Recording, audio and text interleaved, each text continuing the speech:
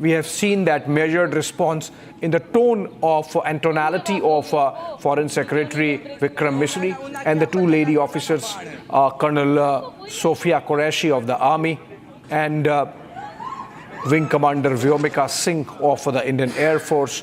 The measured tone of these officers characterizing India's measured response to all Pakistani provocation and escalation. I'm told General K.K. Sinha is in fact live with us. Thank you so much, sir, for joining us at this hour. But obviously, you are a soldier. This is wartime, and we are rolling live on the evolving situation. Now, I have to clarify, sir, before I ask you the question, that we have some confirmation from our sources that yes, situation is fluid and action has been taken. India has responded it with kinetic means to Pakistan, escalating it to a level where they launched ballistic missiles on India.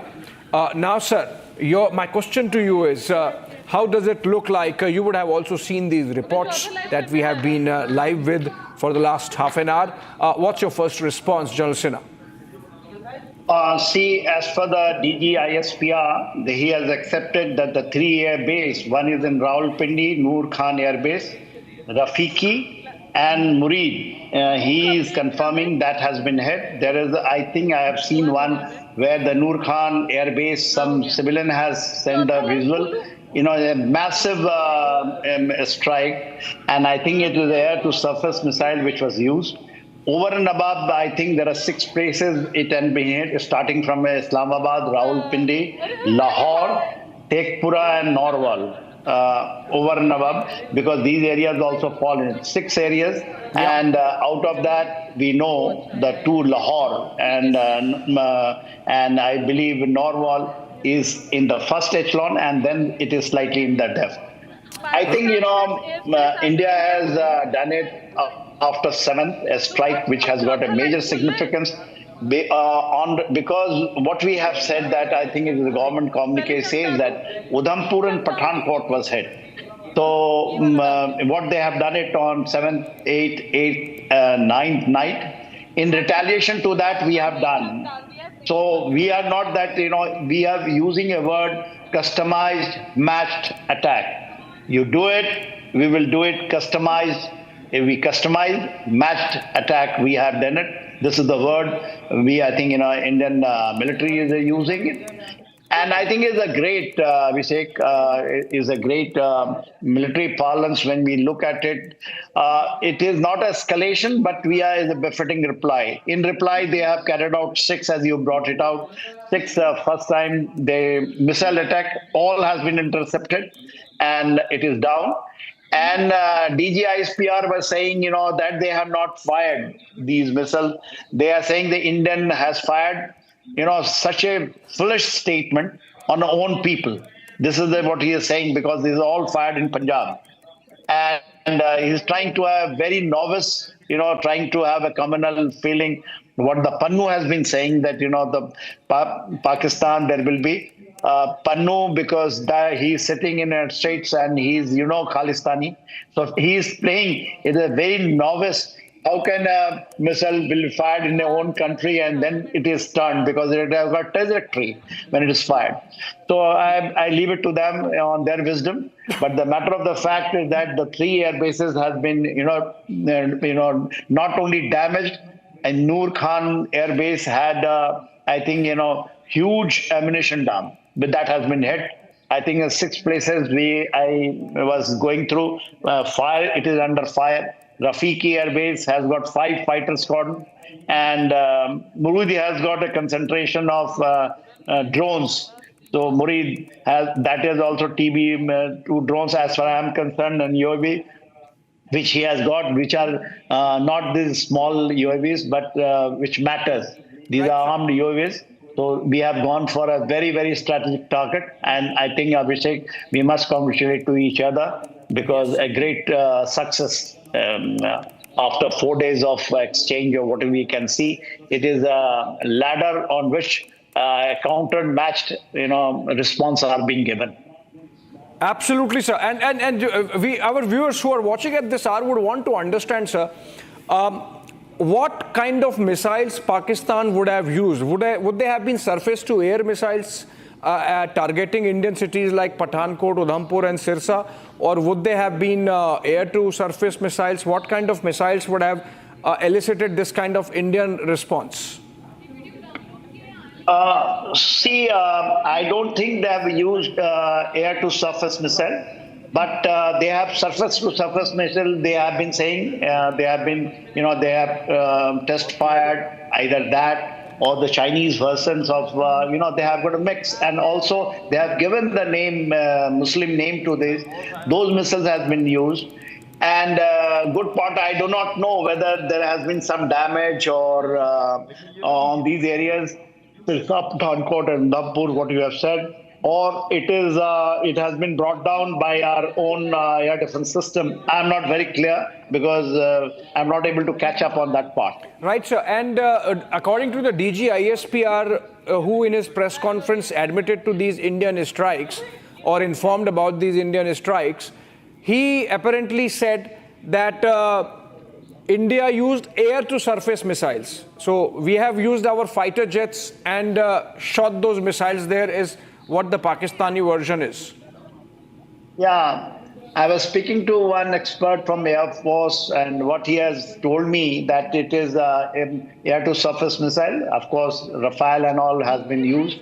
And we have fired BrahMos as per his assessment, which is a cruise. Even it can be fired from air to surface when you use it.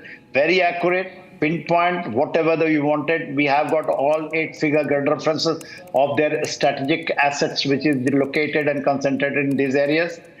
One point which the Pakistan has been doing, which has been brought out by our two brave ladies, last evening, when they have, brought it out that the Pakistan was using the airspace for the civil aircraft moving from Karachi right up to Lahore.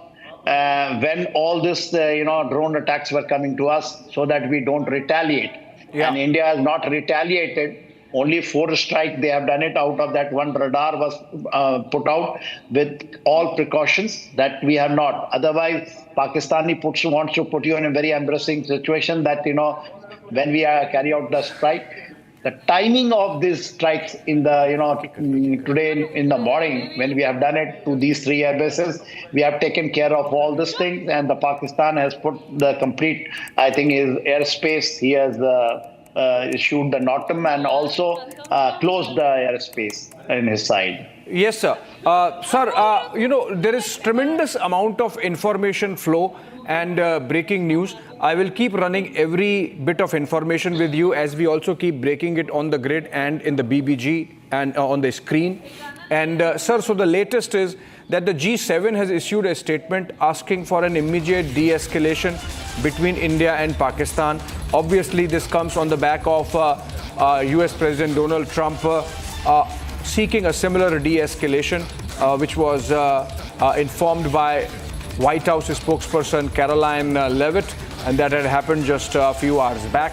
But India, of course, has chosen its targets strategically, and General Sinha believes that it could be the BrahMos missiles that we have used, sirens of air raids going across Jammu, across Srinagar, across many other towns in northern India. And the Pakistanis targeted Pathankot, Udhampur and Sirsa, among others. Sir, I'm curious to know for your first comments on G7 asking for de-escalation. Of course, G7 does not decide what India has to do militarily in response to provocation and escalation from Pakistan. But obviously, this is a standard geopolitics playing out. Yeah, if they are serious, especially Trump, if he is serious, why did he give $400 million of maintenance for F-16 of theirs? I believe it is 84 of them, and most of them are out. Why in the month of February? The second thing is why he is not blocked after giving the American can block if they are very serious about it. If America is very serious or Trump is very serious, G7, I don't, give much to them. But if Donald Trump, because yesterday the White House press secretary, she brought it out, what she read, that India and Trump feels that, India and Pakistan should, as soon as possible, de-escalate. As soon as possible is not that he's ordering it, but still, some channels were running that, he believes that it should be stopped immediately. But the word was as soon as possible. I agree with it. The only thing is still America has got a lot of, hold on Pakistan. They were still their most favored nation out of the NATO. Still, they are not taken out. Why can't they force them? There was a plan to denuclearize Pakistan. Sir, sorry to be interjecting, so sir. They can twist tremendous amount of information flow, as I said, sir.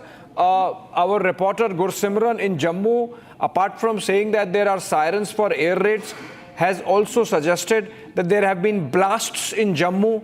We don't know whether these are at the Jammu airport or nearby. But can we patch Gursimran if he is giving this information? In fact, we have Gursimran joining us live. General Sinha sir, please listen to him. Gursimran, please tell us what is the situation in Jammu? What are you hearing? Sirens, air raids, what is it?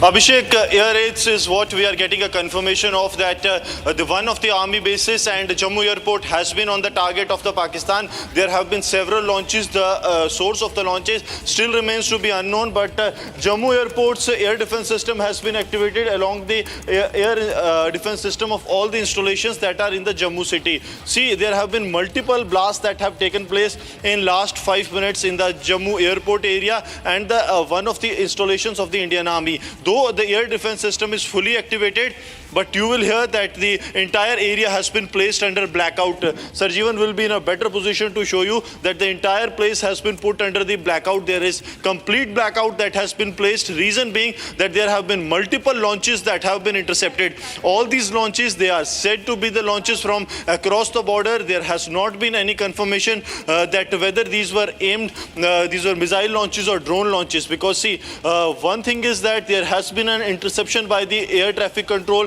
this morning, that there have been launches being prepared from across the border. And as a preparatory measure, there was a complete shutdown of the electricity, and also and sirens have been now triggered across Jammu. And this entire area, because we have seen that the air defense system shells, they have been coming. Now is the movement of the these fire brigades are moving to a location. So we can assume that there has been a hit, but whether it was a strike that has been averted, that is being now, it will take some time for us to actually get an idea. That area Sarjeevan is showing you of the international border from across, where the launches are believed to have been launched from across the border. As we speak, there have been loud bangs that can also be heard at a distant place for now. But yes, the air defense system is activated for now. That is the confirmation, Abhishek, we can get from the ground.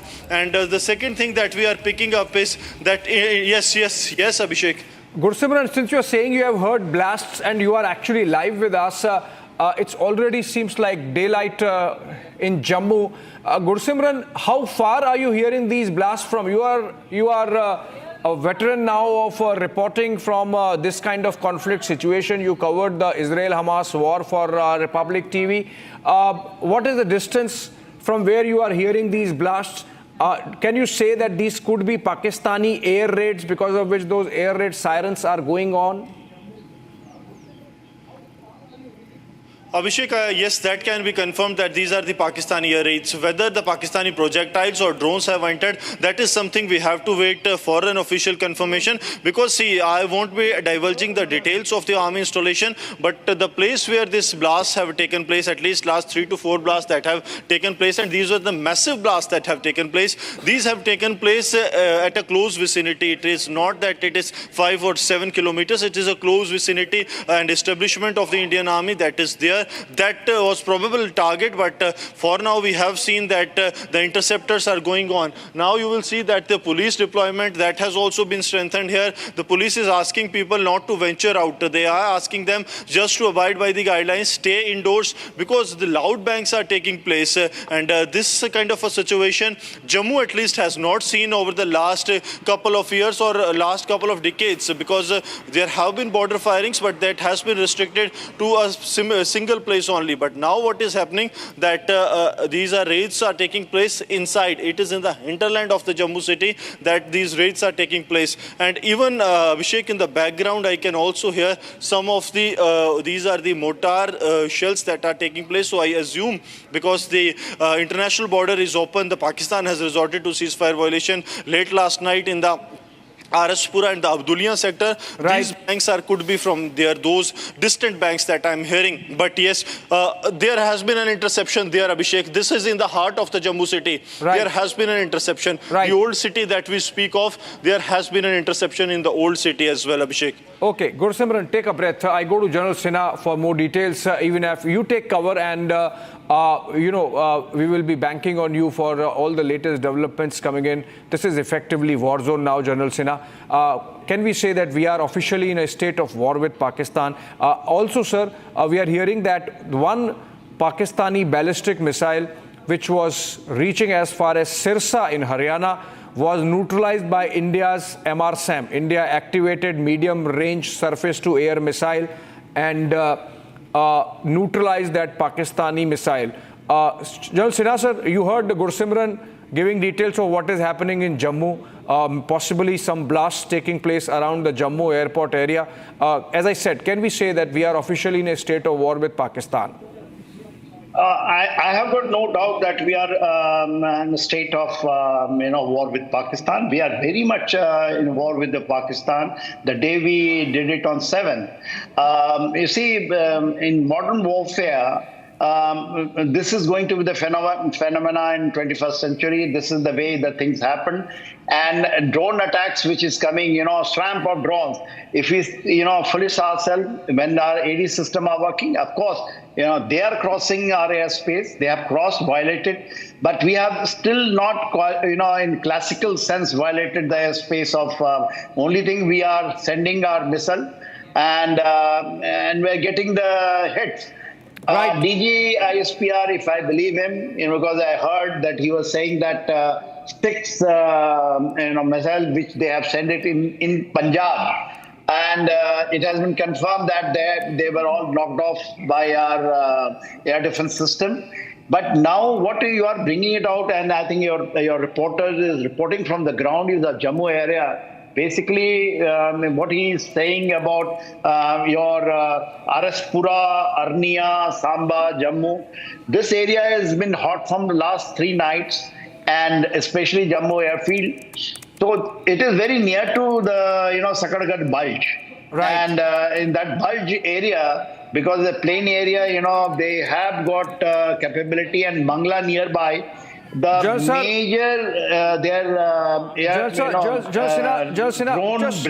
just interjecting again, because very important development which has to be informed to the viewers, which is that Indian Army is going to do a press briefing at 5:45 a.m. Remember, the earlier briefings have happened in the afternoon session post 5 p.m. This briefing is happening at 5:45 a.m., which means, yes, the military action has happened, and officially Indian Army is going to brief about it at 5:45 a.m. And I'm not revealing the location. We know, of course, where it is happening. And General Sinha, sir, coming back to you, you expect all the details to come out in that briefing at 5:45 a.m., which is just about half an hour from now.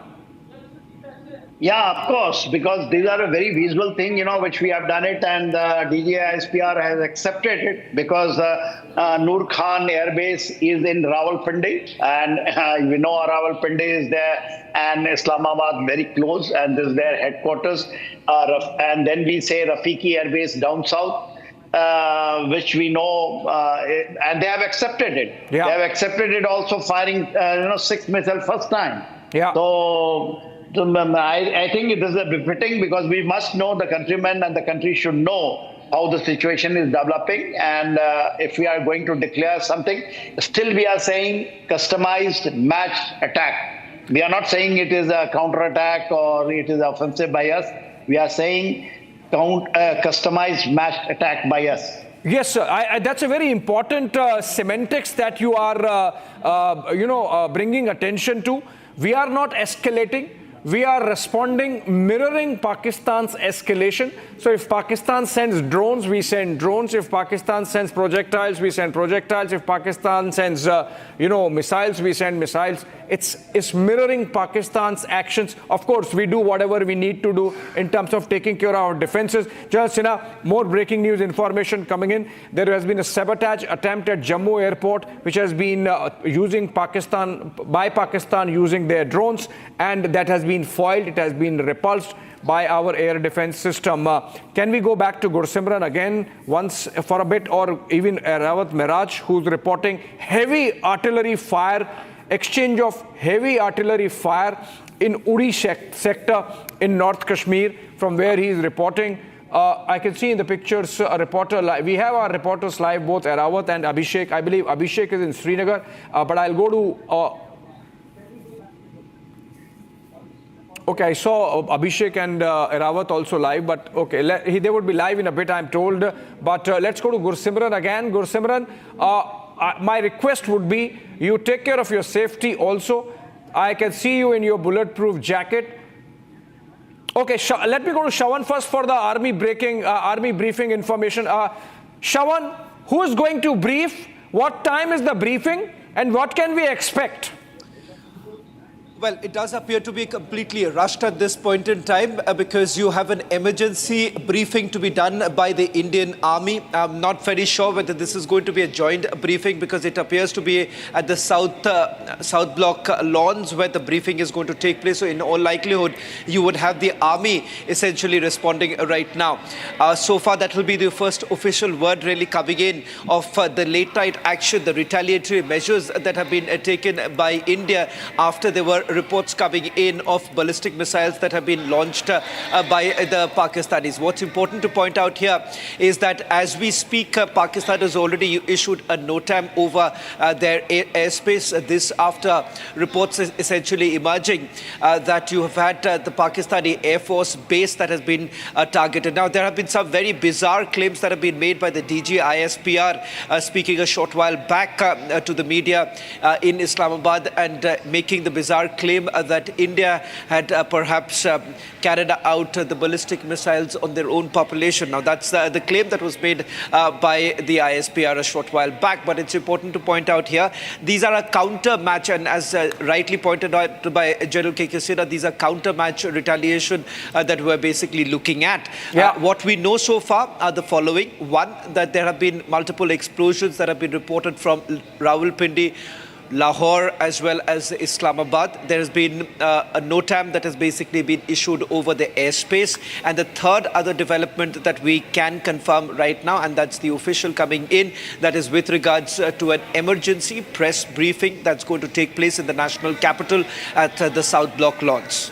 Okay, Shawan, I'm going back to General Sinha for a brief comment. General Sinha, this missile which has been intercepted by India with an MRSAM over Sirsa, you think it was actually targeting Sirsa, or you think militarily perhaps it was coming to Delhi? I think Sirsa is also our base. I will not name it, but Sirsa is also base. Pathankot is also our base. Udhampur, the headquarters of Northern Command.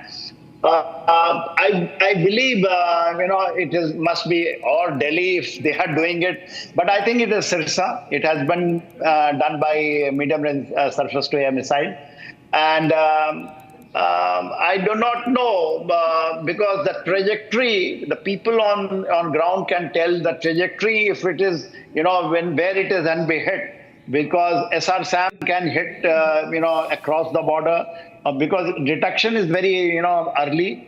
Where we have actually hit them, that is the point, and then we'll come to know. Because they have to gain the height if they have to come to Delhi, or if they are targeting. I don't think they will do that. Or maybe a retaliation, what happened in Rawalpindi. What you're saying, your apprehension regarding that, whether it is coming towards the Delhi, it might be right. But that has to be confirmed by technically on ground by the people who actually knocked them off. Yeah. And Shawan, coming back to, can I go to Gursimran now again? Can I go to Gursimran again for the latest? Okay, and I would want Rawat and Abhishek also from Srinagar, Uri and Srinagar. Gursimran, coming to you first. Can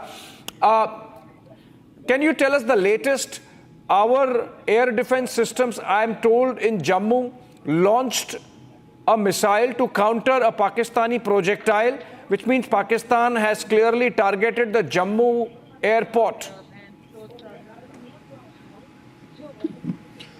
Yes, Abhishek, we can confirm that there was multiple targets that were taken on the Jammu airport. For now, all of them have been foiled. That is what we are picking up from the sources in the Indian Army as well as the Indian Air Force, that the Jammu airport continues to be operational for them. Since this is a defense airport, they are carrying out their operations as normal. But there have been at least 3 drone attempts, the sabotage attempts that were made from the adversary side, but all of them have been foiled for now. There have been activation of the air defense system at least at 3 to 4 locations in Jammu. That includes the key headquarters of the Indian Army that are based in Jammu, and also one of the stations where Indian Air Force is. So that were on the target of the Pakistani side. They targeted it, and now the details that we are getting in that there have been interceptions that have been done and a successful attempts have been foiled from across the border. But yes, one more thing, that the intensity of the attacks have increased. Reason being that the entire LOC has been activated by the Pakistan. They are now targeting the locations, though given a befitting reply, but now the things have shifted from the usual small arms or the 81 mm to heavy artillery along the line of control. International border, there is the 81 mm mortars that are being used for now, but the intensity of the 81 mm mortars, that has also been increased on the international border as well. So we are what we are looking for is essentially that the entire line of control and the IB in Jammu and Kashmir, that has been activated by Pakistan, because they want the things to be destabilized, and this is one such example, Abhishek. All right, General Sinha, we are hearing that, again picking up from some Pakistani reports, that they have carried out a retaliation to what they say as Indian aggression and Indian strikes. What, according to you, could be the Pakistani response, military response that they are talking about, General Sinha? See the response. If their DG ISPR has come and has given the response that their missile has been fired, and in Punjab, this is they have said, and it has not come into Jammu, so it is basically in Punjab. And he said that India, what he blamed, that India has fired this missile in his own people. So of course that is a childish statement. But that is the response. We carried out a massive, because 6 targets has been, hit 6 cities. Yeah. Islamabad, Rawalpindi, there's a lot of development coming in from Jammu, so I have to go back to Jammu. Sorry to be interjecting. It seems that things are really escalating fast. I want Gursimran, I want Erawat, and I want Abhishek from Srinagar Airport also. Can we get all those up and live with us quickly, Kulbir? And okay, this is... Okay, we have Arawat now patched from Uri. Arawat, quick update. Don't take long. Just tell us what's really happening around you. Are you hearing shells fired? And what's the situation like in Uri?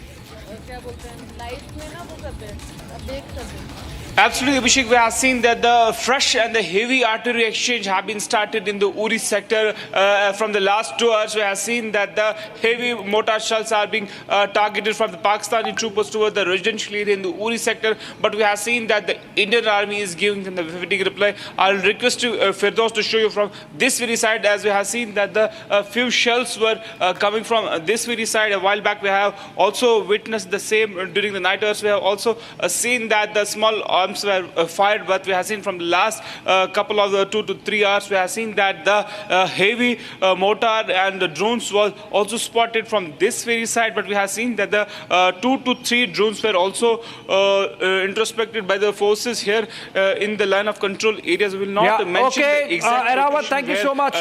Just keep bringing us up to speed with whatever is happening around you, but I go back to Shawan. He's in the newsroom with me. And Shawan, we reported that Pakistani drone swarms had targeted 26 locations across the Western Front for us, and then escalated it with at least 6 ballistic missiles, one of which has been intercepted over Sirsa with our MR-SAM. Air defense systems activated. India has carried out retaliatory strikes. I'm just giving a recap of what has happened over the last couple of hours. And in those retaliatory strikes, India has hit at least three air bases of Pakistan, including the one in Rawalpindi called the Nur Khan Air Base. And now we are hearing that Pakistan has also launched its own retaliation to what India did to their air bases. Well, in fact, there are three air bases where we are being told that explosions have been reported. I'll just take you through some of them. Nur Khan Air Base, that's in Rawalpindi. The Pakistan Air Force's Rafiqui Airbase, that's in Shorkot. Pakistan Air Force's Murid Airbase, which is in Chakwal.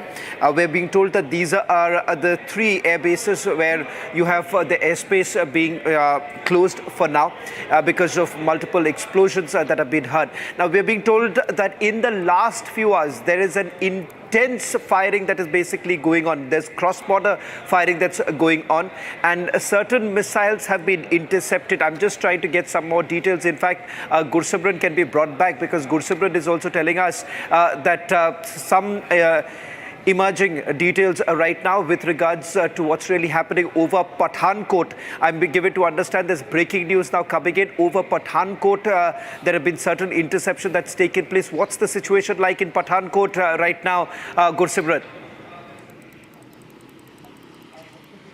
Yes, Shawan, what we are picking up that Pathankot Airbase has been targeted by the Pakistani drone. There have been multiple interceptions that have been done on the Pathankot Airbase of the Indian Air Force. The air defense system is presently activating and is now tackling these threats, but at least half a dozen loud bangs have been heard so far from the base of the Pathankot. So it's very clear that the Pakistan is now targeting the vital bases of the Indian Air Force and the Indian Army. They are targeting all the locations, because what we have witnessed here at it was exactly 5:52 when the first set of blasts took place. This was in the Jammu, where two installations, one of the Indian Army and second the defense airport, that was targeted by the Pakistan. And now we are witnessing that another attempt from Pakistan, these drones that are targeting, but the kind of explosions that are taking place. So we can assume that these are the not those drones that were coming for last couple of days, but these are the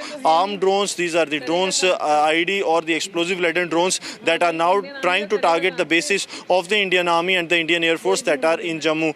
As a precautionary measure, what we are picking up that this entire area has been declared as a cut-off zone. Blackout has been done, though now the things are opening up with the first light. Air defense system has been activated all along the Jammu region. That is also we are getting the confirmation of. But now what Pakistan is doing, they are targeting the civilian areas in the garb of ceasefire violation. In the Punch district, there have been civilian areas that are being hit directly by Pakistan in the Mendhar area of Punch, and the extent of the Pakistani ceasefire that has also been increased. Pakistan is now hitting the civilian areas in Jammu. So bases are also being hit, the civilian areas being hit by Pakistan, as the Pakistan is rattled completely, and now they are targeting the civilian areas. We are told that the senior officers of the Indian Army as well as Jammu and Kashmir Police, they are monitoring the situation. The locals have been advised not to go out. The people, they are moving in the area. They actually don't know what has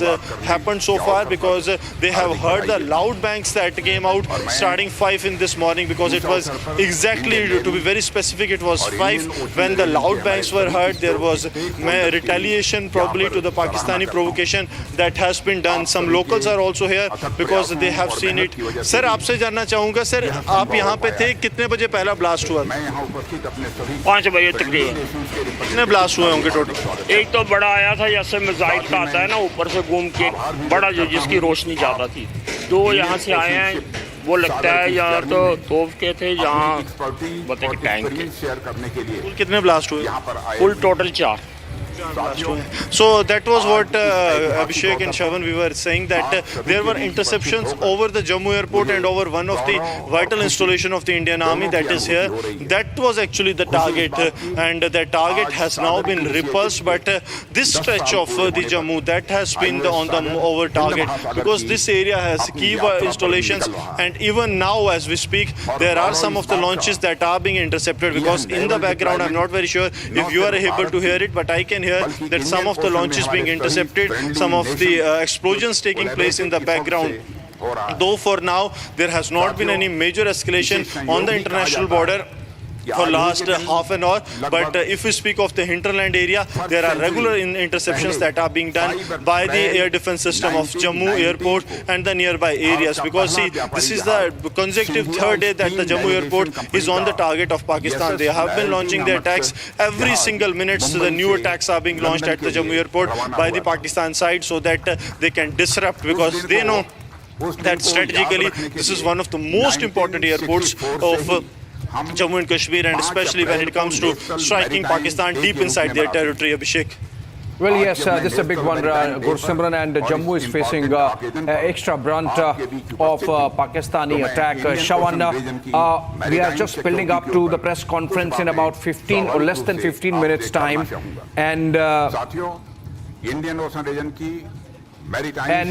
Shawan, this is an evolving and live situation. We are gathering reports that Pakistan has, what they are claiming, they've launched their own airstrikes now, and our air defenses, of course, would be intercepting them. But what are you hearing from your sources, Shawan, about the contours of the press briefing that is to take place in about 10 minutes time from now? Well, it's a counter-match retaliation is what we are being told, in terms of the retaliation coming in after Pakistan basically launched ballistic missiles, which was basically targeting Indian cities. Now, we're being told that the target has essentially been Gujarat, Punjab, as well as Haryana. These are the three cities as of now, the information essentially coming in. At the same time, there's been heavy artillery firing that is also being reported from across the line of control as well as the international border as we speak. Now, what we can confirm is that the Pakistanis have now cleared their airspace. This is after multiple explosions that have taken place so far. Now, whether at all India is essentially going to declare a war at this point in time, we'll have to wait and watch, because this is an emergency briefing that's going to take place in a short while from now. The time is that we were told was about 5:45 in the morning. We can confirm right now that this is going to be done by the Indian Army. So it does appear that this is being done in a very hurried manner. There is some message that is going to be put out with regards to multiple reports essentially doing the rounds, because so far, remember, there is no official word that the armed forces have actually put out so far. These are claims that have been made by the Pakistanis. It is the DG ISPR which did a midnight press briefing claiming that their airbase was basically targeted. But what we do know is that there is some sort of a retaliation coming in from India at the point in time, because several of our cities were being targeted by the Pakistanis, and that is the reason why you're looking at an emergency briefing to take place in a short while from now. The timing is about 5:45 in the morning. Let me just quickly recap for all of you who are tuning in right now. It does seem a major escalation on the part of the Pakistanis at this stage, after 2 days of drone attacks taking place at multiple locations. On the first day, we've had 36 locations that were targeted by the Pakistanis. Thereafter, 26 locations that have been once again targeted. So it is quite clear, Abhishek, that the first round of the drone attacks that have been carried out were essentially reconnaissance that was being done to basically look at our preparedness and also to look at the timing within which we are essentially protecting our airspace, how the air defense systems have been working. So it is very, very clear that the Pakistanis are also looking at layered retaliation. Absolutely. General Sinha sir, Pakistan claims they are responding. We are building up to that press conference in just about 10 minutes from now. What do you think Pakistani response could be? I mean, we are of course fully prepared. As far as Pakistan is concerned, they have carried out their response. They said the first time they have owned up that missile they have used. One you said towards Sirsa, but their medium range SAM is only 70 kilometers. So I don't think, your question was there whether it was targeted around Delhi. But just now, what I heard, that it was, target or the directions were, Haryana, Punjab, maybe even down below to Gujarat. So this is the area, but I believe this 6 have, as per DG ISPR, is all in Punjab. This is what he has said, that 6 SAM has been fired, missile, he has used the word missile, and they were all in Punjab. Yeah. And you would have watched that press conference, General Sinha. Okay, let me just go back to Gursimran again. Once I'm told he's live with us. Gursimran, a quick update from you, quick short update from you. What's the situation in Jammu? Abhishek, if we speak of the situation in Jammu, we are hearing the loud bangs, but can confirm that this is not a target on the Jammu airport or any of the army installation. This is the forward areas, the international border areas where the loud bangs are taking place. So possibly that heavy artillery is being used by the Pakistan to target the locations and the retaliation is being done. But apart from this, we are also getting a confirmation that an attack from the Pakistani side on Beas has been foiled. Beas in Punjab, there was a target from Pakistan side that now stands foil. Multiple launches were made from the Pakistani territory. There is not that any aircraft has entered the Indian territory, but the launches were made from the Pakistani territory that were intercepted and have been foiled. No on-ground loss has been reported as per the initial information, but as Pakistan claims that they have carried out some of the strikes, they are now being neutralized. All the launches from the Pakistan now stands foiled. In the Jammu, for now we can confirm that in the hinterland the area is secure.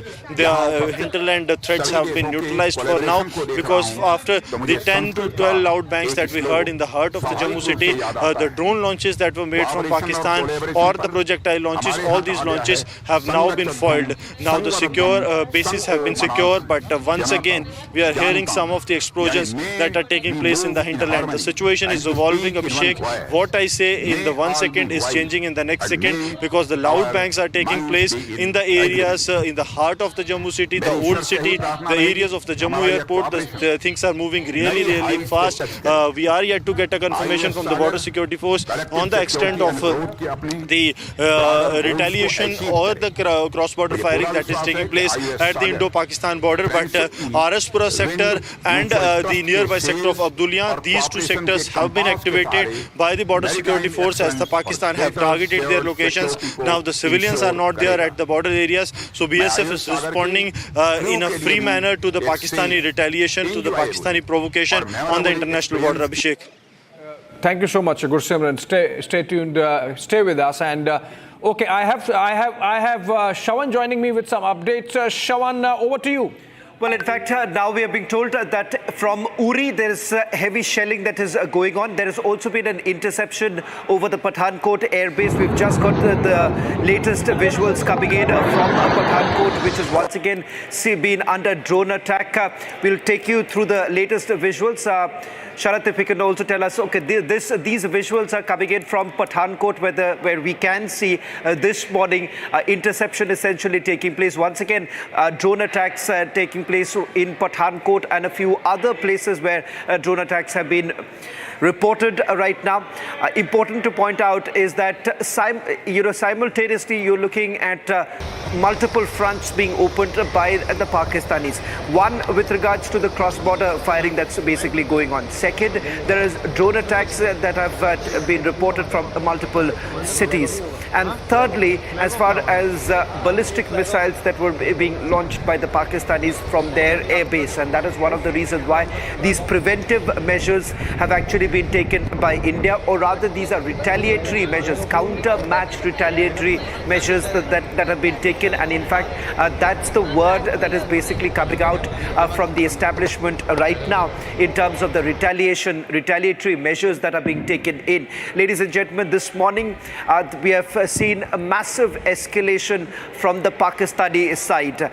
It does not seem to be relenting at this. It does not seem that they're going to relent at this point in time, given the fact that you are looking at most of our military installations being targeted.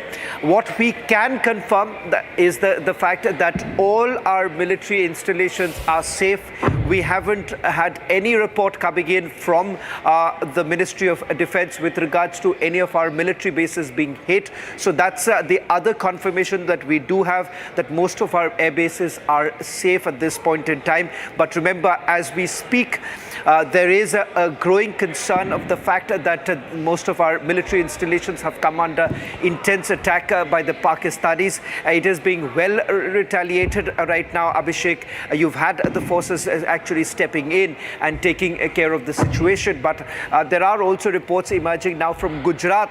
Abhishek, I'm trying to confirm this, but I'm given to understand that in some areas drone attacks have taken place. Not very sure about the interceptions of the drone attacks that have taken place in Gujarat. But the bigger information coming in that there have been massive explosions that have been reported. And in fact, you've had the Pakistanis, the civilians who are in complete state of panic right now. Well, naturally so, Shawan, and fast-paced development. General Sinha, we are hearing that Pakistan has launched a broader escalation against India, and they are calling it Burhan al-Marsus. I mean, I don't know what this means as of now, but it seems that Pakistan is escalating it even further. Of course, there would be consequences, General Sinha, for Pakistan. Yeah, absolutely. Abhishek, we have to understand it is a stated response of ours that if you will do things, if you think that any adventure, if you will do it, we will take it one notch up. And what you have seen, it is unprecedented strike in 3 air bases deep inside the Pakistan. And because we are very effective. However, we are sitting in the India side and we know that it has not been affected. They are getting neutralized with our integrated air defense system. We have been using now this word, I think it is coming from the military itself, the customized matched attack. So you do it, we will take it 2 to 3 notch up. And I think, the time has come. I think they will force us to do something very, very drastic. Because relentless, firing by their artillery in the area of Uri and Punch. Punch has been totally civil evacuation has taken place. They have come right up to Mandar. Rajouri is also under attack. Nasera, Sundarbani, and Palanwala and Akhnur. So this is what there, and even in if you see from Sakadabal's side, Jammu, Araspura, Arnia, and then Udhampur, I think they have reached up to Nagrota. Nagrota, we have got headquarters of CO. Udhampur, we have got our command, headquarters. So these are the military targets, and there are other installations. I don't know whether they are targeting that, but I was told that there is nothing much has happened.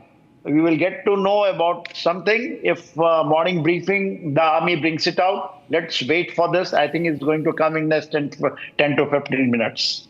All right, General Sinha, sir. In fact, as we speak, the situation is really hotting up along the international border and line of control. We are told that combat air patrols of both the sides, Indian Air Force and the Pakistani Air Force, are engaging. We don't know what is the level of engagement, what kind of intensity there in the conflict, but really it's escalated like fast. And even as we prepare for Indian Army's response in just about a couple of minutes from now, it's already 5:44. We are told that the briefing has to start between 5:45 and 6.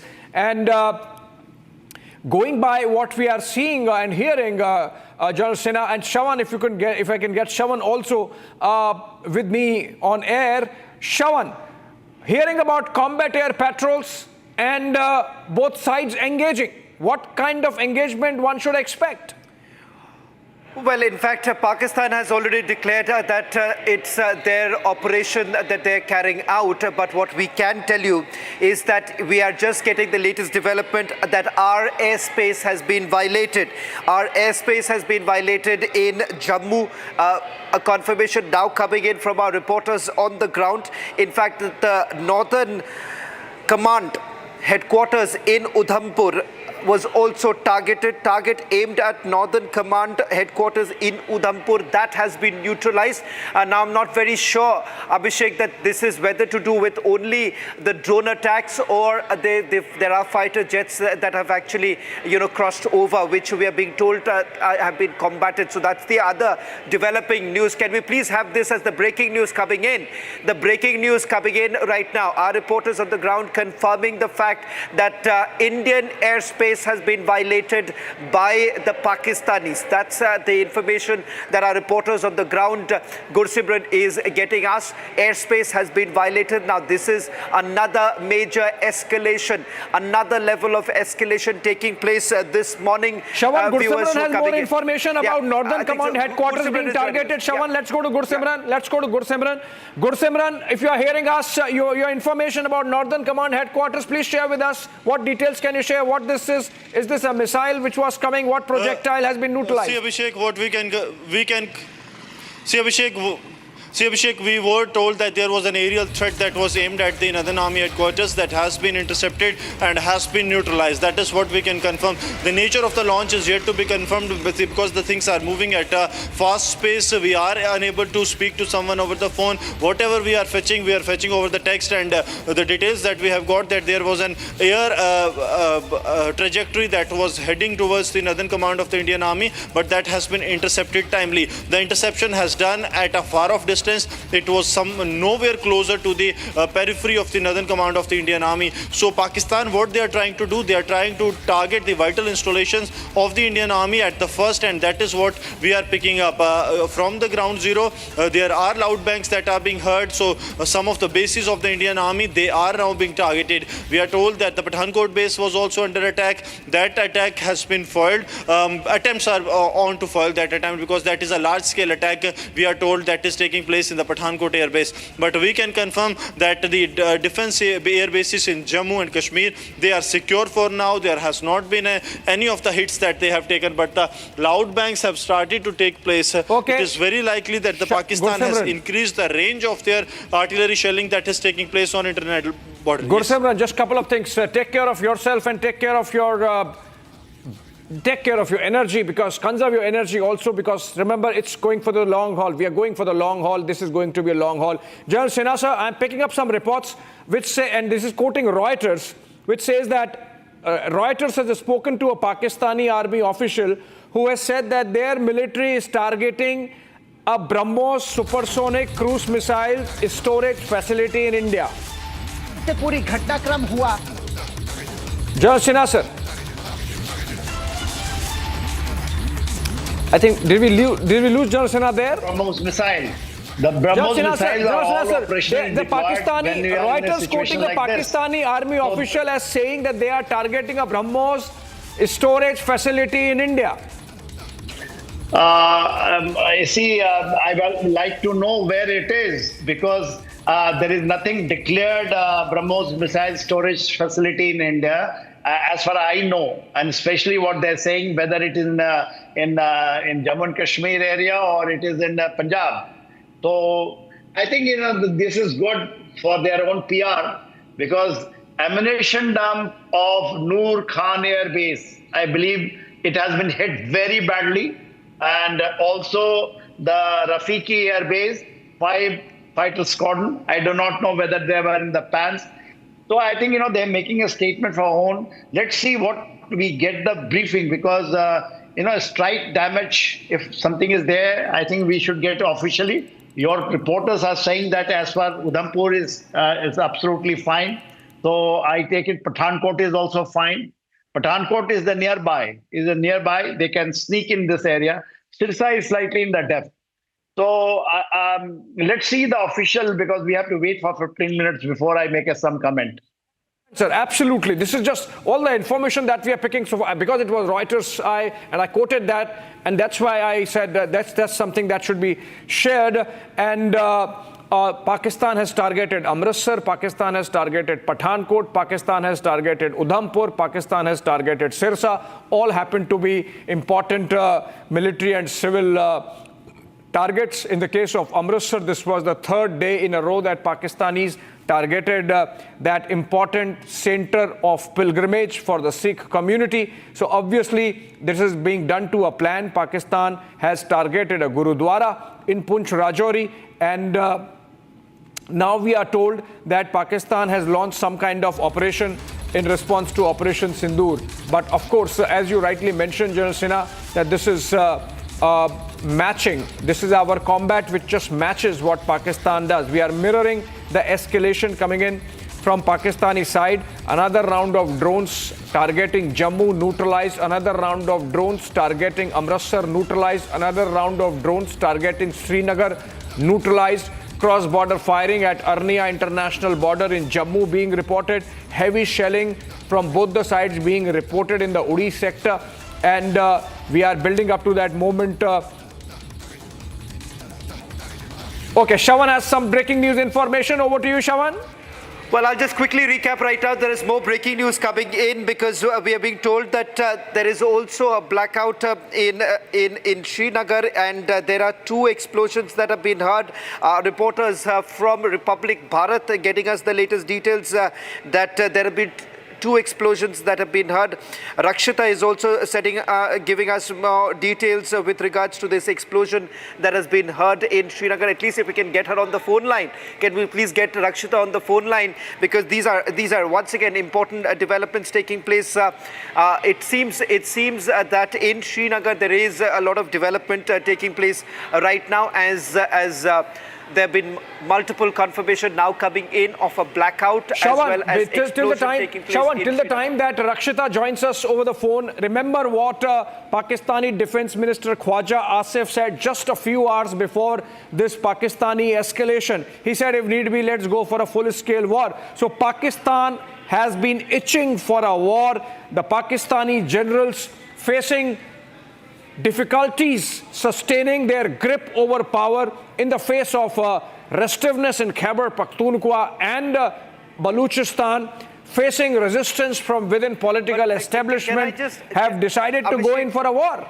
Abhishek, you're right that perhaps Pakistan is itching for a war because that is exactly their strategy, and General Asif Munir perhaps only wants that because that's the only way he can guarantee himself another extension. But what is important to point out here, as far as India is concerned, India has made it very clear that they do not want to escalate this entire matter. In fact, this has been communicated to Pakistan multiple times that we perhaps do not want to escalate, but the fact of the matter is that we are not going to lie low. We are going to respond, and respond hard.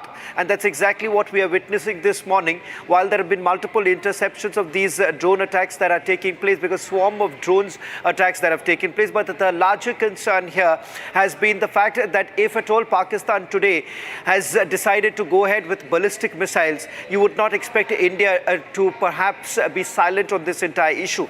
That is the reason why, remember, this emergency press briefing that is going to be done by the armed forces. The initial time was about 5:45. There is a bit of a delay. Republic TV will be there in a short while from now. We'll be beaming live from outside the South Block, because things are rapidly developing this morning, because as we understand that there has been some sort of a retaliation, and let me be very honest, we're not very sure of the nature of the retaliation, but all that we were told a short while back that these are counter match retaliation that is essentially taking place. If that's the case, how exactly is this being taken forward is something that we'll wait and watch, because the briefing is going to begin in a short while from now. Our reporter Gopi is there. We've got boots on the ground to get you the latest details. Let's see what's happening in Pathankot as well as in Amritsar and in Jammu right now, Abhishek, because there too a lot of developments are taking place. Let me just quickly recap before we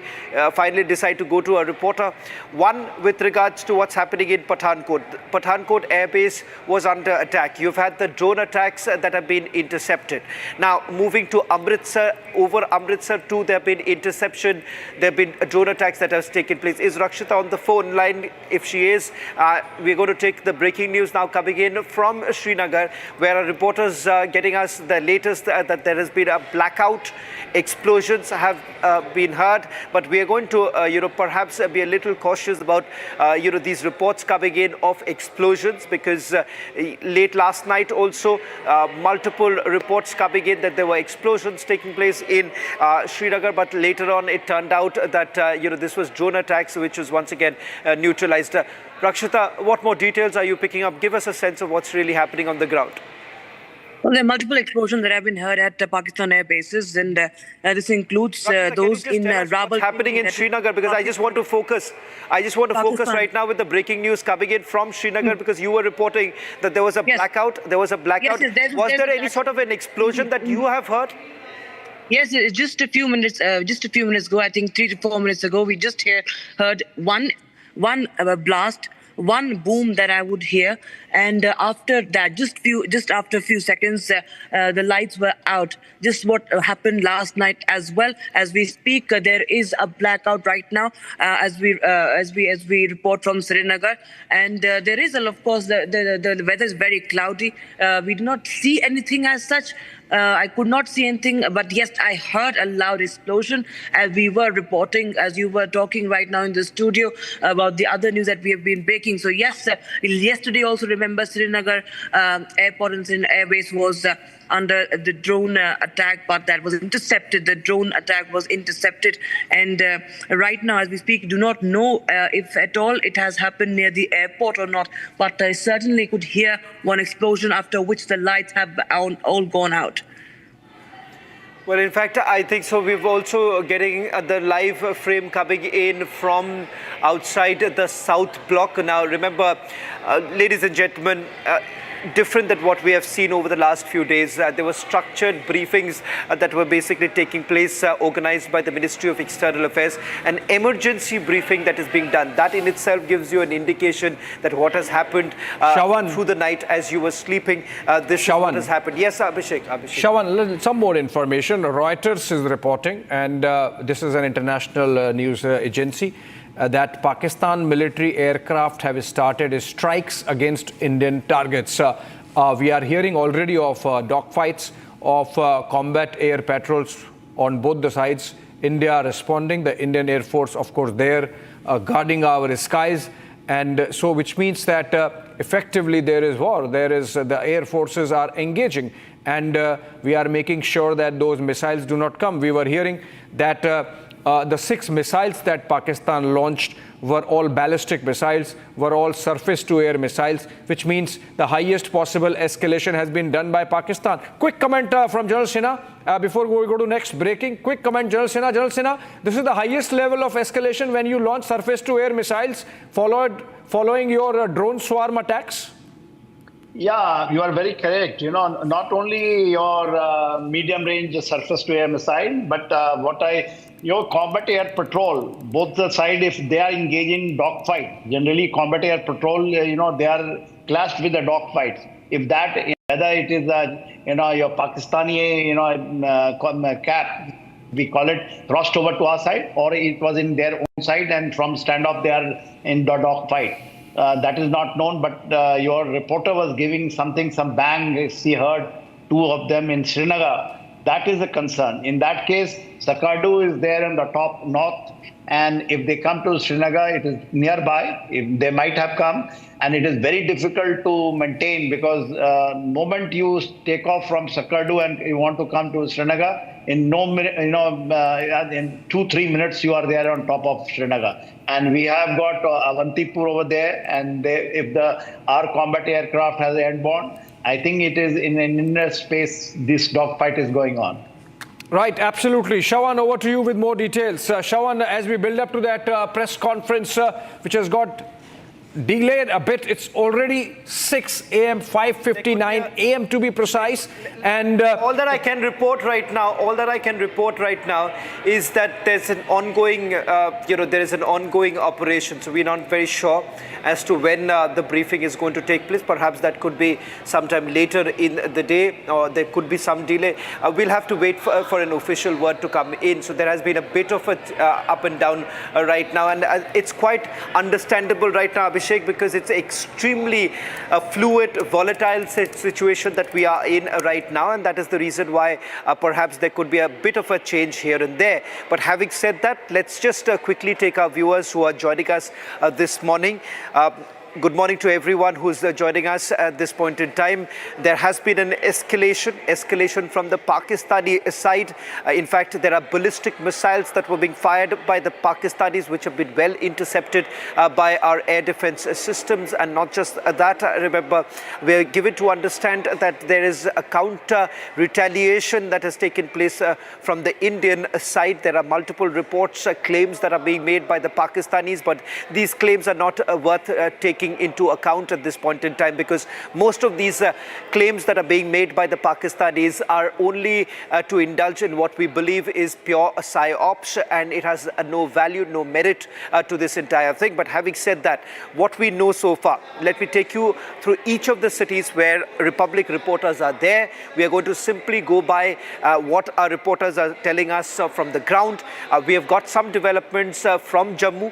We have got some developments taking place in Srinagar, also some developments taking place in Punjab. These are the three areas where some reports have actually come in. Can we have all our reporters on air? In a short while from now, we'll also have our reporter live from outside the South Block, because there too a lot of meetings are basically going on. So we'll get you an array of all important developments that are essentially taking. Can I please have one of our reporters up right now? Can we go to our reporters right now and get us the latest details? First, we are going to go to Jammu. In fact, in Jammu, several sectors where we're given to understand that there's been a ceasefire violation. Our borders are extremely hot, but having said that, important to point out that the Northern Command, Army's Northern Command, was under attack. Help us understand, Gursimran, what really happened, and is there any particular timing? Because Jammu airspace being violated is another big development taking place this morning. Yes, Shavan, what has happened that it was exact 5. I remember it was exact 5 that when the blast taking place, the blasts were at, these were interceptions, because all the bases were targeted at once. It was Jammu airport, it was one of the base of the Indian Army in Jammu, it was the Udhampur Army base. All bases were targeted at once, and then we saw that huge banks coming from the international border area. Now what we are learning that as per the details that we can confirm that there have been international border has been activated by Pakistan. They are using the heavy artillery. In the background, you can see the loud banks. These are from the general area of Chakwal and the nearby area of the Indo-Pakistan international border. That has also been activated. There has been an airspace violation that has been reported somewhere close to 5:30. We are told that even in the area of Mud and the Nagbani area, the civilian areas are also being hit in the Pakistani cross-border shelling that they are resorting to. They have increased the intensity and the range of their targeting. They are now hitting the area. One of the drones that tried to enter the Jammu city, that was brought down by the air defense system very close to the Bakshinagar area of Jammu. So now these drones the Pakistan is using, these are the drones laden with the explosives. These are the loud banks that you see in the backgrounds. Now as we speak, the situation is evolving, but with every minute what we are picking up that the situation, Pakistan is escalating. They are targeting the civilian areas, and n number of civilian areas, even in the heart of the Jammu city, they have been targeted so far in the Pakistan's for cross-border firing. Though Pakistan is being given a befitting reply, we are yet to get an official word from the BSF sources that what is the present status of the entire line international border, and the line of control has been fully activated. It has gone to the artillery mode. Both the sides are using the artillery to target the positions because it was the Rajouri town that came under attack from the Pakistani side early this morning. Soon after the attacks were carried out, the air raids were carried out by the Pakistan. Now the entire Jammu region is under the air raid sirens. The sirens have been swung activated all along the Jammu region, and also the authorities are on the toes to thwart any attempt. The air defense system, apart from the air defense system, there have been the manual systems that have been put in place to thwart any of the projectile or any of the threat entering the Indian territory, or especially in the Jammu region. So that's All right, the report more coming developments, in Shawan, from, more Jammu. developments. So the government of India is to brief at 10 a.m. That's going to be by the Foreign Secretary. We are told Vikram Misri is going to address media at 10 a.m. This follows the army briefing, which is going to take place anytime now. We are getting those pictures live from South Block. Interesting choice of venue there. And we should be knowing anytime now about Pakistan carrying out its missile launches on India, targeting key Indian cities and army installation, including, as suspected, Delhi. Of course, the missile being intercepted over the Sirsa airspace and neutralized. The Government of India briefing by Foreign Secretary Vikram Misri. The MEA briefing is to take place at 10 a.m. and this is going to be part of his daily briefing. Now, of course, in the changed circumstances, tremendous amount of escalation having taken place over the last couple of hours, and Pakistan has launched a counter strike, and we are told that in whichever manner, many of our cities are being targeted as we speak. Shawan, as we speak, these blasts that we are hearing in Amritsar, in Pathankot, in Udhampur, in Jammu, in Srinagar, are they related in any manner to the Pakistani missile launch that is happening? Well, yes, we have Pakistani missiles that have been intercepted. I'm not very sure at this point in time, Abhishek, which city was it, was being targeted right now, because from the pattern that has basically emerged, you have military installations in Jammu, military installations in Punjab that are being targeted, but there are civilian areas too. And let's not forget, religious sites have also been another target of the Pakistanis lately. Having said that, there is some information that we have just got. These are indicative that's indicative in nature. In fact, I'm given to understand that India has basically inflicted heavy damages to Pakistani military installation and assets, which is something that we have been reporting about as far as the air bases in Pakistan are concerned. Once again, reconfirming, that is Rawalpindi, Chakwal and Shorkot. In fact, we also have Abhishek, you are telling us. Abhishek, yes, that's the point that we were making about the missile. It is a missile that has been intercepted, is what I was given to understand. You are telling us that it is the Fatah 1 missile. It's the Fatah 1 yes, missile. Yes, again, quoting Reuters, Shawan, quoting Reuters again, they have spoken to some Pakistan army official who has briefed that Pakistan used Fatah 1 missiles to target Indian cities, and those are short-range guided missiles designed for rapid, high-impact tactical strikes, is what Reuters is quoting Pakistani officials. Now, we have to, of course, keep giving this information because some of these missiles are coming into India and targeting Indian cities, of course, being neutralized very effectively. Shawan, as per your information, can you share more details about what your sources are telling you from our defense establishment?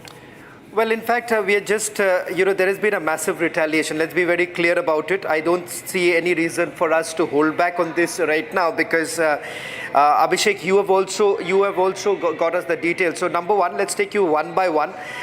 Ladies and gentlemen, India has basically inflicted heavy damage to the Pakistanis. It's the military installations, the air bases of Nur Khan, Murid and Rafiqui. That's what, Abhishek, you have also been reporting.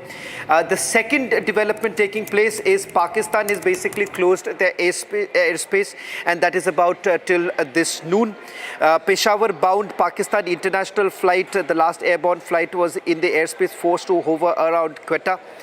There are explosions, that's the third development, explosions that I've heard in Pakistan's capital Islamabad and other cities including Lahore. Pakistan Army has also claimed that India has fired the ballistic missiles. The fourth important point is multiple drone attacks that have taken place from Pakistan across the border, particularly in Pakistan-occupied Kashmir's Neelam Valley and Sialkot. There's been a retaliation that has taken place. Now, there are multiple videos that are doing the rounds right now on social media too, as far as these attacks in Pakistan are concerned. So we're not putting them out right now. As far as how exactly have we thwarted them, superior air defense system. It's pretty much what we have seen, consisting of S-400. Now, important to point out here, Abhishek, is that the S-400 has been used. S-400 has been used. Akash Tir L-70. L-70 happens to be the AD guns. Zu-23 and the Shilka continue their dominance over the border skies. They basically thwarted all the acts of the Pakistanis. In fact, Abhishek is getting us more details. Abhishek is now confirming that all the Pakistani missiles have been shot down by the Indian Air Defense. Pakistan missile targeting Delhi shot down. Okay, that's big news coming in. Pakistan missile targeting Delhi shot down. It's been shot down by over Sirsa in Haryana. That's what we are being given to understand. That's the breaking news coming in. Abhishek, why don't you take over, because you're getting us more details. I'm also getting a quick call that I'm just going to answer right now and get you more details as to what's really happening. Yes, sure, Shawad. Please go ahead with your call as I bring this information for our viewers. Number one, that the Indian Army briefing, which was to take place at 6 a.m., earlier 5:45 a.m., has got pushed.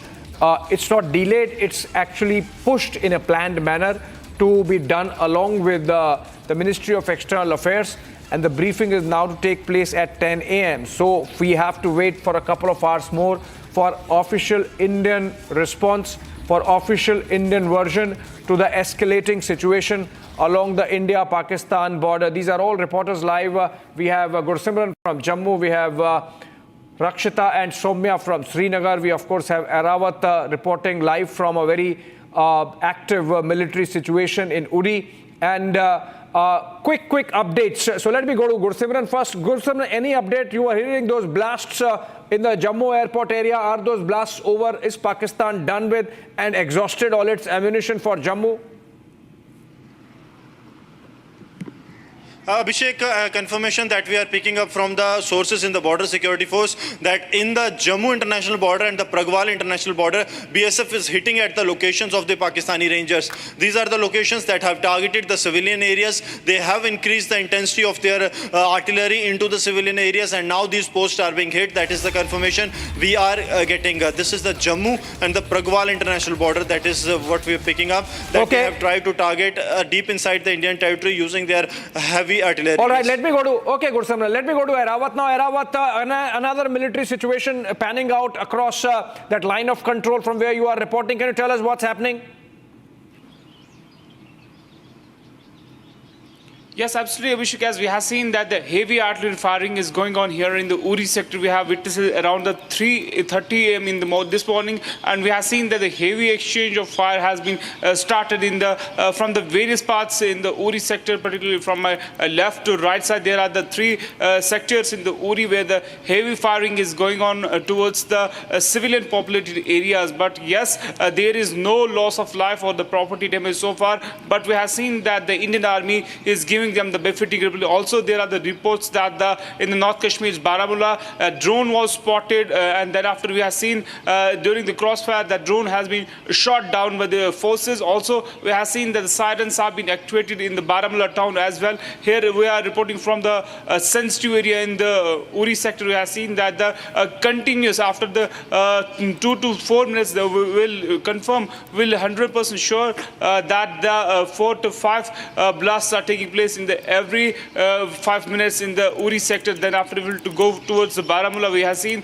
that the sirens have been activated at the various sensitive locations in the North Kashmir's Baramulla. Also, we have been told from the sources from the defense that the one drone has been shot in the Baramulla. As of now, we have seen that there was some drones were intercepted with the forces in the various sensitive locations in the Baramulla along the army installations. But we have seen that the one drone has been down as of now. And if we talk about the ongoing situation here in the Uri, we have seen that the evacuation process was done yesterday, and then after we have seen from yesterday late evening, we have seen that the small arms were fired from Pakistan towards. Let me go to Srinagar now. From Uri to Srinagar, Rakshita first. Rakshita, over to you. How's the situation in Srinagar? There were blasts reported from the outskirts of Srinagar also.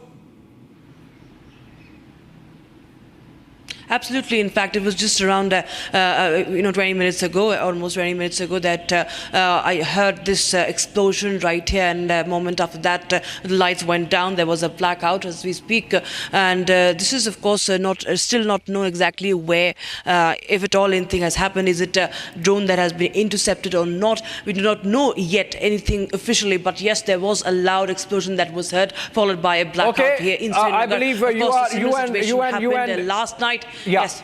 I believe you and Soumya are at different locations. So, Soumya, did you hear any of those blasts? We are hearing that Srinagar was also targeted with drone swarm, drone attacks.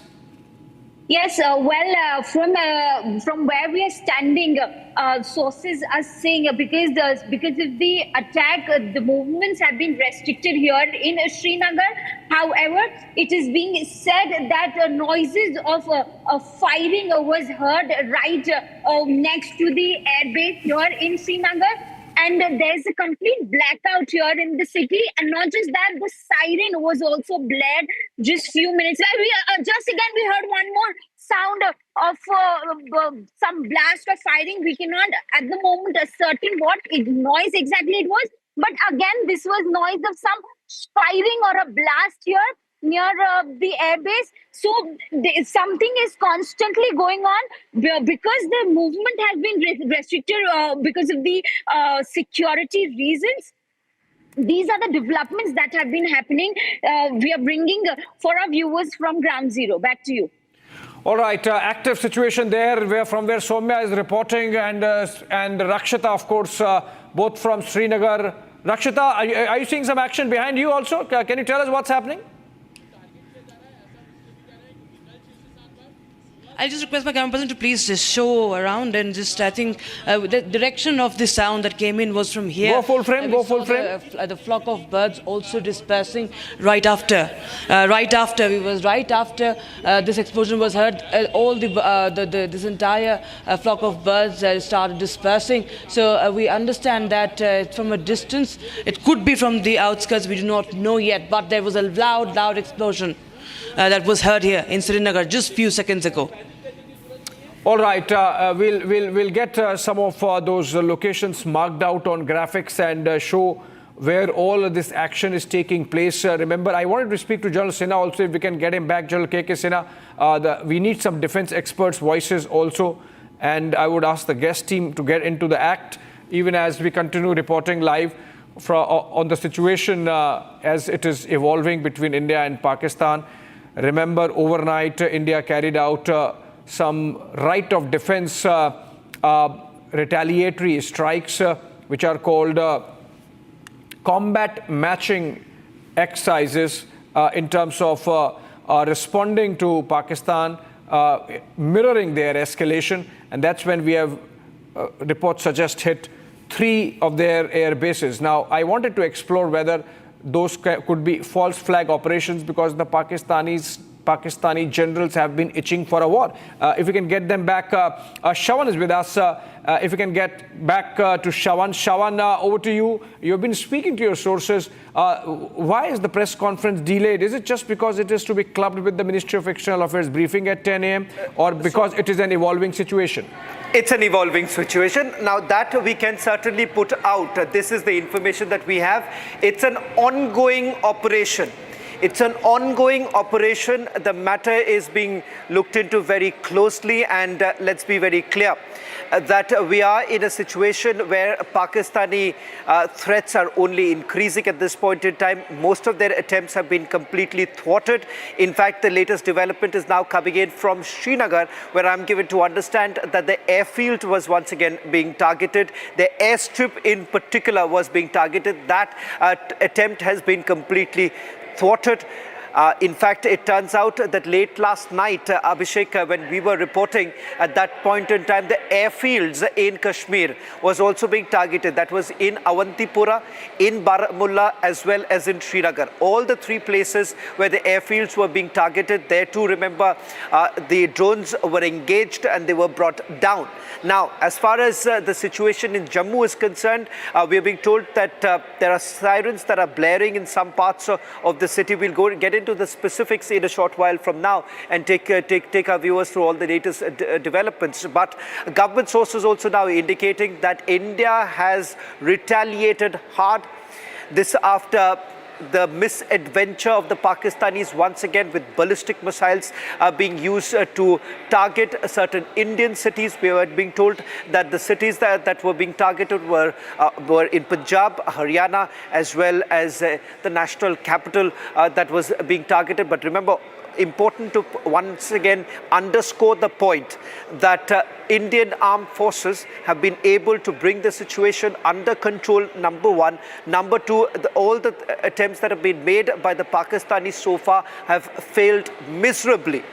They failed miserably, and that is the reason why there is an attempt that the DG ISPR sitting in Pakistan is trying to carry out a fake narrative. And you're absolutely right, Abhishek, that there are attempts that have been made by the Pakistanis to carry out what we are being told false flag operations also. Important to point out here is that a narrative that is being built by the Pakistanis to divide us, and that is the reason why it is extremely important to once again re-emphasize that what you are going to witness, there would be a barrage of fake news coming in that our installations have been targeted. What is important to point out that yes, they were trying to target, but all such attempts have been thwarted.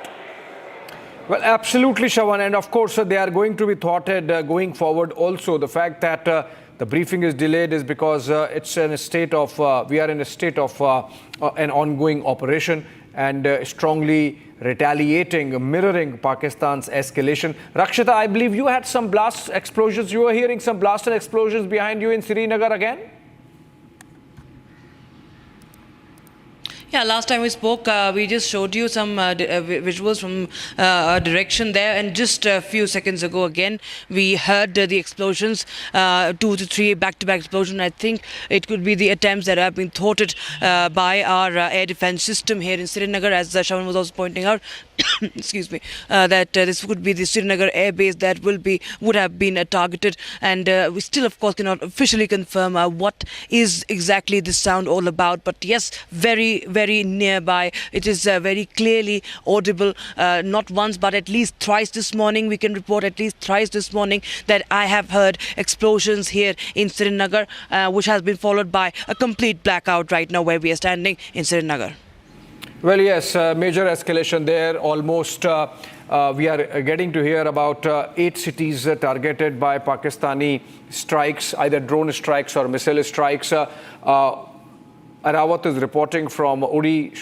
Rakshita is in Srinagar, as also Gursimran from Jammu. Cities targeted, Shawan, include Jammu, Srinagar, Amritsar, Udhampur, Pathankot, New Delhi, Jalandhar, Sirsa. All of them are military installations except for Amritsar, and that raises the curiosity as to why Pakistan is targeting Amritsar. Obviously, because it wants to create communal discord in the country.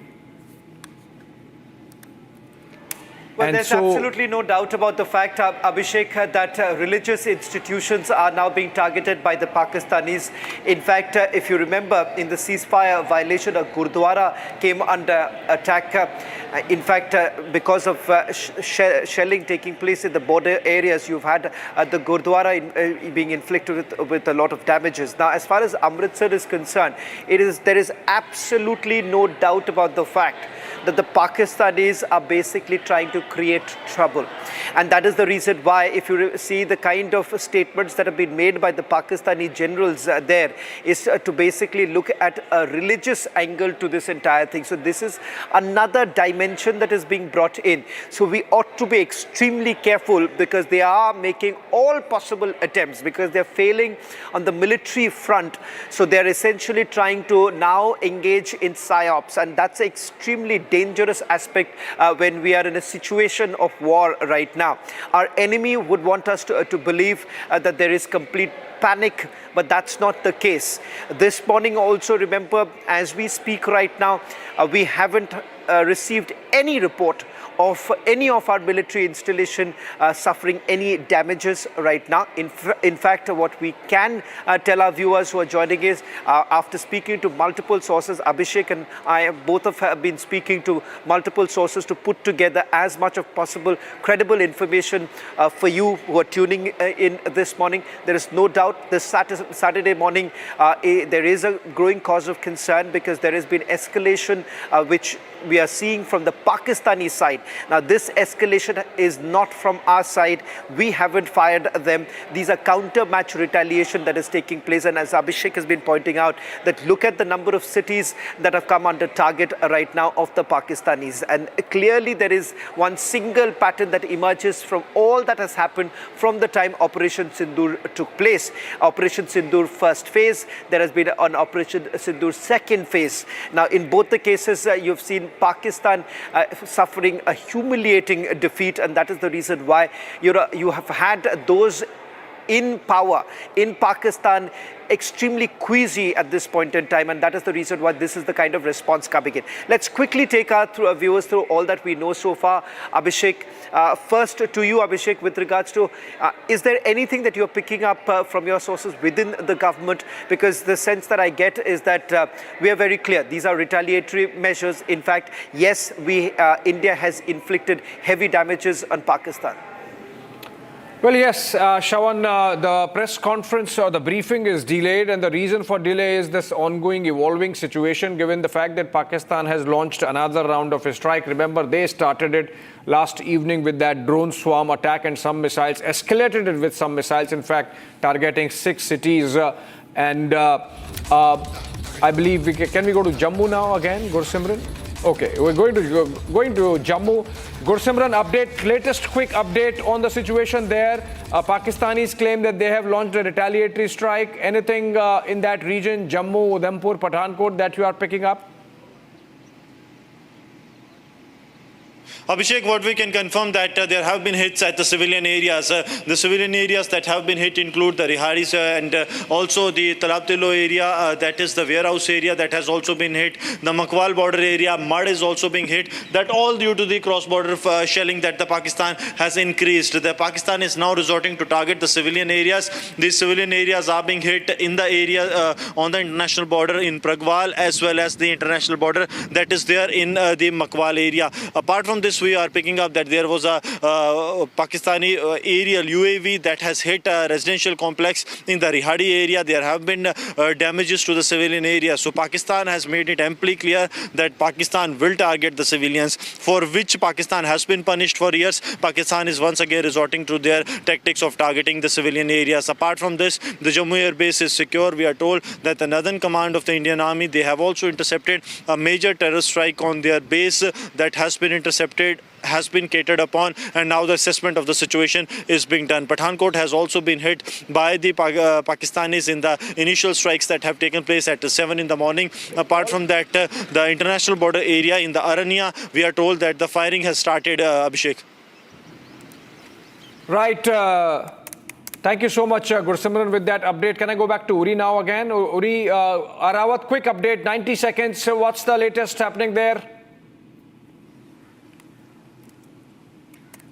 Abhishek, we have seen that the continuously bangs can be heard here in the Uri sector, as we have seen that the massive shelling is going here in the Uri sector. We have seen that the Indian Army is giving them the befitting reply. Also, we have seen that the 100% evacuation is done. Also, there were the few families who left here in the Uri sector in the various villages of the Uri, but all have been evacuated. We just got the confirmation from the district administration. As of now, the heavy firing is not only here in the Uri sector, but also the Baramulla town. We are getting the reports that there are the loud bangs which can be heard during the night, but we have seen at around 3 a.m. we are witnessing here in the Uri that the small and the heavy artillery are being fired from the Pakistani troopers towards this side of the fence, and we have seen that the Indian Army is giving them the befitting reply, Abhishek. Yes. Clear befitting reply, and there are some pictures coming in of Pakistan carrying, launching those Fatah missiles. They have released some pictures. We are not showing them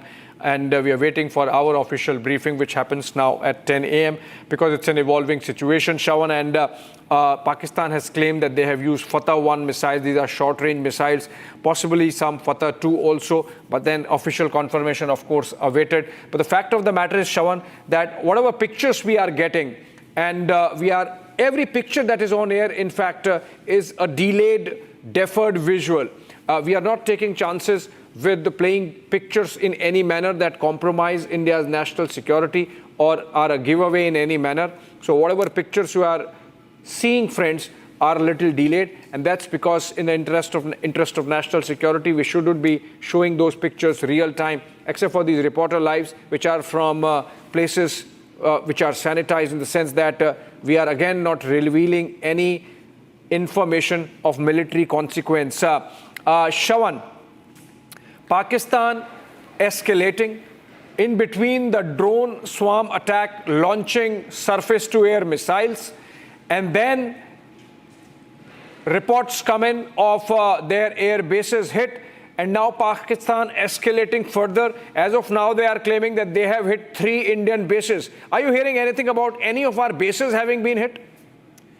Well, certainly the bases have been targeted. There's absolutely no doubt about the fact that the Northern Command has been one of their primary targets. Apart from that, airstrips. What's important to point out, the difference that what we saw about just in the last 24 hours is that clearly they are trying all possible moves to basically push us into a war. Let's be very clear about it. When you have an enemy nation targeting your airstrips, remember that's a message. The message is they are trying to escalate it beyond a point. And that is the reason why every move that India is going to make right now, we are going to be extremely cautious. Right now, what we are doing, and I'm going to re-emphasize the word that I was told this morning because as part of the ongoing process, there was not much that we could pick up at that point in time, but a top government source essentially putting this across as a counter-match retaliation, number one. Number two, as far as what is happening inside Pakistan, yes, there is no doubt about the fact that we have inflicted major damages, and these major damages happen to be one of the major bases, Pakistan Air Force Base, where you would have their transport aircrafts and also given several of their ammunition depot. Given the fact that what the Pakistanis have essentially been doing is that at multiple fronts that they are basically trying to strike us. They are basically trying to strike the civilians, strike at the military bases, and that is the reason why it is important that we retaliate, or else these missiles are basically headed for our cities. And because of the air defense system, the air defense guns that we have in place, we've been able to thwart maximum threats that have come our way. So that's very important to point out here. So sources indicating that all such attempts have been thwarted, they have been intercepted at this point in time. The situation seems to be under control right now, at least the reports that we are getting in from Jammu, the reports that we're getting in from Srinagar. There, it's a bit of an evolving situation because our reporters are telling us that they are still hearing explosions, so we're not very sure what's really happening right now as far as Srinagar is concerned. The only information that we've been able to confirm from our sources is that the attempt was to target the airstrip. That has once again been intercepted. The situation is also under control right now. As far as Pathankot Air Base is concerned, that too was under attack this morning. There have been drone attacks that have taken place, but that has been intercepted. Amritsar being the other place that has been targeted. Can we also move around with the visuals rather than being just stuck to the Rawalpindi visuals that we are showing right now? There are several visuals, new fresh visuals that have come in right now from Punj to Rajouri to Amritsar. These are the live visuals that have come in a short while back. We are putting these as deferred visuals because they came in to our newsroom a short while back. So we're not putting out any information with regards to any live operations. Live operations is something that we've not put out. So let me quickly take you through a description of the pictures that we have got in right now. and also details that we have got so far. Now, on your screen right now, there are details of the 3 Pakistani air bases. Let me just tell you which are the 3 Pakistani air bases that have come under attack and how we have essentially retaliated. Number 1, let's take you through the 3 Air Force bases. Now, this we are being told Air Base of Nur Khan in Rawalpindi, Murid in Chakwal and Rafiqui, that's the other air base, that's Shorkot, that has been breached, and the situation has further escalated. As far as the airspace is concerned, the airspace has been shut till about 12 o'clock this afternoon. Pakistan has essentially done that as a preventive measure that has been taken. We are also getting in some more details right now. A projectile has been brought down by the Indian defense system that is in Jalandhar. Abhishek, we are getting in more breaking news coming in from Jalandhar right now. Pakistani projectile was shot down by the Air Force. That's the latest coming in. Debris have been recovered from a residential area in Jalandhar. Well, you know, Shravan, sorry, we are effectively in a situation where there are dogfights happening between Indian Air Force and the Pakistani Air Force, and Zenith is reporting that 2 Pakistani jets have been downed in Srinagar, hunt on for pilots. Can we go to Zenith quickly? Can we go to Zenith? She's getting this information that there has been an air action over the skies of Srinagar and that Indian Air Force has downed 2 Pakistani jets. This is information coming in from Zenith. Zenith, can we go to Zenith? Quickly, can we go to Zenith? Okay, quickly. It's really escalating fast. India shoots down a projectile over Jalandhar, and India has shot down at least 2 Pakistani Air Force fighter jets over the skies of Srinagar is what Zenith is reporting. Can we go to Zenith live and get this update from her quickly? Can we patch her on phone, not live? Can we patch her on phone quickly? What is input doing? Quickly, input. Okay, this is really escalating fast. Pakistan has launched some counter strikes after India targeted its 3 of its air bases, and that was mirroring action because Pakistan had launched few missiles on Indian side for surface to air missiles called the Fatah 1 missiles, and now situation is escalating in the form of combat air patrols of both the sides, the Indian Air Force and the Pakistani Air Force engaging with each other.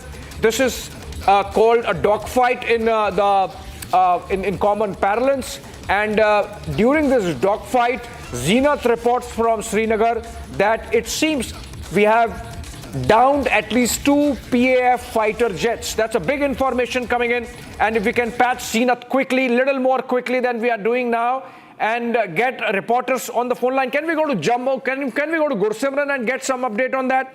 Okay, Gursimran.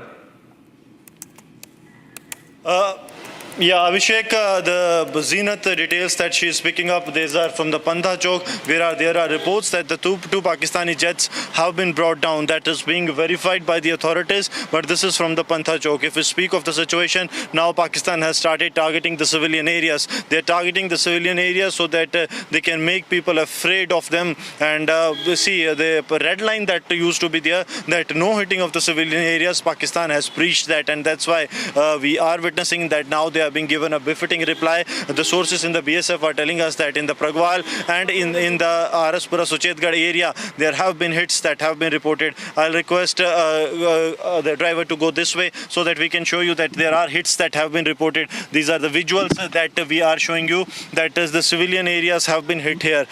These visuals that there are here, that I'll request Sir Jeevan to keep showing you the visuals that civilian areas have been hit in Jammu, and we are actually heading towards those areas that have been hit. There have been multiple instances. I believe you're moving somewhere. Please do that. I'm told Zenith is joining us now quickly on phone. Zenith, over to you. From where are you hearing that India has possibly downed 2 Pakistan Air Force jets?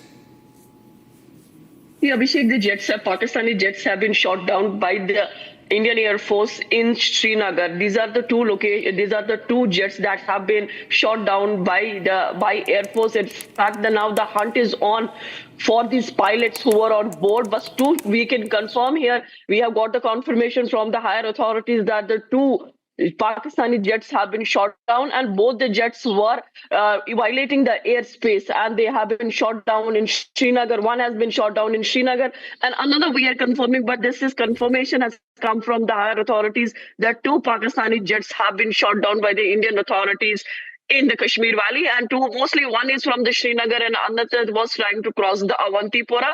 But overall, the two Pakistani jets have been shot down. So the countermeasures have been taken. Srinagar is completely on alert. We have been seeing that even the phone lines are getting distracted. There was a complete blackout in the Kashmir Valley. Electricity got restored in some parts at around 3 in the morning. The people are staying indoors. Most of the people are staying indoors. Nobody is coming out. It's a fearful situation on the ground.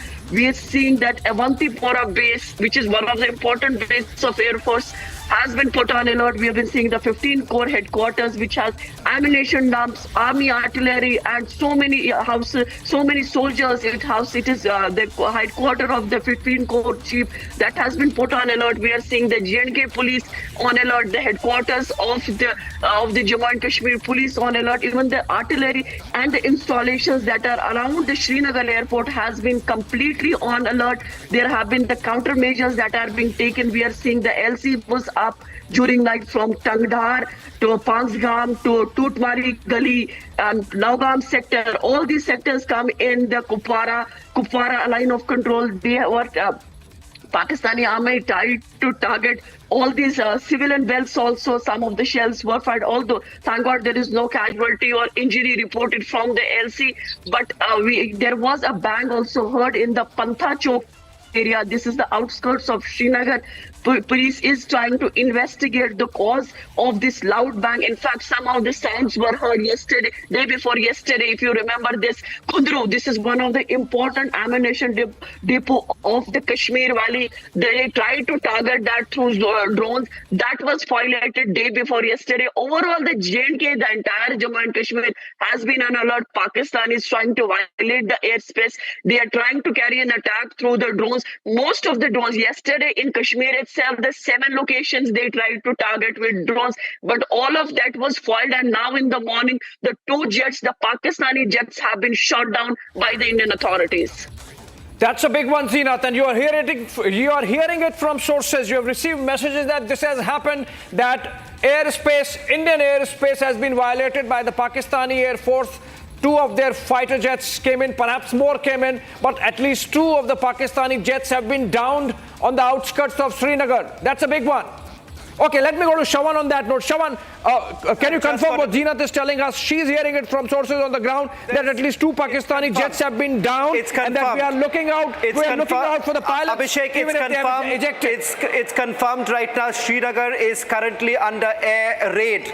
Our airspace has been violated by the Pakistanis. As we speak right now, there is an air raid in Srinagar. 2 of the Pakistani jets have been shot down in Srinagar. In fact, remember, the airstrip in Srinagar was one of the main targets. We can now confirm from top sources.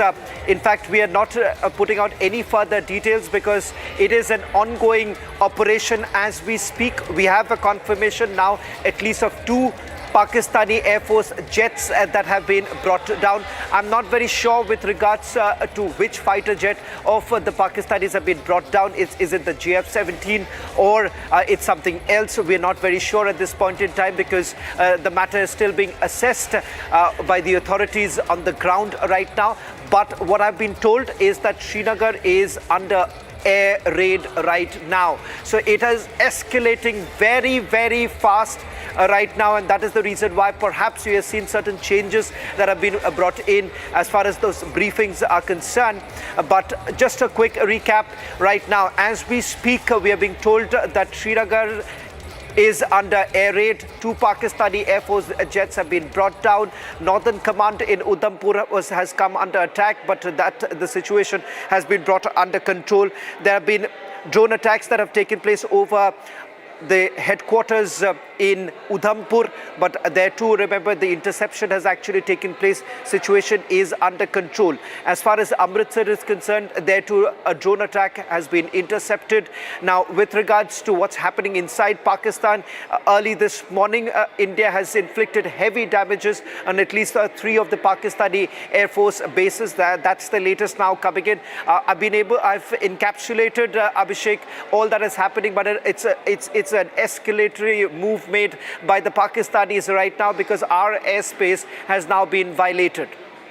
Absolutely, and I would again go back to Zenith and I will go back to Jammu because, Shawan, we are hearing that some civilian areas, some temples in Jammu have been targeted.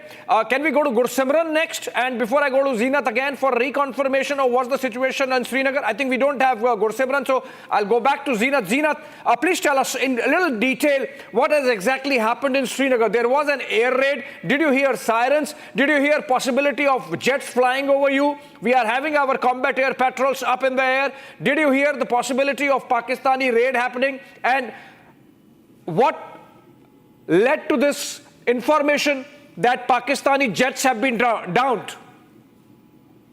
See, Abhishek, I can tell you from the horse's mouth that the Pakistani jets have been shot down by the Indian authorities. They were trying to violate the airspace, and this has a confirmation that has come from the highest sources who are working on the ground. Right now, the hunt is on for the pilots. They are looking for the pilots who were on board. But 2 Pakistani jets that have been shot down in Srinagar, as I confirmed that it has been shot down in Srinagar, there were the air raids that were witnessed. The blast-like sounds were here the entire night.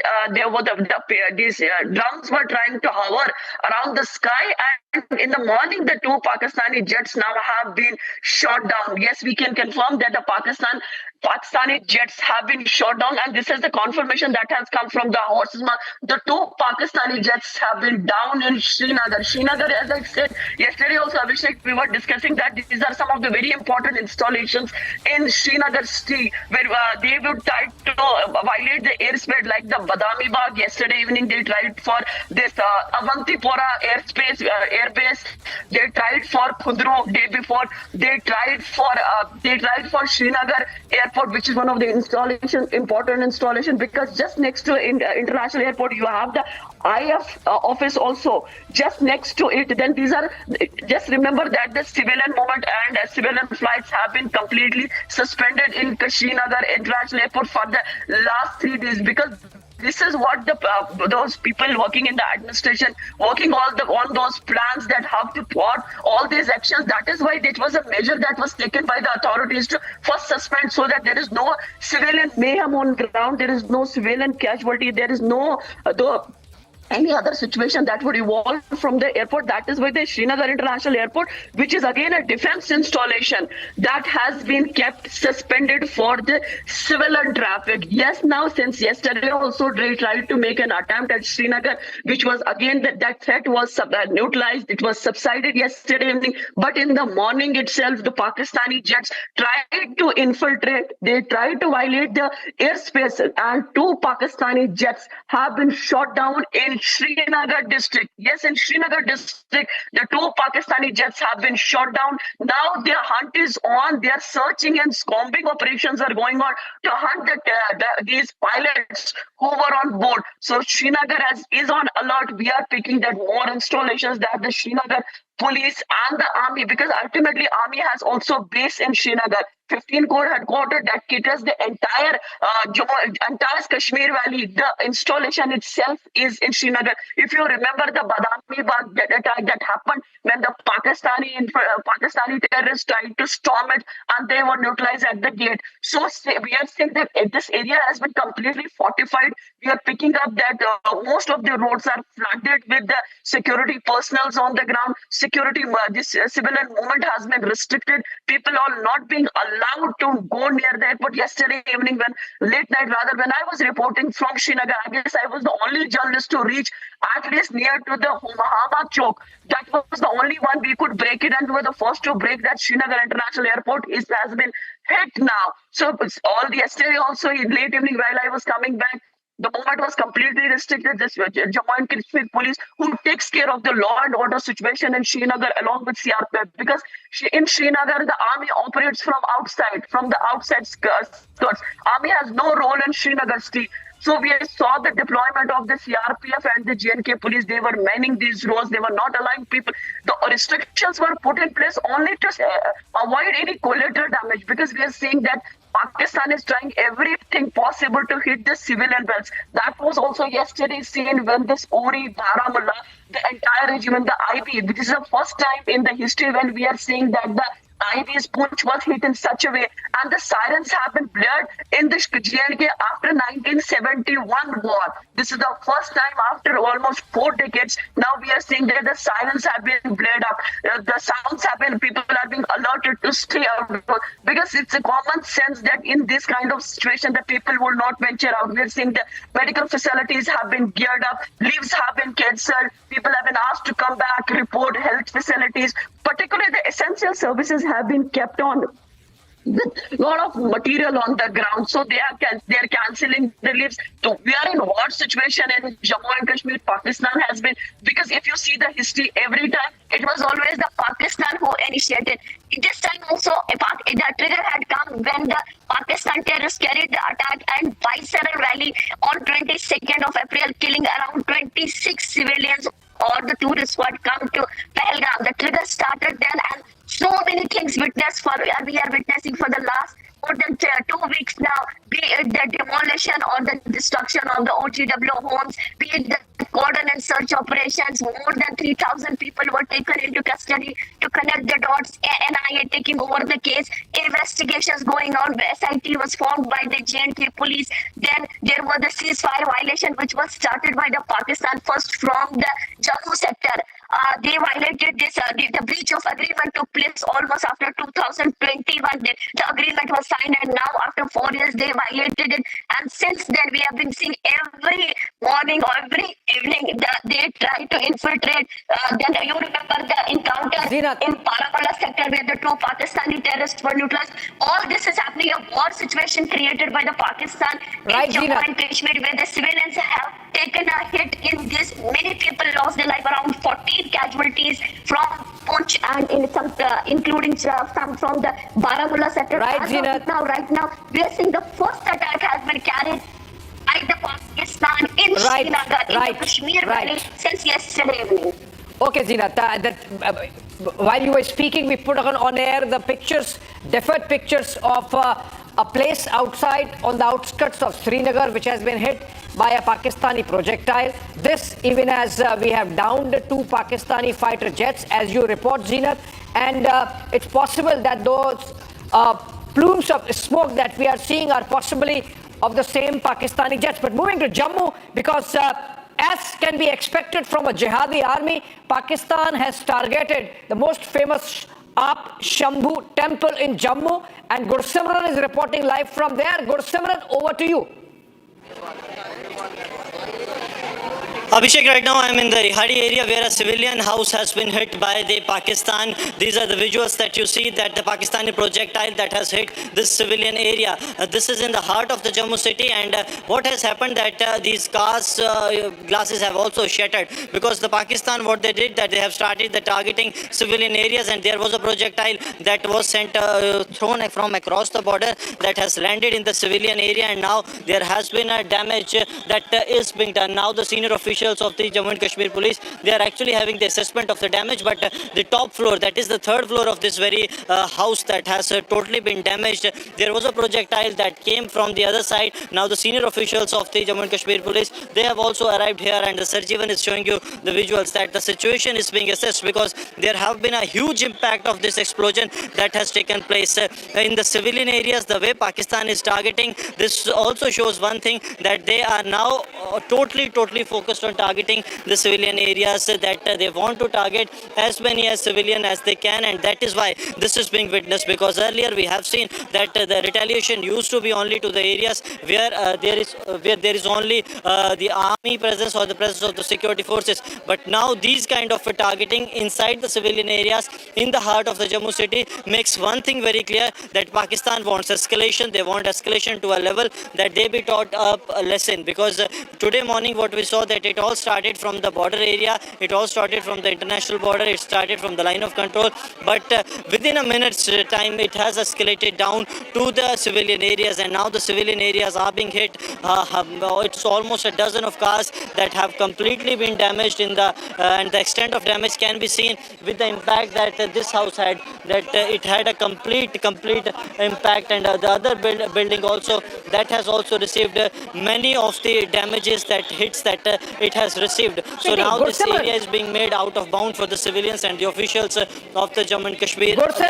You are reporting from live. You are reporting live from inside Jammu city. This is civilian area. This is a religious place. I am told other localities within Jammu have been hit, which clearly means that Pakistan, shameless Pakistan, is targeting civilian areas now. Yes, Abhishek, Pakistan is targeting the civilian areas. That is what we have been showing you for the last couple of days, that the Pakistan is hell-bent to target the civilians. After killing 13 civilians in Poonch, now they are targeting the civilians in the heart of the Jammu city. This is deep inside the Indian territory. This is 10 to 15 kilometers from the international border, going by the aerial distance. So this is not something that has happened, that they have been, someone has been hit close to the international border. But what Pakistan is now trying to do, that they are trying to inflict civilian casualties. They are trying to target as much as civilian as they can, and this is part of their strategy to inflict a fear, a sense of fear among the locals, that the Pakistan can hit anyone anywhere.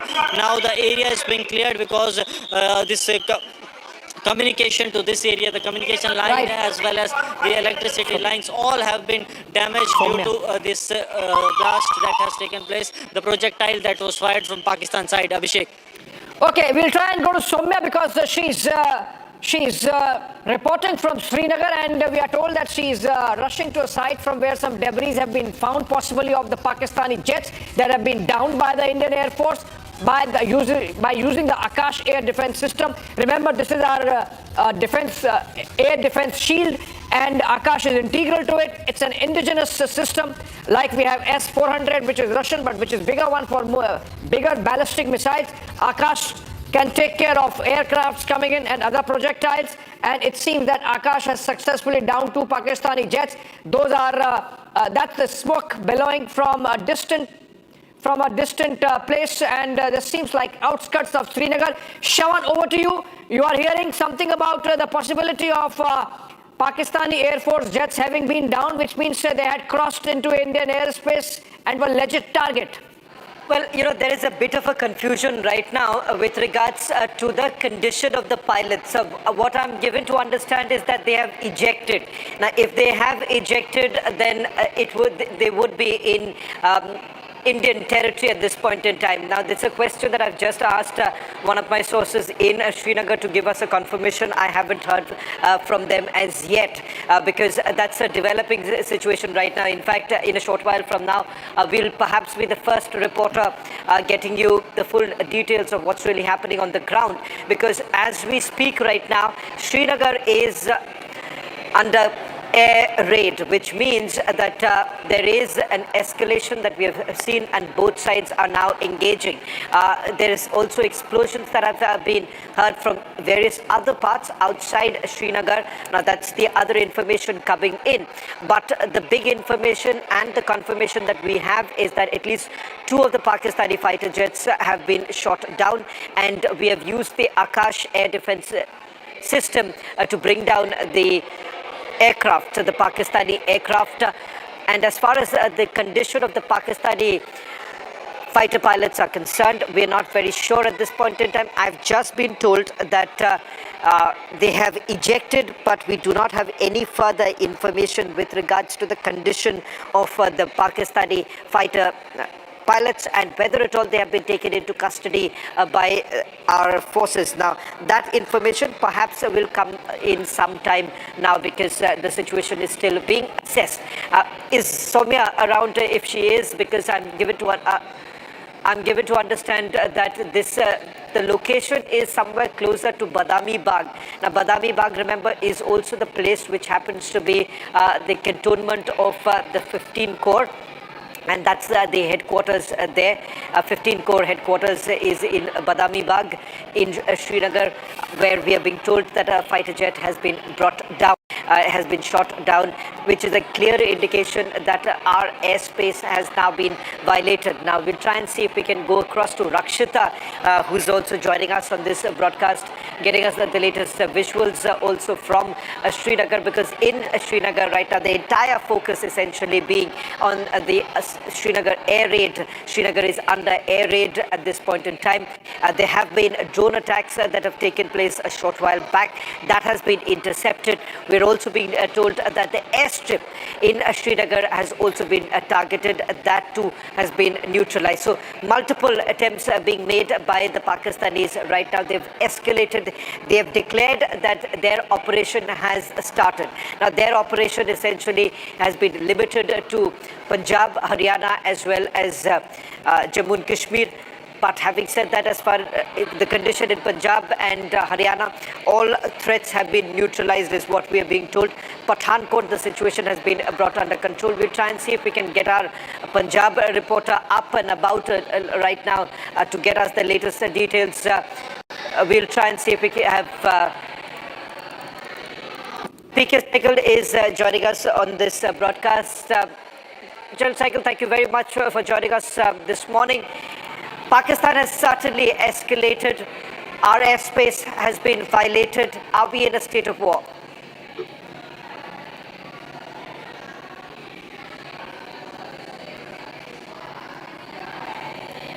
General Sehgal, if you're getting us, can you unmute yourself, sir? Major Sehgal, I think there's some audio issue. He's not yet connected. Oh yeah, we're staying. Okay, we're staying with Srinagar pictures as of now, and Zenith. If we can go back to Zenith and we go back to Gursimran, we keep giving them breathing space, and because this is a day of fast-paced development, this is going to be a long-haul day. This is going to be a long-haul week, perhaps. We don't know. India and Pakistan are in a state of war, and Pakistan has really escalated. They have asked for it, so they will get it. And that seems to be happening with 2 Pakistani jets having been down. This happened following a dogfight over the Srinagar skies as Pakistani Air Force crossed into Indian airspace, violated India's airspace. This has happened over Amritsar, this has happened over Pathankot, this has happened over Udhampur.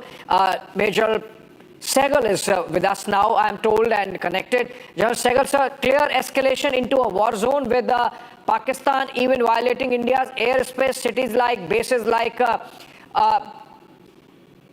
Srinagar, Jammu, Pathankot, Udhampur, all targeted, including civilian areas in Jammu and Amritsar.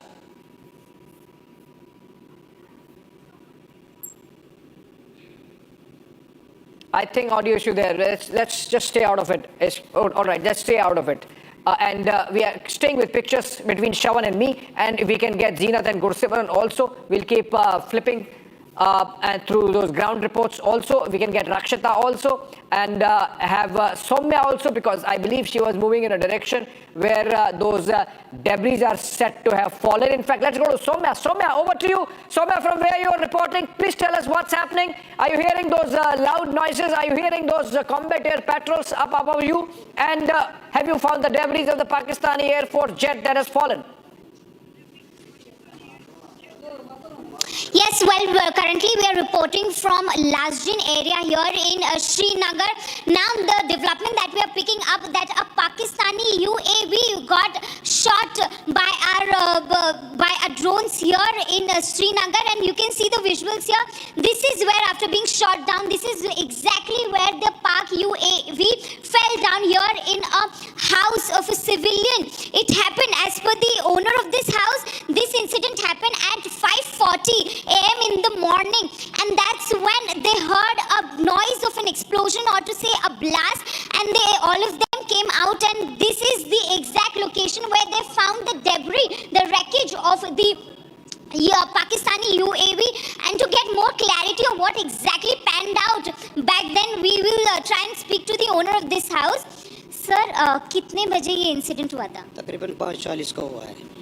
आपने बाहर आके क्या explosion हो रहा था तो तभी blast हुआ एयर में, फिर हम बाहर आए तो यहाँ पर ये थोड़ा सा आवाज़ हुई, हमने देखा बाहर ये गिरा था यहाँ पर। पुलिस कितने बजे तक आई? आपने पुलिस को इन्फॉर्म किया? आधे घंटे से पहले इन्फॉर्म पहले पुलिस को किया था। यहाँ पे कैसा, क्या मतलब एग्जैक्टली क्या देखा था, कितने क्या पार्ट्स गिरे थे, कुछ if you can describe to us. मुझे तो वो पता नहीं क्या गिरा, वो यहाँ पर गिरा, आप देख रही है वो गिरा है यहाँ पर। क्या साइजेस कुछ ऐसे बता सकते हैं, कितने बड़े साइजेस, कुछ टुकड़े गिरे थे? 1.5 फुट तक था वो।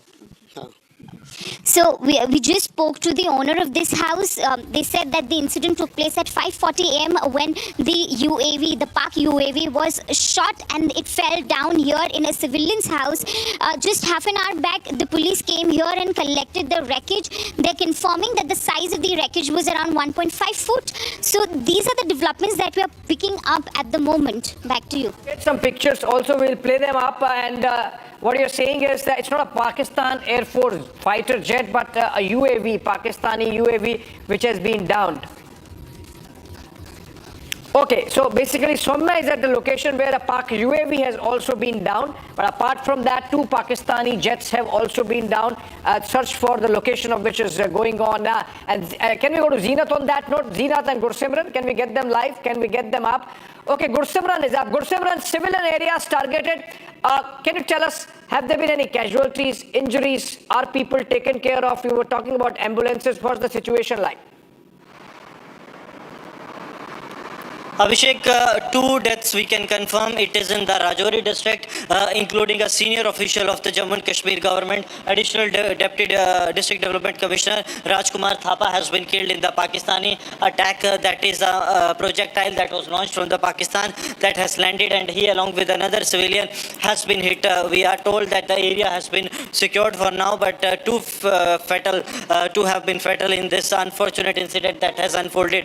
The senior officials of the Jammu and Kashmir administration has come under the direct hit of the Pakistani projectile that was fired from across the border. Now also the houses have also been hit that we have been showing you a couple of minutes ago, and I hope that in next second I will be in a position to show you that how the temples have been targeted by the Pakistan in this strike, because there has been a Pakistani projectile that has been fired at a temple in Jammu, that is the Aap Shambhu temple, a highly revered temple of the Kashmiri Pandit community and the Hindu community in Jammu, that has also been targeted by the Pakistan. So Pakistan, what actually is doing, they are targeting the locations, they are targeting those locations that are the strategically important locations, they are targeting those locations that they want to hurt the sentiments, or they want to inflict maximum casualties, because the Deputy Commissioner's office in Rajouri has been hit. Even we are told that the Deputy Inspector General's office in the Rajouri, that was too close to be hit, because that was also one of the areas that was on target. Abhishek, I'll be in a position in next 10 seconds to show you the visuals of the hit that came here. This hit is of the Pakistani projectile that was there. I'll request Sir Jivan to keep showing you the visuals that a Pakistani projectile has landed here. Sir Jivan is showing you the visuals. I'll request Sir Jivan to keep showing you the visuals of the Aap Shambhu temple. This is the Aap Shambhu temple where that has been hit, and now this is the place, this is the house that has been hit here. I'll request Sir Jivan to come along with me, and this side you will see the visible impact of this, that this is the place, and these are actually the debris of the projectile that was fired from across the border. So these are the debris, these debris that Sir Jivan is showing you of the Pakistani projectile that has been fired. This is outside a civilian house that the Pakistan has targeting, because this is a Aap Shambhu temple where the Pakistan has targeted, and these are the debris of this projectile that has now been destroyed, but after hitting this very area. I will try to speak to the locals what they have to say. Sir, क्या हुआ था? Sir सुबह हम 6 बजे का time था, तो बहुत ज़ोरदार धमाके हुए, तो हम बाहर निकले, हम छत पे गया, मैं छत पे चढ़ा तो छत पे चढ़ के मैंने देखा कि मतलब कि एक बहुत बड़ा धुआं निकल रहा था। धुआं निकलते ही जैसे हम बाहर आए तो मेरे को फ़ोन आना शुरू हो गया कि भाई ऐसे ऐसे रूपनगर में अटैक हुआ है। मैंने कहा हाँ हुआ, अटैक हुआ है, पर मैंने अभी छत पे देखा है, पर ये मुझे पता नहीं चल रहा है कि ये कहाँ पे हुआ है, कौन से। काफ़ी ज़्यादा इम्पैक्ट था, ये इसी के इम्पैक्ट से चीज़ें टूटी हैं। हाँ, ये इसी के इम्पैक्ट से टूटी है, क्योंकि यहाँ पे ये पुराना मकान था, ये मकान बंद पड़ा हुआ था, ये तो इसी के छत के ऊपर जो पड़ा है, ये आप खुद देख सकते हैं, ये सारा पेड़ गिर गया है सारा, ऊपर से इसकी बाउंड्री वॉल जो है जो सारी डैमेज हो गई है। नीचे आप ये देख सकते हैं सारे इसके ये छर्रे पड़े हुए हैं, ये सारी डैमेज इसी मिसाइल की वजह। और ये बहुत ज़बरदस्त अटैक था सर। लगातार सिविलियन एरियाज को टारगेट किया जा रहा है। We request Modi ji कि he should take revenge, full revenge. We should not be, we should be aggressive now. Aggressive. India should be aggressive. India should be aggressive, that is what they are saying, but the extent of the damage can only be seen that these trees, they also have been damaged. The house has been damaged to a large extent. Though this house was closed, there was no one living here, but the impact of the damage can be accessed by that the doors, the front door that has completely been shattered, the entrance door, that is the wall barricading, that is the wall boundary that is on the first floor, that has completely been destroyed, and the debris of this projectile that was fired, a missile that was fired from across the border. This also shows that this was a missile that is not somewhere 3 to 5 foot small, because I will not be touching this one, but this also shows that this was of the heavy metal. This was some heavy projectile having explosive within it, and that's why this has caused this extent of damage, that everything has been completely shattered. I'll request Sarjeevan to keep showing you the visuals of the damage that has been done on the walls of this, because these walls of this house, these are the walls that have been impacted. The front panel has been impacted, but now the civilian areas have been hit by the Pakistan side. The Pakistan is hitting the civilian areas. They are trying to ensure that the civilian lives are taken, because 2 lives have been lost in the Rajouri district, where a civilian and the senior official of the J&K Rajouri administration has been killed in the Pakistani Pakistani strikes that have taken place. And now as we speak, the area is being cordoned in, and now the locals have been asked to refrain from visiting this area. These visuals that you see, now the SDRF teams have also been brought in so that area can be secured. But the way these areas are being targeted, because see, this is the outside the Apshambu temple. The Apshambu temple is somewhere 300 to 400 meters from this very place. So they are targeting the areas close to the religious places, and now the teams of the SDRF, they have arrived here so that the locals can also be kept out, and if needed, the relief can be provided, an immediate relief that can be given to the area, because this is the impact of this projectile. And now what it's saying primarily that the Jammu city is under attack. Yes. There is a lot of action. Your city, Gursimran, is under attack. Gursimran, that's your city. And the manner in which cowardly Pakistan is targeting religious places and those sacred to Kashmiri Pandit community, and the manner in which it is targeting civilian areas. And you reported 2 civilian casualties also, including 1 senior official of the government. It's absolutely condemnable, and it's absolutely cowardly for Pakistan to be doing that. In none of the strikes, India has ever targeted any civilian area yet. And of course, Pakistan is almost inviting it upon itself now. And that's why we are saying we are just going to mirror what Pakistan is doing. This is combat which is absolutely mirroring what Pakistan is asking for. And let's go back to Srinagar, because that has also seen a lot of action. Over to you, Soumya, from where you're reporting. Please show us those pictures and tell us what's happening around you, even as we are told the search parties are looking for those 2 pilots who have been downed, who were downed after their jets were brought down by Indian Air Force, our air defenses. Soumya, over to you. Yeah. Yes, as we speak, the search operations are on to look for those pilots who have ejected, the Pakistani pilots. However, at the moment we are reporting from the Lasjin area here in Srinagar, where Pakistan UAV, when it was shot down by our forces, it hit here in a civilian's house here in Lasjan. Now, an important point to note here is that just half an hour back, the police came here and collected the wreckage of that UAV. However, I can show you the visuals. We will not try to touch the remaining parts, but you can see here, this was the location of this particular house that got severely affected after the UAV got shot down and came here down inside this house. This is one such part of that UAV. There are several other parts. However, rest of the wreckage has been collected and taken by the Jammu and Kashmir local police. But these are the parts that we found here. You can see the destruction, how forcefully it came down once it was shot down by our forces.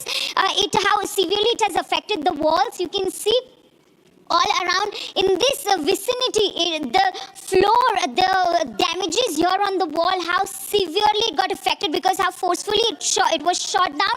As per the civilians and the owners of the house, it was around at 5:40 a.m. earlier today when they heard this explosion, and how forcefully it came down when they came out and saw this happening here. Back to you. Okay, we are trying to get Zinat up also live with us, and in a while we should be able to do that. We are told that some debris have been located on the outskirts of Srinagar.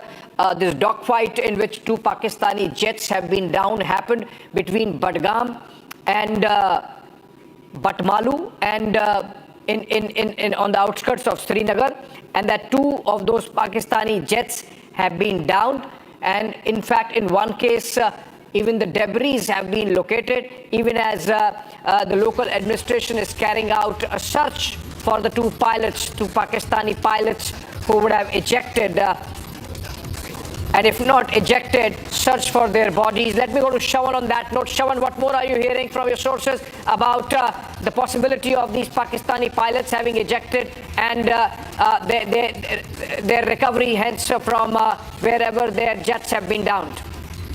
Well, I'm not sure whether the pronunciation is correct of this location. The Yusmarg happens to be one place where the searches are being carried out, and the other is at Pantha Chowk. In fact, the Pantha Chowk information is coming from our reporter, Soumya, where she's saying that the searches are basically underway.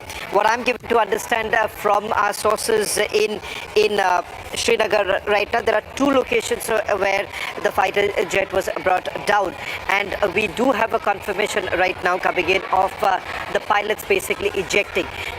Since this is right in the heart of Srinagar, there is a high possibility that the 2 fighter pilots may be on the go right now, and that is the reason why they are saying that search operations are underway.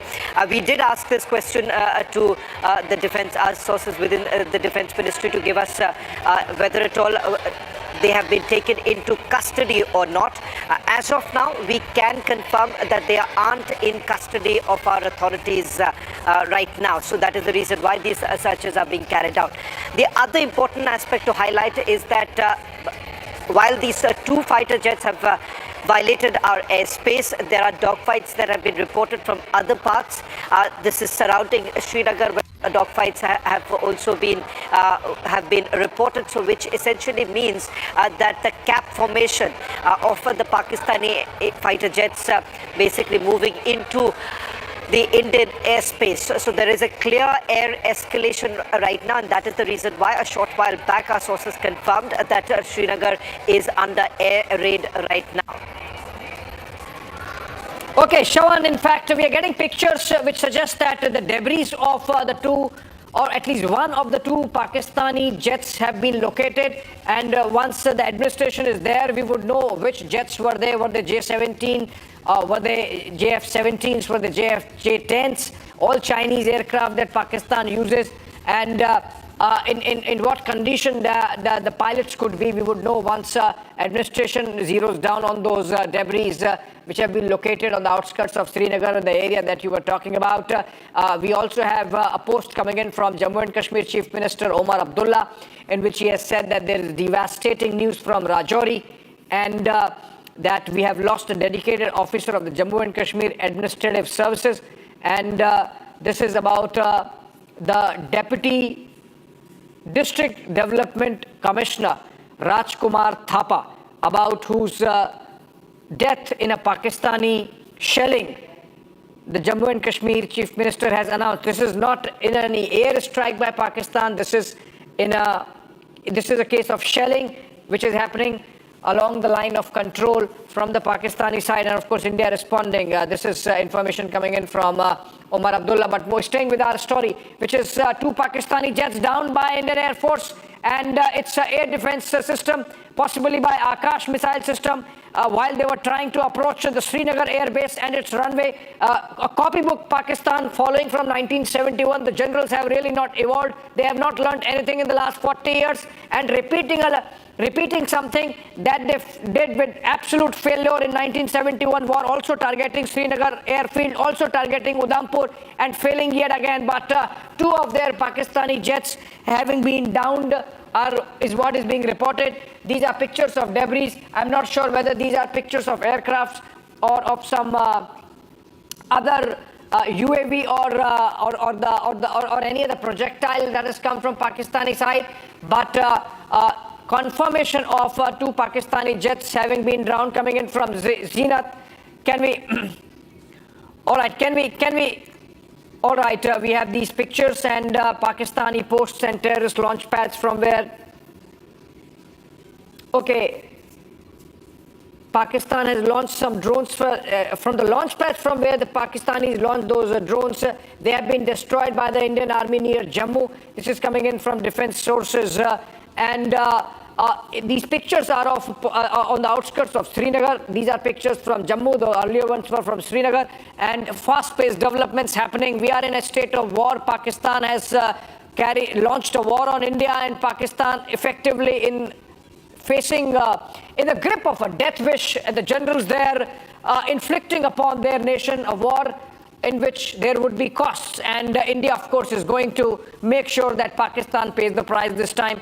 2 Pakistani jets downed. These are pictures from both Jammu and Srinagar, alternating, flipping between those 2 pictures. These are pictures of Jammu from a distance, and these are pictures of another possibility of a Pakistani projectile, missile or an aircraft having been downed. Remember, we are in a state of dogfight. The Yusumarg is the area where the Pakistani fighter jet has been downed. That's in Pantha Chowk area. And dogfight is taking place between the Pakistani Air Force and the Indian Air Force. It seems that Pakistan breached India's airspace and made way towards Srinagar. And that's when their aircrafts were downed, is the information that we have. Tremendous amount of news flow we'll keep getting. Can we get Zenith live? Because she's the one who confirmed that 2 of Pakistan's Pakistan Air Force jets have been downed. And can we give a recap of what has happened overnight from the time that Pakistan launched a drone swarm attack between 8 and 9 p.m., which went on for about 3 hours. In between, Pakistan escalated Shawan with 6 missile launches targeting Indian cities. That's when India, of course, responded in kind, targeting 3 of their military bases, Air Force bases, and inflicted extensive damage. And now Pakistan launching some kind of operation, picking up again from their religious scriptures and carrying out these attacks, targeting civilian areas, targeting religious places, and in the process getting their 2 aircraft shot down. Shawan. As far as the launch pads are concerned, now this has been happening over the last few days, and as we've been saying that there are precision strikes that have taken place, particularly yesterday we were told that the air defense systems were targeted by India as part of the retaliation. Now, these terror launch pads that are operating in Pakistan-occupied Kashmir. Late last night in Neelam Valley in Muzaffarabad is where these terror launch pads were targeted, is what we are given to understand. Apart from that, remember, several of these terror launch pads which have been reactivated is what we are being told. Reactivated and now being used by the Pakistani army themselves. They have essentially been using this to target the Indian posts, but it turns out that their posts have been decimated over the last 24 to 48 hours. Now, some of these thermal imaging that you're essentially witnessing right now will also tell you how vulnerable they are at this point in time. And these are the same very routes which are largely used for the infiltration bids that have been made, because in the last 48 hours, at least 3 such attempts have been made of infiltration. In fact, 1 has already been foiled, 7 have already been neutralized yesterday. Now the latest coming in of the Pakistani posts that have been decimated. This is coming in from the Jammu region, just opposite the Jammu region, where the terror launch pads have been decimated by the Indian forces. Now this comes at a time where there's been heavy artillery firing that's doing the rounds. Intermittent firing has been reported from Srinagar, I beg your pardon, this is from the LC, where there has been intermittent firing that has actually taken place, Abhishek. And the fact that you are looking at the international border and LC hotting up right now, primarily because the Pakistanis at multiple levels are carrying out what they believe is their operation and part of their retaliation to Operation Sindoor.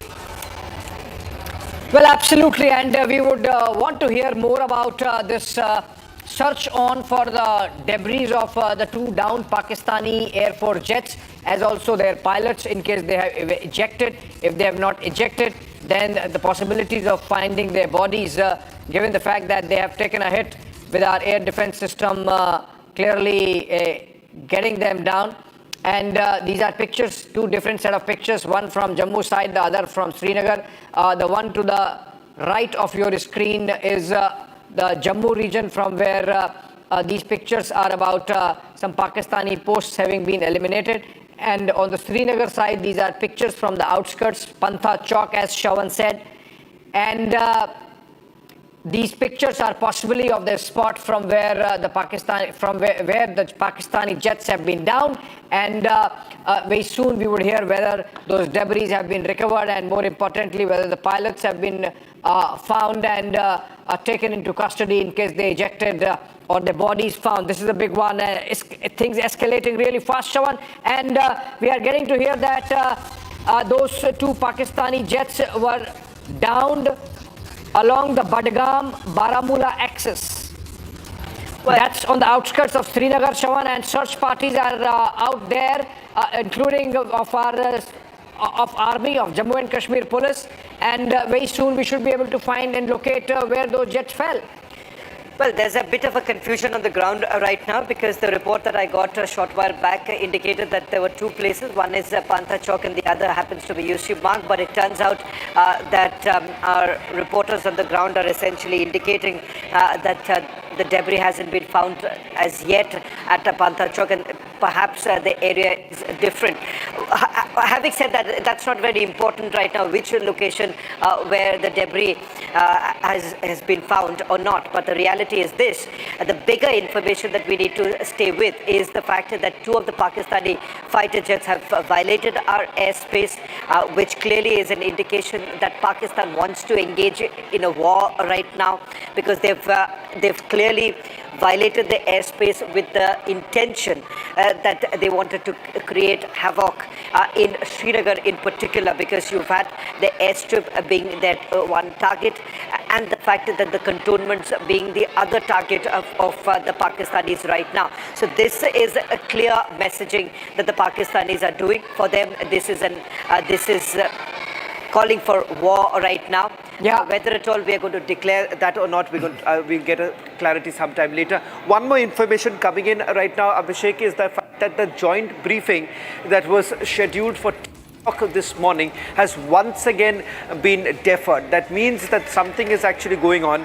Last I was told that there is an ongoing operation, so we do not know as we speak what's really happening, because ongoing operation is only with regards to repelling the attacks, or we are also carrying out some sort of an attack inside Pakistan. Okay, let's look at those ground reports that came in from Jammu, where cowardly Pakistan has targeted a very important temple, the Aap Shambhu temple, highly sacred to the Kashmiri Pandit community, and of course, in doing so, attacking civilian areas, something which has not This is the Shambhu temple where that has been hit, and now this is the place, this is the house that has been hit here. I'll request Sarjivan to come along with me, and this side you will see the visible impact of this, this is the place, and these are actually the debris of the projectile that was fired from across the border. So these are the debris, these debris that Sarjivan is showing you of the Pakistani projectile that has been fired. This is outside a civilian house that the Pakistan has targeting, because this is a Shambhu temple where the Pakistan has targeted, and these are the debris of this projectile that has now been destroyed, but after hitting this very area. I will try to speak to the locals what they have to say. Sir, क्या हुआ था? Sir सुबह हम 6 बजे का time था, तो बहुत ज़ोरदार धमाके हुए, तो हम बाहर निकले, हम छत पे गया, मैं छत पे चढ़ा, तो छत पे चढ़ के मैंने देखा कि मतलब कि एक बहुत बड़ा धुआं निकल रहा था। धुआं निकलते ही जैसे हम बाहर आए तो मेरे को फ़ोन आना शुरू हो गया कि भाई ऐसे ऐसे रूपनगर में अटैक हुआ है। मैंने कहा हाँ हुआ, अटैक हुआ है, पर मैंने अभी छत पे देखा है, पर ये मुझे पता नहीं चल रहा है कि ये कहाँ पे हुआ है, कौन से सेक्टर। काफ़ी ज़्यादा इम्पैक्ट था, ये इसी के इम्पैक्ट से चीज़ें टूटी हैं? हाँ, ये इसी के इम्पैक्ट से टूटी है, क्योंकि यहाँ पे ये पुराना मकान था, ये मकान बंद पड़ा हुआ था, ये तो इसी के छत के ऊपर जो पड़ा है, ये आप खुद देख सकते हैं, ये सारा पेड़ गिर गया है सारा, ऊपर से इसकी बाउंड्री वॉल जो है जो सारी डैमेज हो गई है, नीचे आप ये देख सकते हैं सारे इसके ये शर्रे पड़े हुए हैं, ये सारी डैमेज इसी मिसाइल की वजह, और ये बहुत ज़बरदस्त अटैक था। सर, लगातार सिविलियन एरियाज को टारगेट किया जा रहा है। We request Modi ji कि he should take revenge, full revenge. We should be aggressive now. Aggressive. India should be aggressive. India should be aggressive, that is what they are saying, but the extent of the damage can only be seen that these trees, they also have been damaged. The house has been damaged to a large extent. Though this house was closed, there was no one living here, but the impact of the damage can be accessed by that the doors, the front door that has completely been shattered, the entrance door, that is the wall barricading, that is the wall boundary that is on the first floor, that has completely been destroyed, and the debris of this projectile that was fired, a missile that was fired from across the border. This also shows that this was a missile that is not somewhere 3 to 5 foot small, because I will not be touching this one, but this also shows that this was of the heavy metal. This was some heavy projectile having explosive within it, and that's why this has caused this extent of damage, that everything has been completely shattered. I'll request Sarjivan to keep showing you the visuals of the damage that has been done on the walls of this, because these walls of this house, these are the walls that have been impacted. The front panel has been impacted, but now the civilian areas have been hit by the Pakistan side. The Pakistan is hitting the civilian areas. They are trying to ensure that the civilian lives are taken, because 2 lives have been lost in the Rajouri district, where a civilian and the senior official of the J&K Rajouri administration has been killed in the Pakistani strikes that have taken place. And now as we speak, the area is being cordoned in, and now the locals have been asked to refrain from visiting this area. These visuals that you see, now the SDRF teams have also been brought in so that area can be secured. But the way these areas are being targeted, because see, this is the outside the Shambhu temple. The Shambhu temple is somewhere 300 to 400 meters from this very place. So they are targeting the areas close to the religious places, and now the teams of the SDRF, they have arrived here so that the locals can also be kept out, and if needed, the relief can be provided, an immediate relief that can be given to the area, because this is the impact of this projectile. And now what it seems primarily that the Jammu city is under attack. Yes. What is happening is that the Indian Army has carried out a massive strike on the launch pads. Now, these are not terror launch pads, actually terror launch pads, but launch pads that were being used to throw up those drones as the drone swarm attack was carried out by Pakistan. Now, Indian Army has taken down those launch pads and effectively sending across a message that we are watching everything. Pakistan's Prime Minister Shehbaz Sharif has convened a National Command Authority meeting. Now, that's a big one, because I believe in Pakistan, National Command Authority is the body that's charged with taking care of its nuclear arsenal. Is Pakistan going nuclear? Let's just break this information. that Pakistan's Prime Minister has called. Okay, more pictures coming in of a drone being shot down. We are staying with those pictures. But National Command Authority of Pakistan is the highest authority responsible for making decisions and exercise control over Pakistan's strategic nuclear forces and Pakistan's. Okay, this is Pakistani drone intercepted in Kutch. Oh, yeah. Udah the drone ke ba? Udah with the.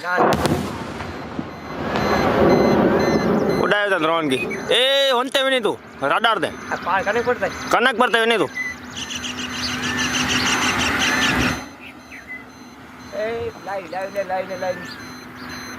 इधर से other बोल अगर tape police तो गाड़ी करो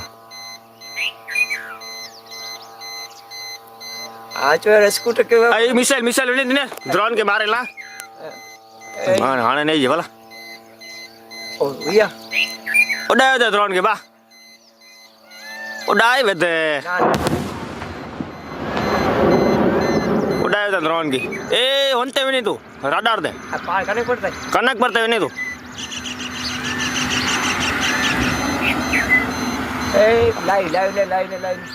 Okay, these are pictures from Kutch border of Gujarat, along Gujarat's Kutch border with Pakistan, and there it seems India's air defenses brought down one drone coming in from the Pakistani side, and those locals have shot this on their phone, and that's the interception, that's the impact.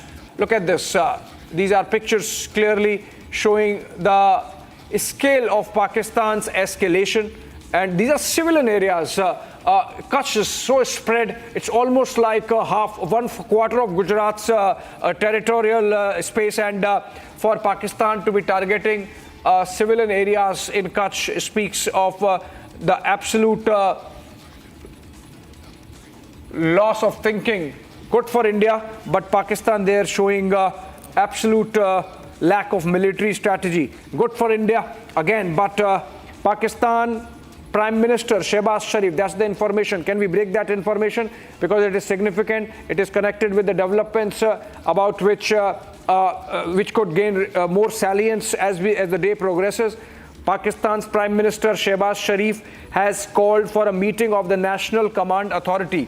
Now that's a body in Pakistan which is responsible for making decisions and exercising control over Pakistan's nuclear forces and related program. Is Pakistan going nuclear? Because India has escalated and made sure that Pakistan pays for every escalation that it is carrying out, and India has responded in kind, mirroring Pakistan's escalation. Now, Pakistan's Prime Minister calling for a meeting of the National Command Authority. That's a significant escalation again. Let's look at more details coming in. Can we go to Srinagar again? Can we go to Jammu again? That's where the action is.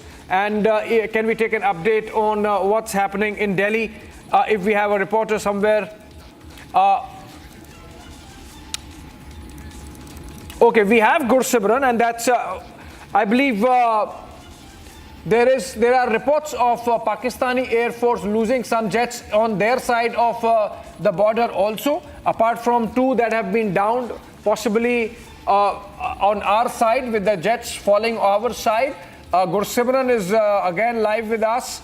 And Gursimran, you are reporting from your city. Jammu is your city. It is under target. Okay, fine. Before I go to Gursimran, this is an important development. This is a major escalation. If we can get some defense experts, at least on phone.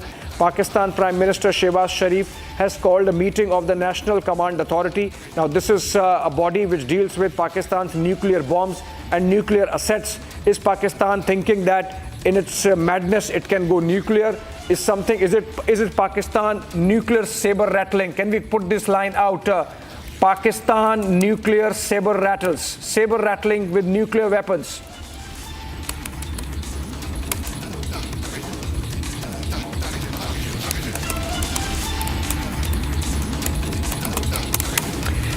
Okay, Pakistan Prime Minister lines up the meet with NCA, which deals with its nuclear assets, nuclear bombs, and that's a serious escalation. This should be noted as we carry out our press conference in a while from now. It's 7:30 a.m. 10 o'clock is when the press conference is to happen. Gursimran is live with us. Gursimran, your city, Jammu, is under attack. What all areas have been attacked by Pakistan? And are these missile attacks? Has this happened because of shelling? Please tell us what's happening, the latest. See, projectiles have been fired in the civilian areas by the Pakistan. That is what the confirmation we are getting from the ground zero, that the civilians have been hit, the civilian houses have been direct target of the Pakistani projectiles, temples have been hit in the Jammu, the residential areas have been hit, and these are the direct impacts. These are not the splinter impacts. They have been targeted intentionally by the Pakistan. The 4 of the casualties have been, 4 is the number of casualties so far. 3 people have been killed when the residence of the additional Deputy Development Commissioner in Rajouri was hit in the Rajouri district, and 1 lady in the forward area of Mendhar, Fatima B, she has been killed in the Pakistani targeted strike that Pakistan has taken so that they can kill the civilians here. In Jammu, there have been at least half a dozen locations that have been hit, but also the situation on the international border continues to be fragile. We are traveling to the international border. There, the heavy exchange of fire is being reported between the Indian side and the Pakistani side. What Pakistan is doing, that they are trying to carry out the targeted attacks in the border areas as well by increasing the range of their artillery. They are now targeting the civilian setups that are close to the international border, and now we are told that the BSF is giving them a befitting reply, but the overall situation that we see here is Abhishek, concerning, because the civilian areas are being hit. Pakistan knows that they cannot match the might of the Indian armed forces, and that's why it is the civilians that they have chosen to target. But the civilian says that they have their spirit high. They want the Prime Minister Narendra Modi to teach Pakistan a befitting lesson that it learns for the lifetime, and this comes to an end. But there are air raid sirens that are being activated every single minute, Abhishek, because you know that in Jammu there have been a number of military installations that are very vital, not only for India, but Pakistan also wants to tend them, and that's why they are taking an aim at these locations. Even today morning, a major attack to target the Jammu airport was foiled by the India's air defense system. Abhishek. All right, let's go to Srinagar now. Thank you so much, Gursimran. And Zeenat is reporting live from Srinagar now. And Zeenat, over to you. How close are we to finding those debris of the Pakistani Air Force fighter jets that have been downed by our systems, our air defense systems? Some part of the debris has been found in the Lasjan area. This is the outskirts of Srinagar, where the police and the other people have also reached, and they will be confiscating the material that has been lying on the ground. They will be confiscating it. Meanwhile, the search operations are taking place, and because the pilots that have ejected from these 2 Pakistani jets are still at large. The police is trying to hunt them. As far as the situation in the Kashmir Valley is concerned, the situation remains tense, because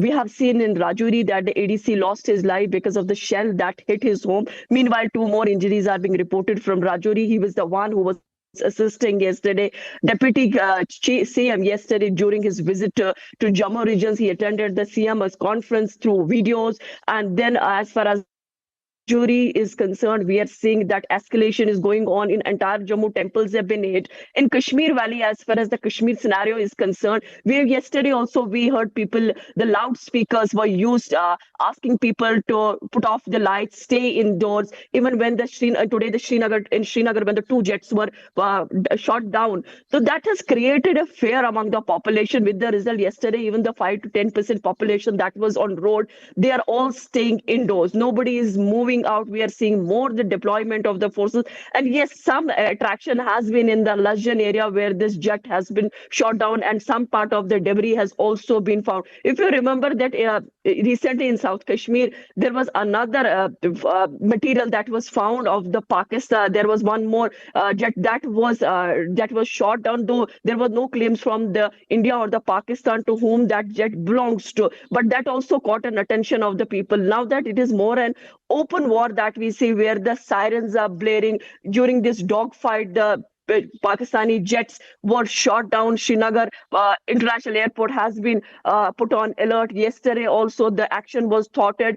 So Pakistan is trying this. This drone incursion was found almost in 26 locations in Jammu and Kashmir. Yesterday, also in the morning, the blast sounds were heard that has kept residents on toes after seeing this kind of situation. Because despite the Kashmir has a history of conflict of more than 3 decades now, but this kind of situation has never been seen by the population around. So even the kids who had seen the peace being established, the kids between the age of now 8 to 10 years, they have never seen this kind of shutdown or this kind of fearful atmosphere. So everybody is on the toes that what will happen next, because this is an open war between India and Pakistan, where we see that the Pakistan violating the airspace, they are into the dogfight dogfight of India and Pakistan is going on, where the two Pakistani jets have been shot down. This also tells you that the alertness on the ground and also the preparation that was done by the joint forces or the AF to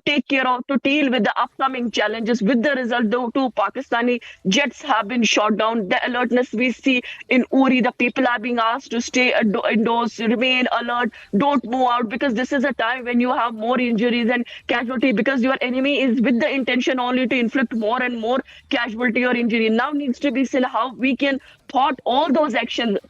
The action that the Pakistan has engaged with the India for the last 3 weeks now, seeing coming up from the Pahalgam attack and then from the ceasefire violation, the agreement that was violated by the Pakistan after this agreement was signed. You remember in 2021 in February, when both the countries decided to let's not violate further and let's have some peace on the borders. With the result, the border belts of Kashmir and Jammu were thriving with so many activities. But now things have definitely worsened on the ground. It's not only about the Indo-Pakistan war. See, point is that even when there will be a de-escalation, what will happen now? As we are seeing, Kashmir is going to be another conflict zone, because now there's a ceasefire violation.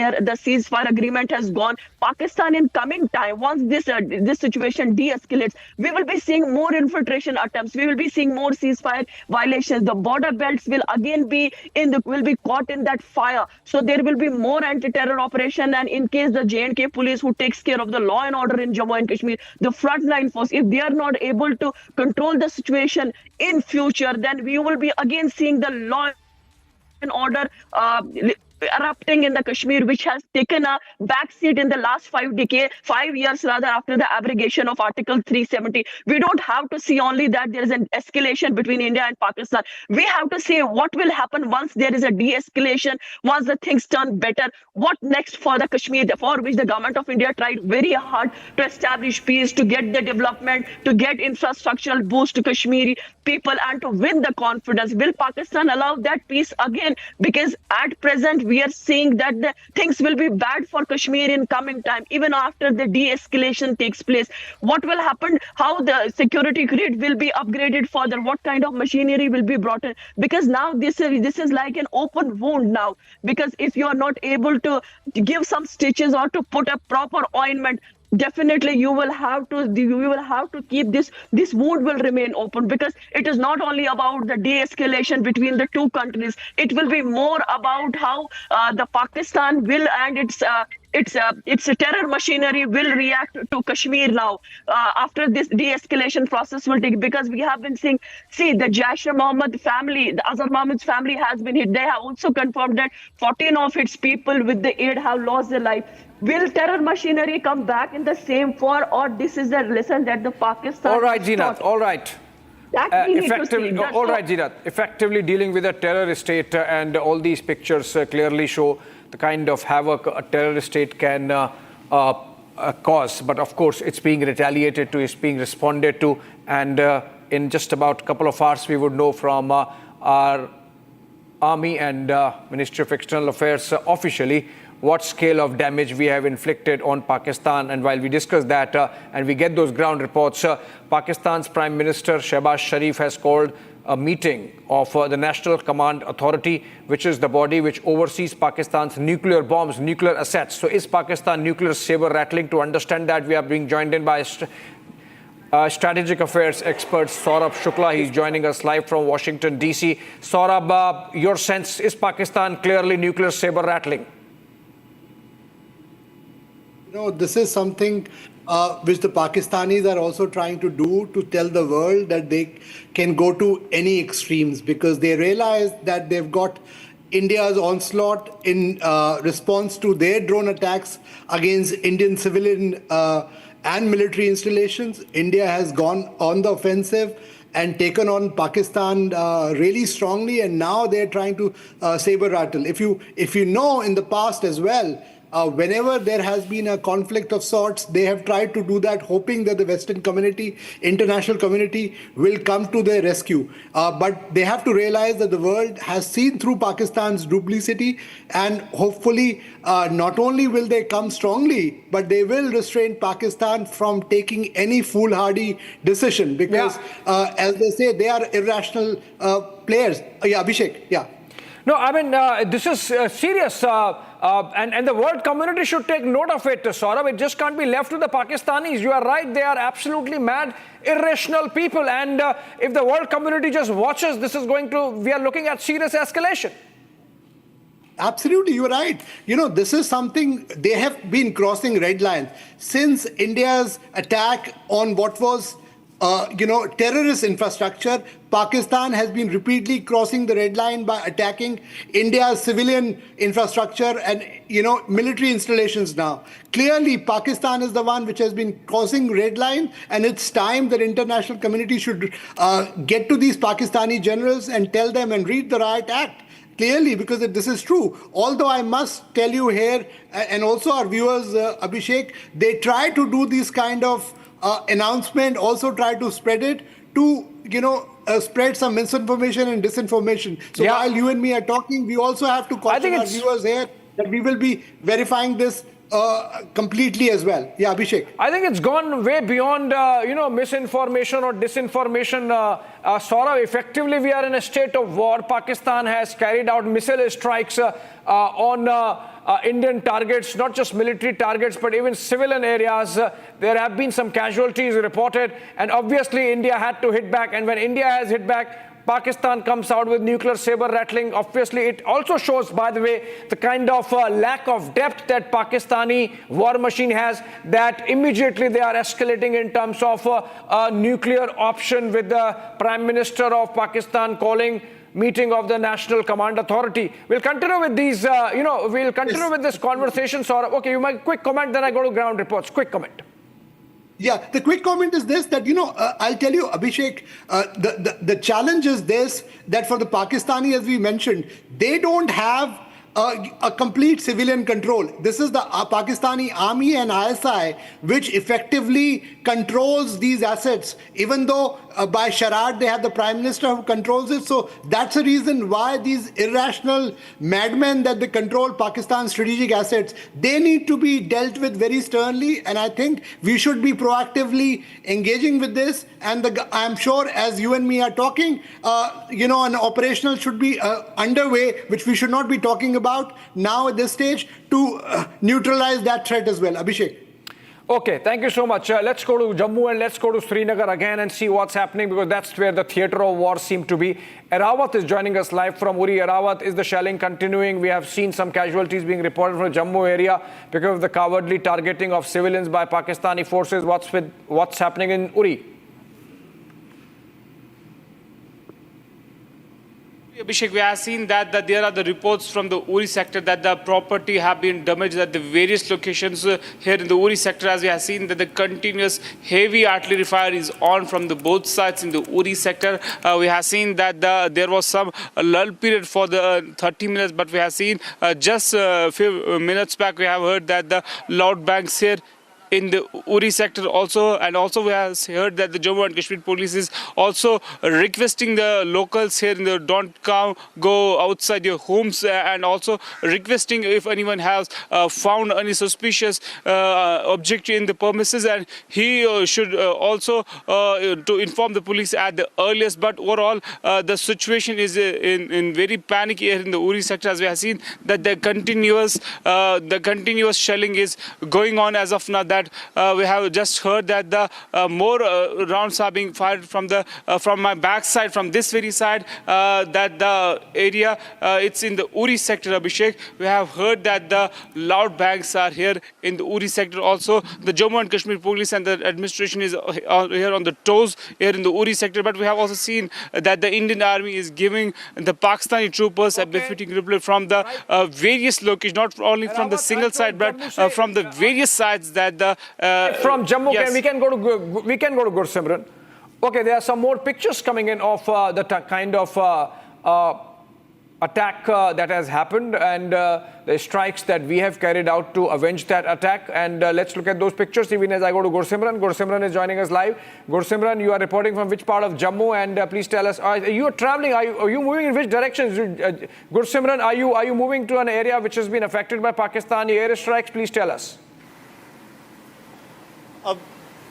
Abhishek, I'm moving to the international border because the things are scaling up at the Indo-Pakistan international border. That is what I'm being told by the officials of the Indian Border Security Force. They are saying that the Pakistan is now scaling up and targeting the civilian areas. They are targeting the areas that have never been touched in the past. BSF says that the Pakistan has breached the red line that always remains there, that the civilians will not be touched no matter what kind of escalation is there on the borders. But this time, Pakistan has increased their the range of their artillery. They are targeting the areas deep inside, and that's why they have been warned and a befitting reply is being given. There have been a continuous exchange of fire that is taking place between India and Pakistan on the international border. One more thing, Pakistan has targeted the civilian areas. Civilian areas have been targeted here at the Indo-Pakistan international border, and there have been n number of calls, n number of attempts from across the border that have been foiled by the security forces and the air defense system.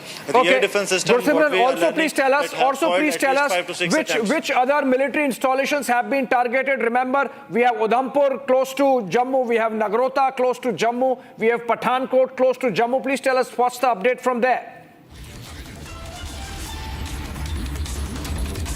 We are picking up that the bases are secure. All the bases, be it Udhampur, where a major attempt was foiled by the air defense system. Another attempt was made. It was a multiple attempts were made on the Pathankot Air Base. Pathankot Air Base is secure. That is, we are getting to know is secure and even running, is operational as of now. Apart from this, the third thing that has come forth, that the Jammu Airport is also secure. Though Jammu Airport has survived in last 3 days more than 100 attempts of the drones to target its runway so that it cannot be operational for the usage of the Indian Defence Forces. But all the threats have been foiled, and now what we are looking that there has been an escalation from the Pakistani side.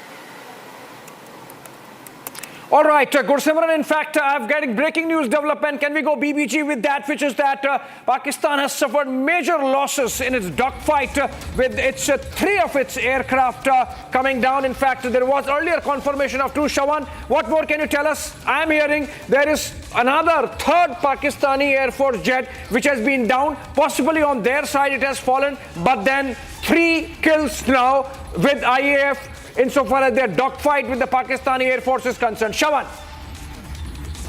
Intensified air battle that is basically underway right now. We are not disclosing the location of the air battle that is underway. What we can confirm is that at least 2 of the Pakistani Air Force jets have been brought down.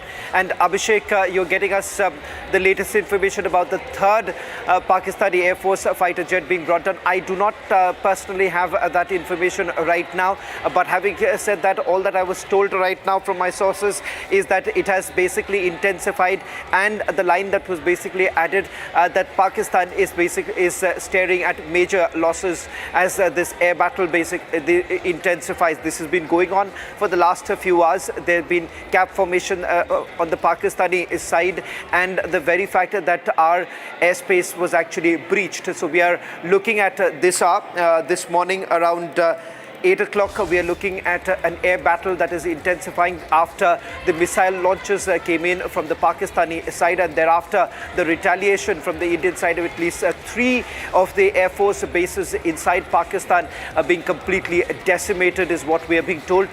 In fact, ballistic missiles that were being launched towards Indian cities have been intercepted. Indian cities have now been once again protected by the armed forces. But as far as the condition in Pakistan is is concerned, there's absolute chaos, because right now you have the Pakistani government basically calling again for a special assembly, and the fact that you have the Pakistani army essentially looking at major losses at various fronts. However, they've said officially they've started the operation. It's part of their retaliation. One thing is very clear, that the drone attacks that have taken place in the last 24 to 48 hours was primarily a kind of a reconnaissance that was carried out by the Pakistanis to make an assessment of our air defense system, and whether at all there is any sort of a loophole, and whether at all they can take advantage of the loopholes that exist. But interestingly, India was aware of this kind of tactic that was being employed by the Pakistanis, and that is the reason why some of our major air defense systems like the S-400 was not only used. Now, what you're seeing on your screens, this is one of the airbase that has been completely destroyed. I was this morning told about 3 such locations. Now, this information perhaps would be a little dated right now, because this information that we had received was around 5 o'clock this morning, and in around 5 o'clock this morning we had a confirmation with regards to at least 3 locations where last night there was a massive retaliation that actually took place. Now, in Pakistan itself, remember this was only after the ballistic missiles that were being launched, and thereafter the response actually came in. The 3 air bases, that's the Nur Khan Air Base, which is in Rawalpindi. As far as Chakwal is concerned, there too you have the Pakistan Air Force base named as Murid, and Rafiqui happens to be was destroyed.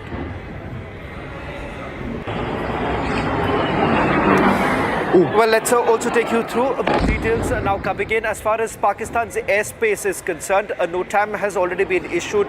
Pakistan has cleared their airspace till about this afternoon. They're essentially worried about a retribution coming in from the Indian side. As of now, there's an ongoing operation.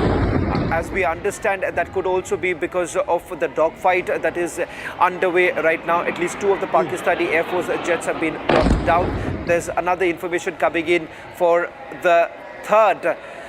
This is the 3rd such Pakistan Air Force base that has been brought down.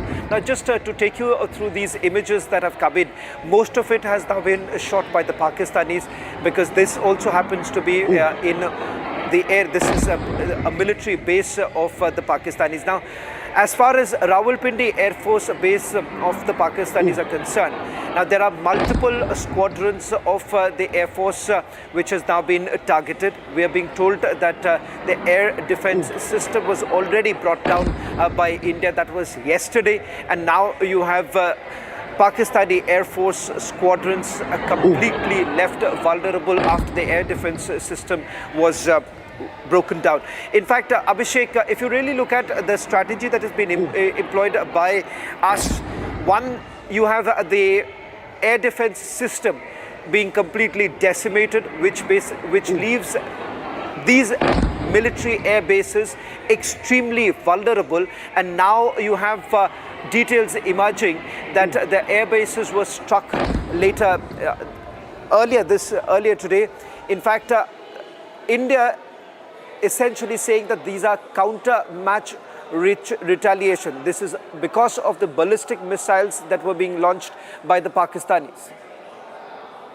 Well, yes, Shawan, you're making a very important point. That these are pictures from the Nur Khan Air Base on the outskirts of Rawalpindi. Remember, this is the Pakistani military headquarters. It's just about 10-15 kilometers from where the Pakistani army chief sits. And India has taken down the Nur Khan Air Base, a substantial part of it. And that really shows the ineffectiveness of their air defense system, their radars. What were they doing? They were sleeping like they were sleeping when Americans came to pick up Osama bin Laden, whom they were hiding right under their nose. And Saurabh, this is a major strike by India, and this is also a measure of India's prowess vis-a-vis Pakistan, India's conventional superiority vis-a-vis Pakistan.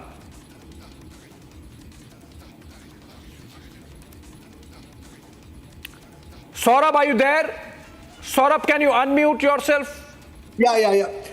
This India has responded to Pakistan's, I would say, escalatory tactics in trying to spread this whole drone fear and now trying to attack Indian locations. All we have done is now we obviously have decided to respond with our full might, and also making sure that after destroying Pakistan's air defense, we are also now hitting at their strategic targets. And as you mentioned, this airbase is very, very critical for them, and obviously in some way nerve center. Pakistani Army's headquarters is there, and obviously this will be a big setback once we completely verified also yet again that how much of a damage has happened. Abhishek. Well, absolutely. And, these pictures really speak for themselves. We have, in fact, more pictures. We'll put them across. The manner in which Nur Khan Air Base has been hit, effectively made useless so far as Pakistani operations go. We are seeing a dogfight happening over the Srinagar airspace, as also, of course, the Punjab airspace with our combat air patrols countering the Pakistanis, in which the Pakistanis have suffered some losses. 2 of their jets downed while they were trying to make a bid on the Srinagar airport, and then another taken down, but we are told that the debris of that third Pakistani jet have fallen on their side, unlike in the case of the first 2, which have been down well within Indian airspace and Indian territory. And so we are looking at the possibility of those debris being found. Rawat continues to be with us from Uri, but there is not much action in Uri. Maybe I'll go to Gursimran if he's there.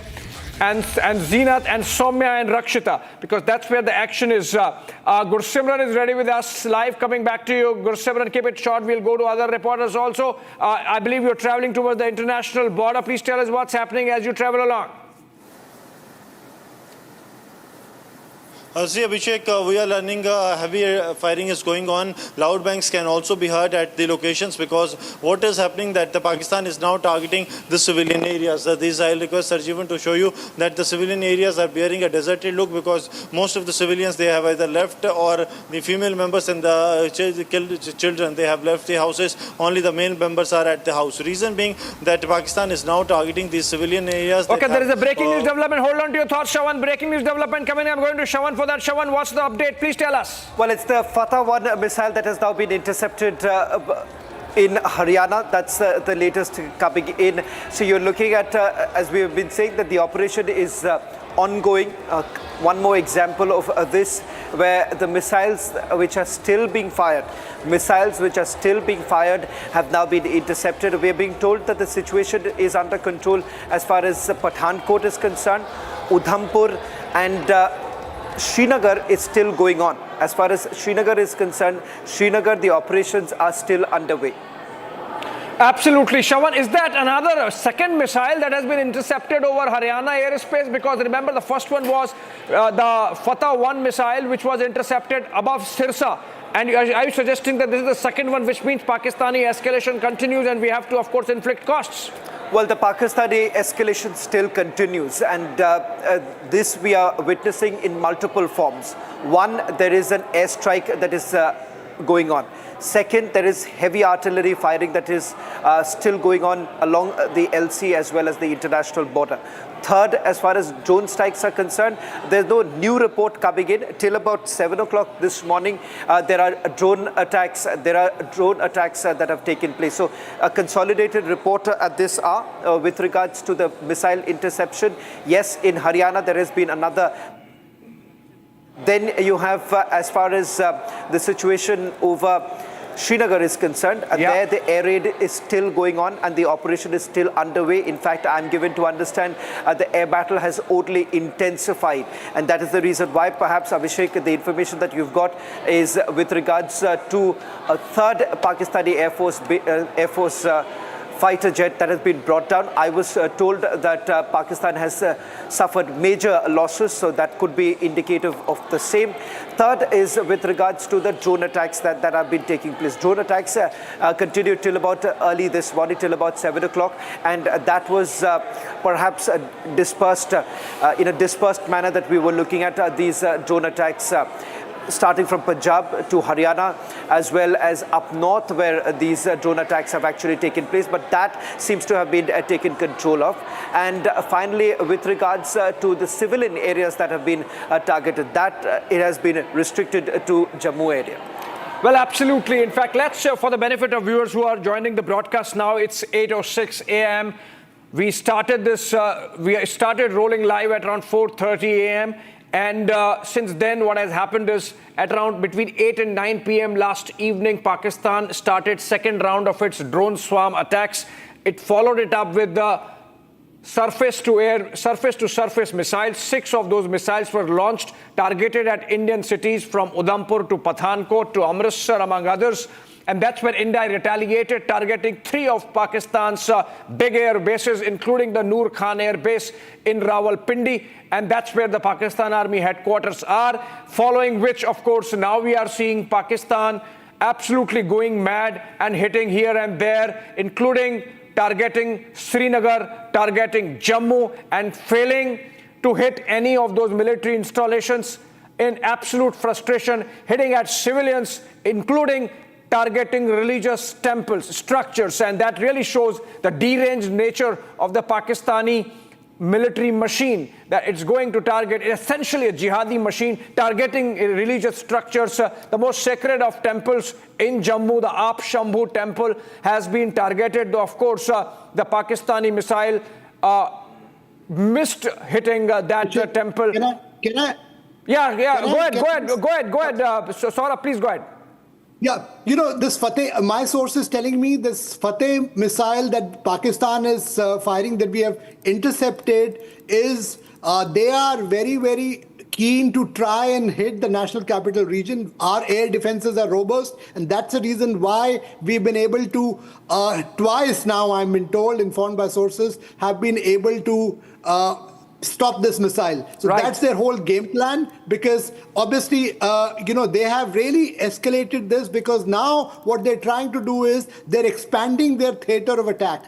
That's a very, very significant thing, which is a major escalationary step taken by Pakistan. So this is something which we want to tell our viewers now, that this is an escalation to the other extreme that the Pakistan is trying to do, because this is trying to take the theater of attack to our national capital region. So this is something where our air defense is robust and strong to deter it. But Pakistan, again, and I'm speaking out so that all our viewers and people who are watching us across the globe should know that Pakistan, as an aggressor, is now trying to expand this whole theater of attack.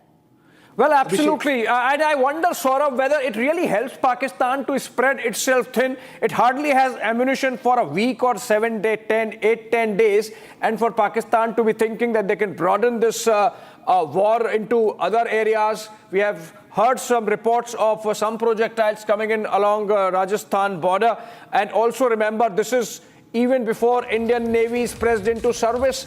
And we had reports last evening, even from international platforms, that India has mobilized its naval forces massively. And that's really perhaps just sending jitters. And the nervous generals have really lost their mind in broadening the conflict.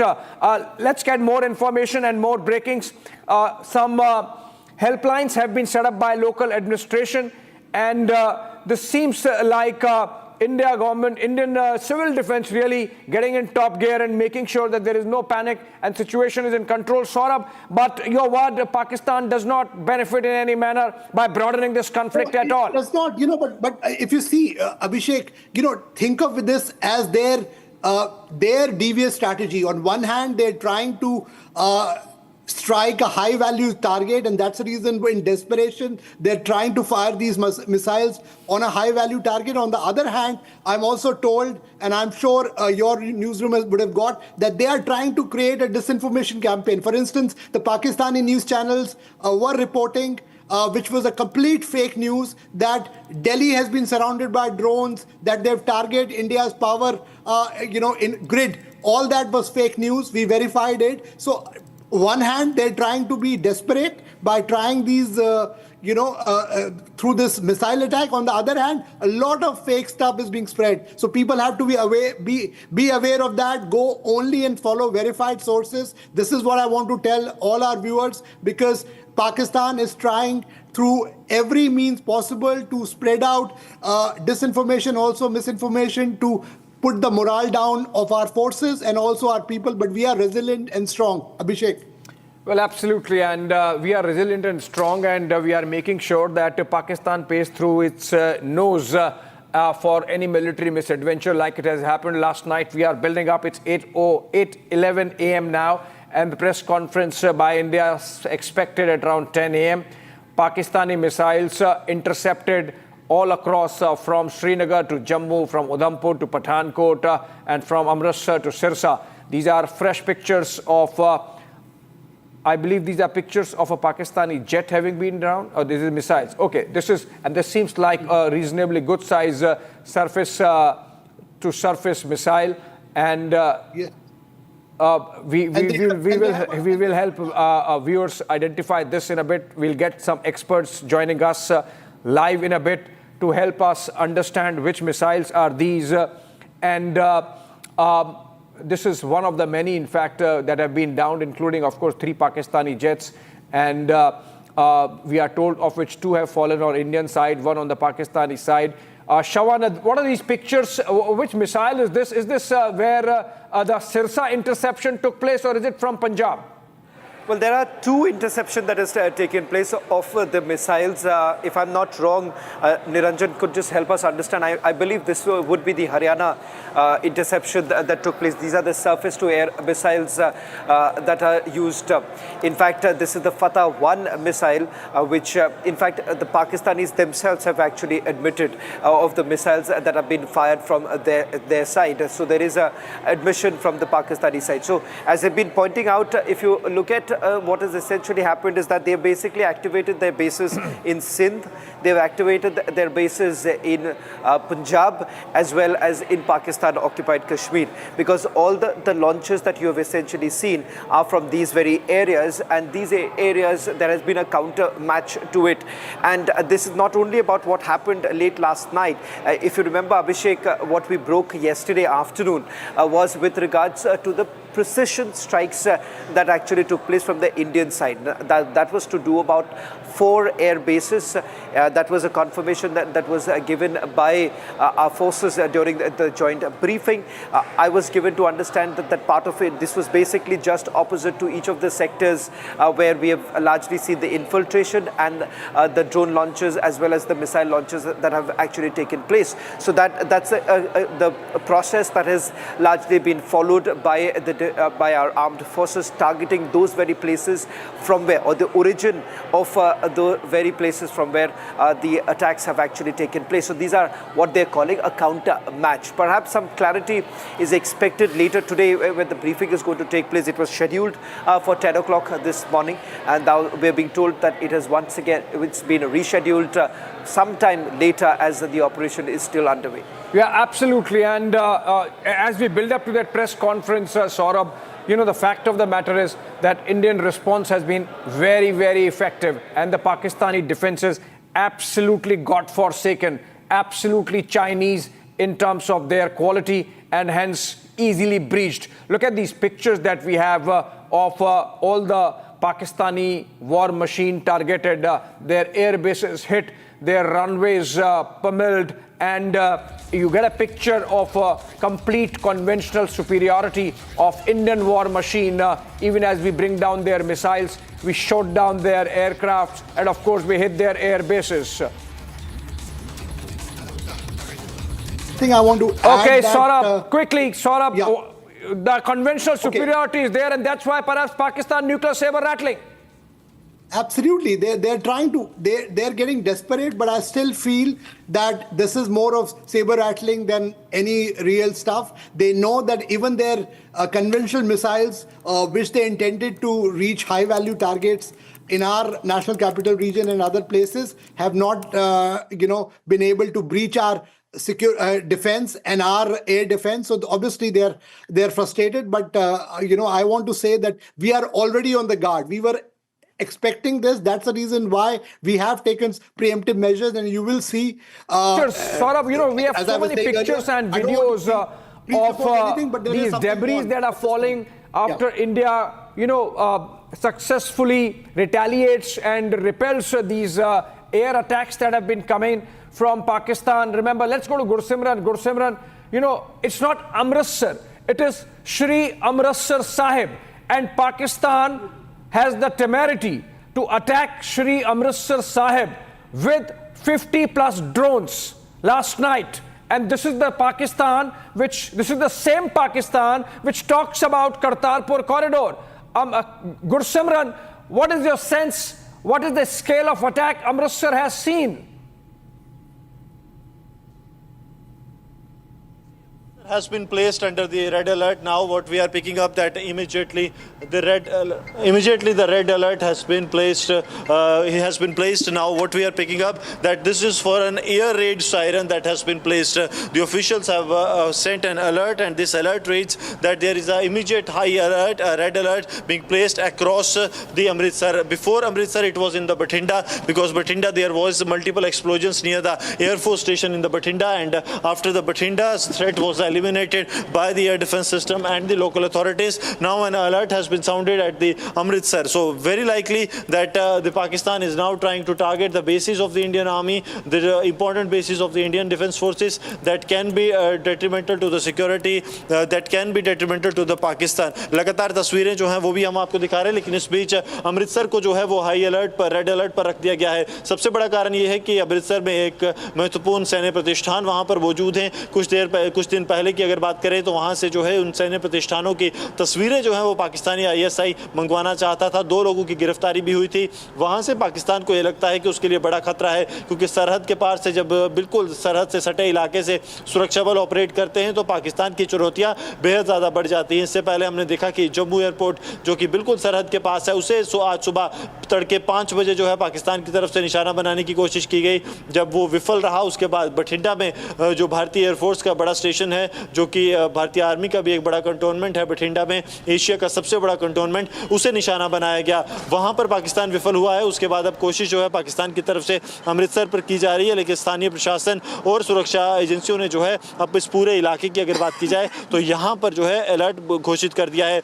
Alert का मतलब बिल्कुल साफ है कि अब हर आने जाने वाले जो एरियल ऑब्जेक्ट है, चाहे वो कोई ड्रोन हो या फिर किसी भी तरह का प्रोजेक्टाइल, तत्काल प्रभाव से उसे निष्क्रिय कर दिया जाएगा, वो चाहे किसी का भी हो. अब एक अलर्ट के दौरान जो है किसी को भी अंदर या बाहर जाने की इजाज़त नहीं है. इसके साथ साथ अब जो है आप देखिए कि जिसे कहा जाता है शूट एंड किल, तो ड्रोन या फिर किसी भी फ्लाइंग ऑब्जेक्ट के लिए शूट एंड किल के आदेश जो हैं वो अब अमृतसर में दे दिए गए हैं. तो आप मान के चलिए कि लगातार जिस तरह से पाकिस्तान ये कोशिश कर रहा है कि जम्मू कश्मीर में बड़े बेसिस को टारगेट किया जाए, अब वही जो है वो पाकिस्तान पंजाब में भी कर रहा है. पंजाब में बड़े बेसिस को टारगेट करने की कोशिश लगातार की जा रही है. All right, Gursimran, thank you so much. I believe you are with Republic Bharat broadcast. We'll keep dipping in and keep getting you live, but we have more information coming in, which is that Pakistan is staring at major losses. 3 of its jets down, 1 on their own side and 2 on Indian side.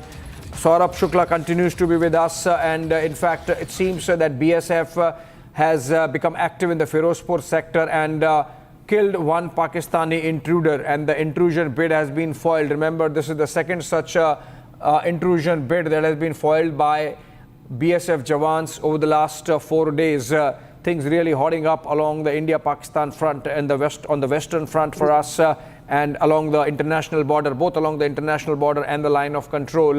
Saurabh continues to be with us. We are keeping it fast-paced, and Saurabh, too many pictures to prove the complete failure of Pakistani war machine. The manner in which their drones and their aircrafts and their missiles are falling like 9 pins. It's really proof that even those firing those projectiles have really lost their nerves. They are shaken and they are shaky. And you know, the other thing I wanted to just brief our viewers and tell you as well that they're now trying to unleash their propaganda machine through some of these Chinese platforms, which are trying to obviously portray that their missiles are having an impact on Indian targets. So again, on one hand, they're trying their level best. They're being desperate to try and strike at any high-value Indian target, which is their desperation showing. On the other hand, they're trying to unleash their propaganda war also to basically confuse people and try to create panic. So my request to all who are watching us today would be that don't panic. We are in control, and government is taking all the measures to make sure that this Pakistani aggression is completely repelled. in the strongest way possible. Abhishek. Well, absolutely. And can we go to some sound bites that really give an idea of the kind of stupidity the Pakistanis have been indulging, targeting civilian areas, even as we keep going to reporters? Gopi is live. Only Gursimran is live. I want Soumya, I want Rakshita. Okay, we have a breaking news development coming in, which is that the briefing, official briefing, is to take place at 10:30 a.m. The joint MEA-MOD briefing, like it has been happening over the last 3 days, happens on the 4th day, also fronted by Foreign Secretary Vikram Misri, and of course the military side being presented by, from the Indian Army, Colonel Sophia Qureshi, and from the Indian Air Force, Wing Commander Vyomika Singh. They are going to be there at 10:30 a.m. giving us a lowdown on India's operations, India's retaliatory strikes, and the manner in which India has responded to Pakistani escalation by a measured counter response. And that's what we are looking up to. 8:22 a.m. now, 10:30 a.m. the briefing time, exactly 2 hours and 8 minutes from now. The briefing takes place. Operation Sindoor getting into more active phases as India decides to make sure that this time Pakistan pays dearly for the Pahalgam terror attack, for being the terror factory, having eliminated the terror infrastructure with those first strikes at 9 places, the terror sanctuaries, the headquarters of Lashkar-e-Taiba and Jaish-e-Mohammed and Hizbul Mujahideen and other launch pads. And now Pakistan inviting India to tackle the deep state also. And that's why Indian strikes taking down their air bases, their air defense systems, and if need be, this would be taken further. There is no looking back. There is no pulling back. That seems to be the message. Gursimran almost reaching the international border, where the Pakistanis are escalating further, expending their ammunition, and perhaps in 4 days they would have nothing to shoot. And that's a good picture we are looking forward to. Gursimran, over to you. Please tell us and give us a picture of the broader area that you cover. So what has happened in Udhampur since morning? What has happened in Pathankot since morning? What has happened in Amritsar since morning? And the area you are reporting from? See, Abhishek, if we speak of the areas, that is the worst hit area is Rajouri Poonch. That is the 4 casualties have been reported, the civilian casualties that have been reported here in the Rajouri Poonch, where a senior functionary official of the Jammu and Kashmir government along with 3 others have been killed in the Pakistan's direct targeting of the area. Second incident that has been reported, it is of the Udhampur. We are told that the Udhampur, another attempt has been foiled just now. It is either a projectile or a drone that has been brought down in the Udhampur. The second earlier, the Northern Command base of the Indian Army that was targeted by the security forces. This target was aimed at the carrying out the maximum targeting of the civilian areas and also to disrupt the movement of the Indian Army and the Indian Armed Forces from the Udhampur base of the Indian Army. But that attempt was also foiled. That attempt was targeted at the airstrip of the Northern Army's headquarters, but that was foiled. Apart from this, if we speak of the situation that is in Jammu, there are several hits that the local residents have received, though there have been 3 to 4 injuries that are being reported, but there have been large-scale damage to the structures that have been reported in Jammu. We saw what has happened in the Rihadi area where a house was hit. We have been there, and then we saw what happened in the Apshambu temple, which is a highly revered temple of the locals in Jammu, the old temple that is there, and the people throng there in the large numbers on every single day. That has also been hit. That entrance point has been hit by the Pakistani projectile that was fired from across the border.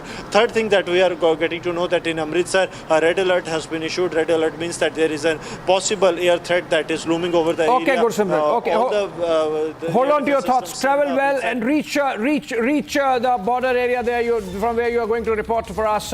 And I'm told Zeenat is now live with us. Zeenat is the one who confirmed first that Indian Air Force and India have successfully downed 2 of Pakistani Air Force fighter jets. Zeenat is live now, also on the move, like all reporters of Republic Network, on the move always.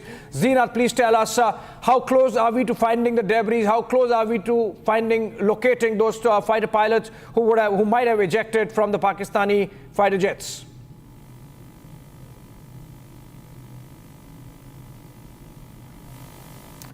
Okay, Zeenat, you need to switch on your mic and you speak. Before that, can I go to quickly Saurabh? Saurabh, fast-paced developments. What are you expecting from the press conference? Are you going to get a complete lowdown on what has been India's achievement in terms of making sure Pakistan pays the price for escalation?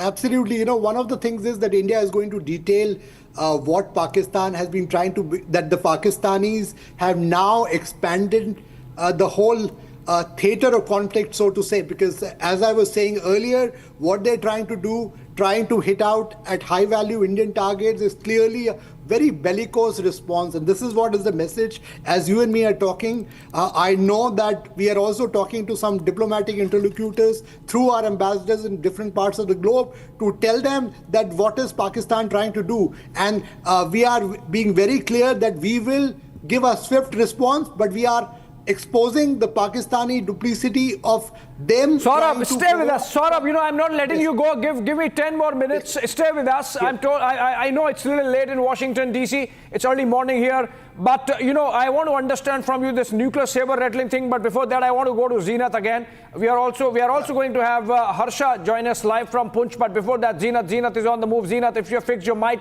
please tell us what's the latest in terms of India's search for that those Pakistani fighter jet debris and the pilots who might have ejected? The hunt for the pilot is still on. It is continuing. The bombing operations are taking place to find those the pilots who were on board with these fighter jets that have been shot down. With these fighter jets that have been shot down by in Srinagar itself, we are picking that one of the debris has been found in Lasjan area of outskirts of Srinagar. The second debris has not yet been found. Meanwhile, the combing operations are taking place between the Srinagar, Baramulla and Budgam Ridge, because this was the drones that were intercepted by the air defense system and later it was shot down. The loud bangs were heard in Srinagar itself. We are seeing the air sirens what there. This was a dogfight between the countries, and in which the two fighter jets belonging to the Pakistan have been shot down in the Kashmir Valley. The debris has been found in the Lasjan area of, this is the outskirts of Srinagar. Meanwhile, installations, the military installations, the red alert is there.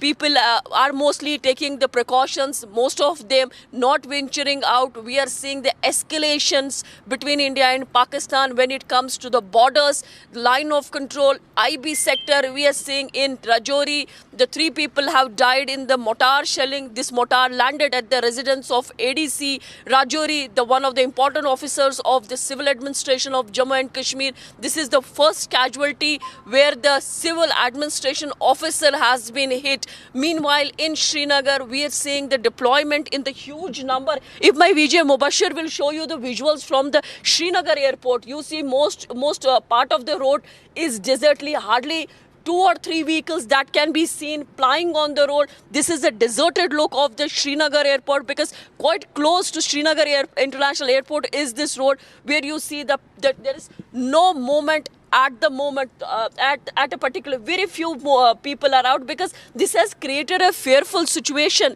in the Srinagar, because earlier it was more about the border belts where the civilian infrastructure, civilians were being targeted. But now we are seeing that Pakistan is trying to hit the summer capital of Jammu and Kashmir. The summer capital has been hit. We are seeing the action in Srinagar, in Avantipora, which is an Air Force base. You have the military installations there. One of the important junctures as far as dealing with the South Kashmir is concerned. South has remained hot in all these years due to the terror activities in South. We have seen in 2019 when this CRPF convoy was targeted. Then you have the Badami Bagh, which is one of the important installations that they have as far as the Badami Bagh cantonment area is concerned. Everything in the Srinagar city, in the adjoining districts has been up. We are seeing the deployment in the huge number, and it is definitely that we are seeing that India is giving a befitting reply, although there has not been any damage to the military installation in all these attacks that were carried by the Pakistan in Indian airspace. Right, Zeenat, absolutely. You have said it well that a battle of Srinagar happened and Pakistan had to make a hasty retreat, and in doing so it lost 3 of its fighter jets. 2 have fallen on the Indian side, 1 on the Pakistani side. The search for debris is going on. In fact, as Zenith suggested, at least 1 fighter jet debris has been located. The search was going on for another, as also, of course, the pilots. Zenith also said that life is normal insofar as Srinagar is concerned, that the Pakistani attack on Srinagar has been repelled. Remember, this Pakistan, which always sings Kashmir, Kashmir, is attacking Kashmir at all levels, from air, targeting Srinagar, the capital of Kashmir, and of course in Uri, with shelling. Those Kashmiri citizens are being targeted and being shelled, some of them injured also. I believe I can see Harsha in a bulletproof jacket and helmet reporting again from the frontier, from the border areas, from very close to the line of control. And Harsha, over to you. You were reporting those pictures of overnight shelling and firing that was going on late into the night. We were live at around 1 a.m. Now, what's the status in terms of Pakistan's shelling along the line of control?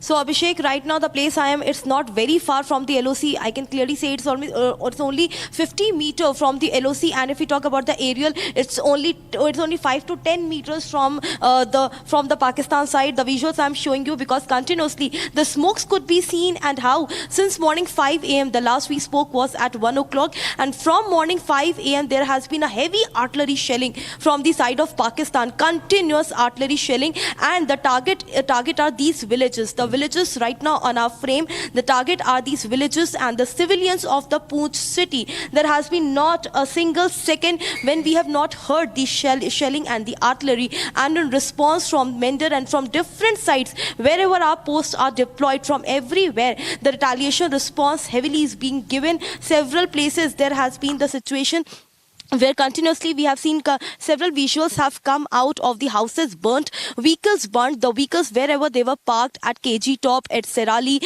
and Sagara and different region, the vehicles and the houses have been burnt. But till now, the confirmation only of 1 casualty in the Poonch area has been reported so far. But this terrain where I'm reporting right now, it's also very close to the LC, and therefore we are wearing this bulletproof jacket and a helmet, because continuously in the morning time there was back-to-back LMG and the artillery shelling, and this only, and right at the top of the mountain where I'm standing, just below this mountain, there is a house which is completely burnt, and also there is a road, Aurangzeb Road, which is now completely that road is completely collapsed. So that's the intensity of the shelling which is happening from the side of the Pakistan. So right now the situation seems to be escalating. Yesterday night also, Abhishek, when we were speaking, we were speaking about the escalation and the intensity. Now the response will be coming from the side of Pakistan. You mentioned that Aurangzeb Road has collapsed. This is not time just to collapse the Aurangzeb Road, but the Aurangzeb mentality, of which Pakistan Army is a very representative sample. Harsha, take care of yourself. We'll keep coming back to you even as Gursimran reaches another part of the international border and reports from there, even as Zenith closes in on the debris of the Pakistani Air Force jets. We are joined in by Saurabh continues to be with us. And before I go to our guests, just to get a recap of what has happened over the last 60 minutes, it was confirmed that in a dogfight over the Srinagar airspace, Pakistan lost 2 of its fighter jets and they have fallen on Indian side. Pakistan lost 3 fighter jets, of which 2 fell on Indian side, 1 on the Pakistani side.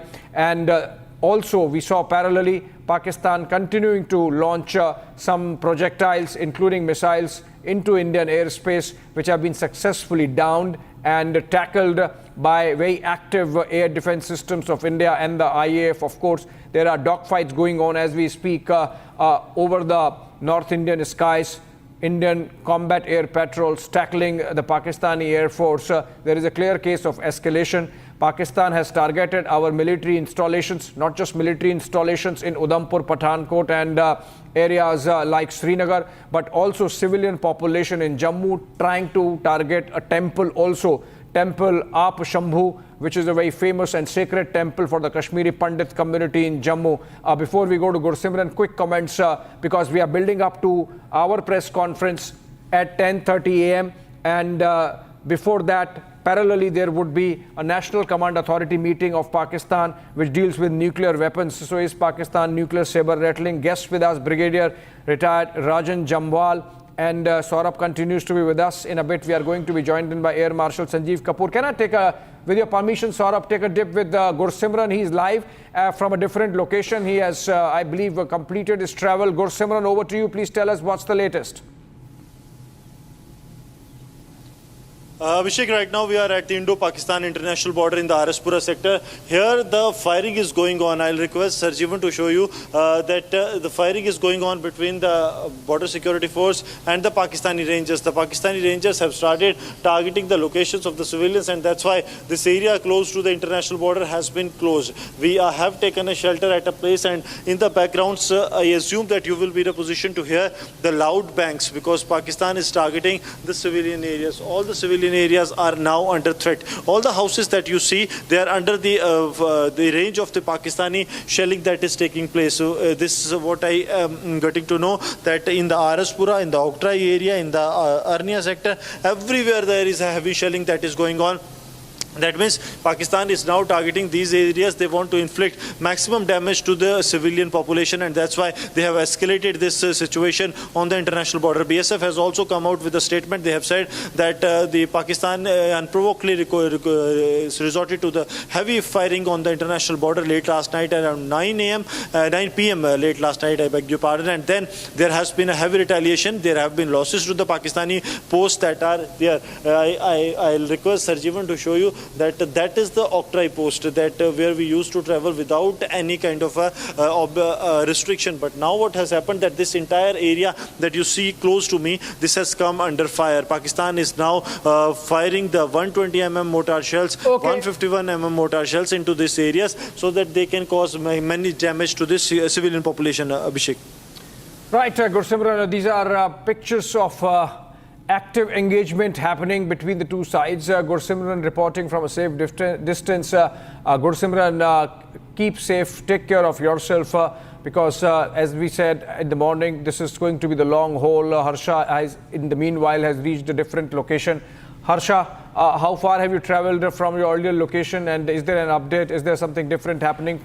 We can see some smoke billowing behind you. What's happening? So yes, Abhishek, I traveled almost 20 kilometers at night last when we spoke. I was 20 kilometers away from the place I'm standing right now, because to get a proper visual from all the sides wherever Pakistan has guided the artillery shelling, and right now at different vantage point the smokes could be seen. From wherever the shells have been dropped from the side of Pakistan. Also, you could clearly hear also from the Digwar and from the Mendar side as well, from Sagara region as well, how the shells there's a continuous sound of the shells in the air, and that's what we have been witnessing since morning 5 o'clock. There was a high intensity for almost 1 hour. We have given those visuals also continuously for 1 hour. There was no stopping from any side, from all these sides, all the sides of the Pakistan. There was the artillery shelling. They started it, and then in response India responded heavily. And there was also three drones 5:30 a.m. in the morning, which were intercepted right here at this part only. The drones were intercepted, so the sounds are clearly continuously, the shelling sounds we keep on hearing. And also there are several houses at the top of the mountain where I'm standing. Just 20 meters below me there are almost 5 to 6 houses completely burnt. There are 4 vehicles that are completely turned into ashes. Also, 1 casualty has been reported from Punch. Because of the security measures, the advisory has been issued to all the border villages which are near to the LC that no one should step outside. Everyone should stay intact inside and in the bunkers. So clearly we understand that this is going to heat up tonight as well. Back to you. It's going to heat up, and before that the briefings and the meetings are going to heat up things. They're already hot. The India-Pakistan frontier is hot. India and Pakistan are in a state of war, and this war is of Pakistan's choosing. Pakistan has chosen to start it. India will choose to end it at its own terms. On that note, can I go to guests quickly for a quick comment? Okay, Hatf missiles used. Components of the missile found on the ground are of Hatf make of Pakistan. Pakistan's Hatf missile has been found. and that's a missile that Pakistan has. It is land-based tactical and battlefield range ballistic missile, and this is not exactly the most powerful missile of Pakistan, but it has a range of about 70 kilometers, and that's why perhaps used in Srinagar, Battle of Srinagar in the morning. 70-kilometer range, 500 kg warhead. Shawan, more information on this. What's the latest on this?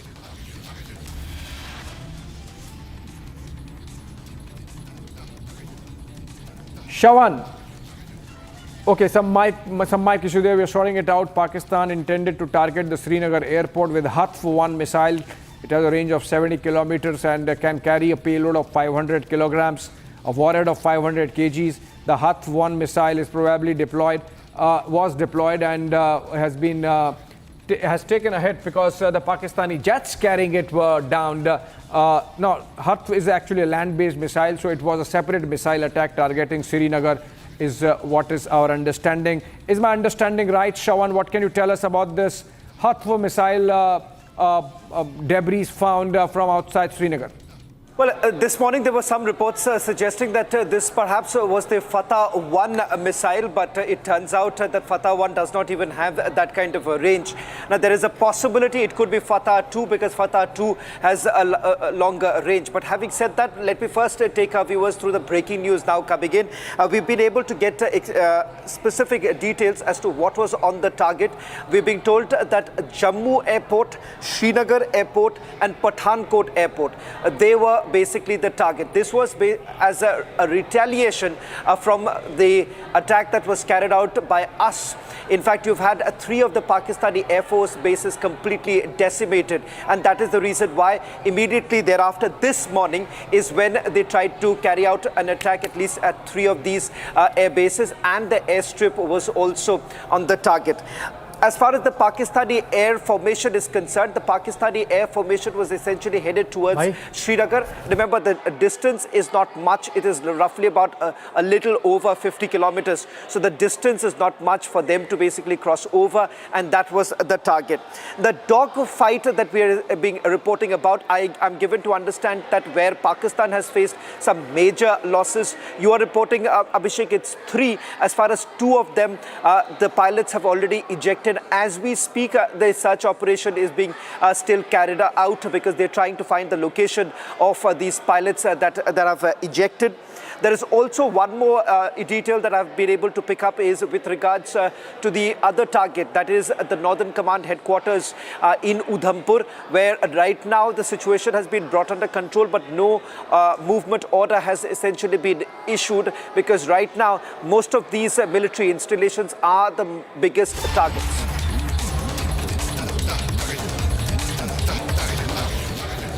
Okay, more pictures, more breakings. Indian Army has shared details of Pak escalation, and this is even before that briefing. Alisha sharing those pictures. These are pictures of the debris of the Pakistani missile that was launched and neutralized by us, and the ADGPI as part of Operation Sindoor sharing these details. Pakistan's blatant escalation with drone strikes and other munitions continues along our western borders. In one such incident today, ADGPI, which is in Indian Army's publicity wing, informs that today at approximately 5 a.m., multiple enemy armed drones were spotted flying over Khasa cantonment, Amritsar.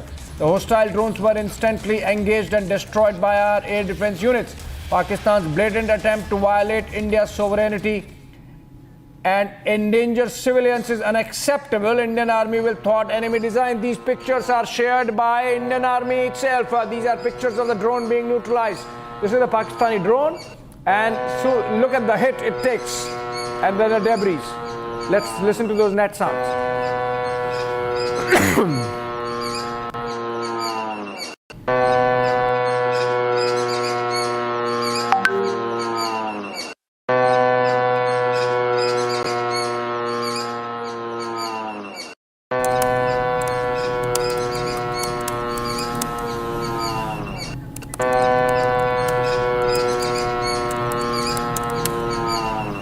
This on your screen right now, this is the interception, the moment the interception has taken over place at Amritsar. Now, important to highlight here, it is an armed Pakistani drone. The first set of drones, the first set of swarm of drones that came in from the Pakistani side, they were unarmed. This, we are being told, are completely armed and targeting the civilian areas and also certain religious institutions is what we are being told right now. In fact, it's important to once again highlight the fact that the army has now confirmed that these are armed drones.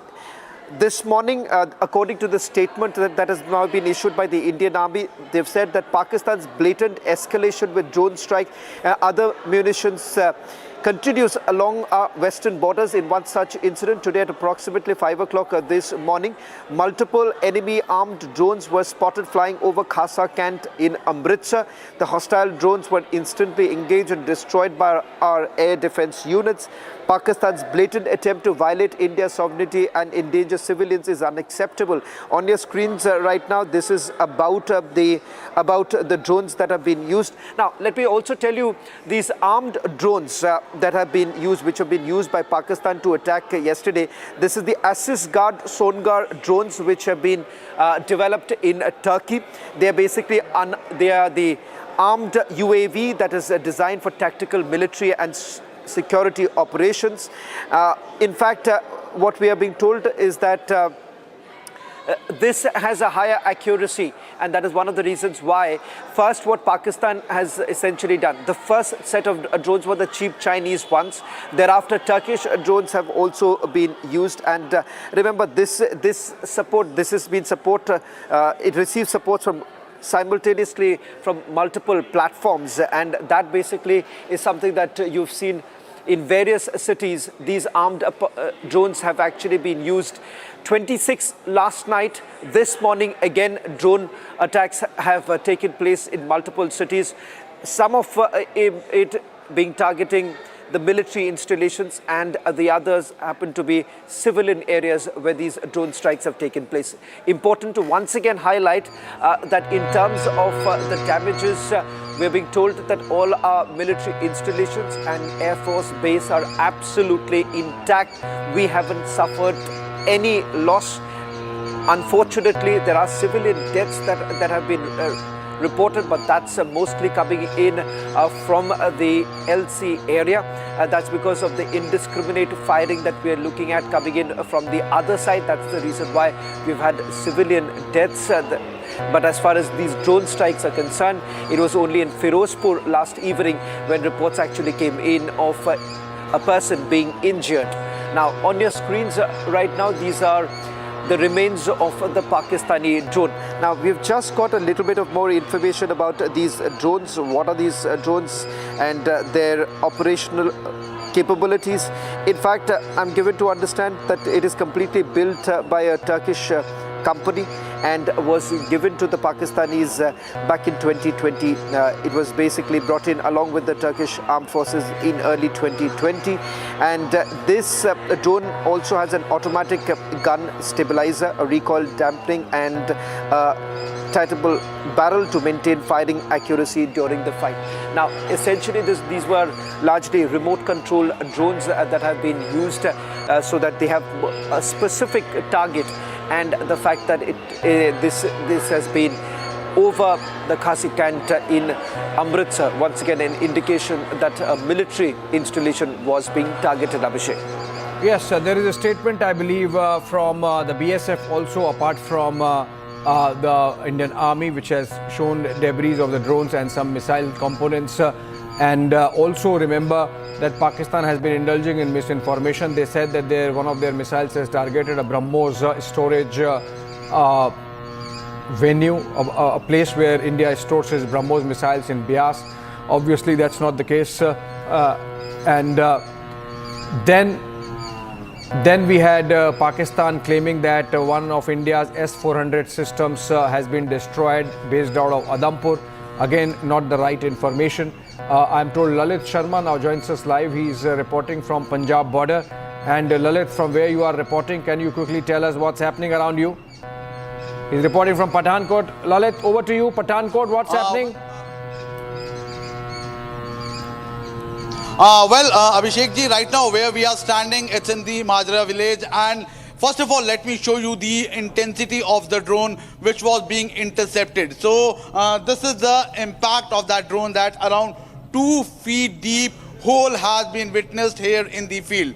Luckily, no one has been hurt as it was hit in the open area. It's in the field. Right now, we are here approximately in the outskirts of the Pathankot, and just a few kilometers away starts the Himachal boundary. But from the past, if we talk about early morning after 4, there has been a number of drone attacks from the Pakistan side, which has been successfully intercepted by the Indian Air Defense. Luckily, no one has been hurt here in the Pathankot area, but yes, the sounds of the explosions were being heard from the Pathankot area since early morning. Apart from that, if you talk about the LOC area of Amritsar also, particularly the Khasa region, there also early in the morning, the swarm of drones were being intercepted successfully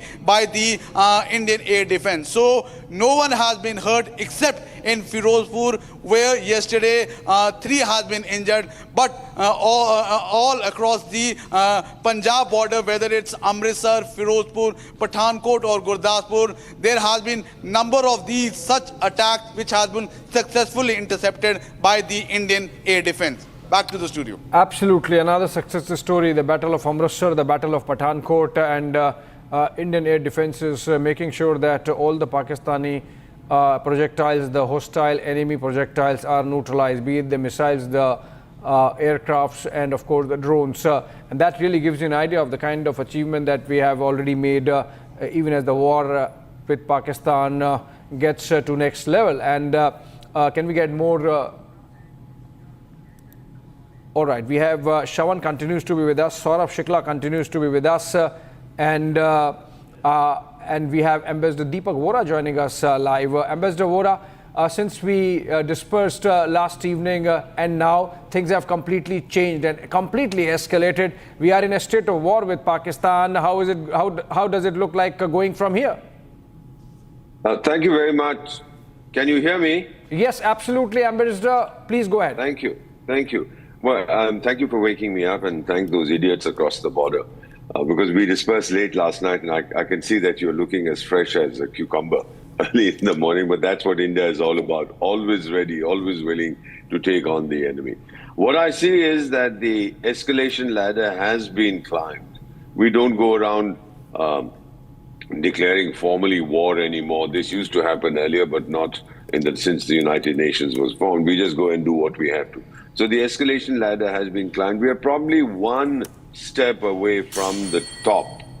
And wars always acquire a momentum of their own. Human beings started, but then we don't know what will happen subsequently, and we can see that happening.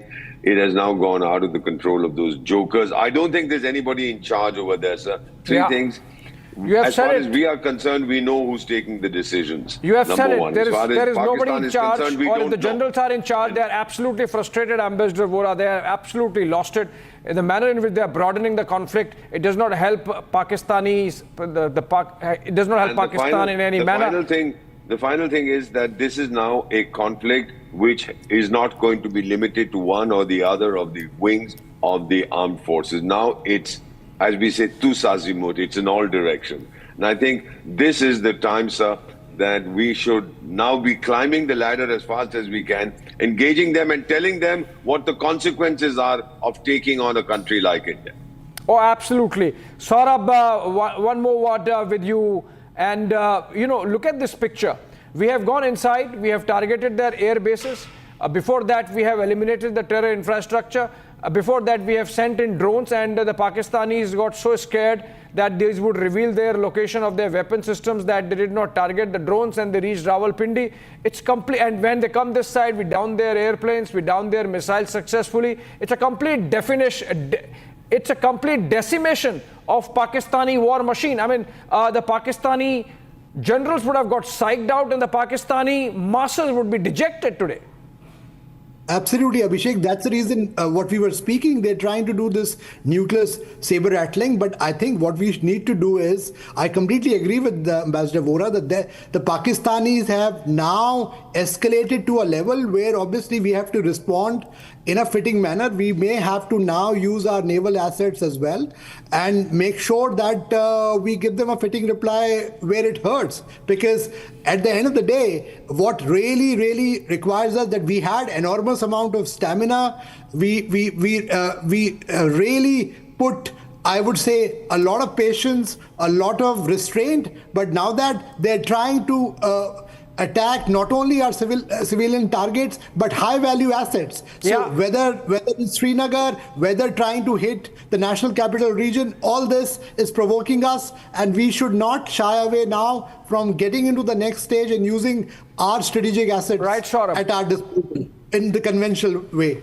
Absolutely, absolutely. The conventional superiority has been proven in 3 hours, Saurabh, and it's for the rest of the world to see. And on that note, if I can go to Brigadier Rajan Jamwal, also very good evening, good morning, sir. Sorry to have made you wait, but you have seen over the last 4 hours how things have escalated, but more importantly, how India has conducted itself militarily. As a defense expert, how do you see India's war panning out from here on? As rightly brought out, the Pakistan has put us on the accelerator, in fact, on the escalatory ladder. We have now stepped on the accelerator. And I'm sure this is going to now fan out. All the 3 services are going to get engaged. They are having their own, nuclear command. That's all a hoax. Having a meeting of the Nuclear Command Authority, basically to try to tell us, okay, we can do this, we can do that. The fact is, the Navy is de facto blocking the Karachi. We may not have struck Karachi as of now, but we are come within the range, and we can pulverize Karachi at a time of our choice. I don't know whether it's going to happen today, tomorrow, but that would be part of that. This is what Pakistan would be most scared of, because it will effectively isolate them. Couple with them, initially only some improvement of defensive postures. There are places on the line of control, rather erstwhile line of control, where we are a little on the downside. They are dominating us, especially the Punch Bulge is one major example. Of course, it was abolished in 1965. We went right up to, we de facto linked Punch and Uri through capture of Hajipur Pass, but anyway, that is history. We returned all that. So today the fact is they are dominating us, and we have been reduced to sitting in a bowl in Punch, and that is what they are taking use of. Now all these are the places where we can begin with at least starting out the line of control, and thereafter, since instead of the ladder, now they have put on a escalator. So we will see. Where does it go? How deep into POK and probably deep into the Pakistan Punjab. How deep it goes, thereafter, it is anybody's guess. But what I think is both sides were till now trying to, gauge each other, what we call in military terms, preparation of battlefield or battlefield isolation. Now we are trying to gauge the gaps in each other's defenses. That's why the Pakis also send, this dummy kind of drones, and I wonder what kind of intelligence they gathered. Despite the dummy kind of drones that they sent, they were really dumb drones, perhaps, because Brigadier Jamwal, we still could strike their air bases. We could still neutralize those runways and effectively, compromise their air defenses. So obviously, the Pakistanis did not gather anything. Because we were very focused. What we did was, on the first 2 nights only, we created a gap between Akhnur and Fazilka. That is almost their complete Pakistan Punjab this thing, where their all air defense assets were neutralized. That includes the control headquarters in Lahore and some other places. So de facto we have a free run now between Akhnur and Fazilka on our side. There is a virtual free run from us. You're talking about the Sakargarh Bulge. Absolutely, the Shakargarh bulge is totally free for all. I mean, we can hit targets at will. There is virtually no air defense now left with that. Okay, sorry to be interjecting, Brigadier Jamwal. Sorry to be interjecting, but there is a breaking news development coming in. A very crucial meeting taking place at the South Block. All three service chiefs at the Defence Ministry. They're going to meet the Defence Minister in the presence of the Chief of Defence Staff. Can I go to Shawan on that? Shawan, over to you. More details, please. Well, ahead of the briefing, we are being told that the three service chiefs are currently meeting Raksha Mantri along with the Chief of Defence Staff. There's a possibility that thereafter Raksha Mantri could actually also brief the Prime Minister, given the fact that these are all options that are now being weighed. We haven't got any information with regards to whether at all they have also discussed what's exactly on the agenda right now, because what they have been able to do so far is a recap of what's happened in Srinagar, because remember that was the ongoing situation, but that too now we are given to understand has been brought under control, and the Raksha Mantri has already been informed about the fact that the matter has been brought under control in Srinagar. But having said that, remember we're talking about a major escalation on the part of the Pakistanis. First, it's a clear airspace violation. The very fact that you have Pakistani Air Force jets right inside Srinagar. I'm losing the audio there. Can we fix the audio? Shawan is in the newsroom. Crucial meeting underway at the Defence Ministry. In fact, the meeting is already underway. All the three service chiefs together. Remember those pictures yesterday? Twice we saw the chiefs having an interaction. First with the Defence Minister and then with the Prime Minister. And this continues. The string of meetings continue to take place at the South Block. And I'm getting breaking news development coming in. It's a day of fast-paced developments. More information coming in. Adipur, Kutch. Total 6 drones shot by IAF, 4 by the Nalia IAF base and 2 by the Bhuj IAF base, which means Bhuj and Nalia both were targeted by the Pakistani drones. These have been taken down, and okay, we in fact have a video of how we struck Rawalpindi, the Rahim Yar Khan base or the Nur Khan base. Let's go to it. I'll come to you, Saurabh. Just hold on to you. Okay, let's listen to the nets. In the meantime, I'll get the videos running from Kutch also. Okay. These are pictures from Rawalpindi. Can we listen to the audio, please?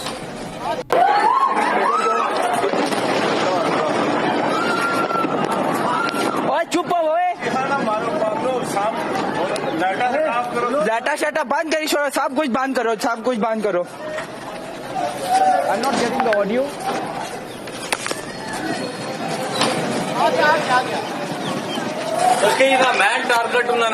उना क्या खो तला रोला ना बाण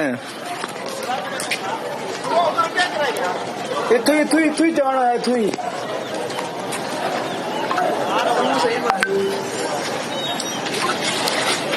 माड़े ने मेले बना उथे ही कठा है भी उथे ही ये रहा ना बेस ही सटिया ने नूर खान बेस ही मारने पे नहीं रहा है मेरा मोबाइल बोल है ना हाँ बनाना पे एक ही भाई जी कम पूरा ले लेंगे ना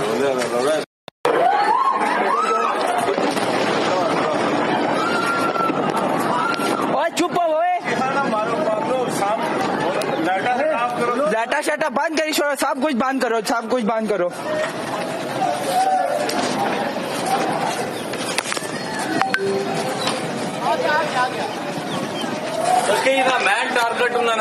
उना क्या खो तला रोला ना बाण इथु ही जाना है इथु ही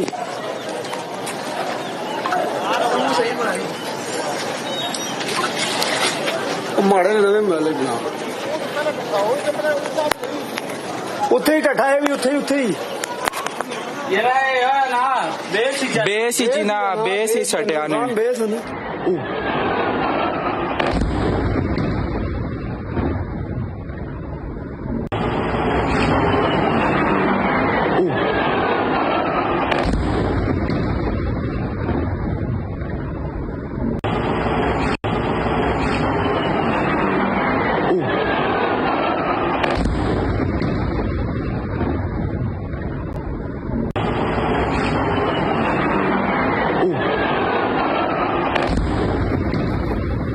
Okay, you heard those sounds.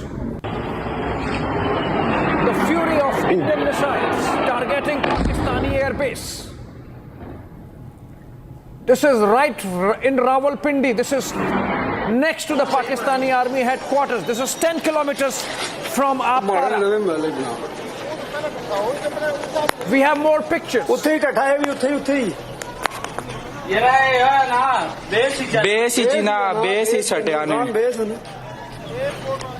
And you can hear those Pakistanis say, oh, the air base has been hit. The base has been hit. That's what they are saying.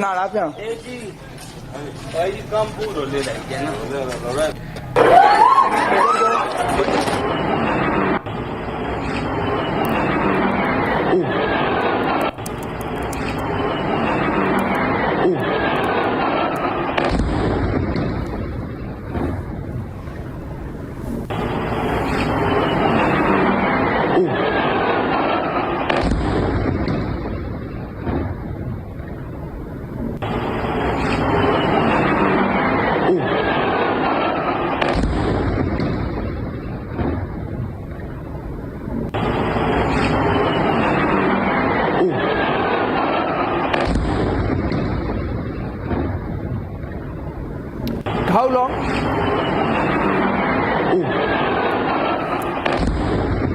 Okay, we are breaking another, there is another breaking news development. We're keeping it fast paced. There has been a conversation between Secretary Marco Rubio and Pakistani Army Chief Asim Munir. Finally, the Americans realizing whom to talk to in Pakistan.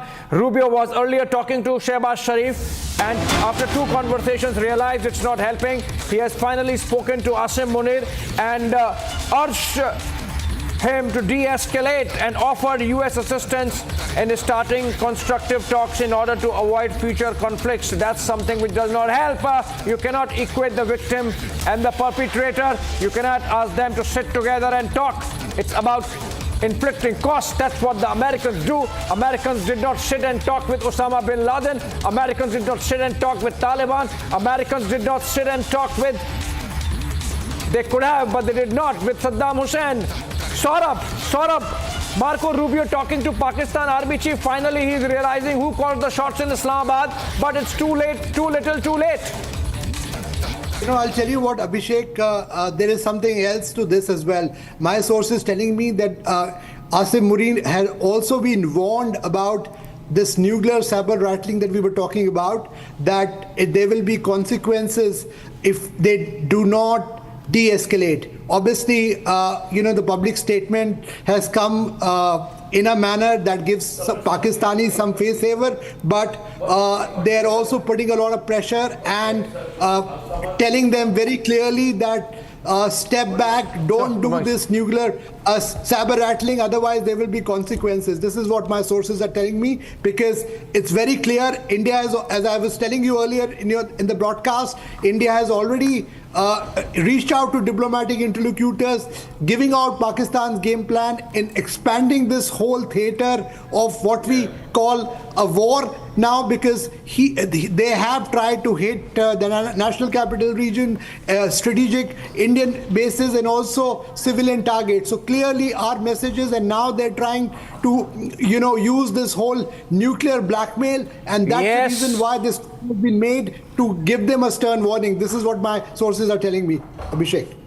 Absolutely. There are some baseless news reports being planted by Pakistan for the consumption of their own population, that they have inflicted some damage on India's military infrastructure, including the S-400 missile system in Adampur. It does not exist in Adampur. We don't know where it exists, but it is not in Adampur because the Pakistanis have not found it there.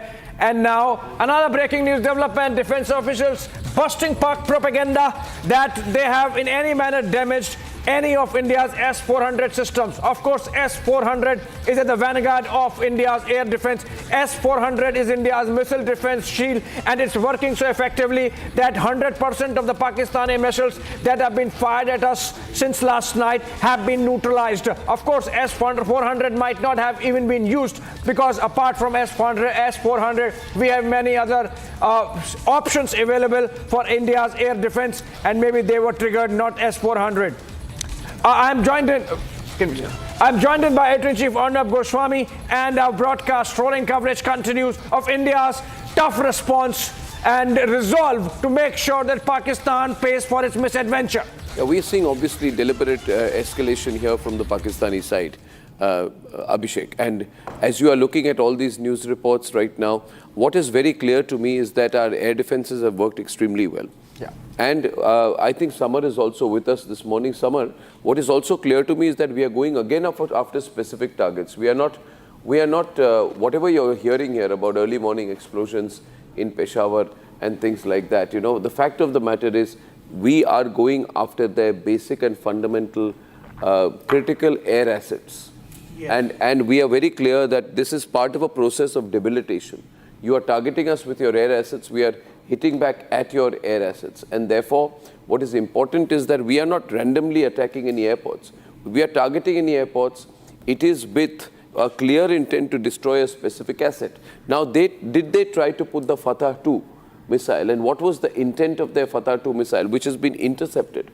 We are told it's been intercepted over Haryana airspace. Over Sirsa. Over Sirsa. Yes. So now tell me what the use of the Fatah 2 indicates to you this morning. Stay with the breaking news supers, guys. We'll keep that breaking news stickers on the ground. Thank you. Yes, please. Basically, also, my reporters, 1 minute. I'm just telling my desk. I would like to have all of my following reporters who are in those particular locations to be live. Samar, a quick analysis from you, then I'll go across to Zeenat. I just want to tell the audience that Pakistan has announced its military operation codenamed Bunyan un Marus, which means that, you know, it means concrete structure. So probably this is one of the main, objective is, you know, the city areas. Okay. So this missile that you're saying that it has been intercepted over Haryana. Yeah. So probably it and in fact, what you're seeing there is of the missile. You're seeing this visual there. Yeah, this is of the missile. Can I take it full frame for a bit? That's fantastic. Now, there's an audio over it also. Let's play the ambience.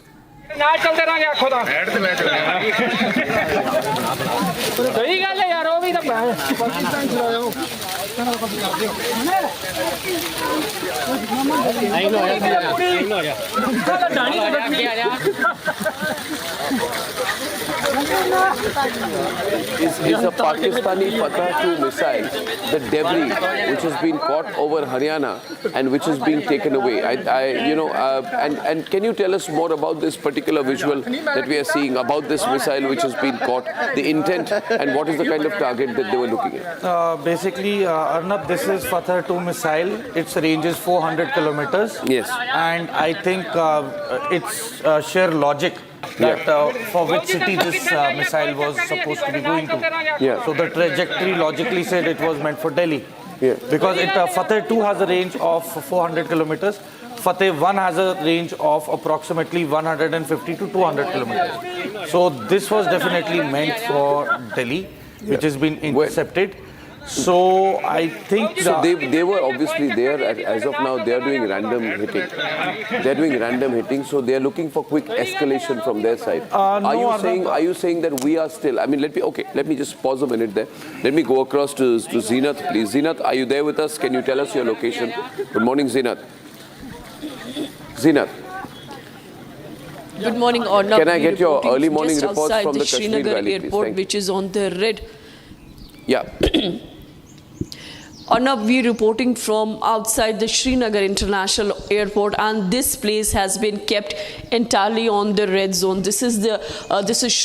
just outside the Srinagar Airport, and you see the mobile bunkers that have been stationed here, plus the makeshift bunker is there, which is guarded by the BSF and CRPF and the Jammu and Kashmir police. The movement on the Srinagar International Airport is minimal. Hardly you see the residents of this locality are allowed to move out. Rest, nobody is allowed to go to near to all these installation, because apart from the Srinagar International Airport, this locality has IF.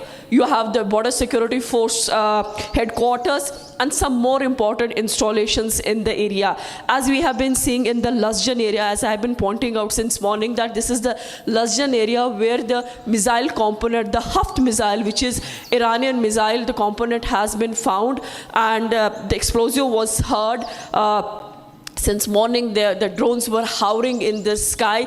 The panic button has been pressed because Pakistan is trying to escalate the situation on ground. You see yesterday in MEA press conference and compare it with the day before yesterday. Day before, there was a clear leak coming from the government of India. If Pakistan wants to stop here, they can. But yesterday, there was no option given by the foreign secretary in the press conference. No option was given by the Indian government that Pakistan should stop. See, this is a war that is escalating every day. We've been seeing the Pakistan targeting the installations. Zinat, I'll have to go across to Pathankot for a while because Lalit is now at the place, Zinat, where the debris fell. Lalit, आप मेरे साथ हैं इस वक्त. आपकी location बताइए इस वक्त और आप जहाँ पे हैं वहाँ पे हिट हुई है, मुझे कहा गया है.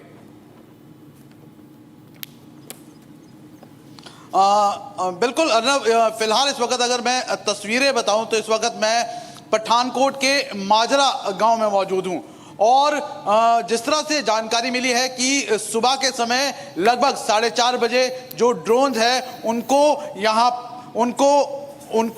यहाँ पर जो है वो भेजा गया था और फिलहाल जो इंडियन डिफेंस सिस्टम है उन्होंने तमाम तरह से उनको न्यूट्रलाइज कर दिया था, उनको नष्ट कर दिया था. फिलहाल जो ये इम्पैक्ट आप देख रहे हैं माजरा गांव में, जहां पर करीबन 2 फीट का जो गड्ढा है वो हो गया है. और सबसे जो रहमत की बात रही है कि ये कोई रिहायशी जो जगह है वहां पर नहीं गिरा है, क्योंकि ये जो ओपन फील्ड है वहां पर ये गिरा है, जिससे किसी तरह का कोई नुकसान नहीं हुआ है.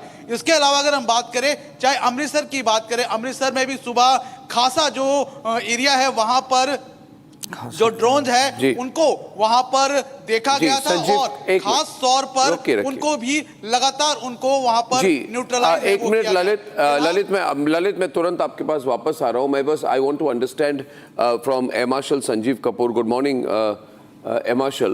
We just have a statement here from the defense sources.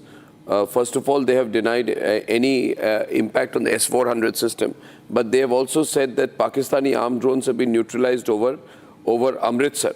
And the latest statement of the Ministry of Defense says that this is major escalation. They've said that this continued escalation across the Western Front through drone incursions and munitions is a matter of grave concern. And there were multiple armed drones which were detected over the Khasa Cant, Amritsar. Our air defense units responded swiftly, intercepting and neutralizing all hostile UAVs. This blatant attempt to violate sovereignty of India and endanger civilian lives is unacceptable. Now, if I can ask you, sir, how are you reading the present moves? We were told earlier that they were using. And by the way, this is visuals coming in from Jalandhar. This is Jalandhar of a projectile impact. So, we're projectiles, drones. How are you viewing this nature of escalation? And it seems quite random because if you are seeing the locations here, Air Marshal, they're over open fields. They're not hitting any specific areas. Many of them, of course, have been neutralized, so the debris is falling on the ground. How are you viewing this? Air Marshal Sanjeev Kapoor, which direction is this taking, sir? Good morning, Arnab, and morning, good sir. morning to the fellow panelists. Yes, sir. See, if you have observed last 3 nights, there has been a pattern. The major conflict begins at night. And in flying also, the most critical thing is night ops. Yes, sir. So when we train people, because the difficulty level goes up many folds by night. For a pilot, for a radar, for tracking, for other things, targeting, everything is difficult by night. So usually the pattern is to up the ante by night ops. Now, yesterday was a defining change in the activities which have been happening in last 2 to 3 days.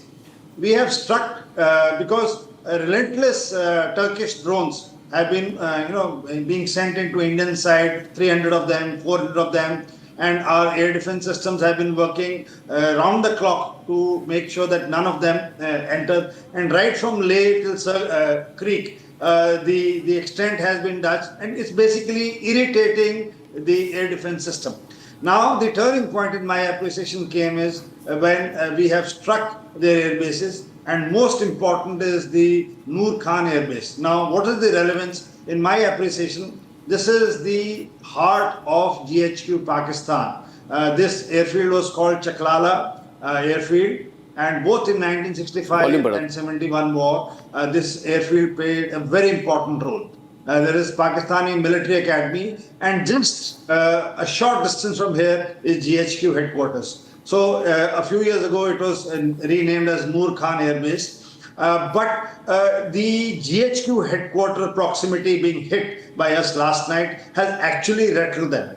And these missiles which are fired, maybe towards Delhi, because Rawalpindi is just adjacent to Islamabad, so they would have felt that we are reaching the capital, so they would have fired. Now this missile which has been intercepted last night, maybe by, I have no news and knowledge, I'm just guessing by our S-400s, is basically originally a Chinese and a North Korean made WS-W2 missiles, which they have renamed as per their nomenclature as Fateh 1 and 2. The characteristics and this thing is all same, and they must have targeted something over our NCR region, in my appreciation. And that has been successfully intercepted and taken down close to Sirsa. That's what the news channel is indicating. And other projectiles, this thing is run of the mill. But to take battle to Sakar is in the Sindh area, in south of Punjab area of Pakistan, to have struck their airbase there. India is, I think, so exploring options to engage direct military targets. Because in any conflict, in any war, the first target are the airfields.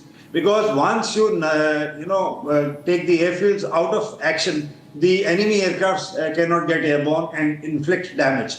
So the beginning of any campaign is with suppressing of air defense elements, which we have seen in last 2 to 3 days. The next step is to take out the airfields, which has just commenced today. I don't know how long will it continue. Would they retaliate? Would we do another preemptive or proactive attack today? I'm not sure.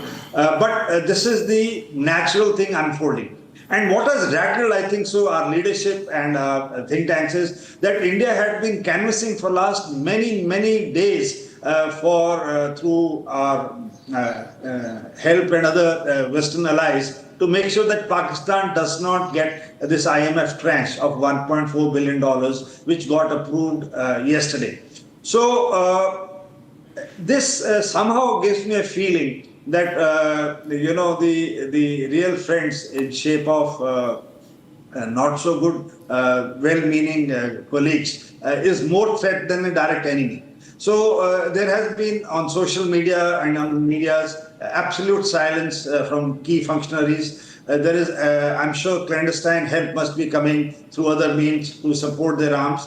And this money, of course, they have said we will use for humanitarian needs and our agriculture and other needs. But I'm sure it will find its way to procure arms, ammunition and weapons. So somewhere, I don't know, I have a feeling that some bodies outside our ecosystem want this to continue for long, this conflict. This is my appreciation.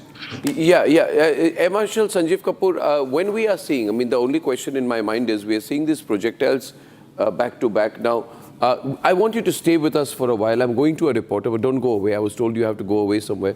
Just stay for a while here, because I want to just go across once. We have Gursimran right now. In Gursimran, what's your present location, please?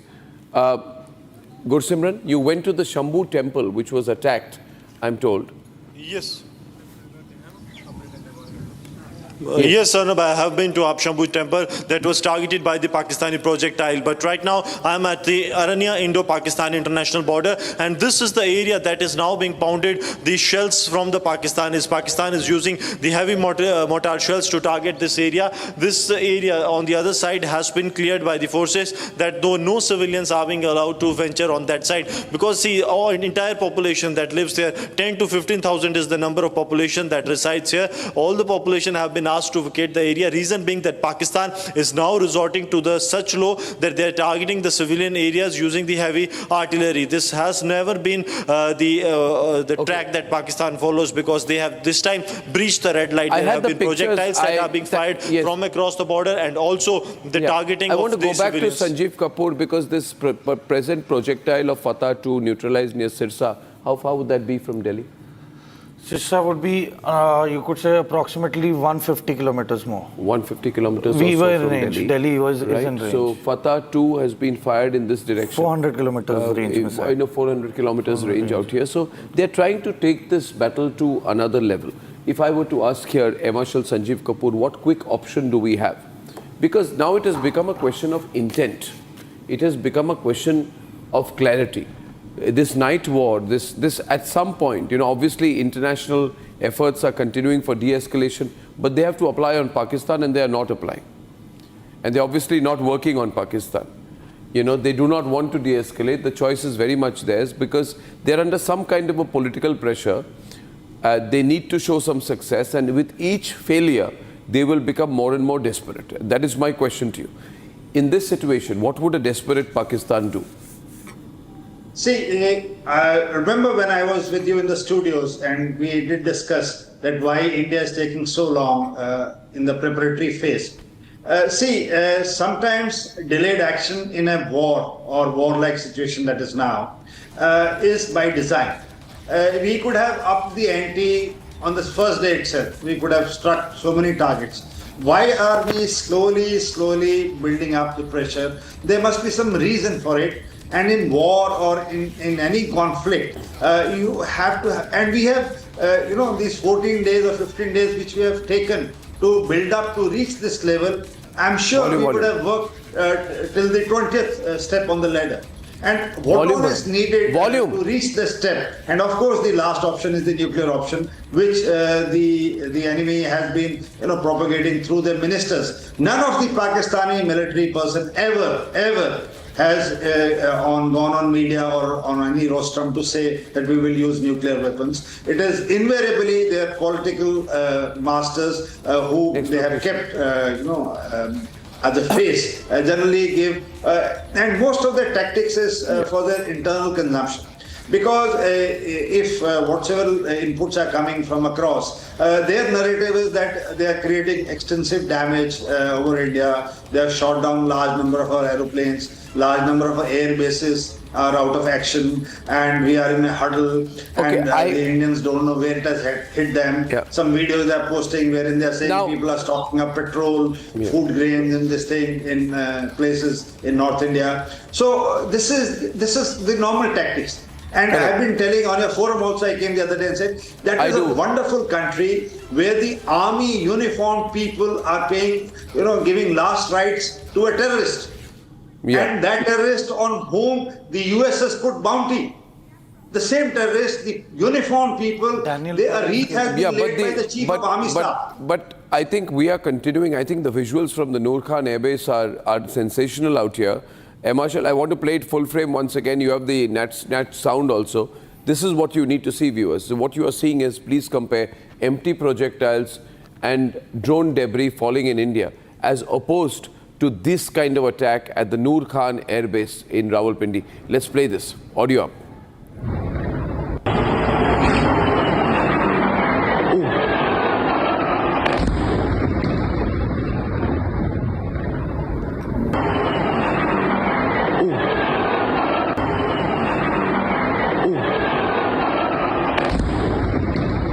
How much damage would a hit like that cause?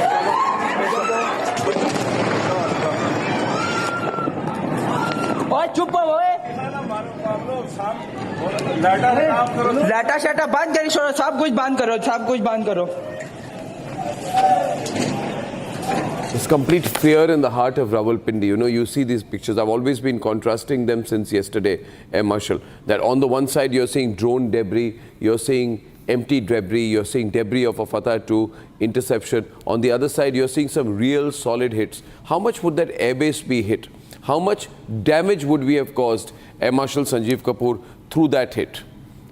See, the films which I'm seeing, which are being put behind where you're seated on the screen, indicates that the damage is quite substantial. And if it has hit their fuel storage or a weapon storage area, the damage would be much more. But the real thing which these strikes target is to make the runway dysfunctional. Once the runway is dysfunctional, huge craters are created so that no aircraft can get airborne or land at these runways, and it takes time for these air bases to be patched and repaired and brought back. But mind you, Arnab, my issue which I flagged earlier also is tokenism is more important at this stage. Now, why it is important? Why they could have come and attacked anything in India? Why did they come, the terrorists, and attack Indian Parliament? They attacked Indian Parliament because that is the hub center of our democratic setup. So sometimes it is, for optics that certain things are carried out. India could have struck this anyway. But why did we pick up Nur Khan, that is the Chakwal Air Base of Rawalpindi? Because for the optics, the narrative which they would have been building up to their own people, that they are unsurmountable, that they are the only saviors this country has ever produced, that nothing in this country without their support and help would be coming, to a large extent of this social media era would be, bared now. Because Chaklala, it is next to the Pakistani military college. It is very next to the GHQ headquarters. So the message which I said on your channel the other day also, that if you can take out with precision weapons the targets which are just close. Now Murid is just about 20 kilometers from Lahore, and we took out the air defense system of Lahore 2 nights ago, and we have struck the Chakwal Air Base last night. So these are messages to them at every stage, so as to call rap on the knuckles to say that you wake up, that you wake up, that you wake up. And this message is probably to the military and the general masses that we can strike any time at any place. That's my take. I have no other knowledge and information or to the real extent of damage. It's not working. This. Yeah, I understand that. I'd like to go across. Right now to Soumya. I think Soumya has an update on the search operation which is on for the Pakistani pilot in the Srinagar area. There are 2 Pakistani pilots who are there in the Srinagar area. Can you update us, Soumya? Over to you, Soumya. Location and what's happening around you. Soumya. Yes, well, right now we are here in Yusmarg area of Kashmir, and now, as per the defense forces, sources within the defense forces, one of the Pakistani fighter jets was brought down here in the Yusmarg area. Now, I'll pan my camera here so that I can give you a sense of the kind of location it is. So it is a proper dense forest. As we go into the interiors of Yusmarg, it is a proper dense forest, and as we speak, this area has been completely taken over by security forces, because it is being said that right after the jet was brought down, the pilot had ejected from the jet and is somewhere here in this forest. Okay, we are getting information of a blast in Lahore. We are getting information of a blast in Lahore. A huge blast in Lahore is what I've heard. Apparently there's been a huge explosion, ladies and gentlemen, in Lahore as we're hearing this tonight. Massive blast in Pakistan's Lahore. More details still coming in. Viewers, if you're watching this broadcast, please be clear, we're hitting back. Shawan, we're hitting back hard. Huge blast in Lahore is what we're hearing. Shawan. Nur Khan, যেটা হলো রাওয়ালপিন্ডি, কিন্তু এটা জিএইচকিউ থেকে খুব একটা দূর না নয়। Okay, no, দ্বিতীয় হলো মুরিদ, এটা হলো চাকওয়াল, আর তৃতীয় হলো রাফিকি। Put the audio down in that case. Thank you so much. Now the question is, there has been a huge blast in Lahore, ladies and gentlemen. That's what we are hearing. The moment I am able to establish more details and I can get someone live on it, but obviously the response time is pretty quick right now. If this escalation is to happen, it cannot happen by night. I don't know who's live with us. I have a live frame of GD Bakshi's frame, which is coming up on the left. But I need to see the reporters on this window, which is on my right. On my right, Gursimran is with us. Gursimran. Gursimran.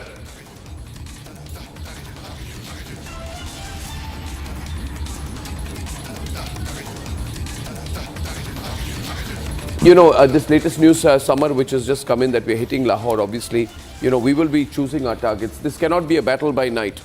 This cannot be a battle by night. This cannot be a battle at night, number one. Number two, the amount of military accumulation in and around Lahore. Yeah. And Lahore being the only, well built up city which can actually take in the attrition, because you see the whole area. I need reports, I need reporters, I need my people light, I need Shawan, I need Aishwarya, I need my live reporters up, and I need it now. For God's sake, please. Thank you. Please, Shawan. Yeah. So the whole stretch along the IB, the Pakistanis have very small pockets of villages. Yeah. So you BBGs. see, as per logic, Lahore is the main city, which is 40 kilometers from Amritsar. Yeah. So Lahore is going to be the definite one of the major targets of the Indian forces. Okay. Harsha is live from the LOC and Gursimran is live from the LOC. I'll go to both of them. First, Harsha, establish your location. Gursimran, establish your location, please, and give me a situational report. Harsha.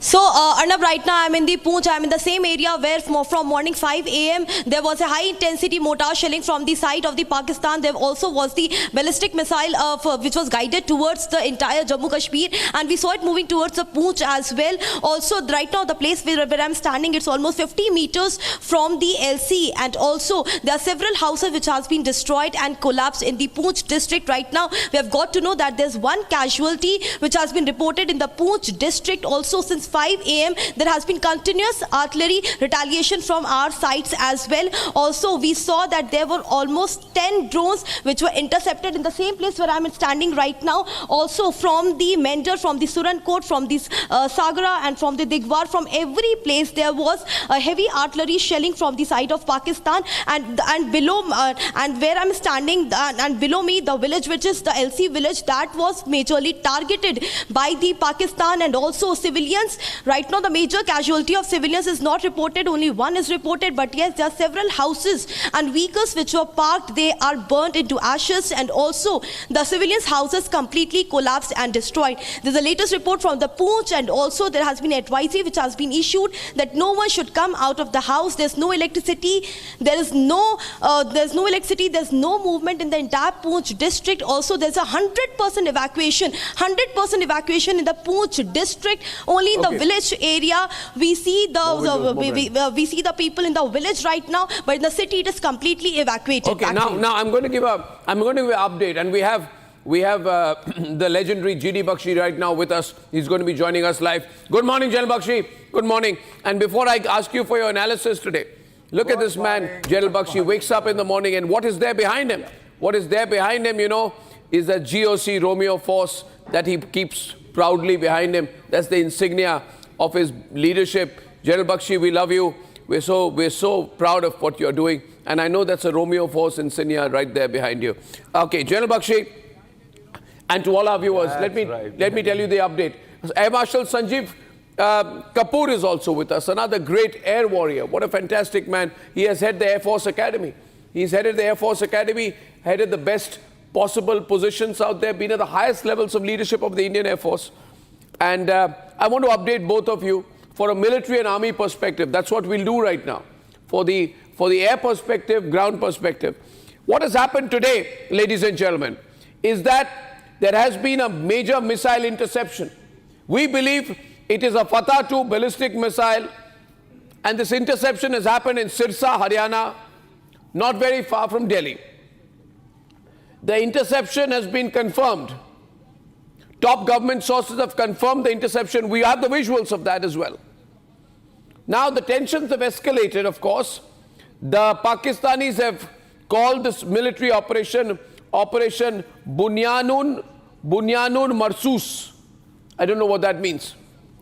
And we have carried out retaliatory strikes on 3 air bases, we can confirm. Nur Khan Airbase, which Air Marshal Sanjeev Kapoor said has great symbolic relevance. Rafiqui Airbase in Shorkot, and Murid Airbase in Chakwal. I repeat, Nur Khan in... Keep changing the visuals on the right-hand side of the screen. Take your breaking news, supers. Thank you. Nur Khan in Rawalpindi, Rafiqui in Shorkot, Murid in Chakwal. Now, we are active over several Pakistani cities in terms of drones. We are active over Islamabad, Rawalpindi, Sialkot, Lahore and Peshawar. There have been blackouts in Aknoor and Jalandhar after spotting the drones. All the action happened overnight. We are only getting a summary now. Pakistani drones have been spotted at 26 locations across India from Baramulla to Bhuj. There was a drone attack, a cowardly drone attack, injuring a local family in Firozpur, Punjab, border city of Punjab. And ladies and gentlemen, the fact of the matter is, all the ISPR claims in Pakistan that their assets are safe have been busted by the visuals like this. See the visuals, Jal Bakshi. Run the raw footage, I'm leading on to it. Run the raw footage, PCR. And they're claiming after this that their air bases are safe. This is how safe the Pakistanis are. This is how safe you are, Pakistanis. This is how safe your air force is. Watch this and realize your government is lying to you. We have destroyed your air bases. Your army is inefficient. पूरे पाकिस्तान में खौफ है. आप सुन लीजिए उस तरह किस तरह का खौफ है. घर में घुसकर मारा है. We've really hit them very, very hard right now. और आपके जितने चाइनीज मिसाइल से फतेह 1, फतेह 2 सब हमने गिरा दिए. और वो भी विजुअल्स है. General Bakshi, now tell me how are things placed as far as you're concerned. How do you see things, sir? I hardly, because after we finish from the TV, I get on to the YouTube to glean more information. But I am a more satisfied man than last night. Because we have been able to hit back. These aren't just drone strikes. I want to show you one more visual, Jal Bakshi. I want to show you one more visual. One more visual has come. Ye visual Lahore ka hai. I want to show. Take the visual on it. ये अभी धमाका हुआ, हम factory पहुंचा यहाँ अभी. Huge visuals. अरे किथे आर कोते होया क्या परा होया है? अब परा होया ना.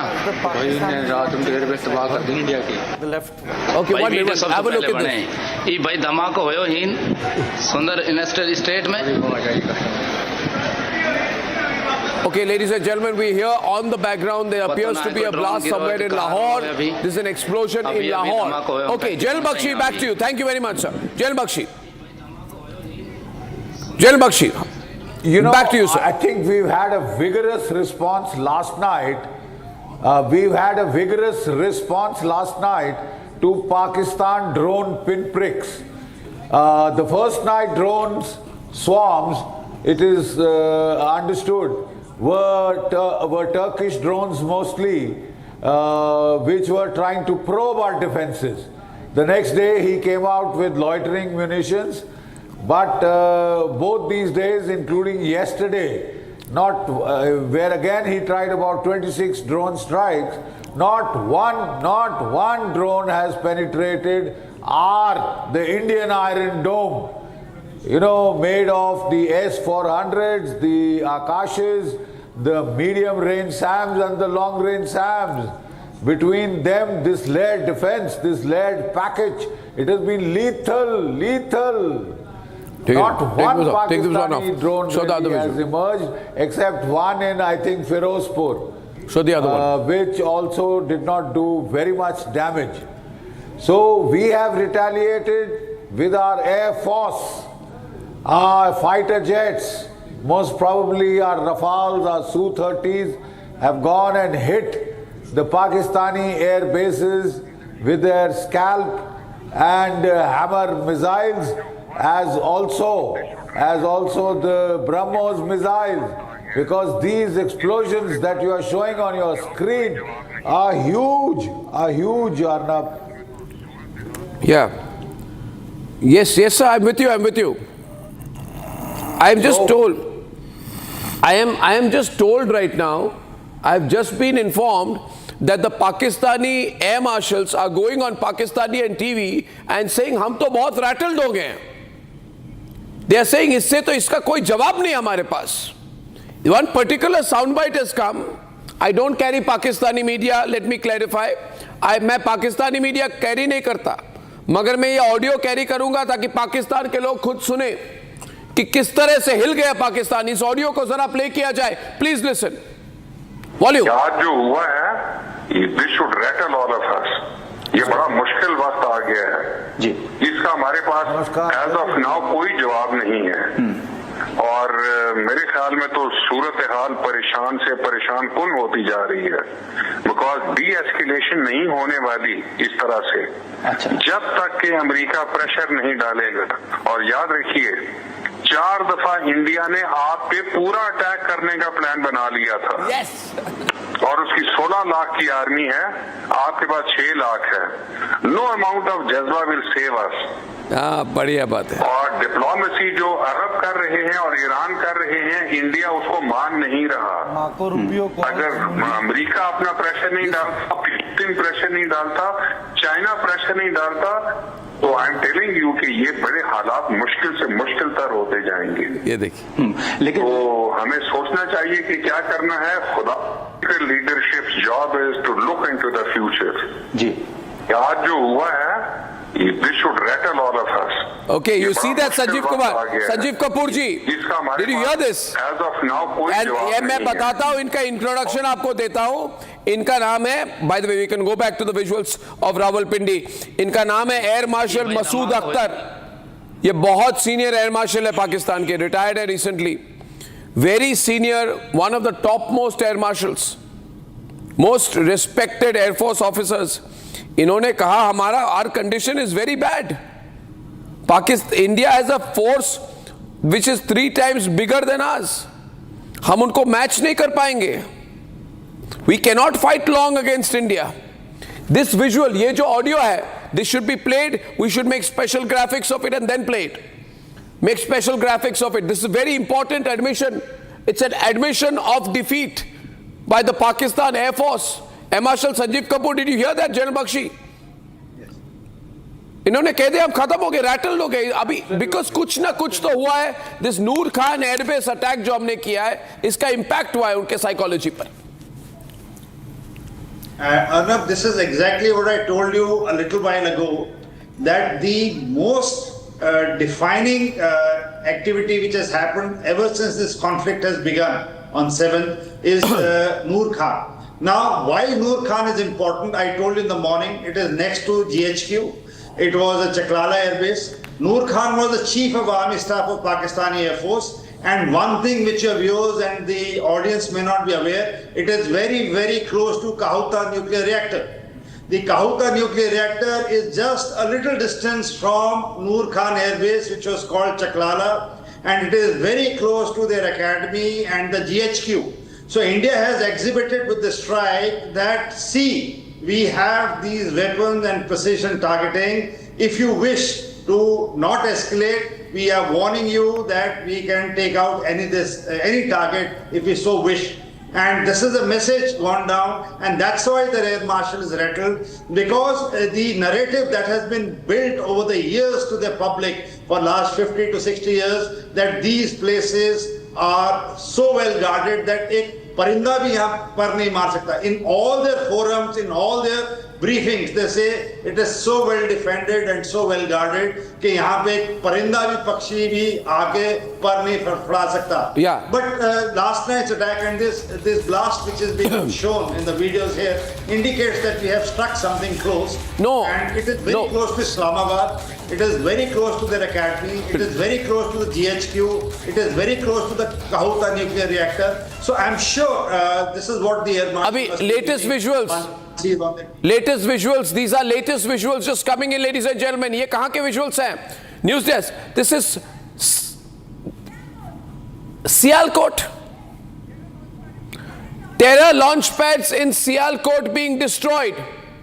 Terror launch pads in Sialkot, Punjab have been destroyed. Fantastic. Well done. Bharat Mata ki jai. Jai Hind. Samar. We are really taking the upper hand now.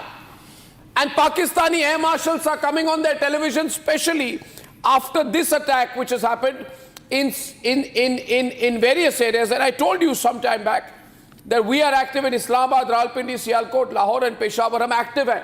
We're active. यानी कि हमने उनको पकड़ लिया है. We have surrounded them. Our drones are active. Up pinpoint करके we are hammering wherever we want to. These are the air bases which give Pakistan a deep strike capability. And we are destroying it. And we are destroying What them. are we destroying it with, sir? This is BSF has done a great job. Border Security Force has done this. How do you think this They've been doing it with mortars. Yeah. They've been doing it with 81mm mortars. Beautiful, most beautiful, probably. beautiful. Now, how is this moving? General Bakshi, can I get to you, sir? General Bakshi, you heard the updates there. You've seen the morale now. Ab kya karna chahiye, sir? What is happening next? Keep putting up the pressure. Keep putting up the pressure, Sir General Bakshi. He's realized that nobody is coming to stop this conflict. Nobody is stepping in to stop this conflict. Neither the United States, nor China, nor anyone. The mediation by Iran is not working. There is a sense of hopelessness in Pakistan. We should press it home till he asks for a ceasefire.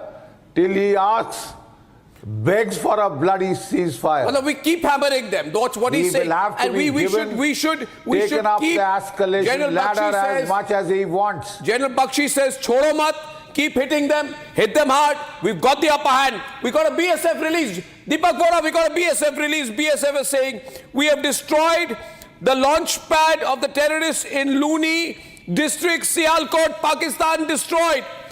And it has said that on 9th May 2025, about 2100 hours, Pakistan initiated unprovoked firing on BSF posts. We responded in commensurate manner, causing widespread damage to the posts and assets of Pakistan Rangers across the international boundary. And the terrorist launch pad, and this is the visual. Just look at that. आप दूर range से, this is a great zoom in shot, so आप clearly नहीं देख रहे. But I want to tell you, if at a distance of 70 to 80 kilometers you're getting this visual, complete destruction. Luni, Sialkot hit. Border Security Force of Bharat has hit Sialkot and completely destroyed that surrounding area, which is the terror launch pads. Good. So what has happened is, yesterday they were doing these pinpricks. Deepak Vora, today morning, mood alag hai. We have hit them really hard. We have hit them strong. We have hit them solid. We've hit them in different locations. We are hitting them in various locations. And the most important thing is, we've hit their morale. The Pakistani air marshals, the Pakistani generals, the Pakistani senior defense personnel, wo television mein ja rahe hain. Look at that visual. You can see the destruction there, sir. Huge. This is the Diwali morning as we hit the Pakistanis hard. Deepak Vora, General Bakshi says, abhi chodo mat, go for the kill. What do you think, sir? We are totally destroying key Pakistani posts, and we are tired of these drone attacks. Are we tired of these drone attacks on a daily basis? We need to hit them when it hurts. Deepak Vora, sir. Good morning.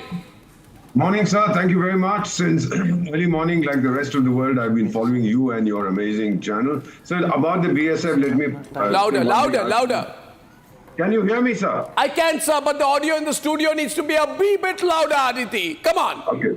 Okay, I'll speak as loudly as I can. Let me just say that I've been involved with the BSF very closely. They are not in the business of telling lies, sir, or making false claims. If they have hit, they have said so that they have hit. One other thing from a Foreign Service perspective, I'd like to point out that the American Secretary of State has not spoken to his counterpart in Pakistan or any of the political leaders. He has spoken to the army chief. This confirms that the politicians in Pakistan are what I would call collateral clowns. There's no point in talking to any of these fellows. The Pakistani air marshal who came on to say, stop, hum mein taakat nahi hai Bharat se panga lene ki. Hats off to you, sir. Sir, we are 2 steps away from the top of the escalatory ladder. The first step was when we hit the terrorist bases of Pakistan's sons-in-law. Then it came when they hit the next step was when they hit our military and civilian installations and we retaliated. And then, sir, we're at level 3, which is we are hitting them back where it hurts, like you rightly said. The next step will be all-out war. And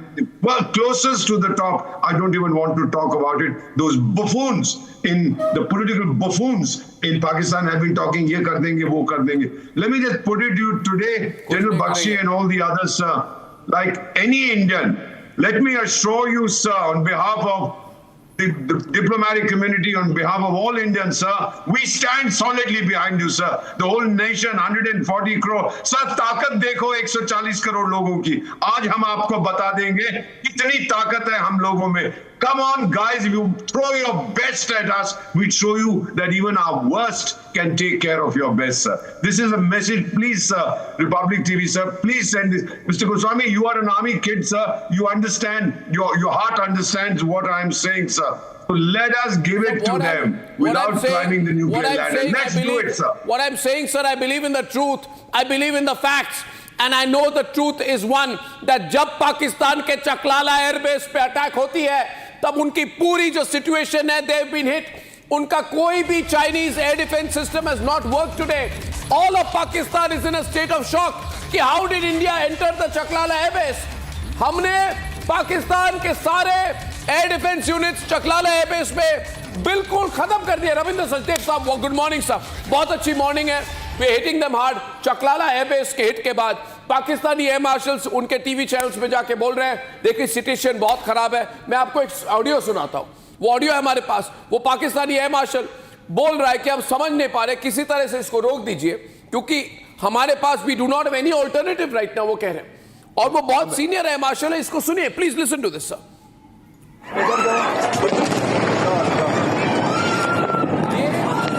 चुप हो ये Rawalpindi data बंद करो, सब कुछ बंद करो, सब कुछ बंद करो. Adjoining areas around Rawalpindi have been totally cleared there. पूरी वहां पे media is not being allowed. There have been calls made to several people. और उनके जियो न्यूज के एक एंकर है हामिद मीर, ये अभी प्रोपेगेंडा फैला रहे हैं कि हमको ज्यादा डैमेज नहीं हुआ है. But it's been a huge damage. It's been a terrible damage. Chaklala destroyed. Rawalpindi Airbase, sir. Good morning to you, sir. Rawalpindi Airbase completely destroyed. Nur Khan Rawalpindi destroyed. Rafiqui Shorkot destroyed. Murid Chakwal destroyed. And therefore, after these hits today, the situation in Pakistan has become very serious. वो कह रहे हैं we can't sustain this. What do you think, sir? Absolutely amazing, Arnab. And as you're pointing out, all three air bases have different extreme importance. Yes. The one is for the VIP flights, transport, etc. for the President, Prime Minister, or General in Pakistan Army, etc. Right? That has been taken out. The other one has a missile storage also. In addition to being an air base, that means there are missiles which could be loaded, and maybe the nuclear tipped ones are also there. So that's strategic one. And the third one which has been struck has their fighter aircrafts, which in case of a conflict with India will take off. That's their front line. So you see the strategic importance of each of these three targets. It's like you're chopping off the head of the command and control of Pakistan. Sir, the visual I'm showing there is of Rahim Khan Air Base there.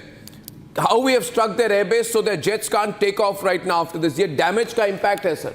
इसको closely देखा जाए. मैं Air Marshal Sanjeev Kapoor से कहूँगा, Air Marshal Sanjeev Kapoor, you are looking at the visuals, full frame please. Please establish the visuals. Rahim Khan Air Base, sir. This Rahim Khan Air Base, very important air base. Can you tell us the importance of this particular location? और damage आप देख रहे हैं, there is a huge crater on the runway. मतलब ये inoperational हो जाएगा अभी. It is already, see, it's in operation already. Air Marshal Sanjeev Kapoor sir, are you seeing the visuals, sir? Seeing the visuals. I'm not sure whether this is on the runway or on the side of the runway, but needless to say, this airfield is of extreme importance to their Air Force and their services, because all the important assets are based here and all their strike missions are launched from here. It is very close to their nuclear fissile material labs and other things, and it is in slightly in depth. So the Chaklala is very close to Kahauta nuclear reactor, and Rahim Yar Khan is a place from where all their strategic missions are planned to be launched. So, like the ambassador was just mentioning, that without saying anything, for each of these activities, India is sending a message. And if the leadership, the world leadership, the local leadership there is not understanding what we are saying, and it's all rap on the knuckles to say wake up, wake up, wake up at each stage. Now it is for them to understand that we have. No, they are making, sir. Their air marshals and generals are going on television. Their air marshals and generals are going on television कि कुछ कर दो, हमारे पास फौज नहीं है. They have not expected. General Bakshi, इन्होंने expect नहीं किया था हम इस तरह से attack करेंगे. They did not expect a massive attack. They thought this game will continue. The drone video game they were playing, they thought it will continue, but obviously it's not. By the way, Ajit Doval, along with all the 3 service chiefs, has just gone to South Block. There's a big meeting there. Next strategy being planned by Ajit Doval, 3 service chiefs, Prime Minister to be told after that. Prime Minister is fully in control of the situation right now there, and Pakistan is the Pakistani military, air marshals all pleading to their leadership to somehow stop this, pleading to their leadership, get China and America involved, get them to help us de-escalate, otherwise we are leading to disaster. Aishwarya bhi hai hamare paas live. Aishwarya, good morning. Aishwarya, what is your latest information? Well, absolutely. At this point of time, we have been clearly told that ever since last 2.5 hours, all the three chiefs have been in South Block. We have visuals of that, and right now, just few minutes prior, NSA Ajit Doval and few other senior officials of the Ministry of Defence and the intelligence system network have arrived in the control room in South Block. The meeting is on. The 3 chiefs have been there for last more than 2 hours now. We have those visuals with us as well. And now, just minutes prior, NSA and few other senior officials have arrived at the South Block. They are in the control room. That is what we are being told by our people, and they are right there as we speak, as India has hit 4 air bases and 3 jets of Pakistan. 4 air bases completely decimated, 3 jets, whether they are F-16s or the F-17, that confirmation needs to come. But 3 jets are down. They were all in Indian airspace, and 4 Pakistani air bases have been completely decimated in the last 6 hours. Now you know this, Aishwarya, that after we have hit these 3 locations in Nur Khan, Rawalpindi and Rafiqui, Shorkot, Murkat, Chakwal Air Base, वहाँ पे बहुत panic है. So they are saying that people are pleading that somehow India should slow down. But does it appear to you that the government of India is in a mood to slow down after what they have done yesterday? Not at all, not now. And it's not only about the Pakistani citizens. You have the Pakistani former air chiefs, Pakistani former air marshals coming out and pleading in their national media that please request, haath jod rahe ho. And they are requesting the Pakistani Air Force and the Pakistani Army to not to do this, because they are the ones who created Pakistani Air Force, and they are coming out in Pakistani people, in Pakistani media's front, and they are asking, requesting their own army not to do this. But India is not going to take a step back, especially what after Pakistan has done in the last 12 hours. We have intercepted 2 missiles over the Haryana airspace, both in Sirsa.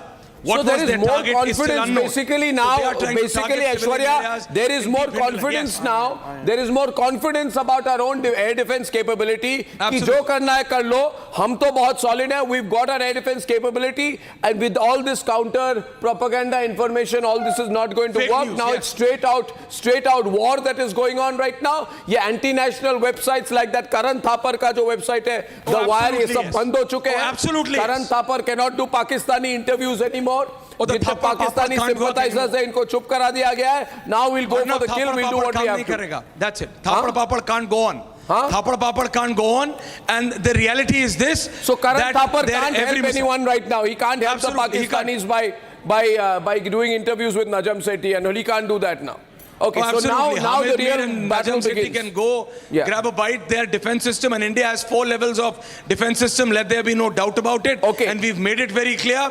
And the meeting which is on in the South Block, what we are being told that a very, very strong offensive is going to be activated, because what they've tried to do, they've tried to hit, though they failed, but our civilian locations, and this is something which India but they tried will not to hit our under civilian any locations. Aishwarya, the fact is they tried to hit our civilian locations. They tried to hit our ordinary people. They tried to hit women and children, and they failed. And they failed. Out of all their 26 drone strikes yesterday, only in Firozpur, 1 person got injured. That's all that happened. And that was is it. a defenseless Because they are not fighting the real man who war. got injured They are in- fighting the fake news war, Arnab. Yeah, Arnab, they are fighting the social media war. If you minutely analyze, they are not fighting the real war. They can't fight the real war. They said that, absolutely. They can't are fight the saying real that war our now Air Force- because we are hitting where it hurts. And where are we Yes. hitting? देखिए ये जो Chaklala airbase है, मैं 2 minute इसके बारे में बताना चाहता हूँ. ये Chaklala airbase is one of the most important airbases. Pakistan का सबसे इंपॉर्टेंट एयरबेस है from a military point of view.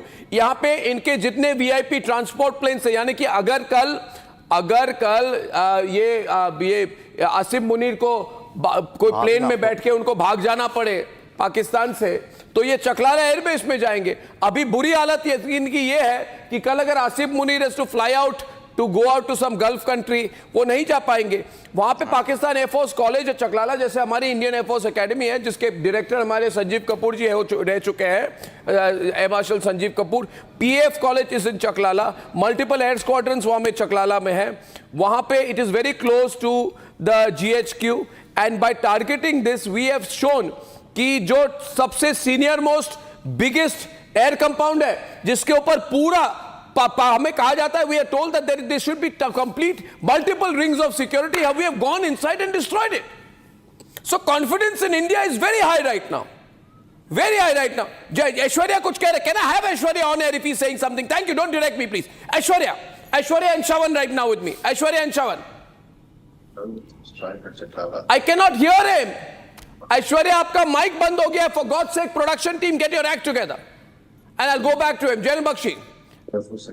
Jainal Bakshi. You know, Arnab, what we are witnessing. You need is to a show the visuals of the attacks RMA, last night, a production team. revolution in military affairs. Yeah, go on, sir. Go on.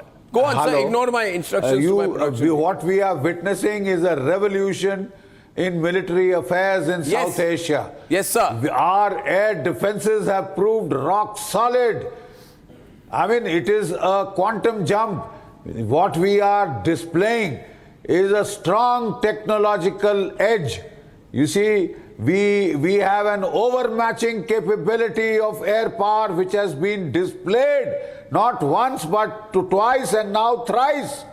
These explosions are testimony to the power of the Indian Air Force. Nabha, Sparsha, Deeptam, touch the sky with glory. Air warriors, go right ahead and bash them. All I can say today, Arnab, is I will quote Captain Vikram Batra, Paramveer Chakra, as he said, "Ye dil mange more." ये दिल मांगे मोर. Absolutely, absolutely. मुरीद airbase के बाद ये दिल मांगे मोर. Rafiqul airbase के बाद ये दिल मांगे मोर. चकलाला एयरबेस के बाद ये दिल मांगे मोर. भारत माता की जय. जय Hind. This is a beautiful situation that we are in, ladies and gentlemen. पूरी air superiority हमने दिखा दी है. We have shown complete and total air superiority, and the most amazing thing is, Deepak Vora ji, हमने अभी तक कुछ use ही नहीं किया है. Where Air Marshal Sanjeev Kapoor sits here on my programs totally confident. If you see his attitude, he's relaxed.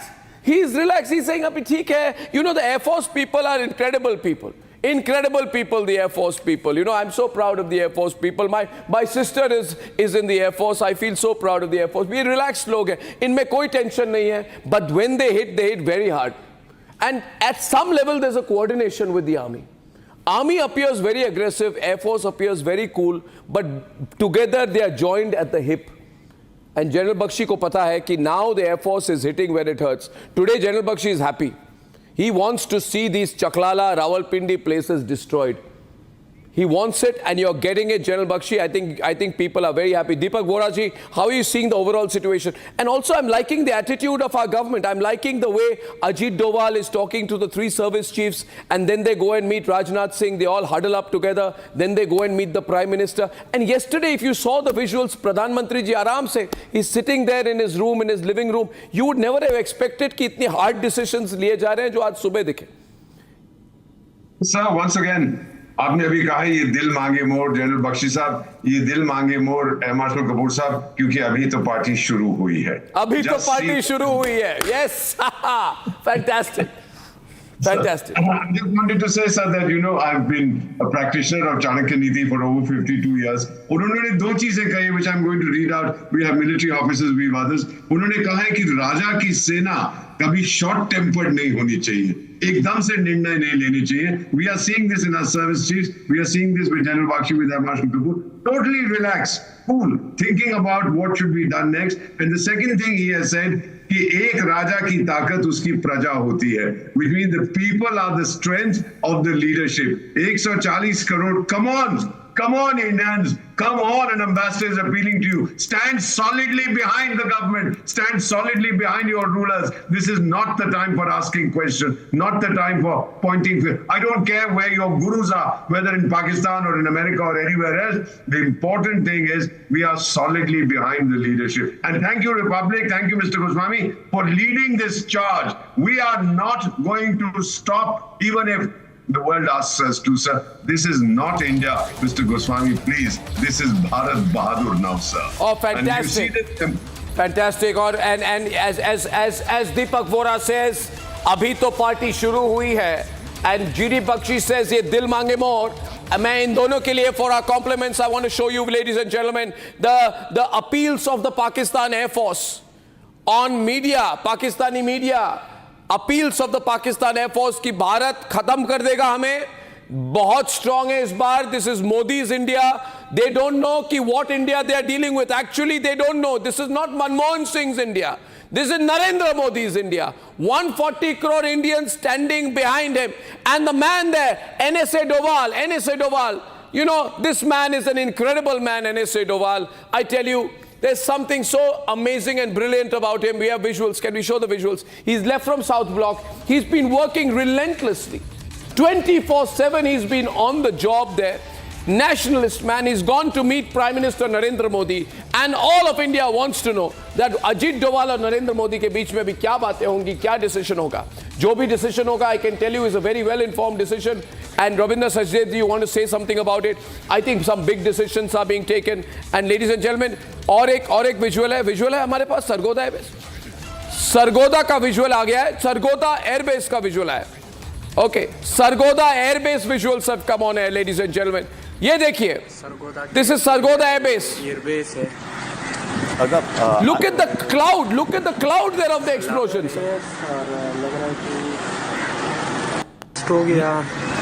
Another, Pakistanis are reporting different locations finished. जितनी भी censorship Pakistan करने की कोशिश करी है general Bakshi, all over social media visuals आ रहे. पाकिस्तानी ये विजुअल्स दिखा के कह रहे कि देखिए हमें मारा जा रहा है, अभी इंडिया को रोको, नहीं तो अभी तो एयर बेसेस है, इंडिया अगर बिगर अटैक कर देगा तो क्या होगा. सो ये सब all of this Pakistani social media में नहीं हो रहा है, मतलब डायरेक्ट लोग सर्कुलेट कर रहे हैं. General Bakshi, Sargodha airbase visuals, your response sir. Your response, can you tell us about the importance of this location, sir? Absolutely. Sargoda is one of the prime air bases where the F-16s are based. That is from where they take off. And I think in all probability, even the J-10Cs, the foremost the Chinese aircraft with Pakistan, are also based from there. And what you are seeing now, Arnab, once you gain air superiority, this is the process of destroying the enemy air. Right? This is not suppression of enemy air defenses, this is destruction of enemy air defenses. And once we have gained air superiority, then once we have command of the sky, that is when our formations will start rolling forward. Ladies and gentlemen, Pakistan. I want to... Pakistan, you ask for it, you will get it.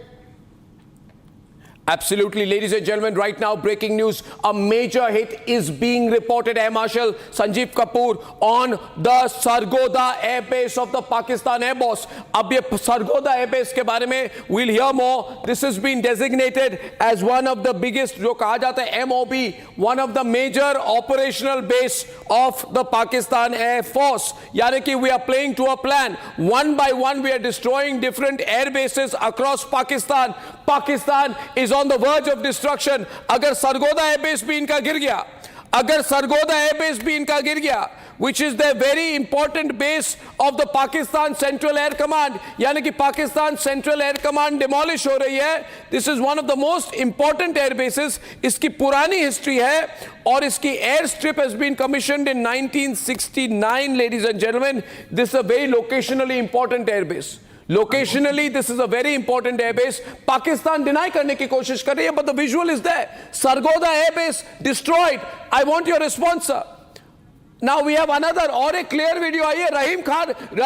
रहीम यार खान या whatever that name is of Pakistan Airbase, वो भी बिल्कुल destroy हो चुकी है. और एक visual हमारे पास आ रही है one by one, ladies and gentlemen. आप देखिए, this is the visual, earlier visual. रहीम यार खान destroyed. अब देखिए, now we have a better shot. पाकिस्तानियों देखो, look at this Pakistan.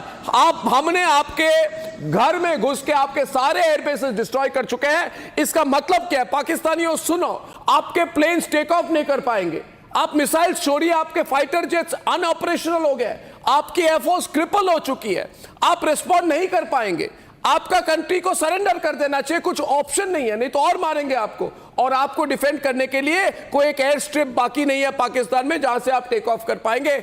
अब मैं जानना चाहता हूं from air marshal Sanjeev Kapoor की जो सरगोदा की सिग्निफिकेंस क्या है. Go back to Sargodha.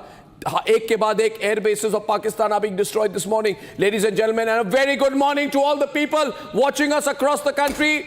Ladies and gentlemen, Sargodha Air Base, response, sir, from you, sir. How important is this latest hit? Sanjeev Kapoor, sir. Both the airfields, Rahim Yar Khan and Sargodha, are in the central command, and this is where they keep all their assets. And this is very close to the nuclear facilities in case of any hostilities which escalates and they wish to. So they have kept these things in proximity. Now, India, by its own way, is sending a message across to them that we know what to hit, when to hit. So you please be aware. Now, for benefit of your viewers, the runway repairing process typically is just about 8 to 10 hours. So I'm sure at this stage the enemy would be working to get their airfields going. They would be getting to get the services going. It will take time. But the inputs which I'm getting is that they are stuck. The air bases from where drones have been also being launched each night.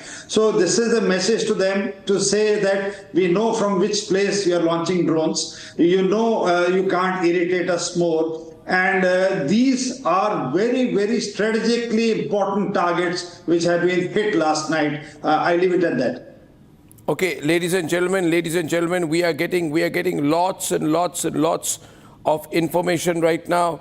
And now we have a Rahim Yar Khan Air Base visual from southern Punjab, which has also come in. Time for some quick analysis out there. Summer is coming back with us. Ravinder ji, aapko kya lag raha hai, sir? What are you thinking? Jo latest information aa rahi hai, we are going after their specific air bases now, and we are doing it quite successfully. What's the plan, sir? Absolutely. I mean, as we were talking earlier, it's like cherry picking. You made a priority list कि सबसे पहले high value, bulk impact कहाँ होगा, strategic impact कहाँ होगा. Take that out. VIP moments restricted or handicapped. Right. Missile storage, airbase, stuck. Fighter jets were placed in case of conflict with India, stuck. Yeah. Proximity to nuclear assets, stuck.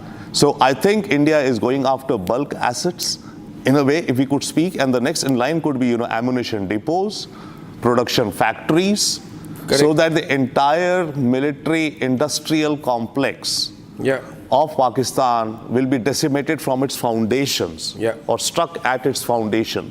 Quickly, I want to add one more thing on the previous topic we were talking about, PM Modi and NSA Doval and how calm they look and all. I was reminded, there's a term known as, of course you would and many would know, duck diplomacy. A leader has to always be calm. Relax. Like a duck on the top. But beneath, in the water, it's paddling. It's working hard. Very hard. Very hard.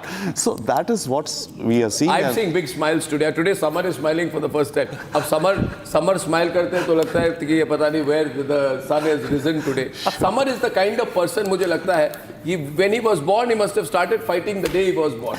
He's the kind of person, first time he's smiling today. And aaj Air Marshal Sanjeev Kapoor bhi smile kar rahe hain, but not General Bakshi. General Bakshi is still not happy. He wants a bigger hit out Pakistan. General Bakshi, The 9 minute mein we have a special briefing, sir. You will be happy, I can tell you. In 9 minutes, put the countdown on, please, ladies and gentlemen. Samar, what are you hearing? Samar. Now, the thing is that the cat is out of the bag. What do you mean? What do you mean cat is out of the bag? Breaking tickers below and the countdown clock. Quickly, thank you. Yeah. The Pakistanis' main priority is right now our missile bases and our ammunition bases.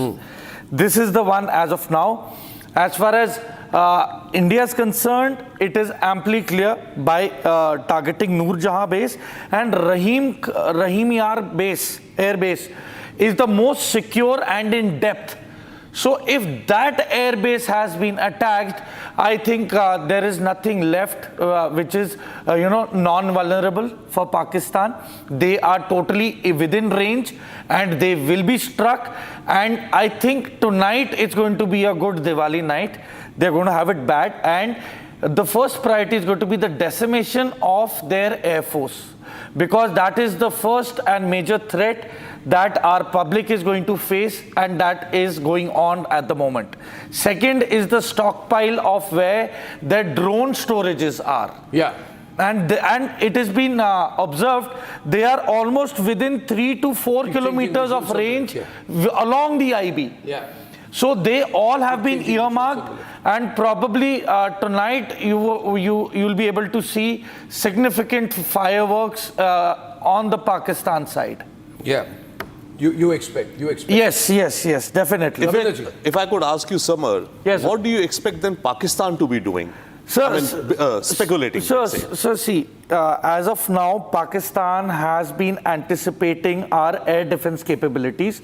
They are going to push our air defense capabilities more to the brink, because they are wanting desperately to penetrate through the air defenses to reach Delhi, which they have failed to do so. I tell you one thing, at the end of the day, they made 3 unsuccessful attempts. General Bakshi, 3 unsuccessful attempts. Will they try the same formula, or will they try something different? And I think that now we should not wait to see what they do. See, we keep saying we will move up the escalation ladder if they do. We will move up the escalation ladder if they do. Agar wo karenge, hum karenge. Unhone to kar diya abhi. Now I think it should be our part. I don't think there should be any looking back, General Bakshi. Now we've got them. We've destroyed their air bases. Absolutely. Or should we? One more option is that we destroy their air capability a little bit more before we go in. The other option is that we wait, or destruction kare, or air bases destroy kare. The first step. Go through the western border, more air bases. There are about 7 air bases we can finish if we want. Finish that off and then hit them. What do you think, sir? General Bakshi, what is your view? Arnab, this is precisely what we were clamoring for last night. Don't keep, letting them do these pinpricks with their drones. Hit them back hard, destroy them. Escalation has 2 components: vertical escalation, horizontal escalation. He's already done horizontal escalation by spreading his efforts all along the western front, 2,000 plus kilometers from Srinagar, Avantipura down to Kutch. He's been trying to penetrate our airspace. Yes, sir. The miracle, the revolution in military affairs is the strength of our integrated air defense. Yes, sir. Layered integrated air defense with the S-400s, the Akash 1, Akash 2, the MR SAMs, the long-range SAMs, the Barracks. They've decimated all attacks. Our percentage ranges from 99 to 100%. We've sort of almost outstripped Israel in the power of our air defense. This is the India Dome that you are witnessing. And they can't penetrate, and we keep hitting every time. You said last night go for it. You said last night go for it. Last night I saw a very restless General Bakshi. Last night the whole country was very troubled because they saw a person they loved, General Bakshi, getting very, very upset, and he was getting very stressed yesterday. Last night we were all, we saw you in a different frame of mind. Today you're saying go for it. You're saying go for it. And you know Ajit Doval very, very well. Absolutely. Arnab, I have had the privilege of working with Shri Ajit Doval Kirti Chakra for 3 years. I've seen him very close, very close. He's a devout nationalist. He's a total nationalist at heart, and he's a brave man. You see, we fight in the army in companies, battalions, brigades, large size companies, large size formations. To be behind enemy lines for 7 years almost. Behind enemy lines, that's what he got the Kirti Chakra for. Yes, sir. Incognito, that is facing the danger of torture, of death, and worse. And worse if you get caught, right? So he's a field man, he's a field operator, he's not a desk warrior. That is what we like about him in the military. He's got guts. He's got guts. He stays cool. Yeah, and he delivers. And he's aggressive. Yeah, okay, we're getting a kind of briefing, but I just want to say that, see, we have a live frame. We have a live frame from the MOD. All these Pakistani air bases, we know exactly. I'm just showing this. मैं ज़्यादा नहीं दिखाऊंगा. We know all their air bases. Now I can't show this for long. Every air base, this is confidential. Every air base of theirs is within our knowledge. Every single air base of theirs, we know. And now we are preparing for a press conference. I think there's been a big screen which has been put up there. And I think it's going to be a very, very, very big press conference today. General Bakshi, Air Marshal Sanjeev Kapoor. Rabinder, what are we expecting today, Rabinder Sachdev ji? What are we expecting today? Aaj ki press conference mein, I think there'll be a different tonality. There'll be more information which is going to be given. And also, aaj subah ki press conference hai, kal dopaher ki thi. Well, absolutely. I mean, one cannot say, but I can comment from one perspective. The one aspect we were seeing was that calm leadership, working hard and delivering results. Absolutely. That's been one tone. The other thing has been these press conferences.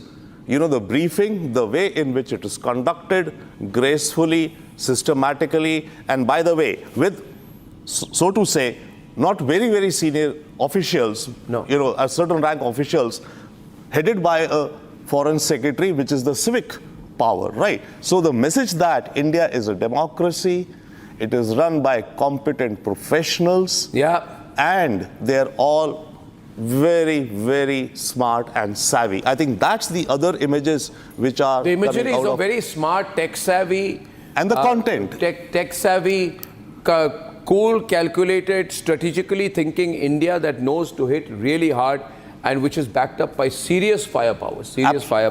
All Pakistan air bases are already earmarked. And by the way, we have all the Pakistani air bases earmarked. We in fact have, I can't share much out here, but we have, I've just been told by my sources, we have latest details of their deployments, their transport crew, their fighter jets, the placement of their personnel, the individual locations where they are moving, their air battalions, the response, what they have done in the last 12 hours, and present real-time movements. The great thing is that we are sitting, General Bakshi, as you very well know, on great human intelligence. You see, the Pakistanis are sharing a lot of information with us. So we know everything about, we've tracked them down, General Bakshi. We've tracked them down. Human intelligence is very strong, General Bakshi. Yes, they are.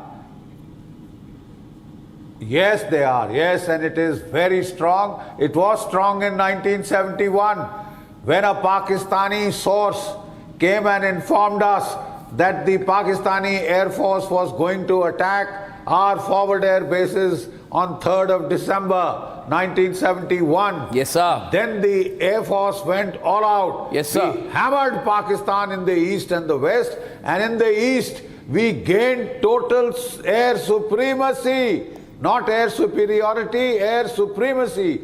We used our retarder penetration bombs to crater all their runways. Their Air Force couldn't take off. Most of it was destroyed on the ground. And once the skies were open, once we dominated the skies, our army columns, our tank columns went in bumper to bumper, and we penetrated 550 kilometers inside Pakistan, 550 kilometers to the capital city of Dhaka. The tricolor was fluttering in Dhaka, and the largest surrender after the Second World War. Largest surrender after the Second World War took place with 93,000 prisoners of war. A new nation state was created with the force of arms. 1971, Bangladesh. 2025, Baluchistan. Baluchistan. Baluchistan. That's what we want. Ye Baluchistan. Mange more. That's the India. General Bakshi, I love your spirit, sir. I love your spirit. I love you, sir. I love you. Don't worry. You know that. We are going to, Pakistan will pay back for the attack on a Gurdwara. Pakistan will pay back for the attack on 13 civilians that it killed in Punch. This is the response to their coward drone attacks, and it is coming. Now, ladies and gentlemen, they attacked the Shambhu temple.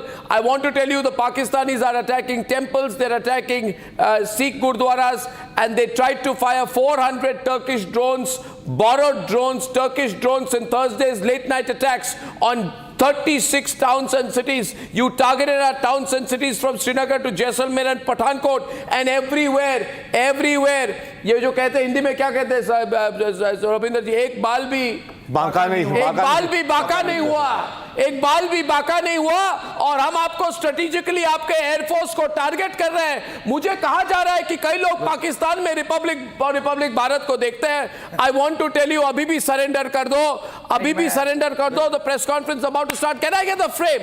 Can I get the frame, ladies and gentlemen? The Indian Army's strategic advancements have rendered as of now a large part of the Pakistani Air Force effectively unarmed. They have been critically exposed to us. इसको कहते हैं critical weakness in their air defense systems. इनके जो much touted HQ-9 missile,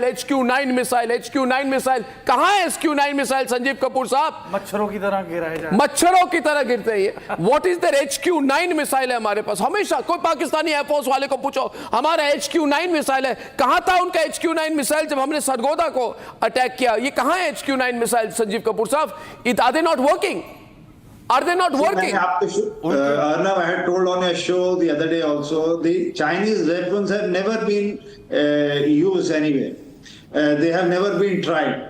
And Chinese would also be watching this very closely, because if they have to prepare for attack at Taiwan or some other place where they're going to use these weapons, the Americans would also be watching very closely on the outcome of these utilization of these weapons. How their JF-17s, how their PL-15, PL-10 missiles, how their HQ-16 and HQ-9 air defense systems. So we have used state-of-the-art kamikaze drones to take them out. And the warfare, if you have seen, has gone to another level. This is no more a conventional war that we are fighting. The Pakistanis do not fight and prepare for a conventional war because they know they cannot win against India. So India has also changed the tactic this time, and a lot of things have rubbed off from Israel-Hamas conflict, wherein the drone attack and these kind of things, utilization of nagging kind of pinprick kind of warfare goes on, and we are seeing some trailers of these in this conflict. Yeah, absolutely. But you know, the big thing is that this Mushaf Air Base in Sargodha, General Bakshi, Mushaf Air Base in Sargodha कहा जाता है, इनके combat commander school वहाँ पे है और कई range है. इनके मिराज का स्काईबोल्ट्स फॉर्मेशन है, F7 का डैशिंग्स फॉर्मेशन है और JF-17s का ड्रैगन फॉर्मेशन है. And all these formations are now crippled because of this particular attack. इधर F-16s है, Falcon 20s है, Alouette helicopters है, और this is basically मतलब सरगोदा अगर हिट हो गया, it will have a very major, it is nodal airbase है सर. अगर सरगोदा हिट हो गया तो it is a very nodal airbase. In war terms, what happens, sir, General Bakshi? You know, Arnab, like I said, this, Pakistan was under the very mistaken notion that nuclear deterrence had absolutely closed all space for a conventional war. I mentioned something. Right? That they could keep on escalating at the terrorist level, sub-conventional level. What India has done is, we have widened the space for a conventional war. Yes. Lethal than this. Very good analysis, sir. This is the first stage. You are setting the stage for a major ground offensive. You are setting the stage for a major ground offensive by gaining command of the skies so that your air force can fly at will, bomb at will, anything that moves. Yes. Anything that moves in Pakistan hereinafter will be vulnerable. I would reckon they might give it 1 or 2 more nights of this bombing, this destruction, and we would have gained air superiority in the sectors that we want to go in. Pakistan, now you asked for it. You are getting it, and don't worry. We will see it to the end now. There's a red alert in Pathankot, red alert in Pathankot. We're told there's a red alert in Pathankot and the CRPF information, breaking news visual bhi hamare paas hai. What they tried to do is that they have tried to target a hospital inside the CRPF center. This has happened in Bantalab area of Jammu. Bantalab area, Jammu, the projectile landed close to a hospital near the CRPF center. Patients had a narrow escape. This is what their Pakistanis are doing, viewers. ये हम उनके airbase को target कर रहे हैं, वो हमारे hospitals को target करने की कोशिश कर रहे हैं. But they could not, and all the patients are safe. Very happy to inform you, all the patients are safe. Pakistani projectile landed in this particular area. This is Bantalab area of Jammu, targeted by Pakistan. But that is the situation right now. So we are seeing a lot of ineffective hits. At some point of time, इससे global embarrassment भी होगा पाकिस्तान के लिए. रविंदर जी, ये क्या कर रहा है Pakistan? What are they doing? That's what I was just thinking. You see, they would be notionally targeting logically Indian Army locations, right? ठीक है, उनको लग रहा है हमने paramilitary location target किया. Civilians को मार के उन्हें फायदा नहीं, but they want to degrade our military capabilities, so rationally they should be targeting them. अगर ये civilian areas में गिर रहे हैं, that means these devices, these weapons are ineffective. इनकी guidance systems ठीक नहीं है, या हम जैम कर दे रहे हैं उनको, jamming हो रहा है, warfare हो रहा है, right? I think what could have happened, I think what could have happened is, what could have happened, जो मुझे कहा गया, is that because they were using all these what is called loitering munitions, the fact of the matter is that we have got a lot of the debris yesterday. We have analyzed the debris. Our Indian technology, Indian scientists are very superior. और ये 5 minute का काम है for Indian technologists. हम reverse engineer करके we know how to jam their equipment.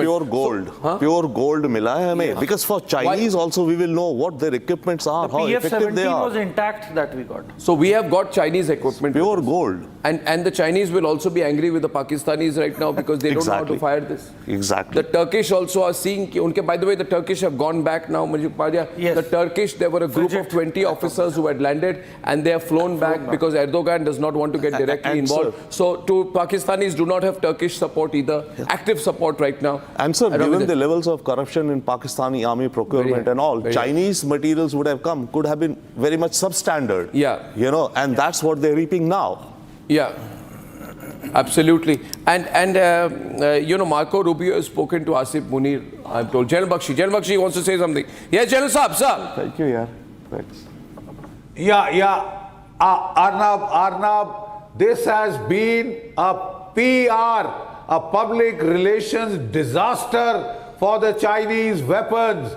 They have a huge export market. They are exporting all over Asia and also to Africa and other countries. Now this is a disaster. No wonder they were not giving their frontline equipment to Pakistan. They were giving them the export versions because they were worried they would lose their crown jewels if they gave them to an incompetent, useless Pakistan. The Chinese are so irritated with Pakistan that they were saying you can't defend our assets in passing via Baluchistan along the CPEC, so we will use our own troops. That was their level of frustration with Pakistan. They backed the wrong horse in South Asia. Even now I would ask them, appeal to them to correct their orientation. They were trying to use Pakistan as a cat's paw against India. I'm sorry, cat's paw will be in tatters very soon. You betted on the wrong horse in South Asia. Even now, please desist.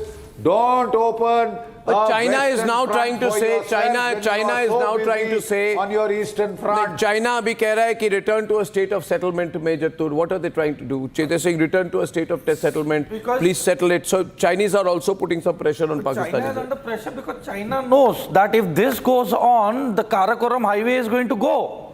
It's going to go. It's going to create catastrophic consequences if Pakistan doesn't stop. We can do that. We can do that, and we can take the area of Karakoram highway. End of story. Yeah. End of story. It's over for the CPEC. Yeah. CPEC can be finished. It can be finished if we take over the Karakoram. And we would have the moral, General Bakshi kuch keh rahe hain, General Bakshi first. We would have the moral justification for that also. Yes, General Bakshi. Absolutely. China is getting nervous now. Once we have gained air superiority, the way is open for us to go get POK. The way is open for us to help the Baluchis by an offensive in the desert sector or the semi-desert sector. Now the pathways are being opened, Arnab. I am getting a sense of deja vu. We saw it in 71, Pakistan being broken into two. And if Pakistan does not watch out, it is heading for a breakdown into 5 splinters. I keep repeating this. Sindhu Desh, Baluchistan, the Pashtun areas, and West Punjab and Sairekia. These are the 5 fault lines in Pakistan, ethnic fault lines, along which when you put pressure, Pakistan will splinter. We military men were begging the government to please do it. Do it now. Finish this problem once and for all. And I'm so happy today, so relieved as a soldier. Arnab, whenever I see Indians dying, Indians getting killed, it boils my blood. It boils my blood. When they kill 10 innocent Sikhs in Punch, hit their Gurudwara, it boils my blood, Arnab. No, we have to, sir. I know it does, sir, but we have to be patient. The visuals on the screen, please, ladies and gentlemen. Is that Shawan? Who's there live with us from the news desk right now? Those pictures, that is from Jaisalmer. We got a soundbite also. Let's hear. Audio. जल्दी RI साहब पूनम सिंह जी और हम दोनों यहाँ मौके पर पहुँच गए। यहाँ पे शकूर खान के खेत के में और घर के अंदर बम गिरा है और यहाँ पे पूरे खेत के अंदर टुकड़े बिखरे हुए, लेकिन कोई हताहत होने की कोई खबर नहीं है और ना ही कोई नुकसान हुआ है। जनहानि नुकसान नहीं हुआ है। क्यूआरटी पुलिस पहुंच चुकी है। हाँ, आर्मी और पुलिस प्रशासन बाकी मौके पर। From Pathankot, can we run the visuals, latest visuals from Pathankot, and what is the information there? I will need someone to quickly tell me. There's someone live who can tell us about the drone interception in Pathankot. Lalit, drone interception in Pathankot. Please, Samar, 1 minute, you're on it. Pathankot, Lalit.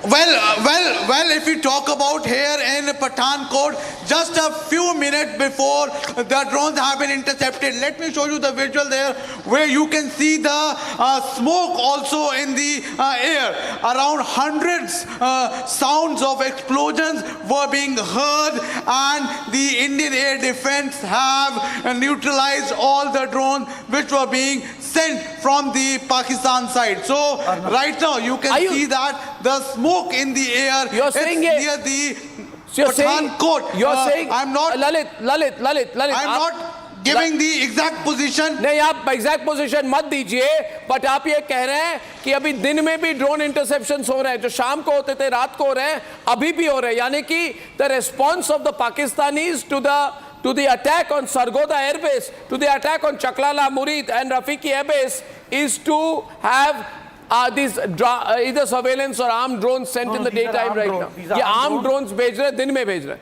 I want to tell the audience. Please. I want to tell the audience that these are Songar drones. These are Turkish drones. In drones के अंदर small arms fit होता है. with 5.56 ammunition. तो basically इनका overall range 10 kilometre है, तो जाहिर सी बात है कि ये आईबी से लगभग पाकिस्तान वाली साइड 2 किलोमीटर या 3 किलोमीटर अंदर से ये ड्रोन्स को भेज रहे हैं इंडिया में ड्यूरिंग डे टाइम, और इन ड्रोन्स में बॉम्ब भी लगे हुए और वेपन भी लगे हुए। करेक्ट। तो मैं पब्लिक को यही बोलूंगा, जैसे ही आप ये ड्रोन देखें, आप घने पेड़ों के नीचे आड़ ले लें। थैंक यू समन, कोई इतनी पैनिक करने की कोई जरूरत नहीं है। ड्रोन्स हैं, इनको तो हमारी एयर डिफेंस आर्टिलरी खत्म कर रही है, ये आगे नहीं बढ़ पा रहे। ठीक है, कुछ नहीं होगा इनका। लुक एट द, एक ड्रोन इनका सक्सेसफुल नहीं हुआ, यानी कि इनका this is the last move. And they should give the drone debris to the nearest police station. Drone debris हम ले लेंगे, टेक्नोलॉजी हम ले लेंगे, फिट करके ड्रोन को नीचे लेके जैमर्स लगाने का सिस्टम कर देंगे। और यू नो रीजन व्यूअर्स, ये ड्रोन्स जो हैं, why this are being so successful. ये लेटेस्ट वीडियो रावलपिंडी की, can we show the latest video in Rawalpindi full frame? ये देखिए, skies are ablaze in Rawalpindi, ladies and gentlemen. There Indians have hit very very strongly, और ये video, और ये काफी heavy blast हुआ है। ये अभी एक दूसरा ब्लास्ट भी हुआ है हमारी ये नूर खान एयर बेस पे ही, और बहुत तेजी से ये एक और अटैक हुआ, और ये आप लोग देख सकते हैं कि कितना ये काफी ज्यादा हुआ है। ये भी सेकंड ब्लास्ट हुआ है, और ये काफी हैवी ब्लास्ट हुआ है।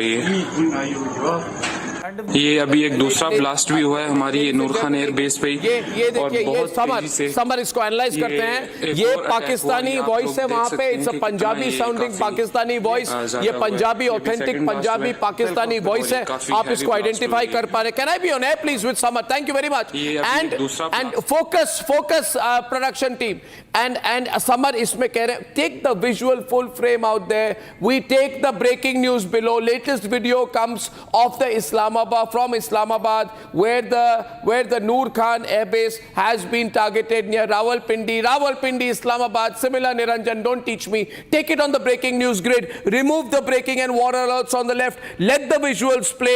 Put it on the grid and put Samar and me on the right-hand side in 2 small boxes. Thank you very much. And put the tag on top so people realize where this is from. And let's be faster. The Punjabi voice out there says very clearly, ये बहुत बड़ा, और उन्होंने कहा ये दूसरा देखिए दूसरा ब्लास्ट हुआ है, यानी कि 2 ब्लास्ट हुए। yes. हमारे पास पहला एक था। Now we have proof that there have been 2 hits. That means this is proof there has been a double hit in the Rawalpindi base. बहुत डैमेज हुआ होगा। I mean, डबल हिट किया है हमने। They have JF-17s here. Double hit on the base. They have JF-17s here. My God. They have a few F-16s placed here. I know that. और ये in depth है। ये गहराई में है पाकिस्तान के। And this was one critical airbase जहां पे न्यूक्लियर एसेट्स जो पाकिस्तान के, उसके न्यूक्लियर एसेट्स को प्रोटेक्शन के लिए यहाँ पे लेटेस्ट इनके एयरक्राफ्ट्स हैं और कम्युनिकेशन। ये चकलाला है। यस, ये चकलाला है। नो, दिस इज नूर जहान एयरबेस। नूर जहान है। This is in Noor Khan airbase. This is in depth. Noor Khan airbase जो है वो चकाला रावलपिंडी है। यानी कि रावलपिंडी एयरबेस में we have proof proof emerges. Republic gets proof of double hits on Pakistani critical airbase in Rawalpindi, destroyed, ladies and gentlemen. Pakistani journalists have captured, I can't reveal the identity of course, but Pakistani journalists have shared with Republic. Pakistani sources and stringers have shared with Republic the attack, a double hit on the Rawalpindi airbase. I'm grateful to those people in Pakistan जो हमको support कर रहे हैं इसमें, क्योंकि there are many people in Pakistan who are supporting Republic, saying हमारे देश में से ये पाकिस्तान आर्मी को खत्म करो, निकालो। पाकिस्तानी हमें कह रहे हैं पाकिस्तान आर्मी ये नाकाम आर्मी है, ये बेहाल आर्मी है, और इन्होंने हमें चूस कर पैसे की हालत ऐसे कर दी है कि $1 बिलियन के लिए बेइज्जती होती है हमारे इंटरनेशनल लेवल पर, then we get the money. So we are getting a lot of support and therefore thank you to the Pakistanis who are supporting us. General Bakshi आप देख रहे हैं, दिस इज नाउ बिकमिंग, हमारे पास प्रूफ है रविंदर जी, double hit general Bakshi के बाद double hit हुआ। रविंदर जी double hit है, इस्लामाबाद वल्नरेबल हो गया। Exactly. So the point is, हमने जो पहले अटैक करा होगा, for example like Harop missile से, राइट जी, disabled their air defence systems of that airbase. Okay, अब वो इनइफेक्टिव हो गया। Now perhaps we'll send the bigger payload to destroy the infrastructure more flattened, right? With the first one you made them incapable of responding, right, with a smaller drone. How will they respond if we were to hit Rawalpindi today? वो क्या करेंगे? They'll get the Air Force come in. They'll be. The last step would be they'll start rolling the tanks. The last step. That would be the last. But then drones are going to counter the tanks. Oh yeah, drones and our air. See, this is now General Bakshi also wanted to say. See, one thing I want to also share with you is we are seeing double hit in Rawalpindi, Nur Khan Airbase hit, and I think what we have done is very, very good. And I think the whole country, ladies and gentlemen, should stand strongly behind the leadership of Prime Minister Narendra Modi, who is showing remarkable courage. The Prime Minister is showing remarkable leadership, remarkable strategic foresight. And what is incredible about the Prime Minister is he's showing decision-making ability. Ladies and gentlemen, with full security, Rajnath Singh there on the move. On the move, someone entering Rajnath Singh's house. I think it's the Chief of Defence Staff or the Army Chief. Full security outside Rajnath Singh's house. Ladies and gentlemen, full layer of protection under these walls, behind these armed guards, behind the sheets of security. Rajnath Singh, ladies and gentlemen, is meeting the Chief of Defence Staff. Very big meeting going on there. Very big meeting going on in the heart of Delhi. And now the press conference has started. Let's go live. Let's go live. Let's go live. We are going live right now. MEMOD press conference. Vikram Misri is about to start. Appears to be a prepared statement. Good morning, ladies and gentlemen. I welcome you to this press briefing by Foreign Secretary Shri Vikram Misri on the ongoing developments around Operation Sindoor. We are also joined by Colonel Sophia Qureshi and Wing Commander Vyomika Singh for this briefing. With that, sir, the floor is over to you. Thank you. Indeed, good morning. Namaskar. Sorry to keep you all waiting. जैसा कि हम पिछले 2-3 press briefings में भी बता चुके हैं, ये पाकिस्तानी गतिविधियां हैं पिछले 2-3 दिन से जो एक एस्केलेटरी तौर पे देखी जा रही हैं और प्रोवोकेटिव तौर पे देखी जा रही हैं. I've said on numerous earlier occasions, it is Pakistani actions that have constituted provocation and escalation. In response, and I repeat, in response, India has defended and reacted in a responsible and measured fashion to these provocations and these escalations by the Pakistani side. Earlier this morning, we saw a repeat of this escalatory and provocative pattern, and I'll invite Colonel Sophia Qureshi and Wing Commander Vyomika Singh to update you on the developments since early this morning. Colonel Qureshi. Thank you, sir. Namaskar. Pakistan सेना ने पूरी पश्चिम मोर्चे पर लगातार आक्रामक गतिविधियां जारी रखी. उसमें यूकैप drones, long range weapons, loitering munitions और लड़ाकू विमानों का उपयोग कर भारतीय सैन्य ढांचे को निशाना बनाया. नियंत्रण रेखा पर भी ड्रोन घुसपैठ और भारी कैलिबर हथियारों से गोलाबारी की. अंतर्राष्ट्रीय सीमा और एलओसी पर श्रीनगर से नलिया तक 26 से अधिक स्थानों पर हवाई घुसपैठ के प्रयास किए गए. भारतीय सशस्त्र बलों ने अधिकांश खतरों को सफलतापूर्वक निष्क्रिय किया. फिर भी वायु सेना स्टेशनों पर उधमपुर, पठानकोट, आदमपुर और भुज बठिंडा स्टेशन, इन सब पर उपकरण व पर्सनल्स को हानि पहुंचाई. मैं ये भी बताना चाहती हूं कि पाकिस्तान ने हाई स्पीड मिसाइल सुबह 1:40 पर इस्तेमाल करके पंजाब के एयरबेस स्टेशन को दागने की कोशिश की. एक निंदनीय और अनप्रोफेशनल एक्ट के तहत पाकिस्तान ने श्रीनगर, अवंतीपुर और उधमपुर के वायु सेना अड्डों पर चिकित्सा केंद्र और स्कूल परिसर को निशाना भी बनाया, जिससे उसके द्वारा सिविल इंफ्रास्ट्रक्चर पर हमला करने की गैर जिम्मेदाराना प्रवृत्ति फिर उजागर हुई. पाकिस्तान द्वारा सैन्य ठिकानों को जानबूझकर निशाना बनाने के पश्चात भारतीय सशस्त्र बलों ने त्वरित व सुनियोजित जवाबी हमले किए. Technical installations, command and control centres, radar sites और हथियार भंडार को चुनकर निशाना बनाया गया.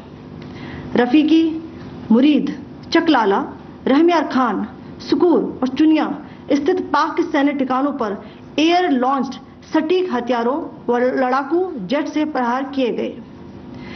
पसरूर स्थित रडार साइट और सियालकोट का एविएशन बेस भी प्रिसीजन एम्यूनिशन से टारगेट किए गए। इन कार्रवाइयों के दौरान भारत ने कम से कम कोलैटरल डैमेज की क्षति सुनिश्चित की। चिंता का विषय यह रहा कि पाकिस्तान ने लाहौर से उड़ान भरने वाले नागरिक विमानों की आड़ लेकर अंतर्राष्ट्रीय हवाई मार्गों का दुरुपयोग किया ताकि वे अपनी गतिविधियां छिपा सके। ऐसी चालों ने भारतीय वायु प्रतिरक्षा तंत्र को नागरिक सुरक्षा सुनिश्चित करते हुए अत्यधिक संयम के साथ कार्य करने के लिए विवश किया। साथ ही साथ पाकिस्तान ने मिस इन्फॉर्मेशन का सहारा लेते हुए आदमपुर स्थित S-400 प्रणाली, सूरतगढ़ व सिरसा के हवाई अड्डों, नगरोटा के ब्रह्मोस बेस, देहरागिरी के तोपखाना पोजीशन तथा चंडीगढ़ के अग्रिम गोला बारूद डिपो को नष्ट करने के झूठे दावे सोशल मीडिया पर फैलाए। भारत इन फॉल्स नैरेटिव्स को पूर्णतः खारिज करता है। नियंत्रण रेखा पर पाकिस्तान ने ड्रोन घुसपैठ और भारी तोपखाना गोलाबारी के कई प्रयास किए। कुपवाड़ा, बारामूला, पुंछ, राजौरी और अखनूर सेक्टर्स में तोप, मोर्टार एवं हल्के हथियारों से भीषण गोलाबारी जारी रही। भारतीय सेना ने प्रभावी व तुलनात्मक प्रत्युत्तर देते हुए पाक सेना को काफी क्षति पहुंचाई।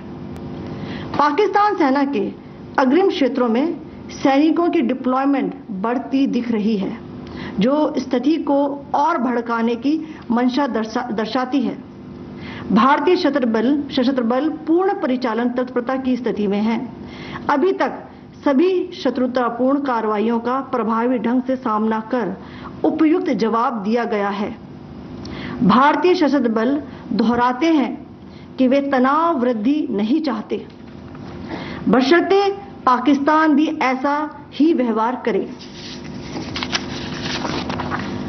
आखिर में आपको कुछ वीडियो दिखाना चाहती हूं जहां पर इंडियन आर्मी के वेपन्स LOC पर पाक के एसेट्स को ध्वस्त करते नजर आ रहे हैं।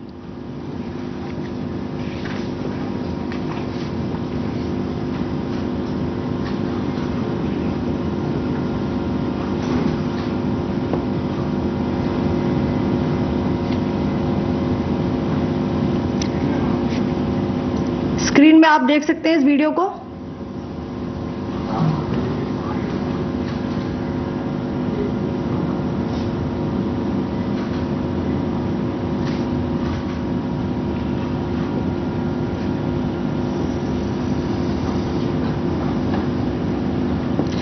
धन्यवाद। जय Hind.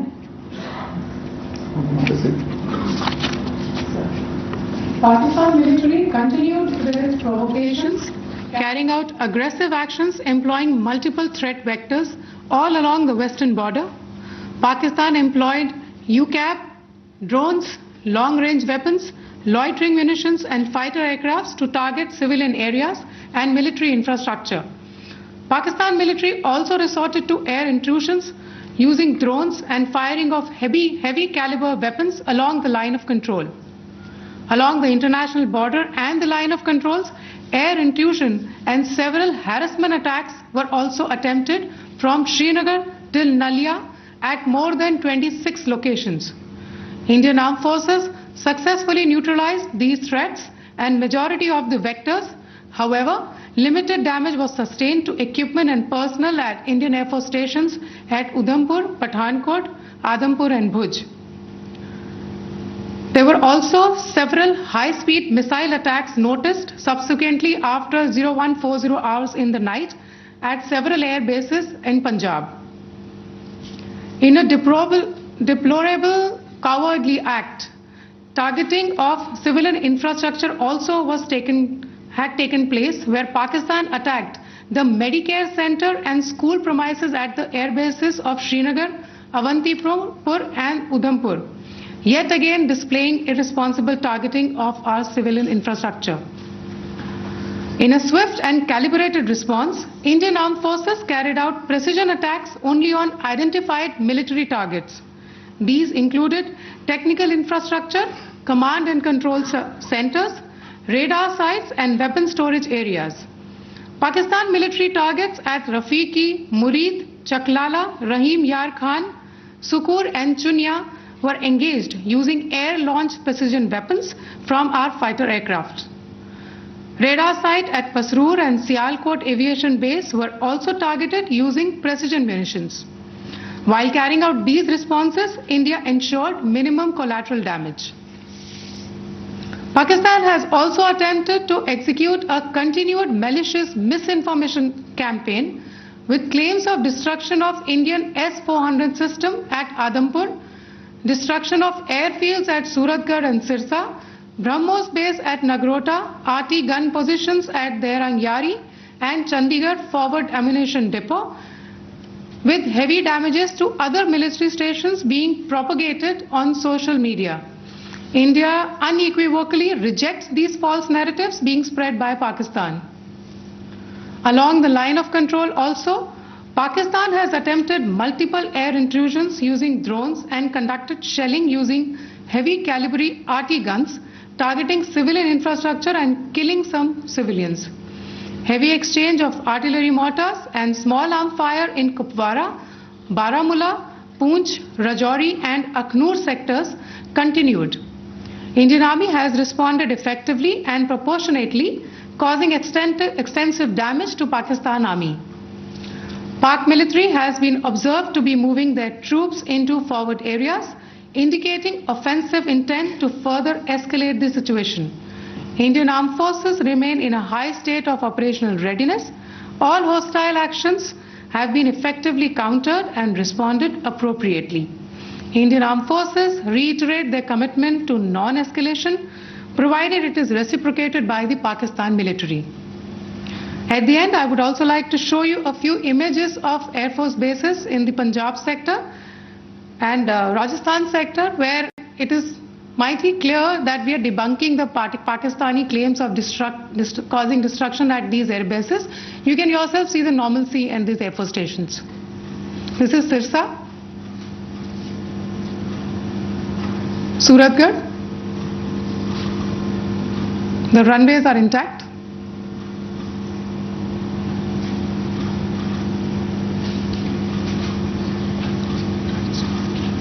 There are also time stamps, just notice, they are also time stamped. This is today.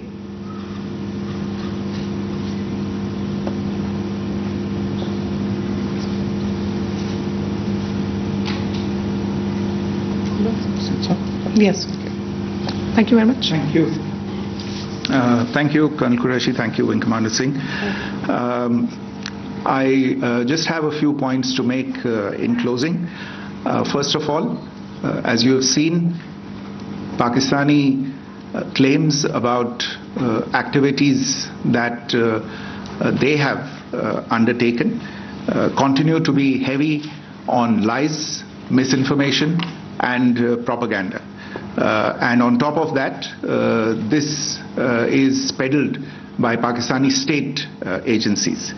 The claims that they have made about attacking and destroying various places, various military installations and facilities, as has been pointed out by my colleagues here this morning, are completely false. The claim about the Air Force station in Sirsa being destroyed, completely false, as you've seen. The claim about the Air Force station in Suratgarh being destroyed, completely false again, as you have seen. There's a claim that has been made that the S-400 base at Adampur was destroyed, completely false once again. Claims have been made about large sections of Indian critical infrastructure, power systems, cyber systems, etc. being attacked and destroyed, completely false. I would urge all of you and all those who watch this not to be misled by this tissue of lies that is being peddled by the Pakistani state for obvious purposes. The second point that I wanted to emphasize is that Pakistan continues with its execrable and wanton campaign of targeting civilians and civilian infrastructure, especially in the states of Jammu and Kashmir and Punjab. There is also on its part a consistent attempt to sow discord between communities in India. As I said, there has been a particular focus in its targeting of civilian infrastructure and the population in Jammu and Kashmir and Punjab. Earlier this morning, Pakistan shelled the town of Rajouri, killing the additional District Development Commissioner, Shri Rajkumar Thappa, adding to the civilian casualties and the damage in that state. We have also observed overnight damage to property and injuries to civilians in Firozpur and Jalandhar, among other places. Finally, as I said, Pakistani officials also continue to make ludicrous claims about India firing missiles towards Sri Amritsar Sahib. As I said, these lame attempts to divide India are doomed to failure. We have also seen in some of the remarks that have been shown on television that the Pakistani army spokesman seems to take great joy at the fact that the Indian public should criticize the government of India with regard to various issues. It may be a surprise to Pakistan to see citizens criticizing their own government. That is the hallmark of an open and functioning democracy. Pakistan's unfamiliarity with that, again, should not be surprising. And finally, there is this yet again completely ludicrous claim that Indian missiles have hit Afghanistan. Totally frivolous allegation, and I only want to point out that Afghan people don't need to be reminded about which country it is that has on multiple occasions in just the last 1.5 years targeted civilian populations and civilian infrastructure in Afghanistan. Ladies and gentlemen, as you would have gathered from this morning's briefing, we are dealing with an evolving situation. Accordingly, today we don't have the time to take questions, but we will continue to update you on this situation as we go along. Thank you all very much for joining us this morning.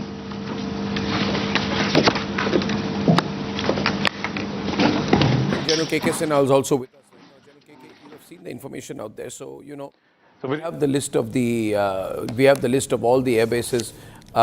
Directors, thank you. General KK, your response. Now we have a list. 6 locations in Pakistan have been targeted with precision munitions. How has the situation changed? Also, what was said in that press conference was that the Pakistani intention is wrong. The Pakistani troops are moving with some intent, right? So how are you reading this information? And they failed, but now that also means they'll become more desperate. Last night when it started, I was there sitting with your channel, and I have that time I'm hearing, and what the press briefing I have missed because I was traveling. But what the DG ISPR, what he claimed at 3:14 in the morning, that the Rawalpindi, which is their JHQ, and Nur Khan Air Base has been hit by us. And it is an ammunition dump. It is an air fueler, was there. This is our assessment. J17 and J10. This is the air base. Actually, it has got these assets there. As per the Murid Airbase, which is at Chakwal in Punjab, Pakistan, Punjab, UAV flight and TB2 drone, which has come in our area, and we have got now wreckages. It is actually the flights are there. So probably the UAV which has come to, it has gone from, so we have gone for this. Then the Rafiqui Airbase, which is at Shorkot, again in Punjab. There are estimated to be 5 fighter squadrons generally of mixture located. This is a major air base because it is so centrally located that it can come towards Punjab area, it can go to Jammu, it can come to Rajasthan and up to Bhuj. It has got the center of the gravity of all air bases and assets of Pakistan. There was, I do not know because I didn't attend, Sakur was also, which is further south of Rahmyar Khan. There was in the morning. Yes, there was, sir, there was. Sakur is also air base. This air base is also having a mixed asset. I don't know if it is confirmed that Lahore was again hit and Narwal. Lahore was hit. Yes. Lahore and Narwal. Yes. These are the forward air bases. And Lahore is a major airbase also for the civil assets and the military assets. So we have gone for the military assets and Narwal. So this is as far as the customized matched attack. In the morning, I do not know whether they have used this word. It was our response was the customized matched response and attack. This was the wordings it was used. I do not know whether in a briefing assets, their mainstay of missiles which they have fired at, including a Sirsa, that is your Fateh 2, which the wreckage which has been found over there, the tailhead in Sirsa, Hathap 2. Yes. Hathap 2. This is the mainstay of there. No, sir, it is Fateh 2. That's 400 kilometers. 400 kilometers.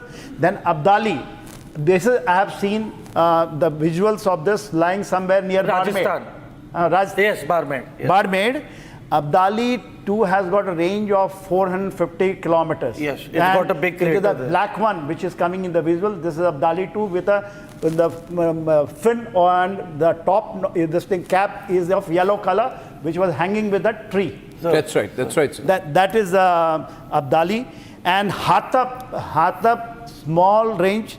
This is the small range missiles, and it was told when I was sitting that time that probably Hathap 5 is Gauri. This is a major stay, and Hathap 8 Rad. So complete inventory of missiles of the Pakistan has been destroyed by us. A great achievement. So these are basically with the technology of Chinese, only good for parading. So this we have proven that what is the Indian might. TB2 drone, Kamakazi drone. Bariaktar TB2. TB2 with the range of 200 kilometers. Yes. That wreckage I have seen, one of the visuals which was lying, it was identified as a TB2 drone. Wow. So I think nothing can be better. And nothing can, this achievement, I think it is mind-boggling for the whole world. Yeah. The whole world. Yeah. This achievement, I think, in Indian military has, in a joint, when we retribute to them after, and the word is customized match attack, which was done to them after 2 nighs, which they did it when starting with 400 small drones, basically this was Taiwan from Turkey drones, range 5 kilometers, but swamps of drone coming in 3 waves first night. And out of that 50 was destroyed and 20 was jammed, 70 out of 400.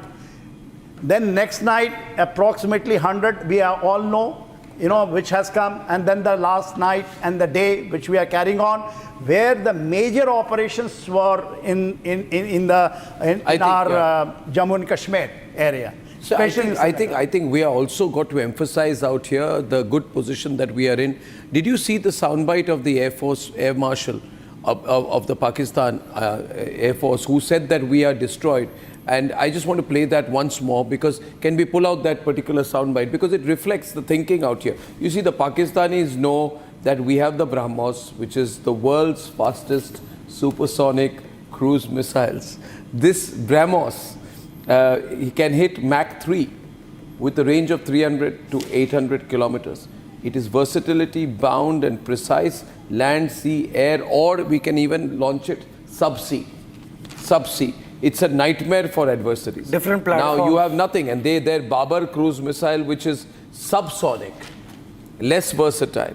It has a range of 400 to 700, but we have serious technological sophistication right now. We have invested in these multiple independently targetable re-entry vehicles or MIRVs, which allows a single missile to deliver multiple targets. So Pakistanis, please understand what we will do, and I want to explain this to the Pakistanis. If you have Agni 5, for example, it will go up. Then schoolly, there are sophisticated software systems installed. That missile will then say, okay, we'll hit Lahore, Islamabad, X, Y, Z. Till the last moment. And then it's a game changer. There is no missile defense. It will go up. It will have multiple warheads to different targets. 10 warheads at 10 warheads.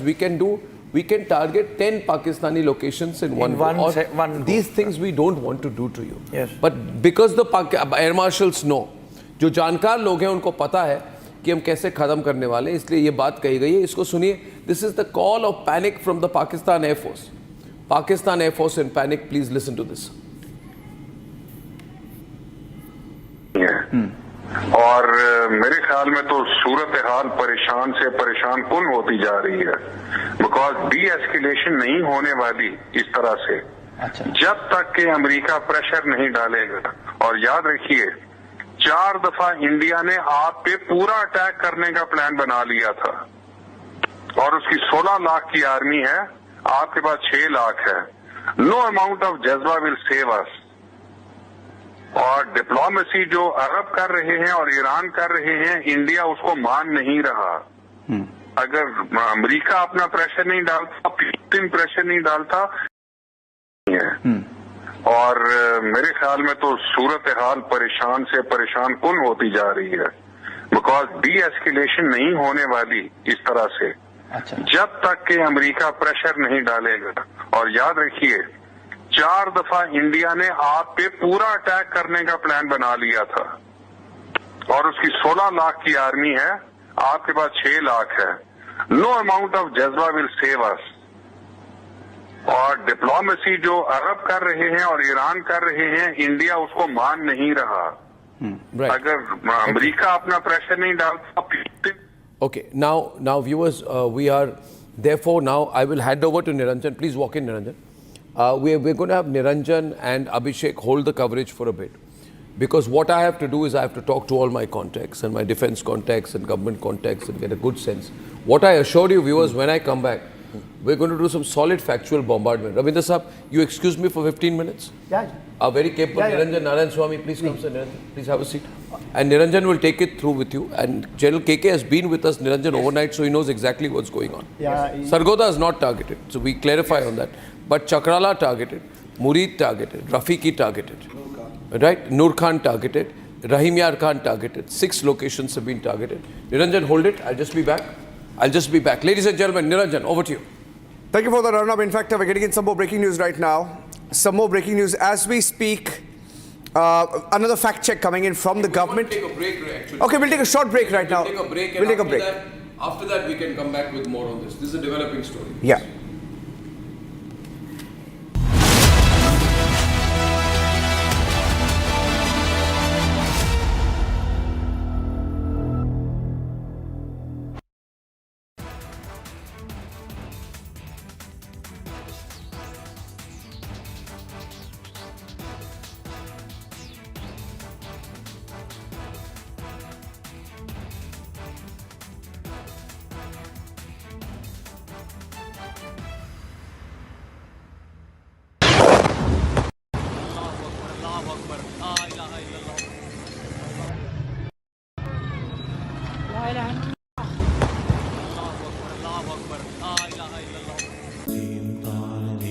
At Amity, we are committed to building a stronger India through world-class education and research to nurture ideal citizens who, together with the leaders of today and tomorrow, will make India a world superpower. Amity University, India's leading not-for-profit private university.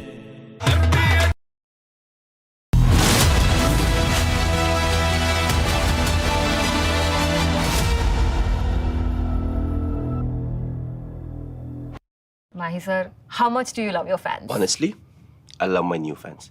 पुराने वाले बेकार में शोर करते sir fans हैं शोर तो करेंगे ही ना नए वाले नहीं करते and They listen to what I say. The new generation Orient BLDC fans. Super silent performance with voice control. सिली में आए तो और Cricket fans. आधे बाउल दही में 4 चम्मच MDH चटनी पुदीना मसाला डाला, स्टर करो, पुदीना चटनी तैयार। MDH चटनी पुदीना मसाला।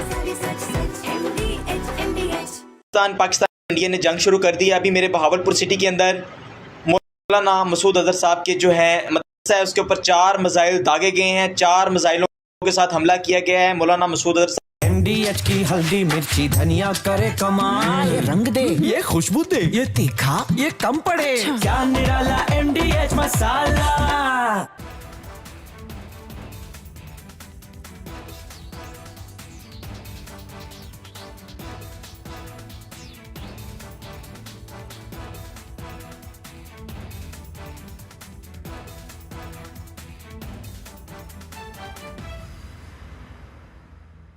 Unlike in 2019 when we had hit Balakot, which was in the wilderness, and Pakistan got an excuse to. Summer is here.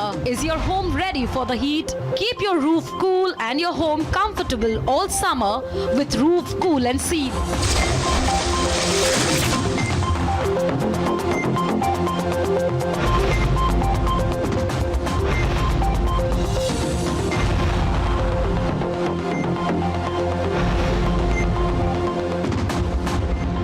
पसीना मत बहाओ, Berger roof cool and seal लगाओ।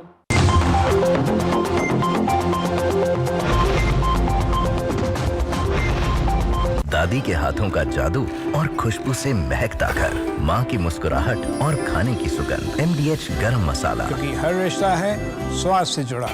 विमल में गुलिस्तां की ये कुछ लजीज फरिश्ते जब साथ घुले तो जी ललचाए और दिल कहे कि स्वाद की इस जुबान में खुद को ऐसा डुबाऊं कि निकल ना पाऊं।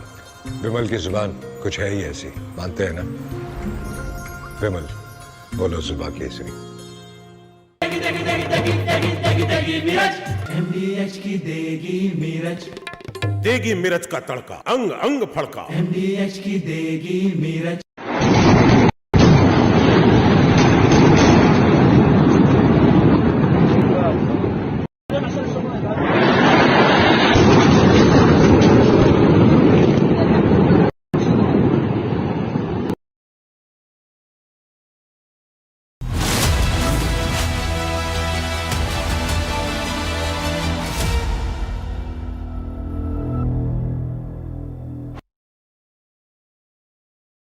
पाकिस्तान सेना ने पूरी पश्चिम मोर्चे पर लगातार आक्रामक गतिविधियां जारी रखी।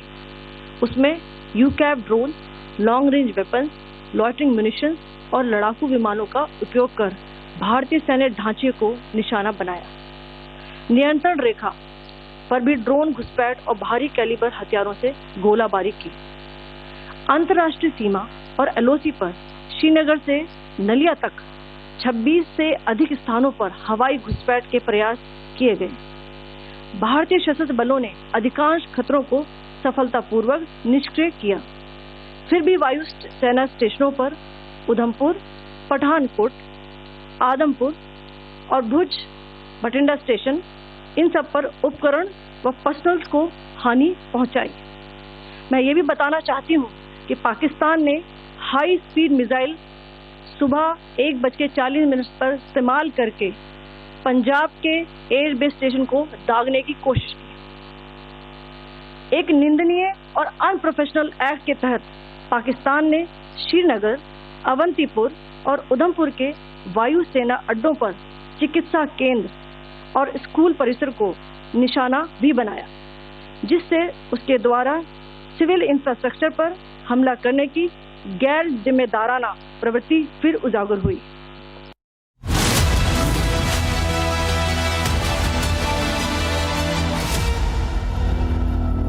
ये है सीक्रेट रेसिपी MDH का जीरा सिप जलजीरा मसाला। सिप सिप जीरा सिप MDH का जलजीरा सिप MDH का jaljeera SIP.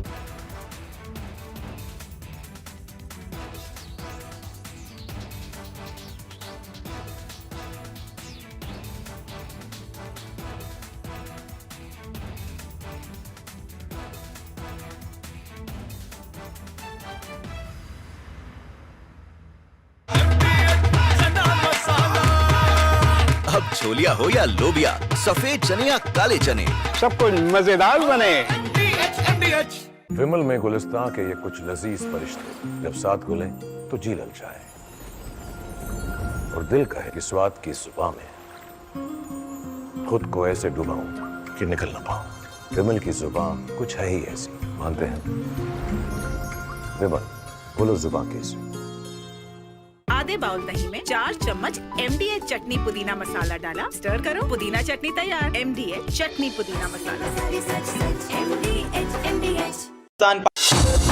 Summer is here. Is your home ready for the heat? Keep your roof cool and your home comfortable all summer with Roof Cool and Seal.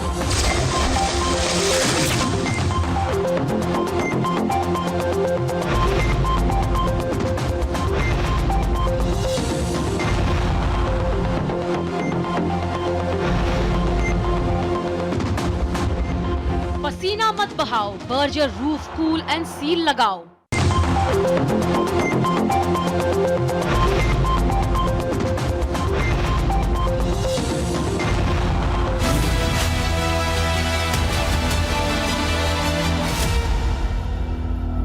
MDH की हल्दी मिर्ची धनिया करे कमाल, ये रंग दे, ये खुशबू दे, ये तीखा, ये कम पड़े, क्या निराला MDH masala.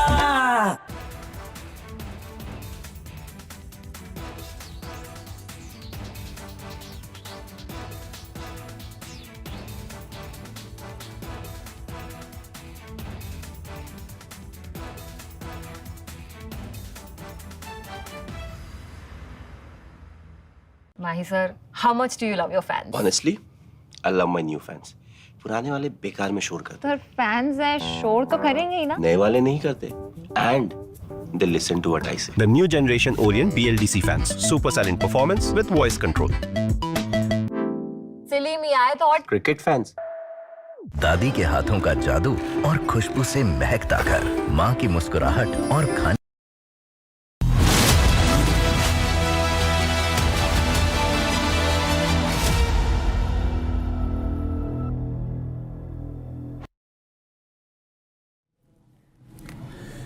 Okay, we're getting in some breaking news right now as we speak. There's details of the conversation between the US Secretary of State Marco Rubio and S. Jaishankar, the External Affairs Minister. The call has happened a few minutes back. External Affairs Minister S. Jaishankar has spoken to the Secretary of State, emphasizing that both sides need to, this is the US handout of course, US saying that both sides need to identify methods to de-escalate and re-establish direct communications to avoid miscalculation. Further proposing US support in facilitating productive discussions to avert future disputes. General Sena, should we take US help? Now, first they said that it's none of our business while hoping for de-escalation. Now we have a statement coming in from the US where they are saying we have further proposed US support to facilitate productive discussion. See, it started with, by the J.D. Van, their Vice President, when he said there is a, we do not have to anything to do with India, Pakistan, this is none of our business. But Secretary of State and then Trump Secretary yesterday when they said that they are looking forward, that in near future they should solve their dispute. In some places it was translated that it has come as an order that they should stop. That was wrong. They said as soon as possible. Word was exactly I'm forgetting, but it was that India and Pakistan should work on it to resolve the. Now today Marco Rubio, two aspects. Marco Rubio has spoken to Pakistani Army Chief Asim Munir, bypassing everyone. He has not spoken to their president, he has not spoken to the foreign minister or anyone, he has directly spoken. That is there, directly he has spoken. It shows that who is the boss over there in Pakistan and who is actually trying to take a stand on it. What has transpired between them, it's not known. Before that, I will just put in also Saudi Arabia, their deputy foreign minister who came to India and then gone to Pakistan. And moment he left and they got the bailout from the IMF, they have carried out those drastic attack on India. Yeah. Because And then what you are saying that Marco Rubio, the Secretary of State, he is saying that we both should identify the method to de-escalate and find how to solve this problem once for all or something like that. If he means like that. And one thing which Donald Trump has made, and I would like to bring it out, he made a comment that India and Pakistan having a problem from centuries. I do not know whether what was anomaly or it was directly he intended that in centuries. Of course, India and Pakistan has come in 1947 only, and this is the thing what he has given in a statement himself. So it looks like they want, because we have got nuclear, both the countries are nuclear states, and they want to come. But if they are speaking to the army chief, means the army chief is taking stand, I believe that he has got a backing of China. And yes. He has got a solid backing of China. And China, the way today they have exposed themselves, when Chinese media brought it out that S-400 has been knocked off. Sir. So now Chinese, till yesterday they were cautioned, but today they said it is J-17 has knocked it off. Yeah. So now Chinese has also jumped in. It exposes China, in my judgment, because he is tough, because China feels that he feels that the China is sitting and holding his hand. China is rattled now because the way the situation is developing in Balochistan and in the area of Godar, because there is a more or less unsaid blockade, which are 26 ships, including our aircraft carrier in the in Arabian Sea. Sir. So this is a very tough time for Chinese CPAC. It seems like the CPAC, which Xi Jinping pilot project he launched in 2015, and including from our area, from POK and Gilgit-Baltistan, he has come, and Saskam Valley also. And they were very sure that is a game changer. That has more or less over if Balochistan goes. So, General, there's one thing that we want to highlight. General Bakshi, coming to you, I want to first play out, General Bakshi, because this is very important. What was said, Colonel Sophia Qureshi, she said, we want to show restraint, but that can only come if Pakistanis also show restraint. I want to play out the exact version of what India said officially, and then I'm coming to you. Let's play out what India said officially, the full version, and then we go across to General Bakshi. Going developments around Operation Sindoor. We are also joined by Colonel Sophia Qureshi and Wing Commander Vyomika Singh for this briefing.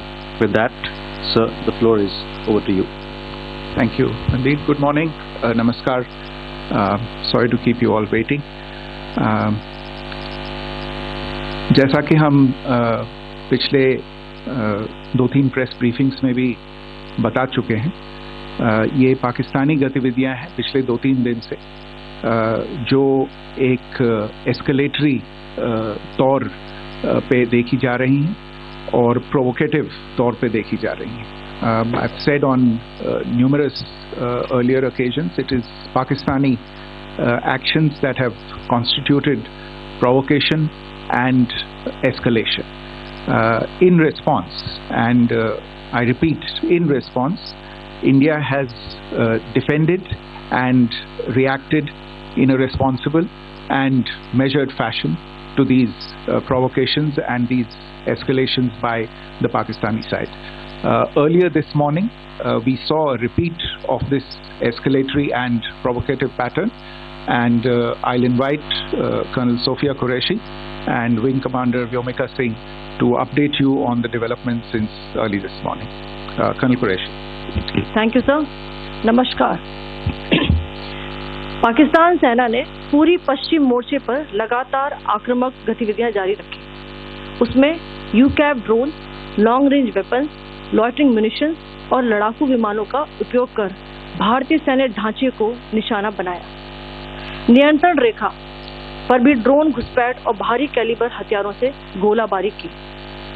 अंतर्राष्ट्रीय सीमा और LOC पर श्रीनगर से नलिया तक 26 से अधिक स्थानों पर हवाई घुसपैठ के प्रयास किए गए. भारतीय सशस्त्र बलों ने अधिकांश खतरों को सफलतापूर्वक निष्क्रिय किया। फिर भी वायु सेना स्टेशनों पर उधमपुर, पठानकोट, आदमपुर और भुज बठिंडा स्टेशन, इन सब पर उपकरण व पर्सनल्स को हानि पहुंचाई। मैं ये भी बताना चाहती हूँ कि पाकिस्तान ने हाई स्पीड मिसाइल सुबह 1:40 पर इस्तेमाल करके पंजाब के एयरबेस स्टेशन को दागने की कोशिश की। एक निंदनीय और अनप्रोफेशनल एक्ट के तहत पाकिस्तान ने श्रीनगर, अवंतीपुर और उधमपुर के वायुसेना अड्डों पर चिकित्सा केंद्र और स्कूल परिसर को निशाना भी बनाया, जिससे उसके द्वारा सिविल इंफ्रास्ट्रक्चर पर हमला करने की गैर जिम्मेदाराना प्रवृत्ति फिर उजागर हुई। पाकिस्तान द्वारा सैन्य ठिकानों को जानबूझकर निशाना बनाने के पश्चात भारतीय सशस्त्र बलों ने त्वरित व सुनियोजित जवाबी हमले किए। Technical installation, command and control centres, radar sites और हथियार भंडार को चुनकर निशाना बनाया गया। रफीकी, मुरीद, चकलाला, रहमियार खान, सुकूर और चुनिया स्थित पाक सैन्य ठिकानों पर एयर लॉन्च सटीक हथियारों व लड़ाकू जेट से प्रहार किए गए। पसरूर स्थित रडार साइट और सियालकोट का एविएशन बेस भी प्रिसीजन एम्यूनिशन से टारगेट किए गए। इन कार्रवाइयों के दौरान भारत ने कम से कम कोलैटरल डैमेज की क्षति सुनिश्चित की।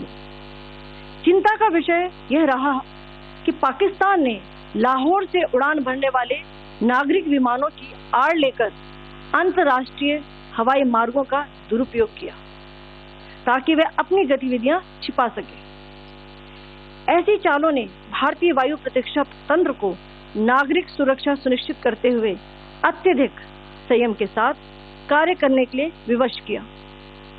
साथ ही साथ पाकिस्तान ने मिस इंफॉर्मेशन का सहारा लेते हुए आदमपुर स्थित S-400 प्रणाली, सूरतगढ़ व सिरसा के हवाई अड्डों, नगरोटा के ब्रह्मोस बेस, देहरागिरी के तोपखाना पोजीशन तथा चंडीगढ़ के अग्रिम गोला बारूद डिपो को नष्ट करने के झूठे दावे सोशल मीडिया पर फैलाए। भारत इन फॉल्स नैरेटिव्स को पूर्णतः खारिज करता है। नियंत्रण रेखा पर पाकिस्तान ने ड्रोन घुसपैठ और भारी तोपखाना गोलाबारी के कई प्रयास किए। कुपवाड़ा, बारामूला, पुंछ, राजौरी और अखनूर सेक्टर्स में तोप, मोर्टार एवं हल्के हथियारों से भीषण गोलाबारी जारी रही। भारतीय सेना ने प्रभावी व तुलनात्मक प्रत्युत्तर देते हुए पाक सेना को काफी क्षति पहुंचाई। पाकिस्तान सेना के अग्रिम क्षेत्रों में सैनिकों की डिप्लॉयमेंट बढ़ती दिख रही है, जो स्थिति को और भड़काने की मंशा दर्शाती है। भारतीय सशस्त्र बल पूर्ण परिचालन तत्परता की स्थिति में है। अभी तक सभी शत्रुतापूर्ण कार्रवाइयों का प्रभावी ढंग से सामना कर उपयुक्त जवाब दिया गया है। भारतीय सशस्त्र बल दोहराते हैं कि वे तनाव वृद्धि नहीं चाहते, बशर्ते पाकिस्तान भी ऐसा ही व्यवहार करे। आखिर मैं आपको कुछ वीडियो दिखाना चाहती हूँ जहां पर इंडियन आर्मी के वेपन्स LOC पर पाक के एसेट्स को ध्वस्त करते नजर आ रहे हैं।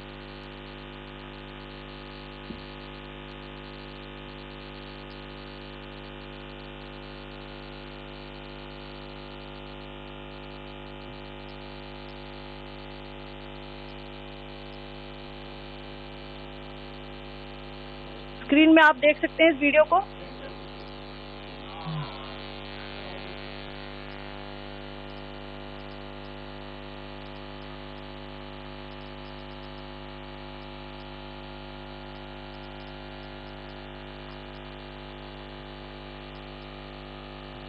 धन्यवाद। जय Hind.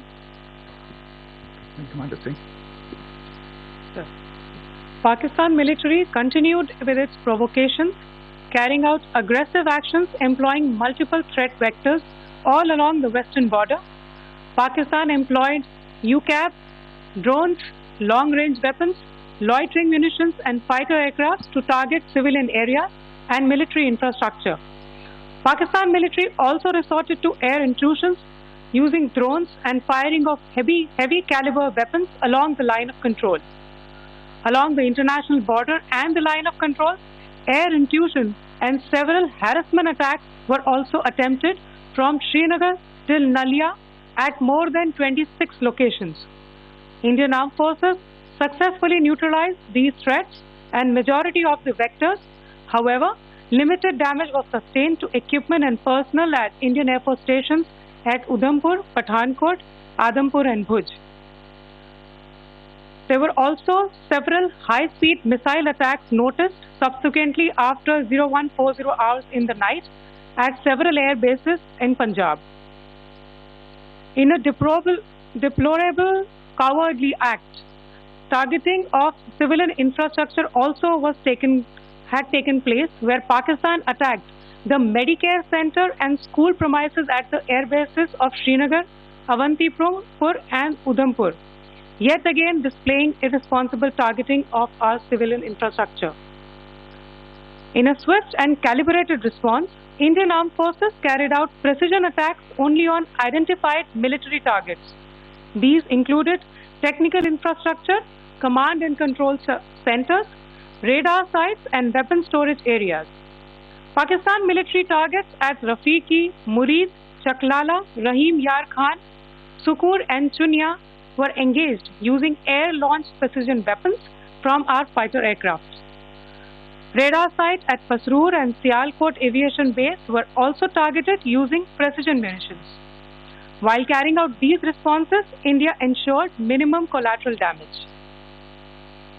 Pakistan has also attempted to execute a continued malicious misinformation campaign with claims of destruction of Indian S-400 system at Adampur, destruction of airfields at Suratgarh and Sirsa, BrahMos base at Nagrota, RT gun positions at Derangyari and Chandigarh Forward Ammunition Depot, with heavy damages to other military stations being propagated on social media.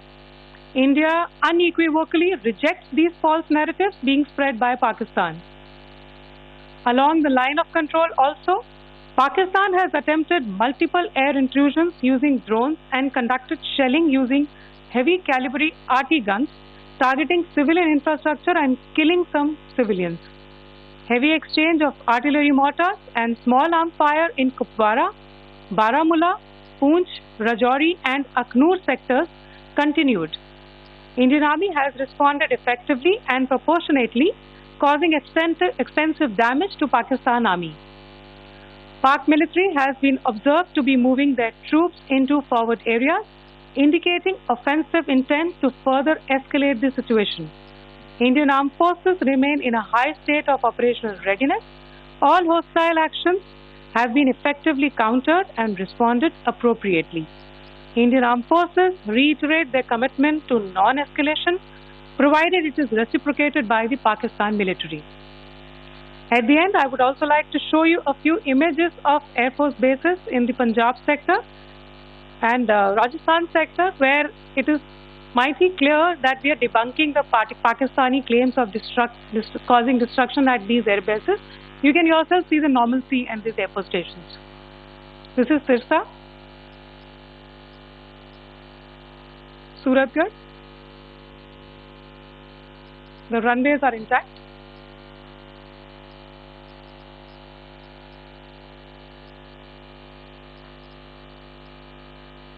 There are also time stamps, just notice, they are also time stamped. This is today.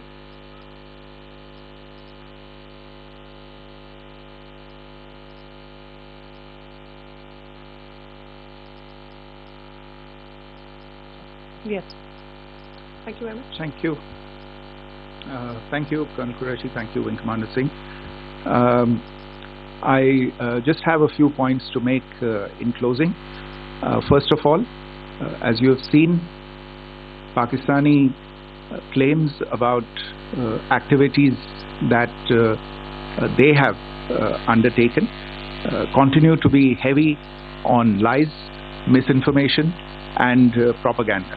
And on top of that, this is peddled by Pakistani state agencies. The claims that they have made about attacking and destroying various places, various military installations and facilities, as has been pointed out by my colleagues here this morning, are completely false. The claim about the Air Force station in Sirsa being destroyed, completely false, as you've seen. The claim about the Air Force station in Suratgarh being destroyed, completely false again, as you have seen. There's a claim that has been made that the S-400 base at Adampur was destroyed, completely false once again. Claims have been made about large sections of Indian critical infrastructure, power systems, cyber systems, etc. being attacked and destroyed, completely false. I would urge all of you and all those who watch this not to be misled by this tissue of lies that is being peddled by the Pakistani state for obvious purposes. The second point that I wanted to emphasize is that Pakistan continues with its execrable and wanton campaign of targeting civilians and civilian infrastructure, especially in the states of Jammu and Kashmir and Punjab. There is also on its part a consistent attempt to sow discord between communities in India. As I said, there has been a particular focus in its targeting of civilian infrastructure and the population in Jammu and Kashmir and Punjab. Earlier this morning, Pakistan shelled the town of Rajouri, killing the additional District Development Commissioner, Shri Rajkumar Thappa, adding to the civilian casualties and the damage in that state. We have also observed overnight damage to property and injuries to civilians in Firozpur and Jalandhar, among other places. Finally, as I said, Pakistani officials also continue to make ludicrous claims about India firing missiles towards Sri Amritsar Sahib. As I said, these lame attempts to divide India are doomed to failure. We have also seen in some of the remarks that have been shown on television that the Pakistani army spokesman seems to take great joy at the fact that the Indian public should criticize the government of India with regard to various issues. It may be a surprise to Pakistan to see citizens criticizing their own government. That is the hallmark of an open and functioning democracy. Pakistan's unfamiliarity with that, again, should not be surprising. And finally, there is this yet again completely ludicrous claim that Indian missiles have hit Afghanistan. Totally frivolous allegation, and I only want to point out that Afghan people don't need to be reminded about which country it is that has on multiple occasions in just the last 1.5 years targeted civilian populations and civilian infrastructure in Afghanistan. Ladies and gentlemen, as you would have gathered from this morning's briefing, we are dealing with an evolving situation. Accordingly, today we don't have the time to take questions, but we will continue to update you on this situation as we go along. Thank you all very much for joining us this morning.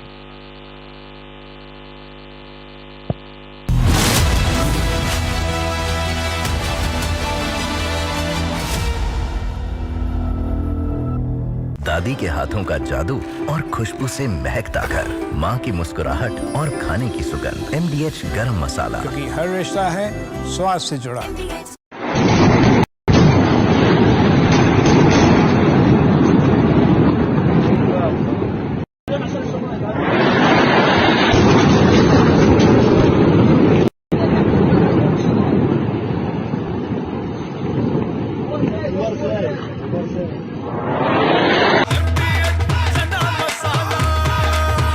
Chholiya हो या लोबिया, सफेद चने या काले चने, सब कुछ मजेदार बने। विमल में गुलिस्तान की ये कुछ लजीज फरिश्ते जब साथ घुले तो जी ललचाए। और दिल कहे कि स्वाद की इस जुबान में खुद को ऐसा डुबाऊं कि निकल ना पाऊं। विमल की जुबान कुछ है ही ऐसी, मानते हैं ना? विमल, बोलो जुबान केसरी। ये है सीक्रेट रेसिपी MDH का जीरा सिप जलजीरा मसाला। सिप सिप जीरा सिप MDH का जलजीरा सिप MDH का जलजीरा सिप।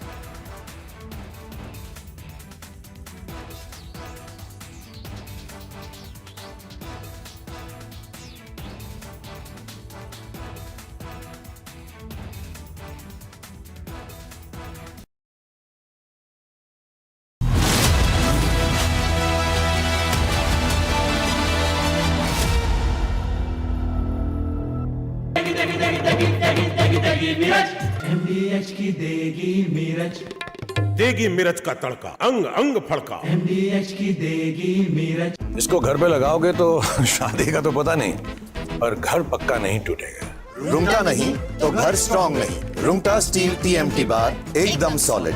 पहाड़ों में एक हाइकिंग शिप भी बन सकती है। आधे बाउल दही में 4 चम्मच MDH चटनी पुदीना मसाला डाला, स्टर करो, पुदीना चटनी तैयार। MDH चटनी पुदीना मसाला। पाकिस्तानी और इंडियन जंग शुरू कर दी है। अभी मेरे बहावलपुर सिटी के अंदर मौलाना मसूद अजहर साहब के जो है मदरसा है, उसके ऊपर 4 मिसाइल दागे गए हैं। 4 मिसाइलों के साथ हमला किया गया है मौलाना मसूद अजहर के मदरसे के ऊपर। हम अपनी अफवाज पाकिस्तान के साथ खड़े हैं, लेकिन मेरा सवाल है कि हमारी एजेंसीज कहाँ सोई हुई थी, हमारी अफवाज पाकिस्तान कहाँ सोई हुई थी जब ये हमला हुआ। मुजफ्फराबाद की भी खबर आ रही है कि मुजफ्फराबाद वाली साइड पे भी ये अटैक हुआ है, लेकिन सबसे पहले मेरे बहावलपुर सिटी के अंदर अटैक हुआ है ब्लास्टिक मिसाइल के साथ। उन्होंने हमला किया है मौलाना मसूद अजहर साहब के मदरसे के ऊपर। 4 मिसाइल मारे गए। Summer is here. Is your home ready for the heat? Keep your roof cool and your home comfortable all summer with Roof Cool and Seal.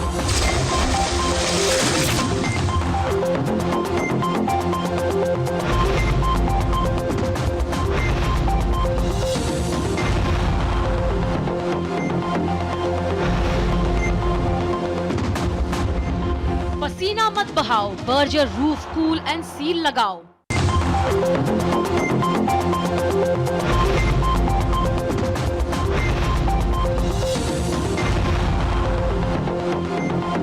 Mahi sir, how much do you love your fans? Honestly, I love my new fans.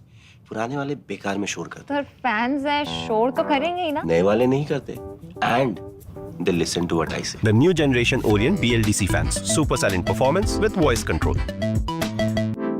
सिली मियाँ तो और Cricket fans.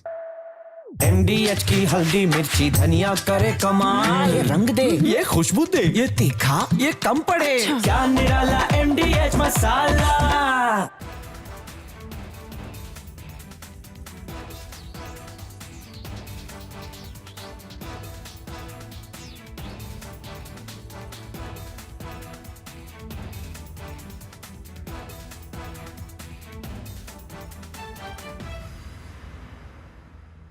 विमल में गुलिस्तां के ये कुछ लजीज फरिश्ते जब साथ घुले तो जी ललचाए, और दिल कहे कि स्वाद की जुबान में खुद को ऐसे डुबाऊं कि निकल ना पाऊं। विमल की जुबान कुछ है ही ऐसी, मानते हैं? विमल, बोलो जुबान कैसी। ये है सीक्रेट रेसिपी MDH का जीरा सिप जलजीरा मसाला। सिप सिप जीरा सिप।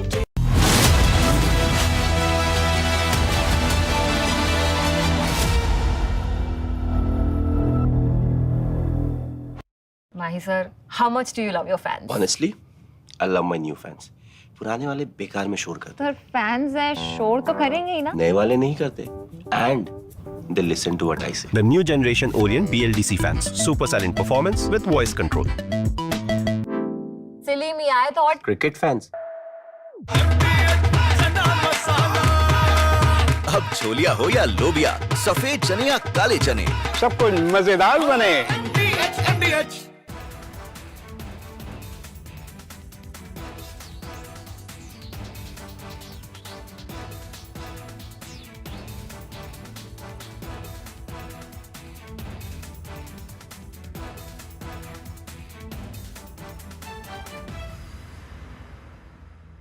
ये है सीक्रेट रेसिपी MDH का का जीरा सिप जल जीरा मसाला।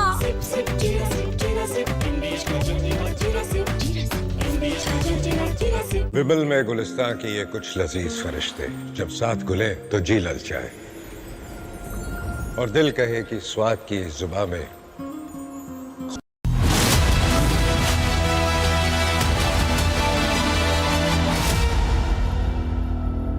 पाकिस्तान सेना ने पूरी पश्चिम मोर्चे पर लगातार आक्रामक गतिविधियां जारी रखी।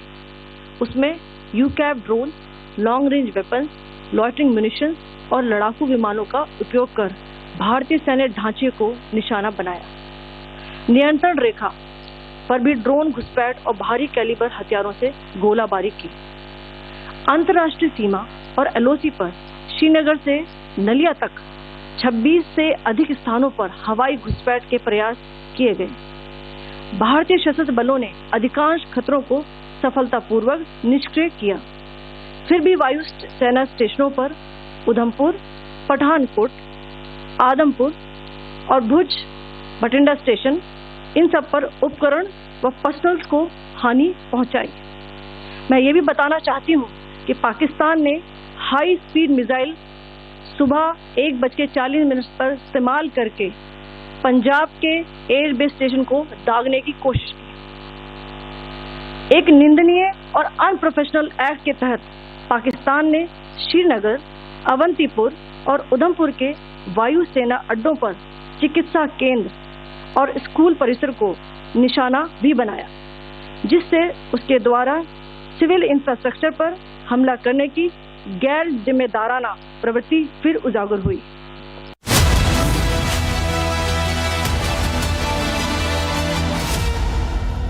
Mahi sir, how much do you love your fans? Honestly, I love my new fans. पुराने वाले बेकार में शोर करते। सर फैंस हैं, शोर तो करेंगे ही ना। नए वाले नहीं करते। And they listen to what I say. The new generation Orient BLDC fans, super silent performance with voice control. सिली में आए तो और Cricket fans. MDH की हल्दी मिर्ची धनिया करे कमाल, ये रंग दे, ये खुशबू दे, ये तीखा, ये कम पड़े, क्या निराला MDH masala.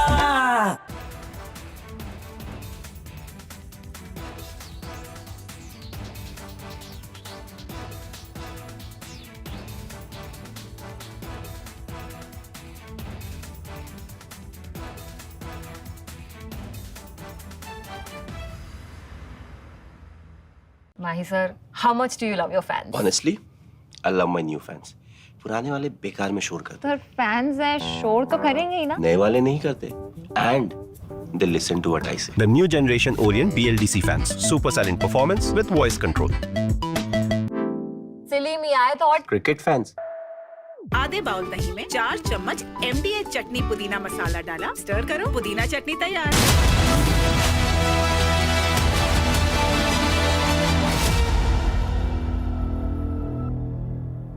Mahi sir, how much do you love your fans? Honestly, I love my new fans. पुराने वाले बेकार में शोर करते। सर फैंस हैं, शोर तो करेंगे ही ना। नए वाले नहीं करते। And they listen to what I say. The new generation Orient BLDC fans, super silent performance with voice control. सिली में आए तो और Cricket fans. MDH की देगी मिर्च, देगी मिर्च का तड़का, अंग अंग फड़का। MDH की देगी मिर्च।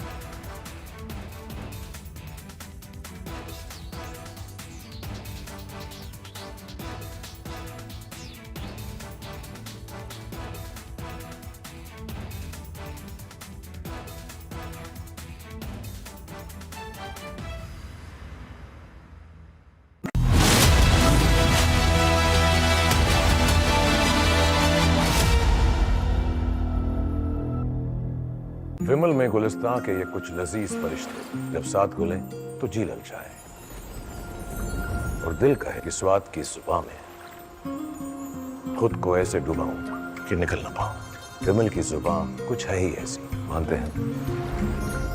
विमल, बोलो जुबां कैसी। दादी के हाथों का जादू और खुशबू से महकता घर, माँ की मुस्कुराहट और खाने की सुगंध। MDH गरम मसाला, क्योंकि हर रिश्ता है स्वाद से जुड़ा। पाकिस्तानी और इंडिया ने जंग शुरू कर अभी मेरे बहावलपुर सिटी के अंदर मौलाना मसूद अजहर साहब के जो है मदरसा है उसके ऊपर 4 4 मिसाइल दागे गए हैं 4 Mahi sir, how much do you love your fans? Honestly, I love my new fans. पुराने वाले बेकार में शोर करते सर फैंस है शोर तो करेंगे ही ना नए वाले नहीं करते and they listen to what I say. The new generation Orient BLDC fans, super silent performance with voice control. Silly me, I thought Cricket fans. अब छोलिया हो या लोबिया, सफेद चने या काले चने, सब कुछ मजेदार बने।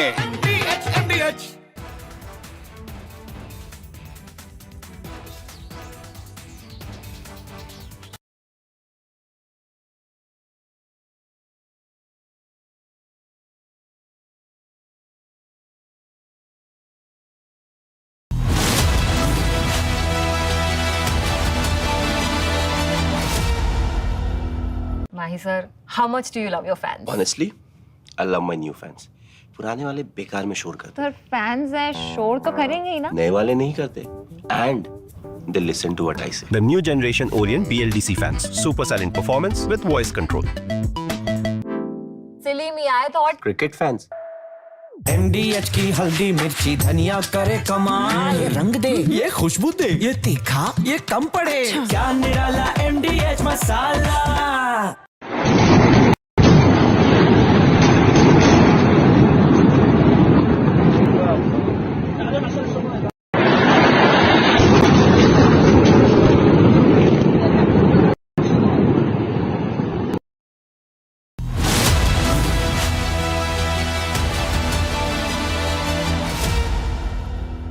We're getting in some breaking news right now. The Army's put out a video. I'm going across straight to the video put out by the Indian Army, where as a response to Pakistan's misadventures of attempted drone strikes in the night of 8th and 9th intervening night 2025, multiple cities of Jammu and Kashmir and Punjab, Army conducting a coordinated fire assault on terrorist launch pads, pulverizing, razing them to cinders. This is the video put out. Let's play that full frame. Audio. There's an audio on that video. Let's play the audio as well, please.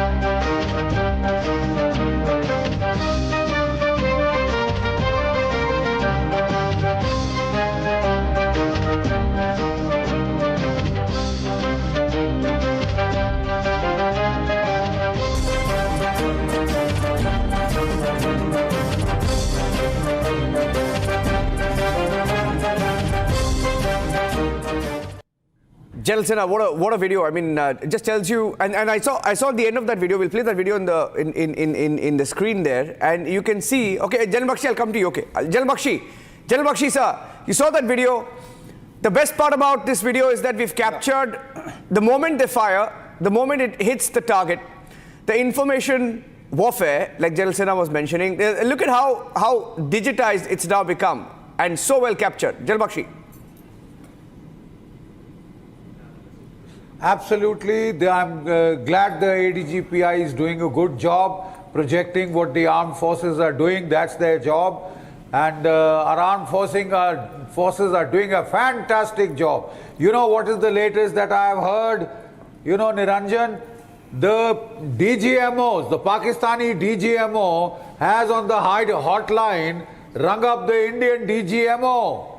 They want to climb down.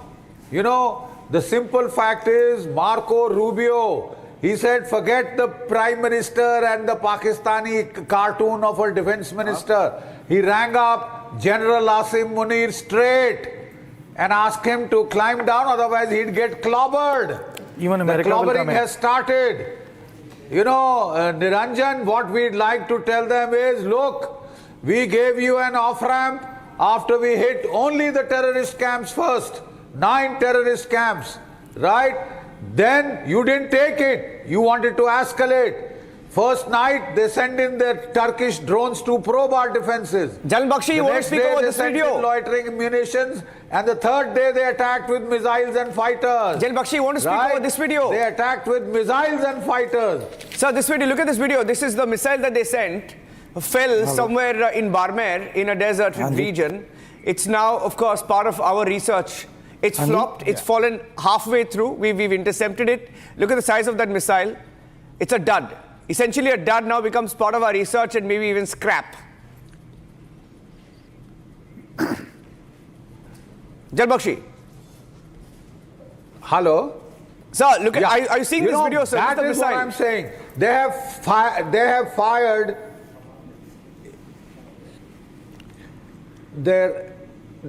fired their entire missile series. You know, Hataf 1 to Hataf 6, you know, the Abdalis, the Shaheed, etc. Fateh 1 and Fateh 2, they've all fired those. And each one of them has been intercepted, has been shot down by our integrated air defense. All these missiles, their fighters, they've all been blown out of the skies to smithereens. They've fallen like duds. It is the worst PR exercise for China and its weapons. Worst PR exercise. You know, their weapons are useless. I'm sorry, they lose their weapons market now.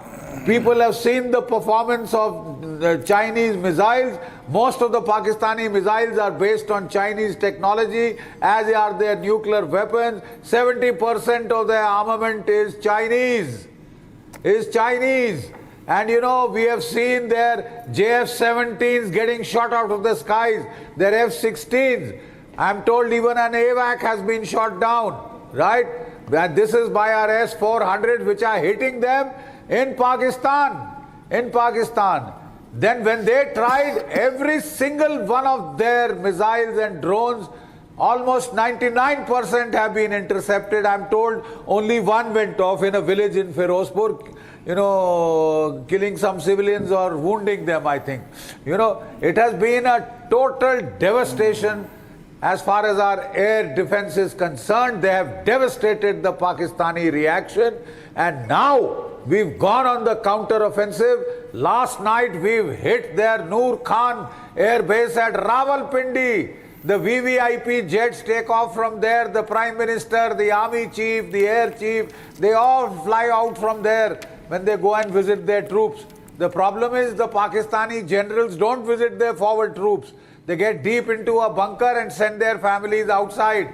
I'm told the jet that came from Saudi Arabia 2 nights ago, which the briefings mentioned, had also come to pick up the families of the Pakistani army generals and their air marshals. They know the truth. They know that they are now going to get it. You know, Niranjan, I want to tell you, we have set the stage. We have achieved air superiority that is crystal clear. The Indian Air Force has achieved air superiority over the battlefield that sets the stage for major ground offensives. The skies are ours. We own the skies. God bless the Air Force. Nava Sparsha Deeptam. Touch the sky with glory, man. Touch the sky with glory. They deserve all the praise and exposure that they can get. Let's not be parsimonious in our praise.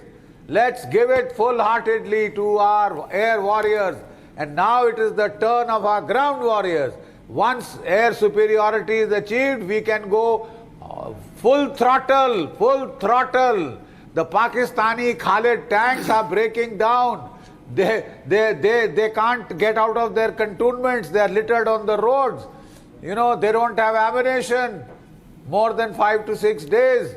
Kya ladenge, kya nahayenge, kya nichodenge. You see, Niranjan, I think the Indians have been very magnanimous.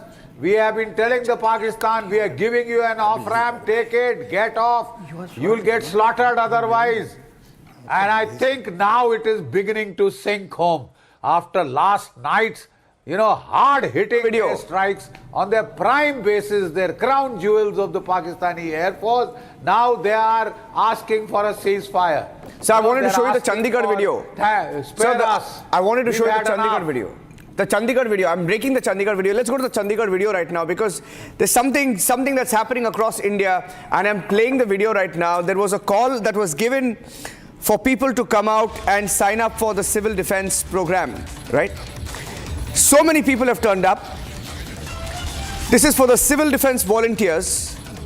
Thousands of people have turned up for it. Unprecedented sort of a turnout. Thousands of the youth who are watching this have turned out. Meanwhile, this is another breaking news update now coming in that Pakistani drones have been intercepted in Pathankot as well.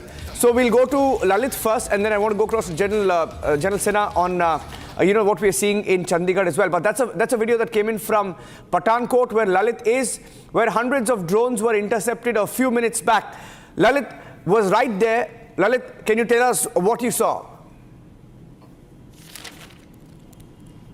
Once again, the cowardly act of the Pakistan has been seen. Let me first of all show you the visual here behind me. The hilly area which you can see, around 4 to 5 big explosions were being heard here. And this is the boundary which intercepts between the Pathankot and Himachal. And this is the hill where around 4 explosions were being heard, and then a very thick layer of smoke which was being seen here. Apart from that, if we talk about around 10 minutes before, once again the sirens have been alerted here in the Pathankot area.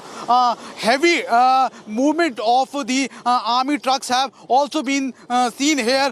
We are not giving you the exact position from where the army trucks have been moving, but yes, there has been a big alert here. Sirens have been alerted here from the past 10 minutes, around 10 minutes before. 4 to 5 big explosions were being heard near this hilly area which separates Pathankot from the Himachal. So right now, if we talk about here, the situation seems to be a little volatile, but the Indian air defense have neutralized all the drones which were being sent from the Pakistan side. They have been intercepted very successfully. Back to the studio. Thank you for that. In fact, I want to go across to the pictures now coming in from Chandigarh. If you can go across to Chandigarh, where people have turned up in large numbers, I want to show you those pictures and play the nats. Play the nats of that. The ambience right there. Fantastic atmosphere, sir. Yes, I want to give General Sinha one word and then coming to you. General Sinha, look at the turnout there. Civil defense volunteers have turned up in large numbers. All of them want to sign up to aid and assist in this war against Pakistan. It's not officially a war, but they're already fighting. See, the whole world should see this.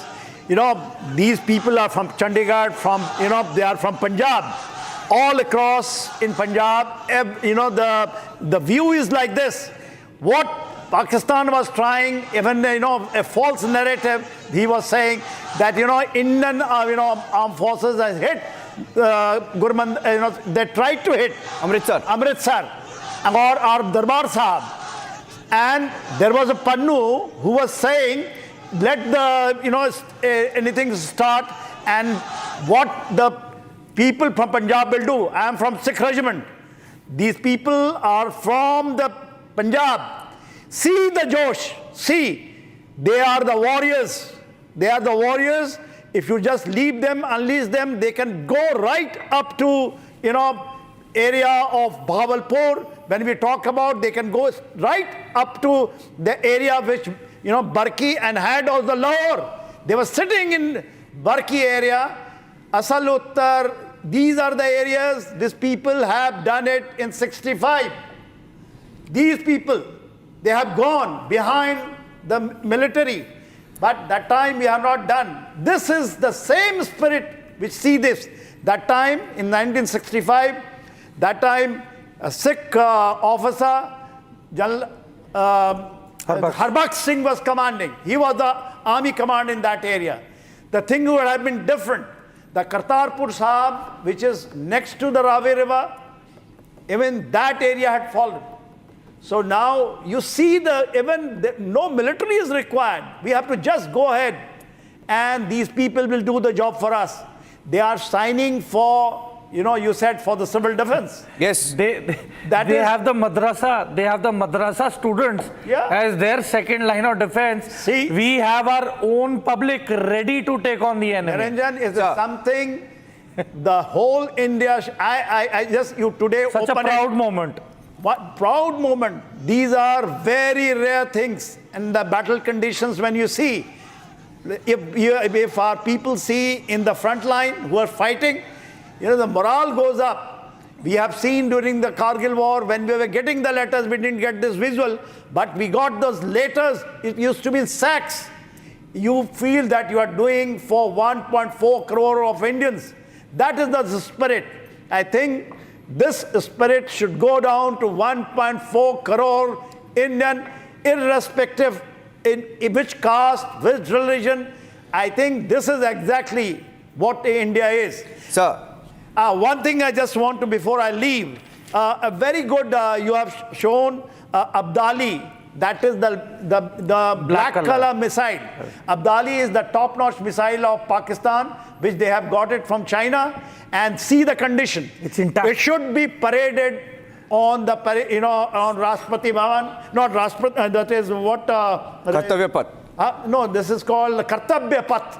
On Kartavya Path, every Independence Day, this must be. Yes, sir, yes. It is the same scene, I can feel it. Abdali is the top-notch, their missile, and that is the conditions. They have not even crossed 3 kilometers, the side of our border, and it was knocked off. Probably, the wreckage has fallen in the side in the area of Barmaid.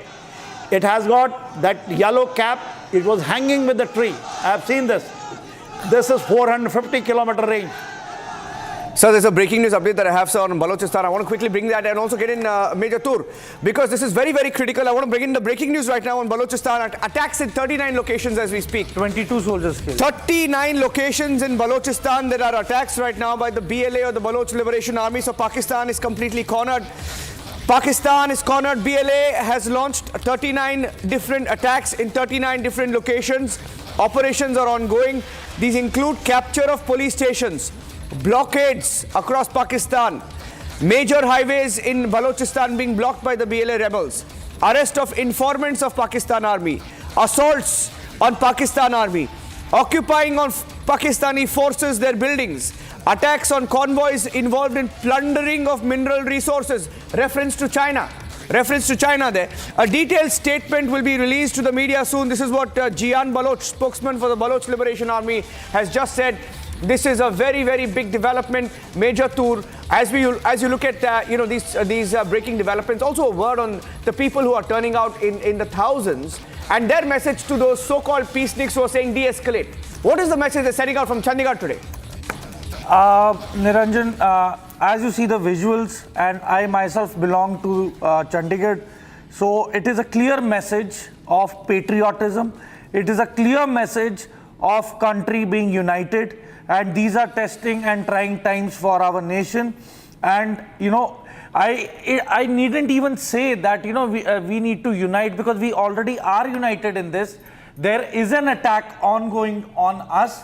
There are civilian casualties which are taking place, and it is our moral duty and responsibility to stand shoulder to shoulder with our defense forces and fight the enemy in the face. And here I am telling you, the Josh, Jazba and Junoon of the people of India is, you know, clearly visible from the visuals that you are able to see. And yes, sir. Tur, this is the time to give a Jakhara. Yes, sir. And from the Yes. 6th Regiment, you belong to Punjab. Jo bole so nihal, Sat Sri Akal. Waheguru Ji ka Khalsa, Waheguru Ji di Fateh. Today, this must reach every corner of Pakistan. That we are coming for you. Everyone, every Indian is coming for you. Chandigarh visuals, please. Chandigarh visuals. I want to go on, Major Tur. Go on. I'm showing that video. This there. is a clear-cut message to Mullah Munir and to the people on the enemy land that you dare touch our civilians, and now you wait and watch what we do to you. तुम्हारा हशर होगा, तुम्हारा हाल नहीं होगा, तुम्हारा हम हशर करेंगे. It is a wish for death that the enemy has wished for, and it will be granted. And it will be slow, it will be precise, and it will be effective. It will be, you know, impactful. It will be a message that if you try to attack the democracy and the sovereign country, the largest democracy of the world, you are going to be burnt alive. तुम भस्म कर दिए जाओगे. You will not be spared. There will be no prisoners this time. Yeah. Thousands of them. In fact, we are hearing that more and more people are turning out in Chandigarh in large numbers. General Bakshi, I want you to talk to all those people who said de-escalate. General Bakshi, to all those people who say de-escalate, look at the turnout there. Those people are not turning out there to de-escalate. Those people are going there to send a message to Pakistan that they will go in and do what they have to if required. General Bakshi, and then we'll have some sound bites as well. Okay, General Bakshi, listen to what they're saying in Chandigarh. We have the sound bites. See the Josh, and then General Bakshi after that. All right. Please listen into that. ये जी हमें guidelines आई है कि आपको civil defence के लिए volunteers के लिए आपको यहाँ पर आना होगा. तो हम देश की एक तरह से अपनी तरफ से सेवा करने के लिए यहाँ पर आए हैं. अभी इसके लिए क्या प्रोसीजर क्या है, क्या करना पड़ रहा है, फॉर्म वगैरह? प्रोसीजर जी यहाँ पर हमें फॉर्म मिला है, फॉर्म फिल कर दिया है, सारा एड्रेस वगैरह जी, और हमें यहाँ पर जमा करने के लिए दिया इन्होंने. तो अब शायद ये कह रहे हैं सेक्टर 17 जमा करने जाना है, तो हम जैसे कह रहे हैं हम वहीं जा रहे हैं. ये जी हमें गाइडलाइंस आई है कि आपको सिविल डिफेंस के लिए वॉलंटियर्स के लिए आपको यहाँ पर आना होगा.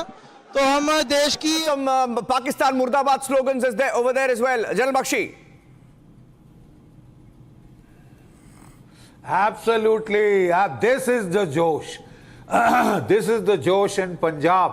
You know, Niranjan, these damned Pakistani goons, you know, were feeling so brave, killing unarmed, innocent civilians. Let's see you fight now. Huh? Let's see you fight now. Where the hell is your Air Force? Huh? आ सकते हो? डर के तुम्हारी पसीने छूट गए हैं. We are setting the stage. Right? We are setting the stage. Phase 1. Yeah.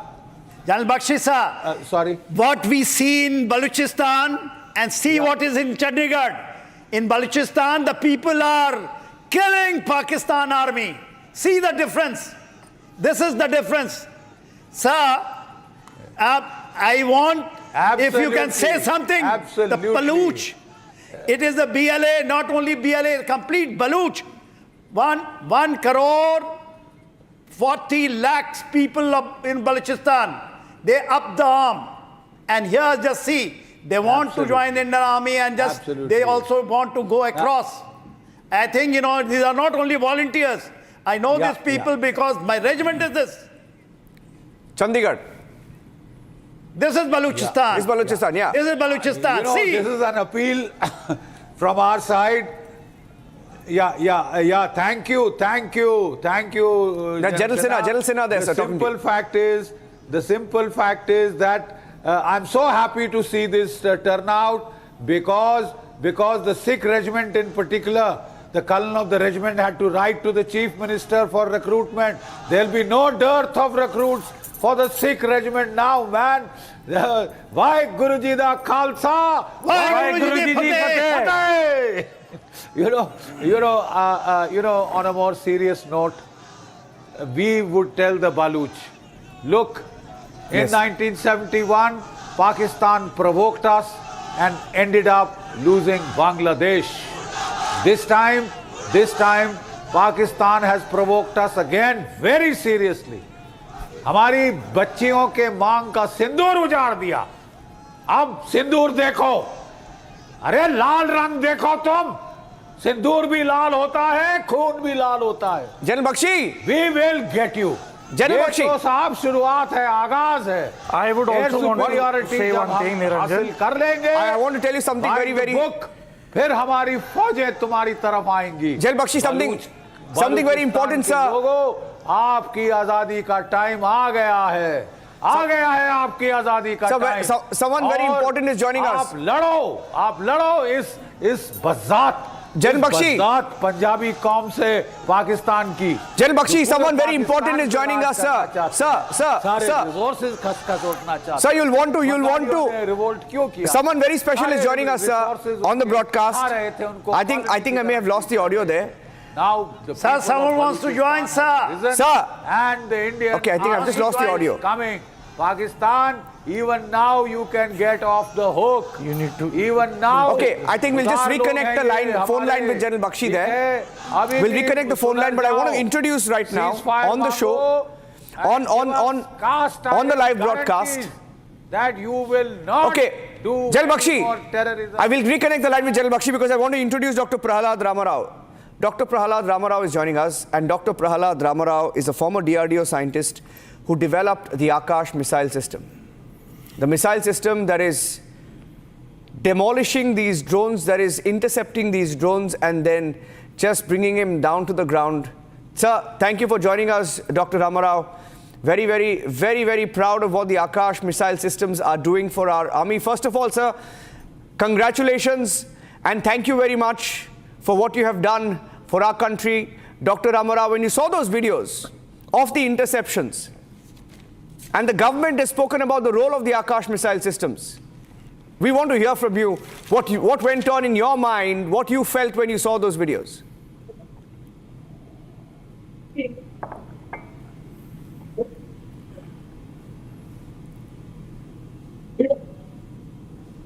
Can you hear me, Dr. Ramarao? Dr. Ramarao, can you hear me? You can't hear me. Okay. I'll just fix that. He's the man behind the Akash missile system. Sir, can you hear me? I'm checking again. No. Can you hear me? I can hear you. Great. Fantastic. No, you can't hear me? Okay, great. I'm just checking. 1 minute. I'm just checking. Okay, I'm just checking. But the role of the Akash missile system, while we reconnect with him, Major Tour, if you can tell our viewers. Okay, can you hear me now? I think he can hear us now. Let's try and go back to him, if he can hear us. Major Tour on the Akash missile systems and how they're squatting. They are decimating the enemy, any intrusion of enemy projectiles that you are watching, which have been struck down. Majority of them have been struck down by the Akash missile systems. They have a range of up to 100 to 150 and the variants up to 200 kilometers. So basically, and these are supersonic, they're very fast, and anything that tries to come across from the IB at any altitude, within 15,000 feet and less, are going to be intercepted. So it is really getting difficult for the enemy. It is such an embarrassment for the enemy, because all the Chinese missiles that they have purchased and have fired onto us have fallen as duds, as you can see by the visuals which are coming on the TV. It's a gold mine. These missiles are intact, Niranjan. It's not that they're totally decimated or there are a lot of pieces of debris all around. So, the missiles being intact and falling as duds is a very questionable thing. I strongly feel that China is indirectly, in a way, helped India by selling substandard missile systems to the Pakistanis. And it is courtesy the corruption in Pakistan that has resulted in this substandard missiles which are coming in our way, and we are happy about it. And let me tell you that the more intense the enemy is going to make it, the more deliberate the enemy is going to make it, the more you'll get it coming when you expect it the least. He's back with us, so I'll try once again to go to him right now. Dr. Prahalada Ramarao. Dr. Ramarao, good afternoon. Can you hear us, sir? Good afternoon. Good afternoon, sir. Can you hear me? Can you hear me? Can you hear me? Can you hear me? Yes, I can hear you. Can you hear me? Fantastic. I can hear you. I can hear you. Can you hear me? Sir, can you hear me? I can't hear you. Are you able to hear me? I can hear you. I can hear you. Yes, I can hear you. I'm not able to hear you. Sorry. Okay. Go ahead, sir. Go ahead. Go ahead. We want to hear from you. You developed the Akash missile system. Can you hear me now?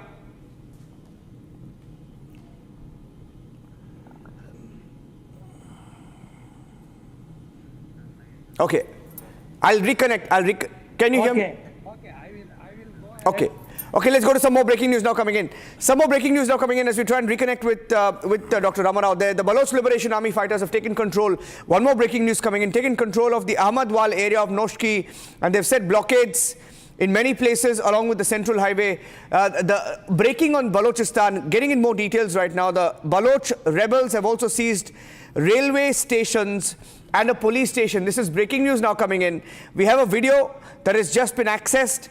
So I'm going back to the Baloch Liberation Army fighters and what they are now doing to Pakistan Army. Major Tur, 39 attacks is the latest number that we have. 39 attacks. Niranjan, there have been videos which have been released yesterday evening by the BLA. Balochistan Liberation Army has released videos, few of the videos of these attacks that they've carried out, and these are videos which are showing the thermal images of these Pakistani soldiers whom they have ambushed.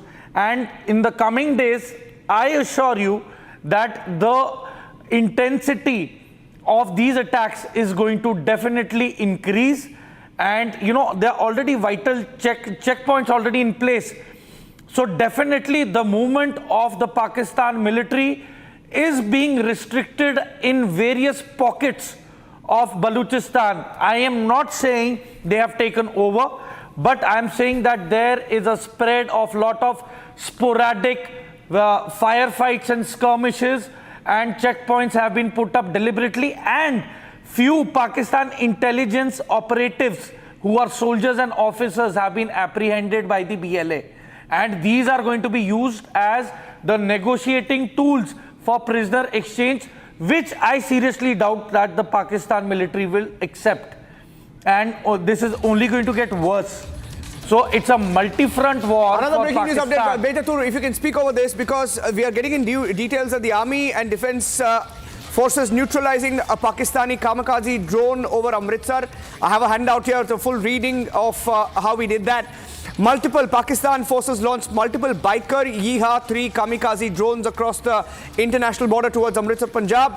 Attempt to strike densely populated residential areas, and thanks to our air defense system AAD, the hostile drones were detected, tracked, engaged within seconds of breaching Indian airspace, and the quick reaction air defense guns positioned in depth along the border belt, and the anti-air defense gunners brought down these drones mid-air, ensuring that no debris fell on civilian property as well. So huge setback for Pakistan. It's a huge setback, and the momentum that the Pakistanis thought that they're going to gain by these attacks that they carry out at 1 o'clock at night. And there is a pattern, Niranjan, that they've been carrying out these attacks every evening at around 8 o'clock. So there is speculation that there is a certain satellite communication system which crosses over from China, over India, across Pakistan, and in that time frame, they get a window of operating these drones by sending in these drones in the evening at 8 o'clock onwards into the Indian territory and Indian airspace. And then they start with their missile launches from 1 o'clock onwards till 5 in the morning. So you see, the attack pattern is very imminently clear. The origin of the launches of the missiles have already been registered as targets, and probably they've been taken out while I speak to you. They've already been taken out. So if the Pakistanis really think that the deployments and the positions of these mobile rocket launchers are not under live feed, they are very wrong. Every second of information is available to us. They are under our watch and eye, and no matter what, how hard they try, they are going to get it back 10 times more than what they have perceived it because all of the worst part is for Pakistan, all of this is being captured on video. I want to break this video next. A fresh drone attack on Jammu airport has been foiled. Pakistani drone launched to target Jammu Defence Airport has been shot down. A Pakistani drone brought down once again by the air defense system. General Bakshi, looking at these pictures, and this is such a poor PR for the country called Pakistan. Since this morning, General Bakshi, we've been, I'll just get in a word from Gursimran because he has the details, and then I'm going across to General Bakshi. This is another drone that has been shot down. Gursimran, if you can share some more details of what we know about this drone, and then we'll go across to General Bakshi. Yes, Niranjan, what it seems that it was also a kamikaze drone that has been brought down by the Indian Defence Forces, because what has happened that this drone was trying to enter the Indian territory. It was entering from the Indo-Pakistan international border in Jammu, and when it reached the Rihal area of the Badi Bishna, it was brought down by the air defence system that was activated. The target, as per the trajectory of this drone, was the defence airport of Jammu that is now being used by the Indian Army for n number of tasks that are being done, including those being done across the border. So it was the target of the Pakistan, but that has been foiled well within the time. We are told that this was similar kind of a drone that was laden with a high grade explosive, and that was to actually self-destroy itself upon hitting the airstrip at the Jammu airport. But due to the timely intervention and the detection by the aerial defense system that is intact and is in place and has foiled multiple attempts in last 48 hours, has also destroyed this drone in Jammu. And this is in the almost in the outskirts of the Jammu city that this drone has been brought down, and now the senior officials of the Indian Army as well as the Indian Air Force, they are rushing towards this spot so that they can actually seize this and more details can be taken out. Okay, I want to go across. Let me see if you can finally hear me now. Dr. Prahalad Ramarao, sir, good afternoon. Can you hear me? Good afternoon. I can hear you. Finally, thank you very much, sir. Congratulations, sir. Major Tur, you want to give a huge round of applause for Dr. Ramarao. Sir, your systems are taking all of these drones down. Fantastic, sir. Fantastic. Fantastic. Everyone's talking about the Akash missile system. How do you feel today when you look at those videos? Two things. One is behind me there were 1,000 engineers and scientists and technicians who have contributed to the success of Akash. So I thank them and their families, the number one. Number two is Dr. Kalam was the one who inducted me to become project director and asked me to lead the project. So I thank him for such a great opportunity. And third is, as you say, this is the happiest moment day in my life. That system we developed has been used correctly against the defense of the nation, and this being a totally Make in India product, I am doubly happy. And thank Republic for covering this, and also such a live online, I'm able to share my happiness. And I congratulate all my team members, family members, and of course Dr. Kalam, who is somewhere there. Thank you for sir, you were handpicked. Dr. Ramarao, you were handpicked by Dr. APJ Abdul Kalam. You were handpicked by him to head this project. How critical is this project, and what is it capable of? Why don't you tell our viewers, what can the Akash today missile system do today that is helping our armed forces and to keep India safe? See, when we conceived this missile system, we put the best of the specifications to this missile. The specifics are, the speed, agility, lethality, intelligence. So we said there are 4 parameters for any missile to be rated. The 4 parameters. Number 1 is speed. It is a supersonic, but more than Mach 2 continuously. Agility, it's got a very high G capability, so any maneuvering fighter aircraft can be outmaneuvered. And the lethality, that single shot kill probability is extremely high. It will damage and kill the enemy system. Fourth is the intelligence. It has got sufficient intelligence both in the radar and in the missile to handle any emergencies. So these are the characteristics we designed. And of course, at that time when I took over in 1973, they thought it is too big a thing. I don't think it can be ever done. So 83, Dr. Kalam made me project director. And from 83 to 2003, we have made it and handed over to Army and Air Force completely successfully to their satisfaction for operation as well as tactical requirements.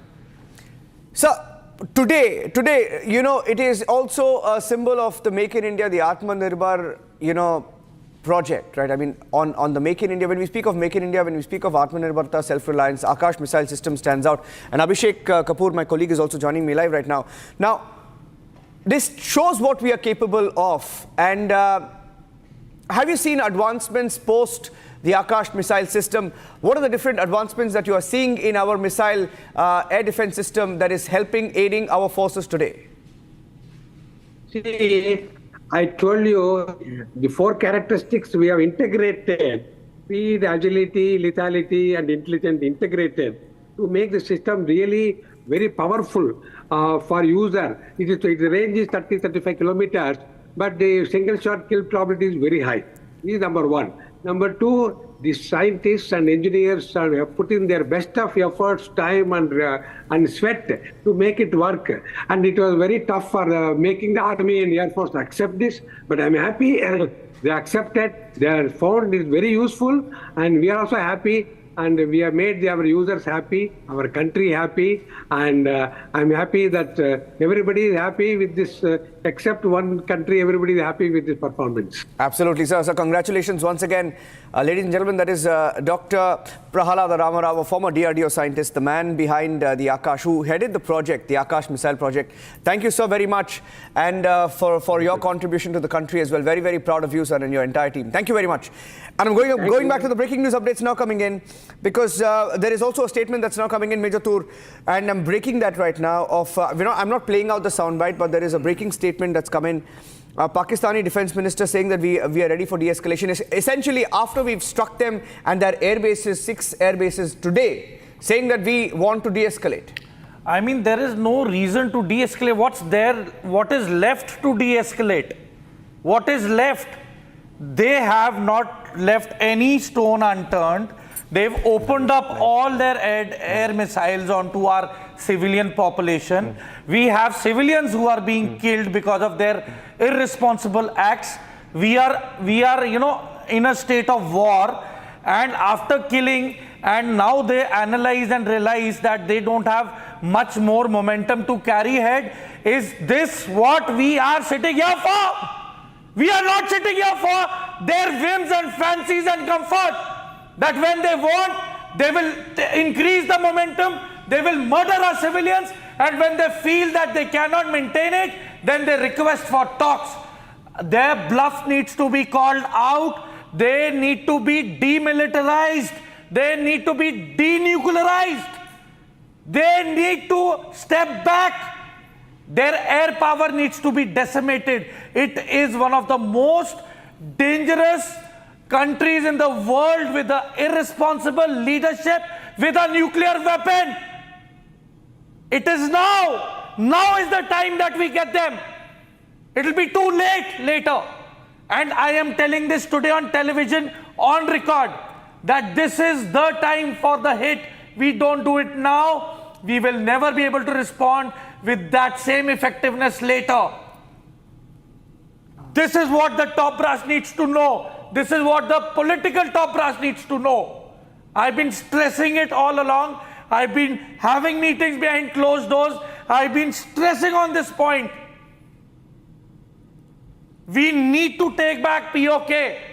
We need to do some damage to the Karakoram highway, where the Chinese are actually supplying all their weapon systems, missiles, day in and day out. We need to take control of the situation. If we sit in our own shell with our own perception that, oh no, we are the largest democracy in the world, nobody is coming for us, we are a nation of peace, nobody is going to come to get us. What is happening now? The largest democracy of India is under attack. Enough of talking peace. Enough of being good. To terminate evil, you have to be a bigger evil. We have to teach them a lesson now. This is it. No more delays. No more peace talks. I am not warmongering. Nobody wants war. I have seen war. It's not good. It's not poetic. It's not good at all in terms of any fathomable imagination. We do not want war. But for peace, there is a cost that we have to pay. And this is it, ladies and gentlemen. This is it. And we need to address it now. Yeah. Jai Hind. There are more videos coming in, more videos of how we struck in different parts and different air bases. Those are the four most defining pictures that came in. Pakistan drone base destroyed across Jammu, on the other side of the border. In Kutch, Pakistan drones intercepted. We had videos of how we trailed, traced and destroyed. We sought these drones and we destroyed these drones. And then in Srinagar, 2 Pakistani jets were down. That's the initial information that came in this morning. In Rawalpindi, an airbase was bombed, the Nur Khan Airbase. And we're getting in more and more details as we speak. More breaking news now coming in that 3 more drones have been neutralized near the Bhuj Air Force Station. Near the Bhuj Air Force Station, 3 more drones have been neutralized. General Bakshi is live with us. I want to get him on this breaking news input that even in Bhuj, all of these drones, essentially, General Bakshi, have been brought down by our forces and our air defense systems. Absolutely. You know, we have seen a revolution in military affairs in South Asia. An RMA based on our integrated air defense capabilities of layered missile systems, starting with the S-400, the longest range, going on to Akash 1 and Akash 2, the short range and medium range SAMs, the Barracks, and also then at the very short range, the V-SHORADs, in which we have the Iglas and the Igla S's, and then of course our inimitable L-70s, which have been modernized by us, our Shilkas and Zu-23s. This entire system has worked remarkably. They have achieved interception rates of 98 to 100%. 98 to 100%. We have in some cases even overtaken Israel. Which is one of the world's best air defenses, I would say. So you are in the top league now, right? And it is our indigenous equipment which has contributed. You just heard the man who made the Akash 1 and the Akash 2, the short-range surface-to-air missiles and the medium-range surface-to-air missile. That is one part of the revolution in military affairs. The second part was the loitering drones. The second part was our missiles, our cruise missiles, our spice bombs, our hammer bombs and our BrahMos, again indigenous, right? We also fired Pinaka, again indigenous, and this is something to celebrate. We have established overmatching technological capabilities in South Asia. We have established overmatching technological capabilities in South Asia, which are the sine qua non of deterrence. Deterrence by punishment. I'm sure this Pakistan will think 10 times before it tries to murder our unarmed civilians, before it takes pleasure in our girls, weeping inconsolably next to the dead bodies of their husbands. Right? Right? I have a sense of deja vu.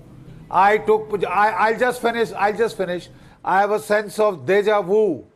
Okay? I have taken part in the 1971 war, right? First we established air supremacy over Bangladesh. And having established air supremacy, our ground columns went in 550 kilometers into East Pakistan from 3 sides, converged on the capital city of Dhaka, and we had liberated it.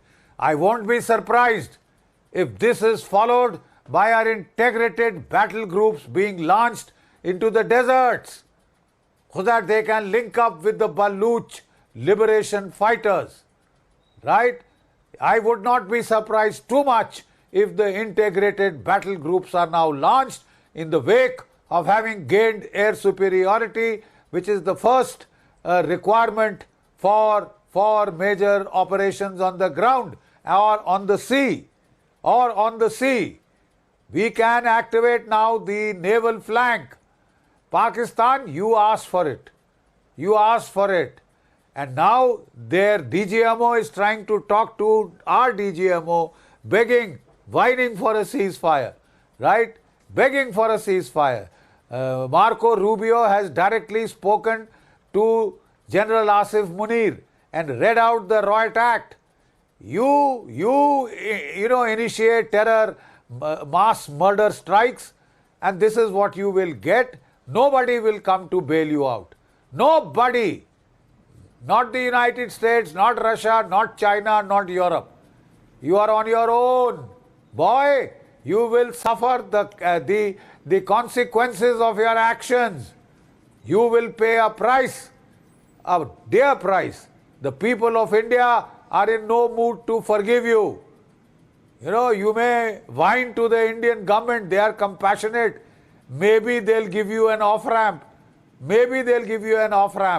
But not before you give cast iron guarantees of no more terror. Wind up your terror ecosystem and infrastructure. Shove it up where the sun don't shine. And don't try to murder, innocent Indian citizens again. So there's a new video that's coming. That's in no mood to forgive you. Yeah. So there's a new video that's coming. That straight. So there's a new video that's coming from the army. I'm just playing out that video of how we destroyed Pakistani posts. Let's play that out.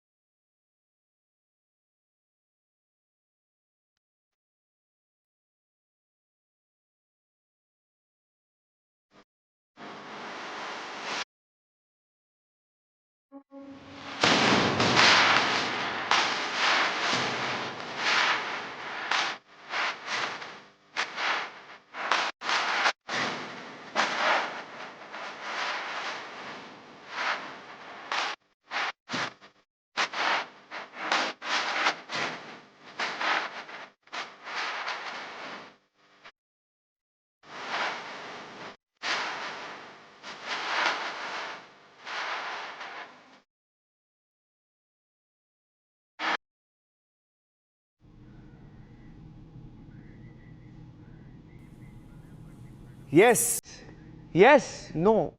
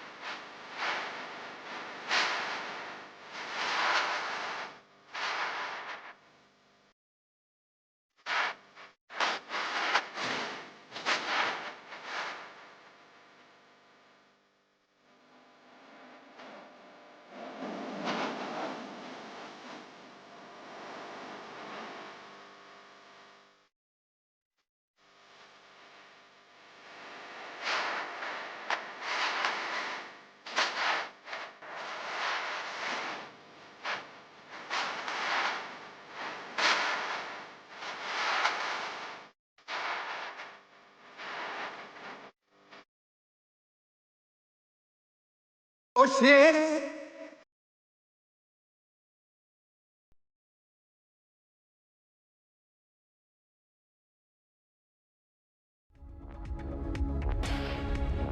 news right now, and hearing the Jaisalmer markets are also closed.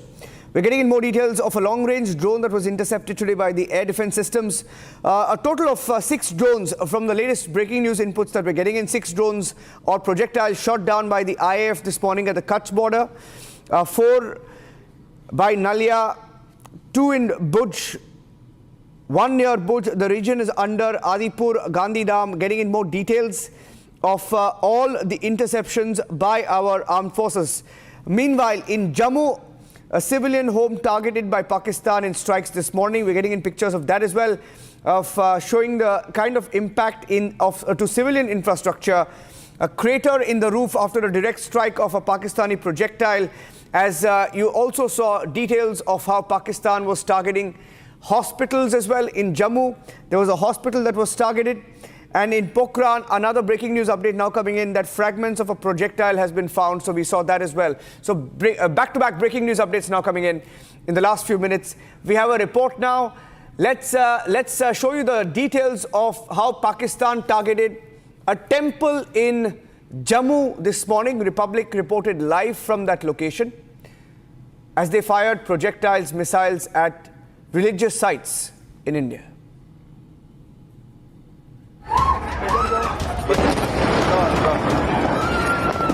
With its war machine literally on its knees and no match for India's military prowess, Pakistani troops directed covert fire on civilian targets across the land of control. As India downed hostile drones and projectiles, securing its airspace against Pakistan's attempted intrusions, its troops intensified shelling on civilian areas near the land of control.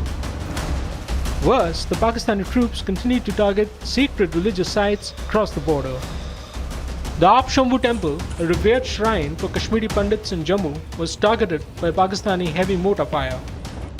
The shrine is known to draw a large number of devotees on weekends. This is the Shambhu Temple where that has been hit, and now this is the place, this is the house that has been hit here. I'll request Sarjivan to come along with me, and this side you will see the visible impact of this, this is the place, and these are actually the debris of the projectile that was fired from across the border. So these are the debris, these debris that Sarjivan is showing you of the Pakistani projectile that has been fired. This is outside a civilian house that the Pakistan has targeting, because this is a Shambhu Temple where the Pakistan has targeted, and these are the debris of this projectile that has now been destroyed, but after hitting this very area. Chief Minister Omar Abdullah visited the Jammu temple after it came under attack from the Pakistani troops. Meanwhile, Pakistani shells fell and exploded near a house in Jammu's Bakshinagar. The toll from the unprovoked Pakistani shelling and small arms fire climbed further, with 3 more civilian lives lost in Rajouri and 1 in Poonch. 2 deaths we can confirm. It is in the Rajouri district, including a senior official of the Jammu and Kashmir government. Additional Deputy District Development Commissioner Rajkumar Thapa has been killed in the Pakistani attack. That is a projectile that was launched from the Pakistan that has landed, and he along with another civilian has been hit. We are told that the area has been secured for now, but 2 have been fatal in this unfortunate incident that has unfolded. The senior officials of the Jammu and Kashmir administration has come under the direct hit of the Pakistani projectile that was fired from across the border. At a joint security briefing earlier on Friday, India admonished Pakistan for the abominable targeting of religious sites. Not mincing words, Foreign Secretary Vikram Misri described the attack on the Poonch Gurdwara as a new low, even by Pakistani standards. Pakistani side targeting and shelling places of worship with a particular design. This includes gurdwaras, these convents and temples. This is a new low even for Pakistan. As India aces its nuclear neighbor in the aerial dogfight and losses on its side keeps mounting, a lowly Pakistan continues to endanger civilian lives near the LOC.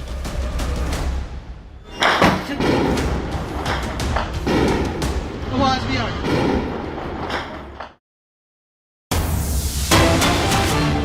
Getting in more breaking news updates now. 3 service chiefs, Air Chief, Navy Chief, the Army Chief meeting the Prime Minister as we speak. Breaking news update coming in from the national capital as we continue to engage Pakistani targets and we continue to respond to Pakistan's escalation. And the message was clear when the news conference was held this morning. Clear messaging from India to Pakistan that we will honor if Pakistan falls in line, but we will respond. We want to show restraint, but that can only come if Pakistan also shows equal restraint. But that hasn't happened. India has been provoked. There has been provocation, non-stop escalation from Pakistan, and we're giving it back as we speak. 3 service chiefs meeting the Prime Minister at his residence, official residence of the Prime Minister at 7 Lok Kalyan Marg. This is the breaking news update that's coming in right now. Abhishek Kapoor joining us with those details. We'll take a short break now and come back with more breaking news updates in just a short bit. Fight against terror continues. A fight against terrorist infrastructure continues. And let's get you the latest breaking news update. The 3 service chiefs are meeting the Prime Minister. What do you think it's... okay, I'm going across live to 7 Lok Kalyan Marg. Gopi is joining us live. Gopi, there have been back-to-back meetings. The Chief of Defence Staff met the Raksha Mantri sometime back, and this is the follow-up meeting where the Prime Minister is meeting the 3 service chiefs.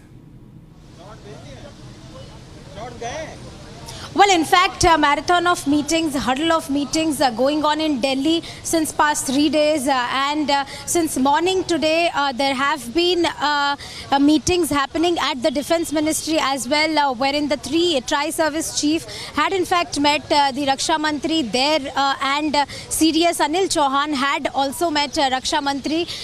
What we have been witnessing right outside of 7 Lok Kalyan Marg, which is the official residence of Prime Minister Narendra Modi, is that just a short while back the tri-services chief are here. NSA Ajit Doval in fact is also inside the 7 Lok Kalyan Marg. What we are learning from our sources is we have seen what kind of escalation has been happening, statements and counter statements coming from both the sides. This discussion probably would revolve around that. Discussions would revolve around what should be done next, and the briefing would be done to Prime Minister Narendra Modi so as to understand what can be done in the coming hours, wherein we are seeing constant movement at the western and northern front of India. Back to you. Okay, getting in some more breaking news now coming in from Pokhran. Let's get you those pictures from Pokhran as well as, we get you the details of all the different projectiles by Pakistan, drones, missiles being intercepted by India. Another one in Pokhran being intercepted by our armed forces and our air defense systems. Fragments of a projectile were found in Pokhran as well. We have pictures of that. Meanwhile, as we get you that update, also hearing that drones have been intercepted in Damthal, Himachal Pradesh. The impact was so strong that a pit of 3 to 4 feet deep has been left behind. Lalit Sharma is also there. I'll go across to him. But first up, these are pictures coming in from Pokhran. From Pokhran. Jalbakshi, are you looking at these pictures? Pokhran, another projectile that's been left behind by Pakistan. Yeah, another dud. Jalbakshi. Absolutely, Niranjan. The Pakistani ISPR General Saab was warning us that we won't stop till we have hit back with our cruise missiles and rockets and missiles like you did in, the terror against our terror camps, 9 of them. The Pakistani generals and senior officers had come for the funeral of terrorists, wrapped them in Pakistani flags. What a joke! The whole world saw the linkage between the Pakistani army and internationally proscribed terror groups. It was there for all to see. They have tried their counter-attack. It has been a damn squib. In retaliation, the Indian Air Force has gone and knocked out the prime bases of the Fizaya inside Pakistan, Rawalpindi, Nur Khan Air Base, from where their prime minister, their army chief, air chief, etc. fly out in their aircrafts. That has been knocked out, right? We have knocked out all prominent Pakistani air bases. They are horsely come back. If required, we will give them another dose, right? Step one is to gain air superiority. That is what we had done in Bangladesh. There, over the skies of Bangladesh, we had gained air supremacy.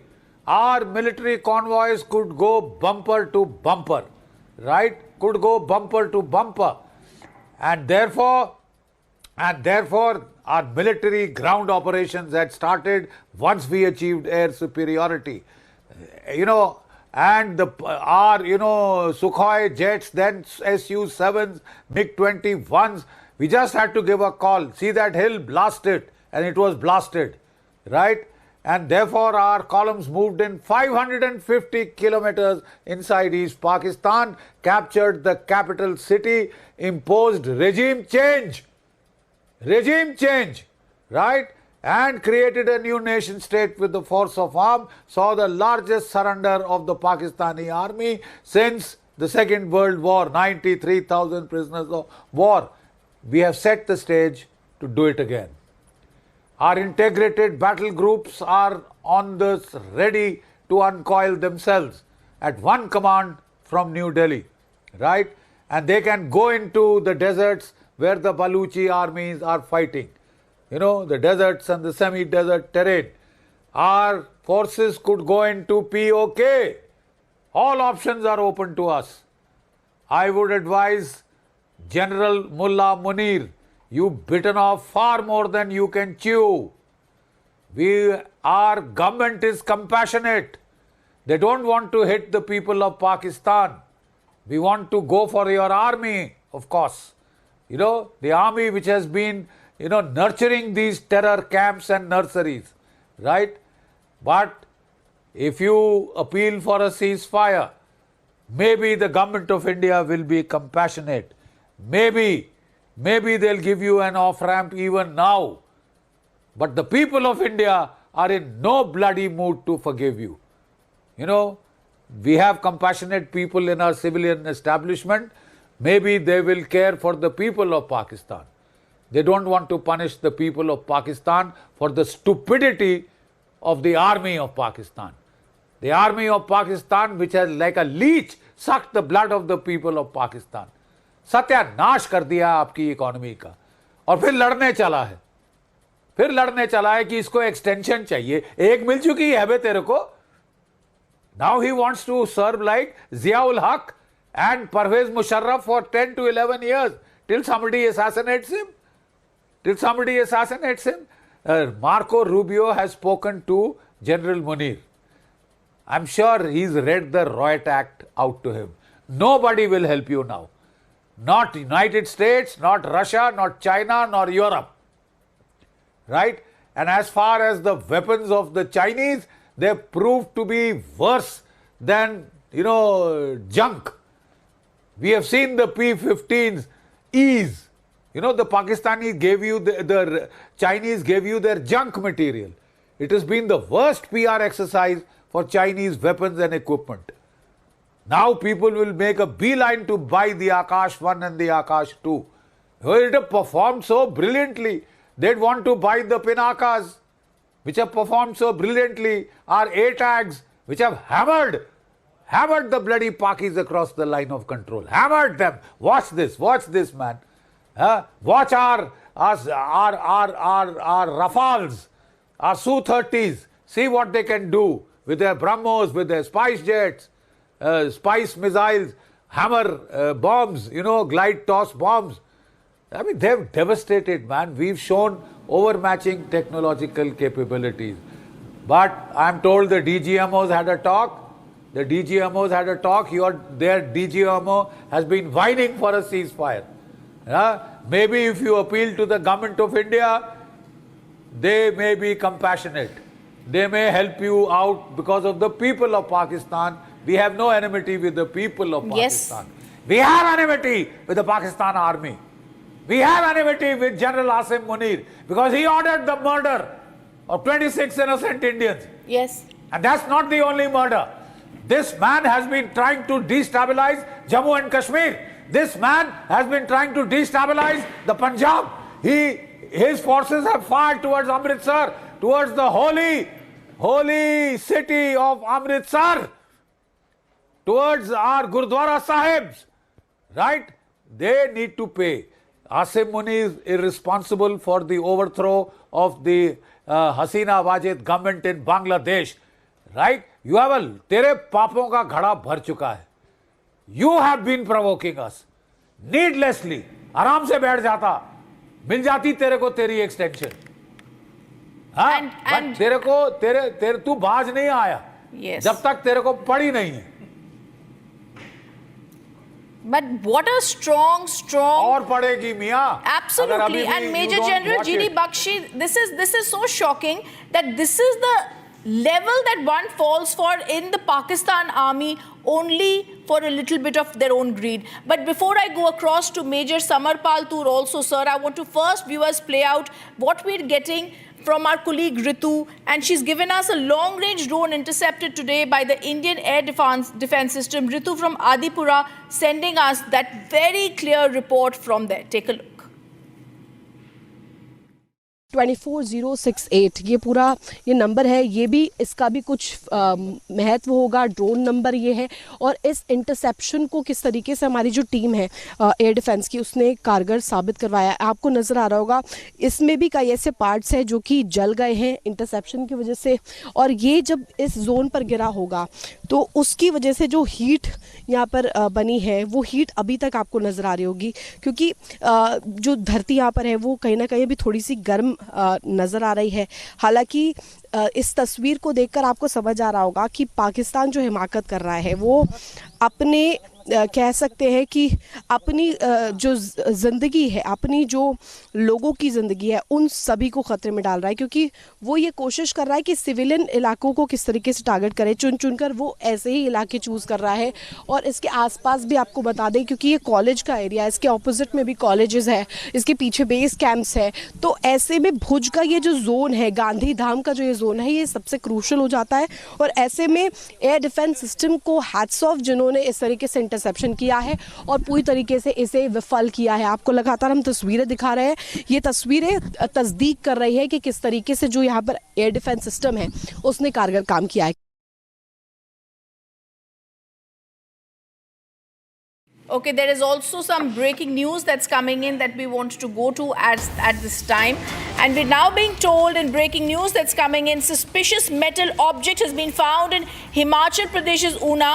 The suspicious metal object that we're going to go to, and also get in a word from Samarpal Toor on what this is and what's been really found. But since morning, we've been bringing you the news of how India has struck back. The suspicious metal object now found in Himachal Pradesh. We're going to go to pictures of that also and take a look. Okay, yes, Pakistan, it seems.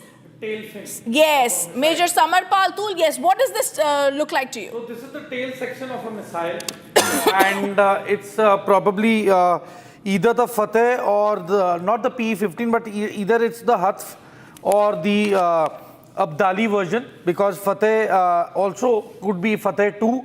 It has a range of 400 kilometers. So I just want to tell the people, मैं दर्शकों को ये बताना चाहूँगा कि देखिए jamming भी चल रही है, तो जाहिर सी बात है कि ये जो मिसाइलें यदि अपने टारगेट पे नहीं पहुंच पाती हैं तो ये ब्लाइंड हो जाती है. मतलब इन्हें जब तक फिर इनका ईंधन नहीं खत्म होता ये आगे जाती रहेंगी और लास्ट पे जाके जमीन पे गिर जाएंगी. तो my appeal to the public, मुझे पब्लिक से सिर्फ इतनी अपील है कि यदि आपको ऐसी कोई चीज़ें आपको नज़र आए तो आप तुरंत अपने सबसे नज़दीकी पुलिस स्टेशन, पुलिस चौकी या फिर मिलिट्री इंस्टॉलेशन को जाके बताएं, इतला करें और इस इलाके के से दूरी बना के रखें. यदि आपको कुछ ऐसे शक वाला कोई ऐसा पदार्थ या कोई आइटम दिखता है तो आपने उसे हाथ नहीं लगाना है, आपने उसके ज़्यादा नज़दीक भी नहीं जाना है, और हो सके तो आप अपने मोबाइल से उसकी फ़ोटो खींच के तुरंत नज़दीकी पुलिस चौकी या फिर कोई भी मिलिट्री चेक पोस्ट पे जाके इन्फॉर्म करें और उन्हें वो लोकेशन दिखाएं जाके. Thank you. Absolutely, and this is very clear. This is something that we have to see. As we are retaliating Major Samar Paltur against Pakistan, 3 Pakistan fighter jets down, you're clear that these are numbers, and this is things that have been written on this which are clearly showing Fateh, etc., that have been found in Una in Himachal Pradesh that show that there is Pakistan. This is proof. This is clear proof that Pakistan has tried to escalate this. I also want to viewers go across and show you a video today that has been now put out by the Indian Army. Our heart swells with pride as the way the Indian Army and our forces are taking care. Indian Army pulverizes the terrorist launch pads, and we're going to show you that video of the Indian Army.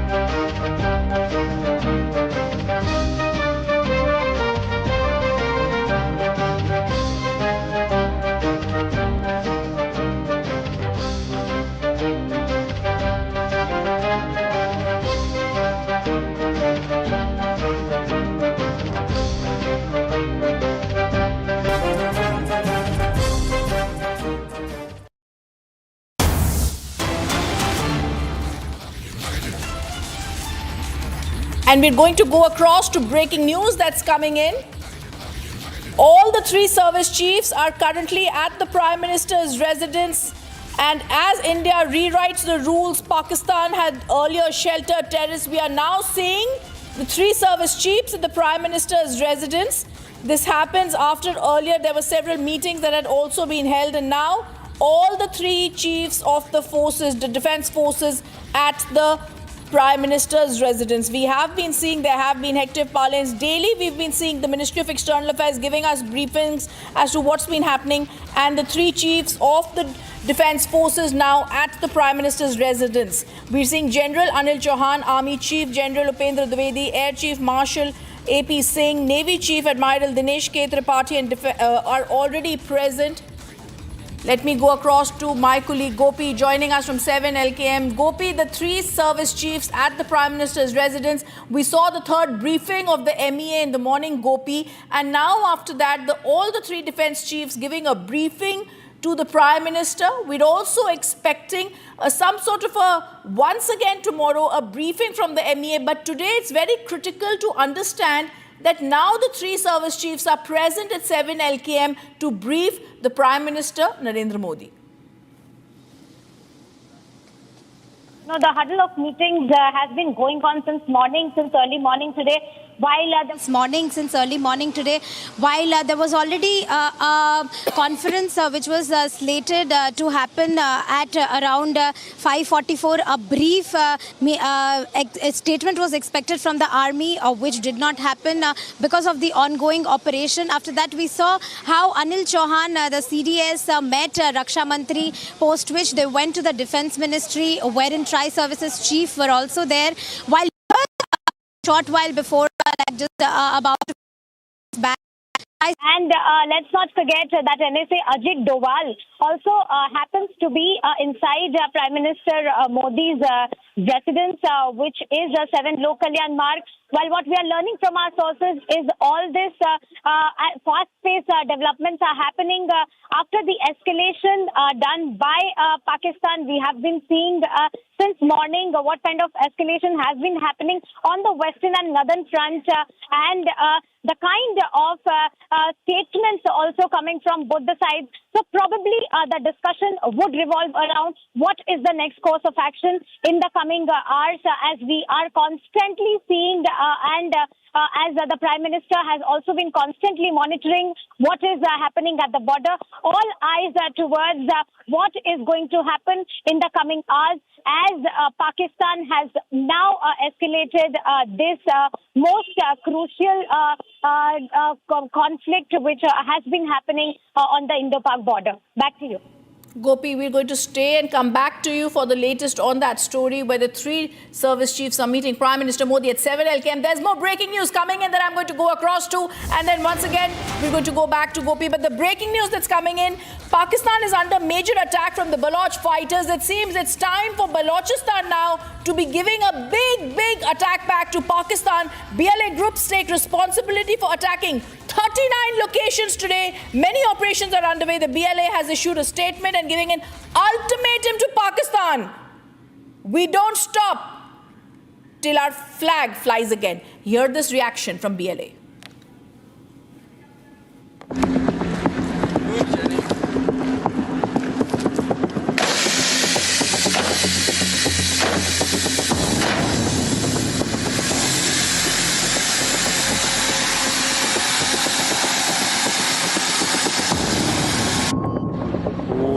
लश्करा की तगालाती चीकड़ो पंजाबी दाश्तगा नेले ती जुस्त कनी दिगा पट्टोई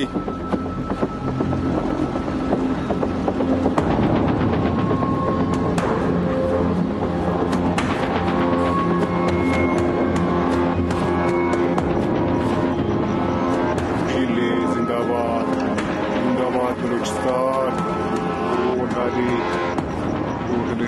लश्कर कसरती पुल्लाते नारी बस इंतजारियो राटिंबा बरीक तो समातम्मीकम बीले जिंदाबाद Balochistan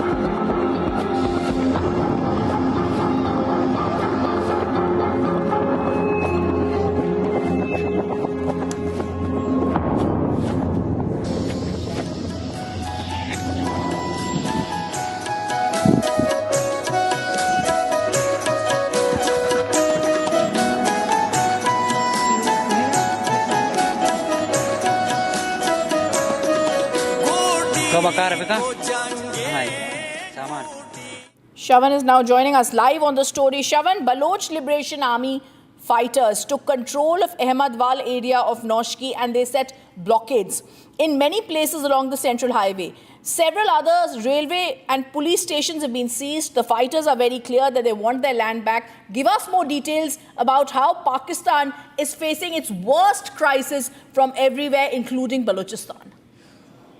Well, perhaps it's one of the biggest challenge that Pakistan is currently facing as far as its western border is concerned. Intensified crackdown that we are basically looking at. In fact, you have the Pakistanis who are basically trying to redeploy their forces that has come under massive attack by the Balochis. And the Balochis have also sensed an opportunity, because right now you have the Pakistani army's attention completely diverted. Their entire focus perhaps is on its eastern border. And that is the reason why the Baloch Liberation Army certainly senses an opportunity at this point in time. And just take a look at what has happened over the last 24 to 48 hours. I'm just quickly going to recap what we got late last evening as far as this coordinated assault is concerned. If you take a look at major cities, starting with the capital itself in Quetta, there you have, we are given to understand, the police stations, government institutions and judicial institutions all were taken control by the Baloch Liberation Army. Moving on to Turbat. Turbat is another bigger city where we are being told that there have been massive protests that have taken place. Now, this is in fact the details that have been put out by the Baloch Liberation Army. In Turbat itself, a grenade attack was reported targeting the Pakistani forces. Moving on, in Kech district, explosions, sustained gunfire has been reported. In Quetta, there have been 2 separate grenade attacks that took place yesterday. In Pangchur, now this particular area is extremely significant.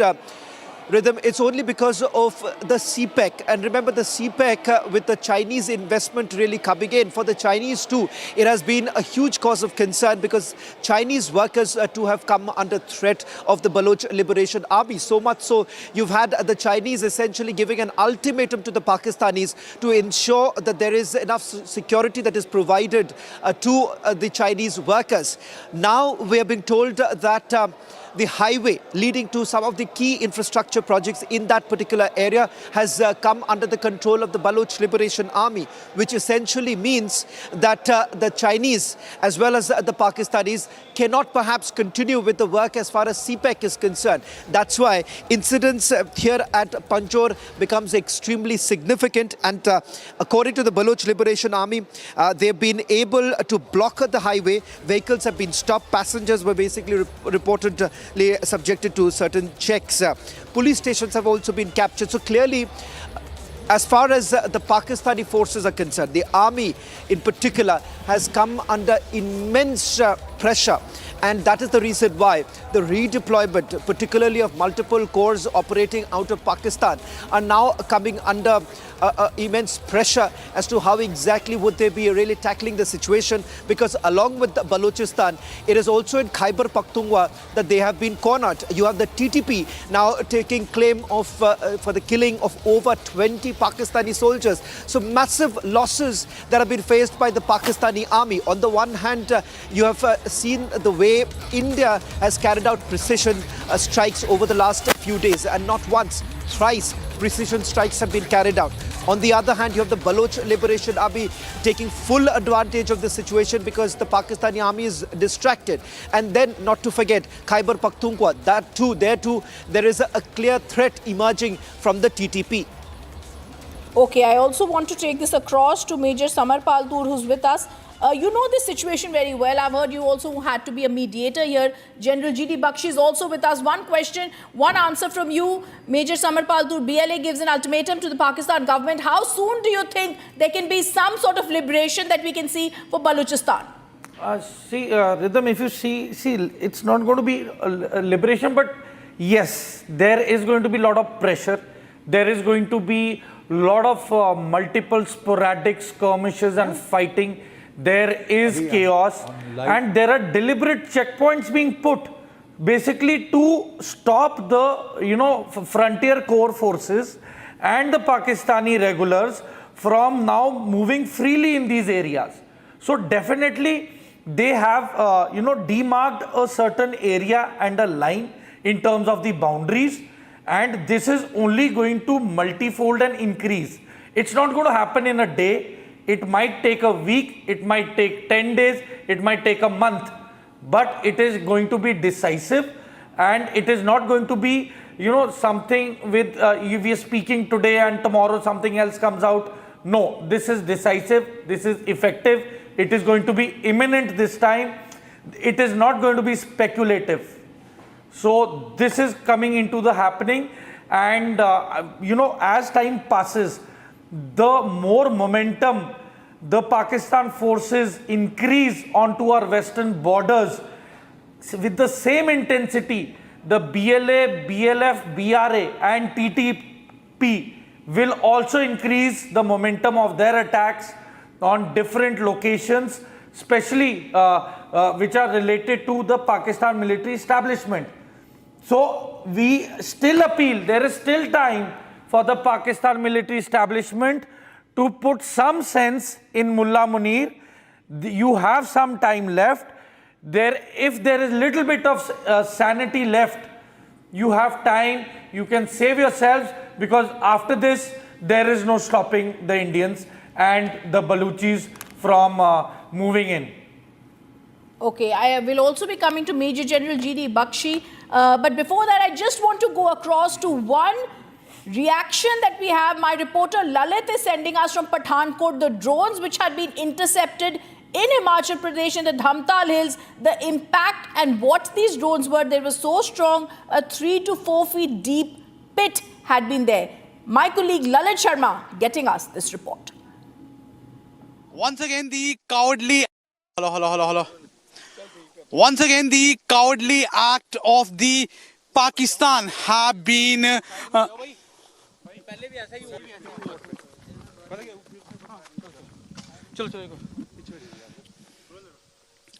एक बार फिर से पाकिस्तान की नापाक कोशिशों को जो Indian air defence है उसको नष्ट किया है। फिलहाल जो तस्वीरें हम आपको दिखा रहे हैं आपसे थोड़ी देर पहले है, जो ड्रोन पे मिसाइल लगी थी उसको भारतीय सेना ने जो एयर डिफेंस है उसको नष्ट किया है। फिलहाल ये जो तस्वीरें आप देख रहे हैं ये पठानकोट और हिमाचल का जो बॉर्डर है, फिलहाल जहां पर हम खड़े हैं इस वक्त हम हिमाचल में खड़े हैं, जहां पर वो जो मिसाइल है वो गिरी है। इसका इम्पैक्ट आप देख सकते हैं कि कितना इसका इम्पैक्ट रहा है।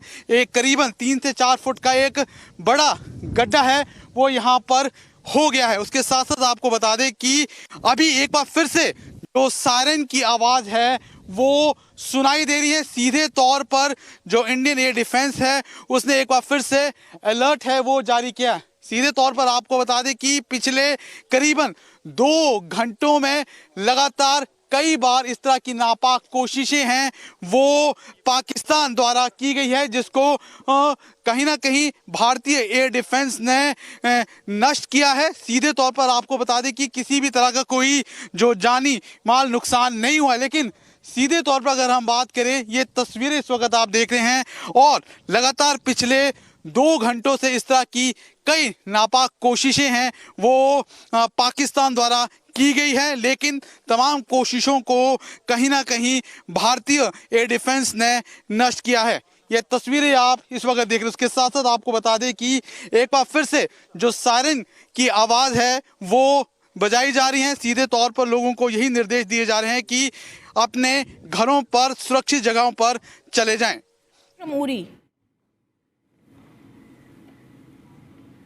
Okay, I'm just going to go across to Major General G.D. Bakshi, but before that, joining us from Uri, I've got my colleague Arawat. Arawat, give us more details about what's been happening there. Yes, absolutely. Then we have seen that the continuously ceasefire violation, and now the Pakistani troopers are continuously targeting the civilian populated areas. Right now we are here in the Uri village, and Firdaus can show you the visuals from this very side. This is the residential area that has been targeted by the Pakistani troopers during the night, and then after we have seen that the continuously firing is still going on in the various sectors here in the Uri, as we have seen, as Firdaus will show you from this very side that there are the splinters that hit to this side directly. Then after we have seen the splinters have also here in the entire area, as the Firdaus is showing the visuals. This is not the first attempt we have seen from the last couple of days. This is the back-to-back attack on the local population here in the Kashmir Valley. We have seen that the Indian Army is also giving them the befitting reply by the unprovoked firing that has initiated from the Pakistani troopers. But we have seen this all comes when we have seen that the Pakistani troopers troopers are continuously, desperately targeting the local population of the Kashmir Valley. We have already seen, you can see from this very side, if Firdaus can show you in 360 view, and you can see here, this is the entire view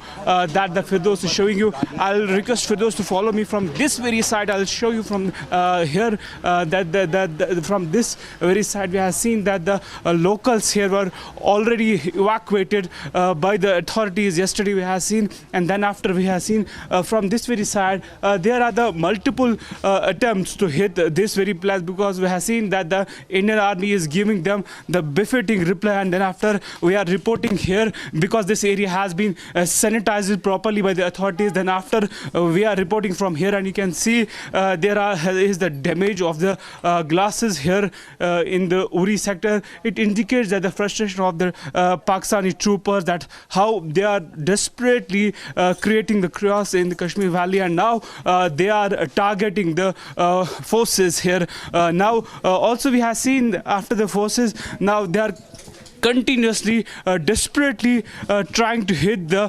civilian population here. As you can see, here is the lock, and you can see the family who has been evacuated from this very place. And then after we have seen that the authorities has went here, and then after they have taken the control of this very place. There are some places in the Uri sector and other parts of the Kashmir where we have seen that the same kind of the sanitization has been already done by the authorities, as we have seen that the evacuation process is still on in the various parts of the Jammu and Kashmir. And same Firdaus can show you from this. Here is the window. This is exactly the spot where the mortar shell hit through this very side. Then it comes to this way, as Firdaus is showing you from this very side. And also here is the another home with residential civilian area. It indicates that how they are desperately trying to create the chaos in the Kashmir Valley. Now they are continuously targeting the civilian population of the Kashmir. This is not the first time. This all comes when we have seen that the India has struck in the terror groups of the Lashkar and the Jash in the past. So continue to be with us. We've got Ambassador Deepak Vora with us. We've also got Major General GD Bakshi with us. But first, the big breaking news that's coming in. India strikes and kills JS Chief Skins. We've got the big breaking news. We've got the entire terrorist list that's come out now. And I'm going to go across to the name as JS Chief Skin. Hafiz Jamil has also been killed. JS Chief's brother-in-law has been killed in Bahawalpur. This is when India struck the 9 terror targets. It's confirmed. Lashkar headquarters in charge. Mudassar has also been killed in this. And the India strikes kills Abu Jindal. Affiliation is to LET. Deepak Voraji, if you can actually speak over that. It's the big news coming in.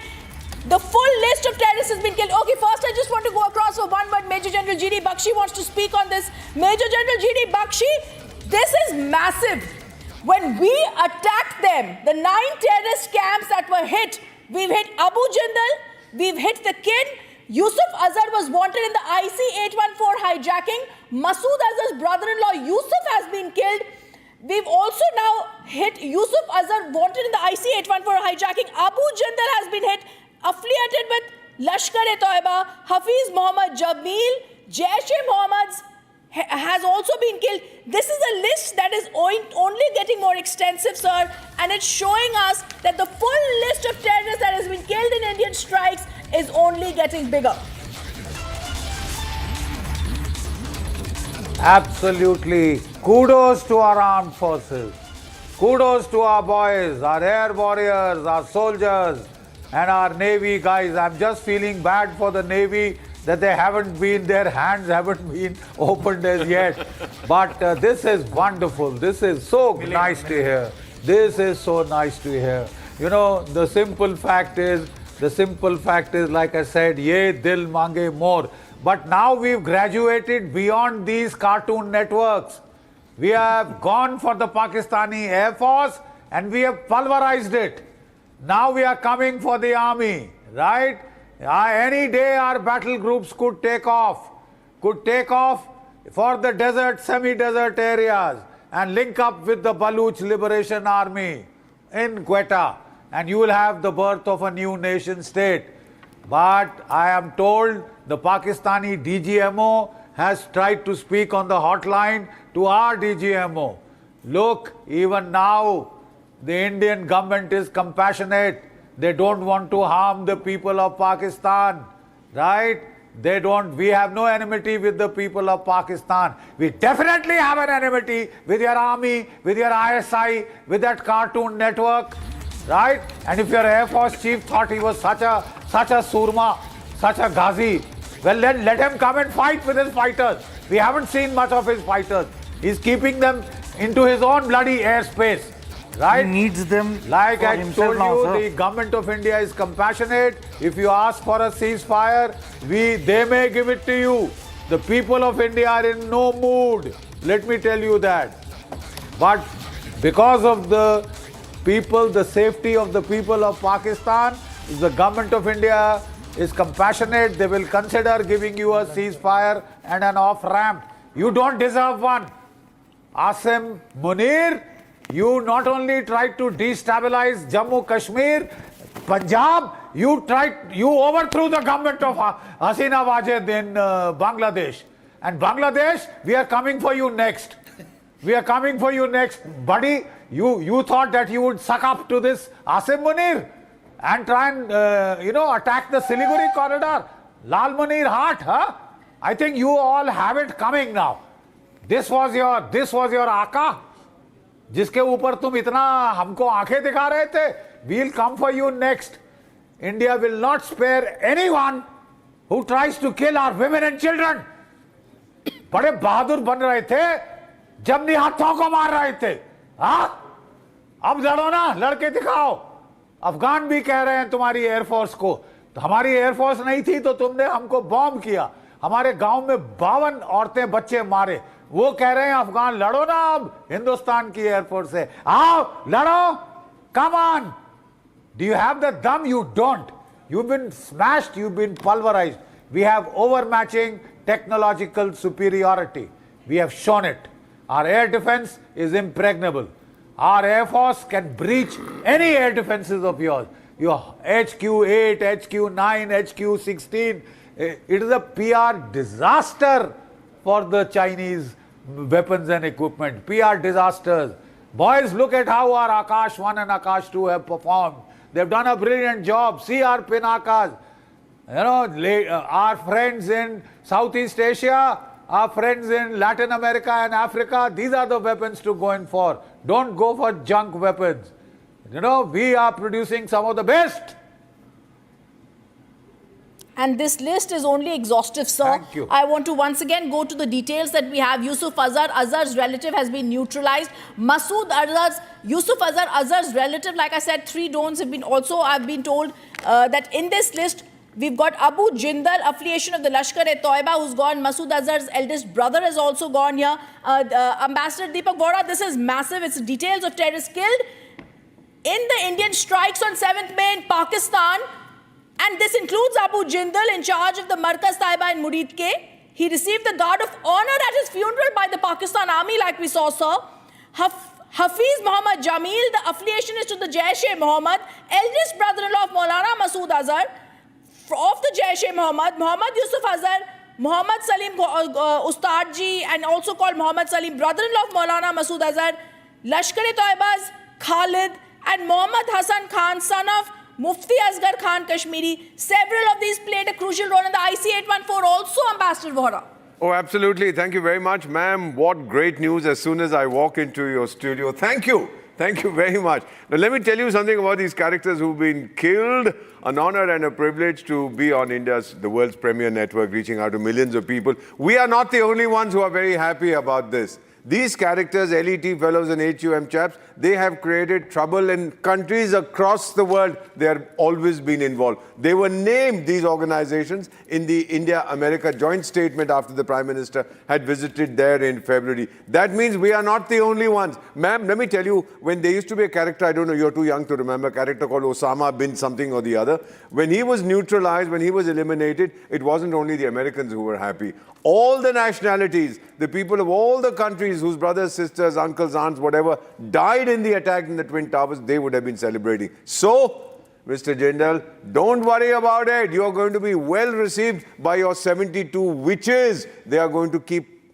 eating your flesh every day, and by the evening the flesh will come back to you. You have been condemned to a life of eternal hell. Let me also tell you, ma'am, the welcome that we are getting, and I know this personally because I'm in touch with several people across the world, the welcome we are getting for the action that we are taking is quite amazing. This morning, a serving American congressman, I will not give you his name, it's part of my responsibility, all he said was, well done, Bharat. Can you imagine? Well done, Bharat. He didn't say India. Well done. And he incidentally had lost a cousin or a brother in the 9/11 thing. So you can imagine how much he loves terrorism. Now, let me conclude, ma'am, by saying we've talked about these fellows who've got all this kind of salutes and flags are being flown at half-mast in Atankistan because they've died. We used to earlier say that the Pakistani military has a country. Let me just add to that. Terrorists in Pakistan own the army that owns the country. If you understand, the core is the terrorist group, and next comes the military that protects them, and then the military also owns this God-forsaken, benighted nation whose people are cannon fodder for terrorism. No, I absolutely want to tell our viewers that this is the big breaking news coming in, that we're telling our viewers that Abu Jindal has been killed. He was in charge of the Markaz Taiba Murid Ke. He received a Guard of Honor, which is so surprising, and horrifying for Indians, but not for Pakistan, because he received this by the Pakistan army, and for them, these were the heroes. But these were India's most wanted terrorists. These were the world's most wanted global terrorists, and this is India's punishment to Pakistan. As we slip into a break, on the other side, we get you more details of the top terrorists that India has struck down and wiped out from the face of the earth. Stay with us.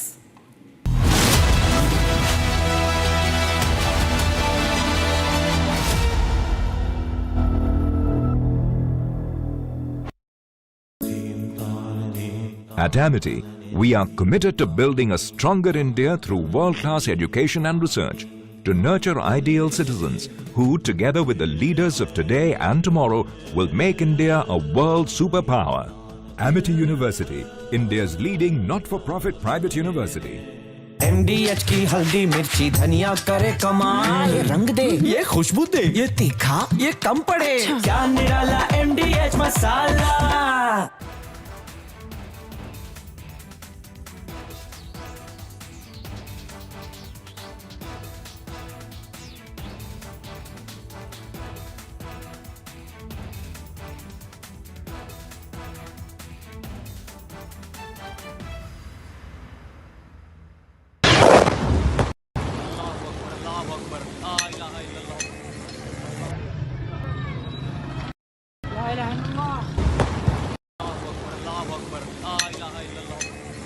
Of different weapon systems, because you cannot risk putting all eggs in one basket.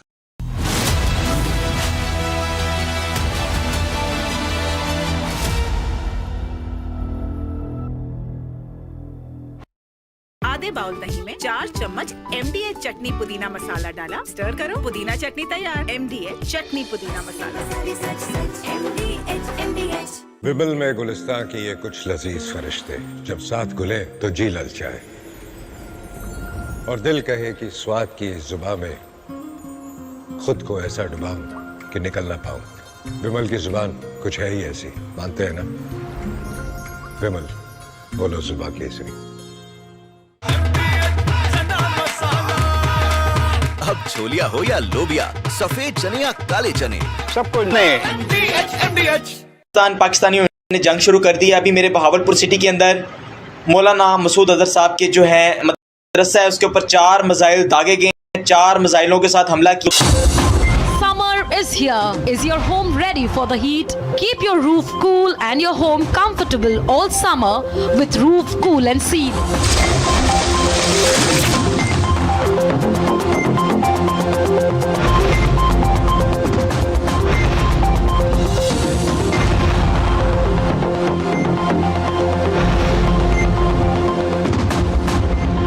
पसीना मत बहाओ, Berger roof cool and seal लगाओ।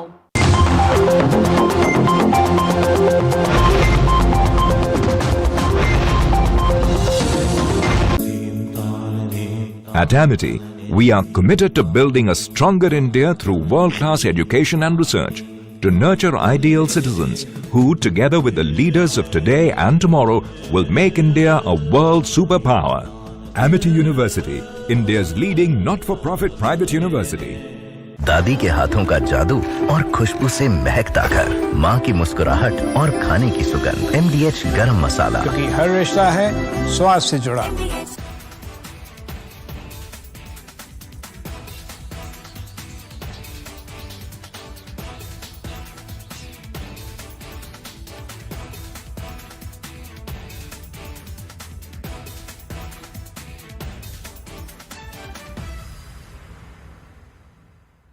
Unlike in 2019, when we had hit Balakot, which was in the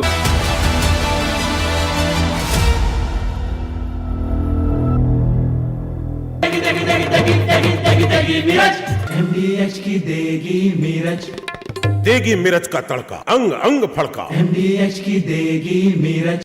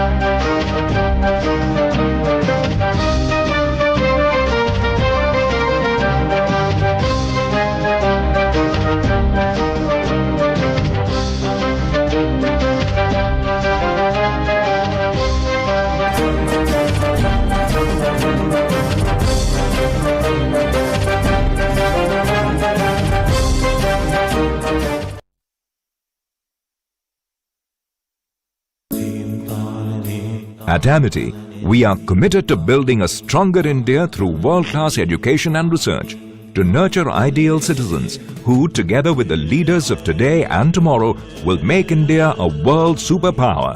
Amity University, India's leading not-for-profit private university. ये है secret recipe MDH का जीरा SIP जल जीरा मसाला। जीरा सिप MDH का जल जीरा सिप MDH का जल जीरा सिप।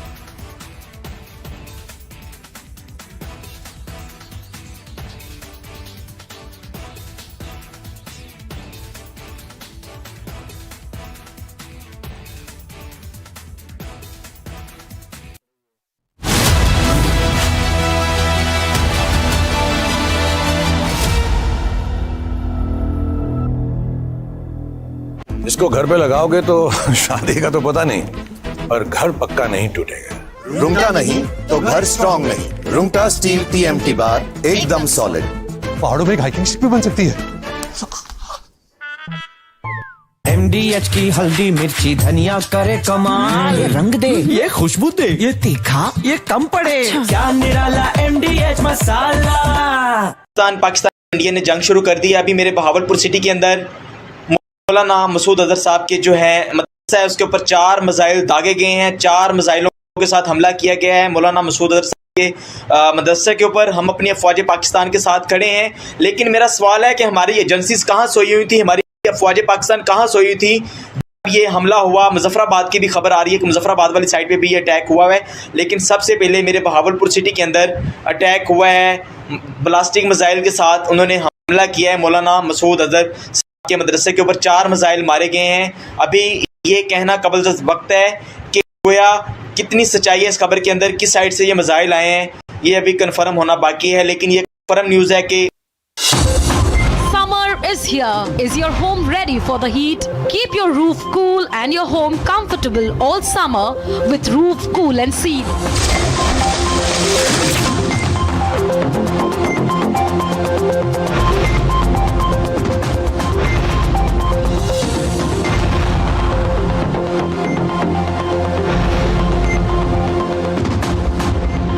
पसीना मत बहाओ, Berger roof cool and seal लगाओ।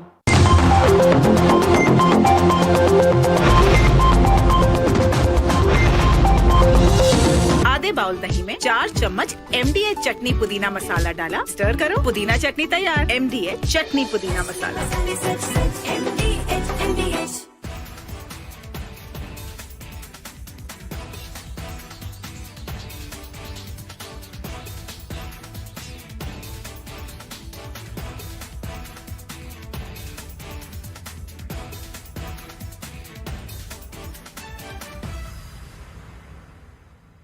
Unlike in 2019 when we had hit Balakot, which was in the wilderness, and Pakistan got an excuse to say that nothing had been damaged or killed, that we had only killed some crows.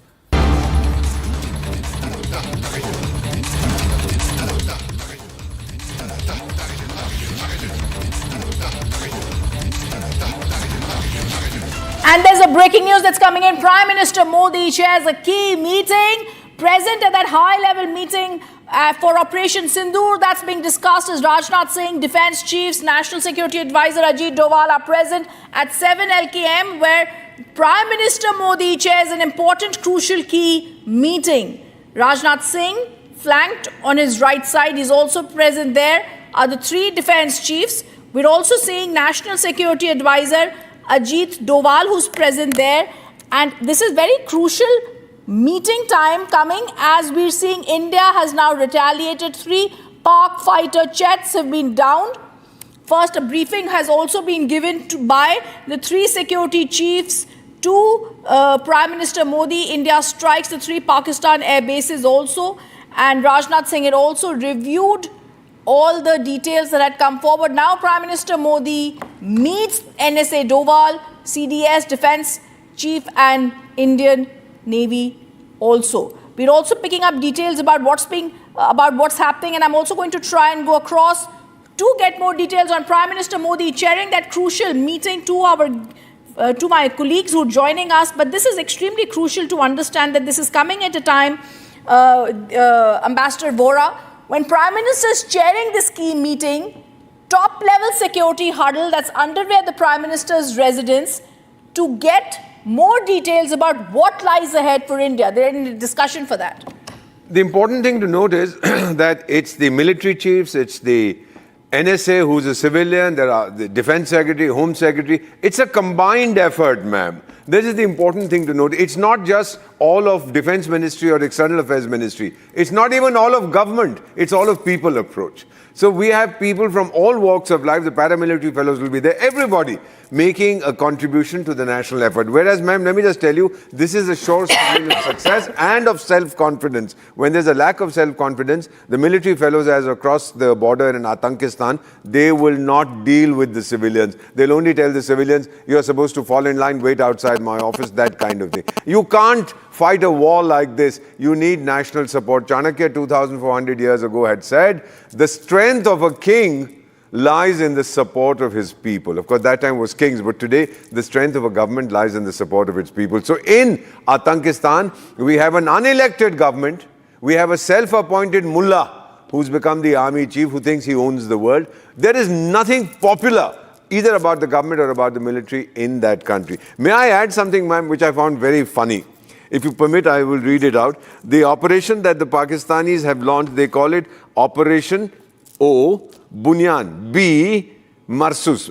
Operation Bunyan Marsus means iron wall. That is their response. So it stands for Operation Bunyan Marsus, which basically, if you do it, there's one word which is missing, but the acronym becomes B-U-M.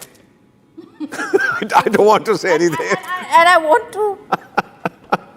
Prime Minister Modi chairing that key meeting, Ambassador Vora. Indian Prime Minister leads from the front. There you are. This is not a Prime Minister, like you said, who's shying away behind any iron wall whatsoever. Indian Prime Minister Modi holds high-level meetings. Earlier, he spoke with the Raksha Mantri, the National Security Advisor. And now in that picture, he's seen with the National Security Advisor, the service chiefs of the three forces, the CDS, and also intelligence officials. A lot of times, the intelligence officials, the chief, the heads of RAW, who are present in that room are not on camera. We don't let them be known. But it's very clear, like we were breaking out that news of the terror list that has come out, the intelligence that was there, the capability of the precision of where we had to target came from our intelligence sources also.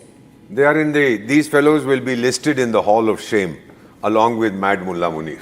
Yes, so absolutely. I'm quite sure that they're going to be there. But it's amazing that you were able to access this information, and yet you have the sensitivity not to release anything that could be of some use to the fellows from across the border. I compliment you. No wonder you are the world's premier network, and you yourself are one of our best. So the reason I say this is that you've been very sensitive to the concerns of the people. You talked of the Prime Minister leading from the front. Ma'am, Leh and Kargil is my area as special advisor. Let me tell you, when Galwan happened, you remember that, ma'am? Yes. How soon after that did a fellow called Narendra Modi show up over there to talk to us? So within a couple of days. Yes. And that tingling, ping pong, ding ding, whatever that chap's name is, took him 8 months to reach there. Because for him, his troops are cannon fodder.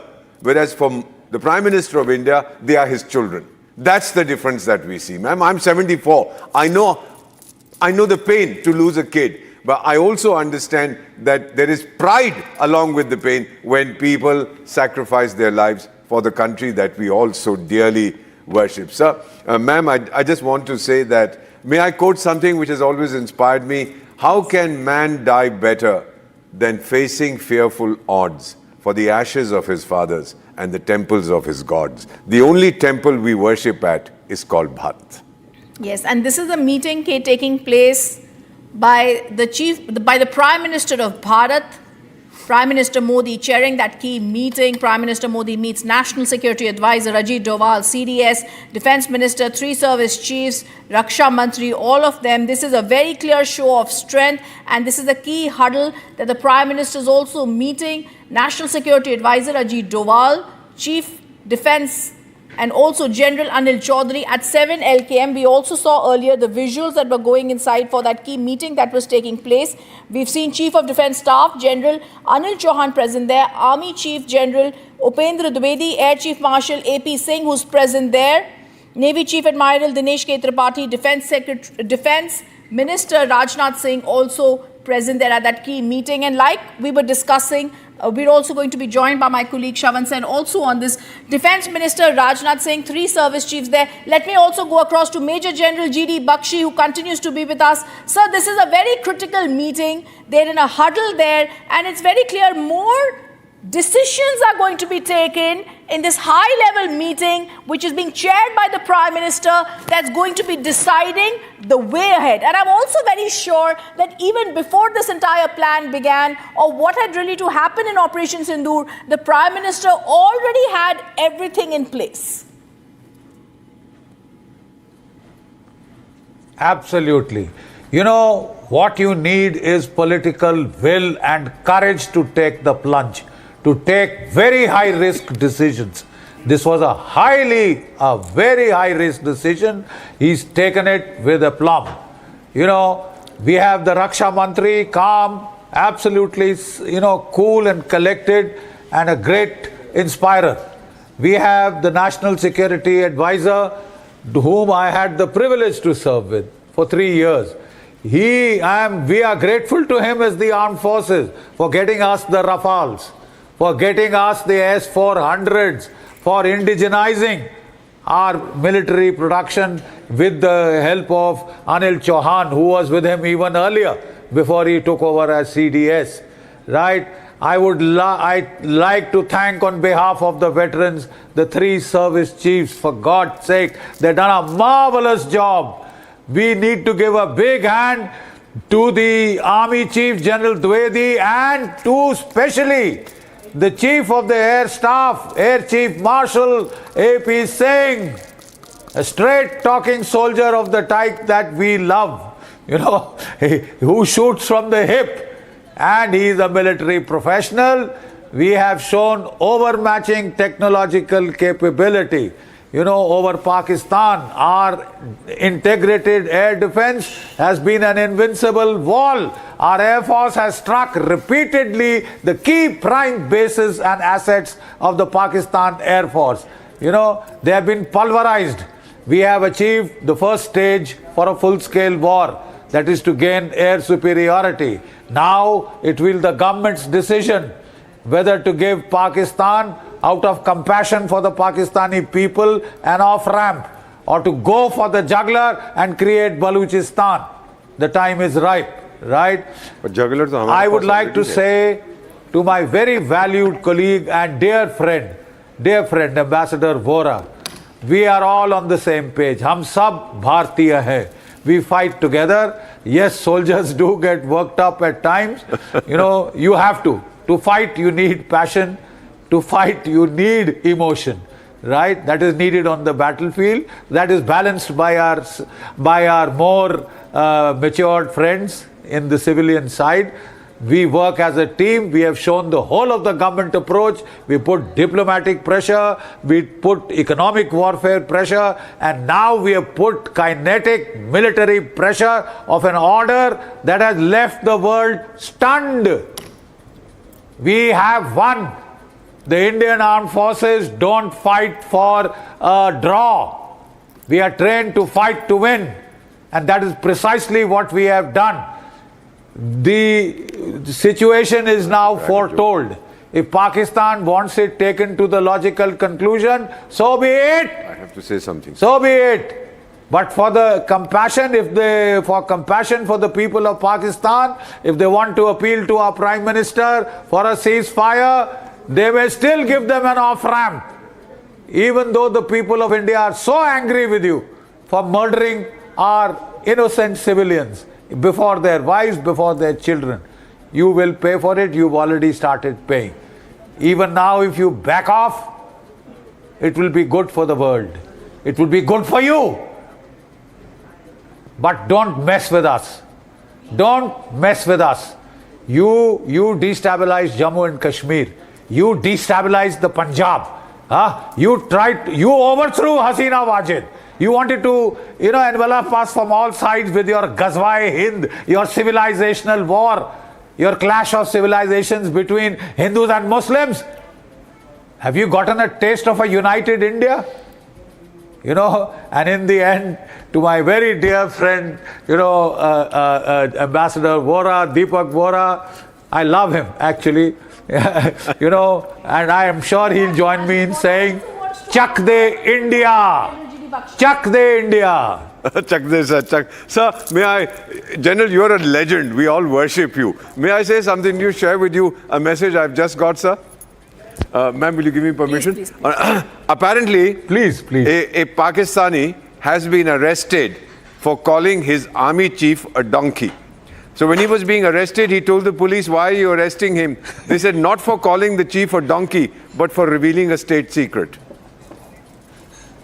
Well, the fellow is a donkey, so you're not supposed to say that. I knew you would love that, General Bakshi. I mean, this is an apocryphal story, but I found it very funny. Inimitable. Thank you. It's great to be with you. Sir, it's fantastic to have people here who are legends, who understand what patriotism and nationalism is. I also want to go across to my colleague Shawan. Shawan, that meeting that had been chaired by the Prime Minister has ended. Like we were telling us, it's a high-level meeting. We've been seeing discussions that happen there. The 3 service chiefs are present there. Raksha Mantri is present there. And very crucially, the National Security Advisor, Ajit Doval, is also present there. Very clearly, Shawan, we're clear, prepared. Like we're talking about our military preparation and precision, it seems the Prime Minister is directing and knowing exactly what has to happen in this. Take our viewers with the developments that we know so far and why these meetings are essentially taking place. The government indicating that Operation Sindoor is still ongoing. Over the last 3 days, there have been 3 precision strikes that have taken place almost on every single day. In the morning, you've had the 3 services chiefs meeting the Chief of Defence Staff, and thereafter this meeting also takes place with the Raksha Mantri. We're given to understand thereafter the meeting that has taken place is with the Prime Minister. In fact, the Prime Minister, before this operation actually took place, has had meetings personally with each of the 3 service chiefs to basically understand the options available before the government. As far as this meeting goes, this is largely about the operational details of the ongoing situation, and remember the calibrated response that India has essentially come up with, because right now India maintains that what we are essentially doing is a counter match of the escalation that has basically been made by the Pakistanis, and that is the reason why they say it is a counter match. Absolutely. Shawan, I'm also going to tell our viewers that this is the big breaking news that we also played earlier that had come inside. And we're also going to go across to more breaking news that we had given out about how Turkish goods, I would say, have been used. Turkish kamikaze drone had been recovered in the village of Nowsera area, and Pakistan had also targeted our civilian areas. But as we stay with those pictures, we're going to tell you Pakistan had tried to strike our civilians, and we're also now being told that the Prime Minister Modi, that meeting has concluded, that had been chaired by the Prime Minister, a very key meeting in which the Prime Minister was in a huddle, the Prime Minister Modi there with the 3 service chiefs at 7 LKM and Ajit Doval, a briefing that had been given and directions that had been taken from Prime Minister Modi.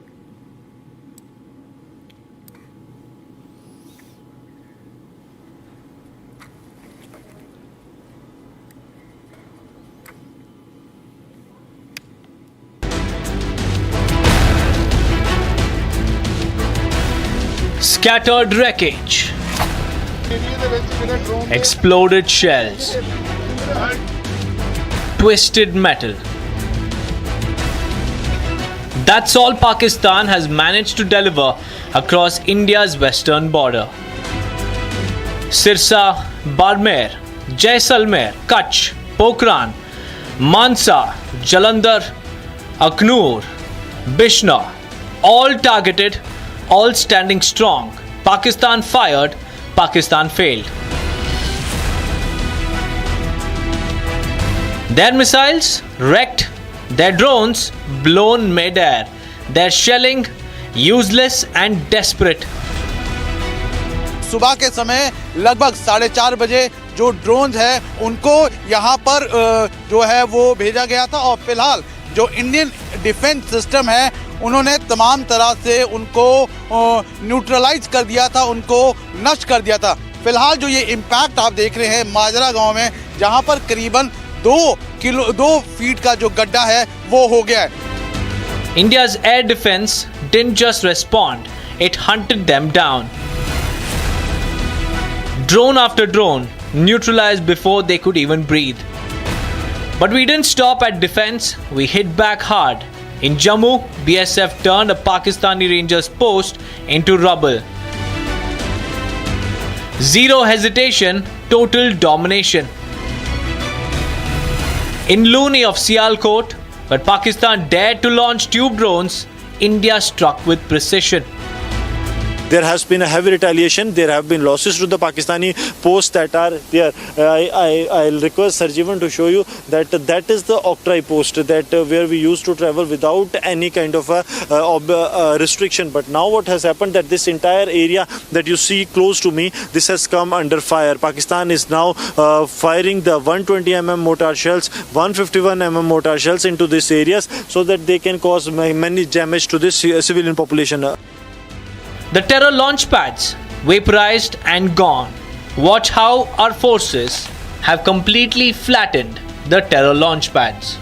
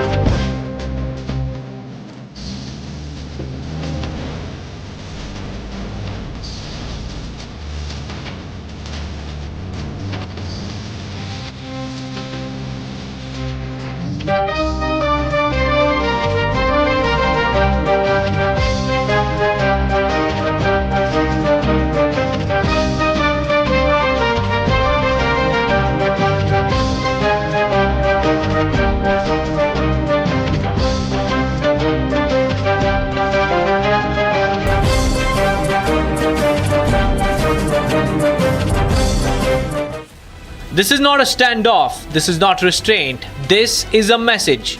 You come for India, you face the fire. Pakistan fails every single time, whereas India nails it every single shot.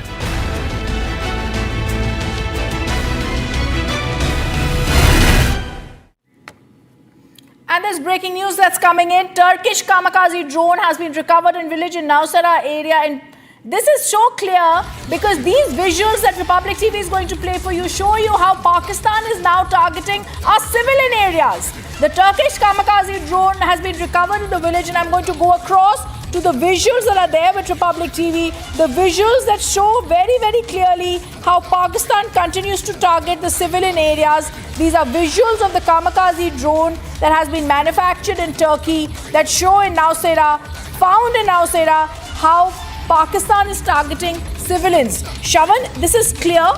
Till now, we were only talking about how Pakistan has got crucial support from Turkey, but the kamikaze drone makes it clear they're getting support in this entire escalation that Pakistan is doing.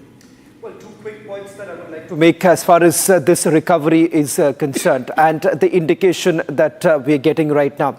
The first day when the drone sightings actually took place, Rhythm, they were basically unarmed drones, and they were largely Chinese drones which were cheap in terms of the value of the drone itself. Now, the very next day, Pakistan basically changes their tact. What they've essentially done is that they've used these Turkish kamikaze drones, one, because it's got a higher payload. Secondly, these are armed drones that were being launched by the Pakistanis. So clearly on the first day itself, a reconnaissance is essentially done, reconnaissance of our air defense system. The second day is basically used by them to find out whether at all there are any loopholes in the air defense system. Now, with the Turkish angle essentially emerging, Ambassador Deepak Vora would be in a better position to help us understand. But the Turkey's assistance that has basically been given here, perhaps even the Turkish do find it extremely difficult to negotiate at this point in time, given the fact that they have realized that they've got themselves caught in a bind. And the reason why you're essentially looking at certain withdrawals that have taken place. There was a frigate of Turkey which was docked in Karachi. We're given to understand that they have now withdrawn. So what has really happened, Ambassador? Because here you have Turkish kamikaze drones that have been used. Turkey here wants to balance it out because their statement that was put out some time back was with regards to bringing so-called peace between both the nations. But here, look at what the Pakistanis have been doing, the weaponry that they're essentially using, which is supposed to be used for something else completely. Let me give you the background to this. Turkey has a soft corner for Pakistan, there's no doubt about it. It goes back to before the creation of Pakistan. So you might recall, sir, the Khalifa movement, the Khalifa's position was in serious jeopardy in the 1930s and 40s. Even in India, we had a Khilafat movement. And a lot of people from the northwest, which later became Pakistan, they sent money to the Ottoman Sultan of Turkey, saying that, carry on, etc. Ultimately, he was booted out. But Turkey also has this amazing ability to be on the wrong side in every conflict. It was called the sick man of Europe. World War I, they were on the wrong side. World War II, they were on the wrong side. During the operation, again, what the Americans did against Saddam Hussein and so on, they were on the wrong side. And here again, when we have a crisis situation in South Asia, they have chosen to be on the wrong side. The lesson of history is that there is no lesson of history. As far as the drones are concerned, Turkey does have a thriving drone industry. They've been selling them to Ethiopia. I know this. I was there. They have been selling them to Kenya. They've been selling them all across. They gave them to Azerbaijan. A number of countries are buying these drones because it's a low-cost option. As far as the warship is concerned, sir, this I can tell you bluntly, it was the Pakistanis who asked them to station their warship in Karachi Harbour, because some of the Pakistani jokers still recall 1971 when our Navy went into the harbour, dragged out whichever Pakistani ships were there and sunk them to the bottom of the sea. So they said, please stay there. If you are there, the Indians will not probably attack. But when the Turks understood our resolve, and we also take diplomatic measures when there's a situation like this, we inform people, don't mess around in this area, because then the consequences, you will be responsible. I think they got the message. They would probably have spoken to the Americans also, who would have said, Tiger, withdraw from there because you're a NATO member. Don't do funny things like this. If you attack first, then Article 5 of the NATO treaty doesn't kick in, which means if a NATO country attacks another country, the other NATO fellows will not get involved. However, if a non-NATO country attacks without any justification NATO country, then of course others do get involved. So they've told the Turks, lay off, don't try to take advantage of your NATO membership for the sake of a terrorist state. I think they've got that message also. That was a display of maturity. As far as the drones are concerned, it's money, sir, for them. It's the economy, stupid. Money makes the merry go round. That's what these fellows are doing. So I don't think we should read too much into this. It's a commercial deal. The Pakis may or may not pay for it, but the Turks will not hesitate to sell their drones to the highest bidder. And by the way, the largest company, the company that makes the largest number of drones in Turkey, do you know who owns that company? Have you heard of that Darban, as I call him, Erdogan, the president? His son owns the company. Need I say more? Absolutely.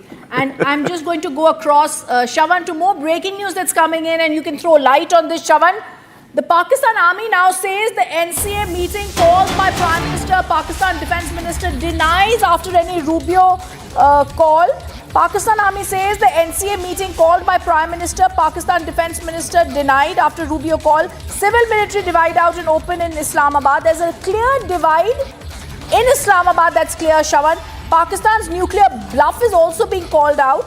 It's the same report coming in from an agency that reported about the meeting, quoting the military, and now in a matter of 3 hours, they've changed it.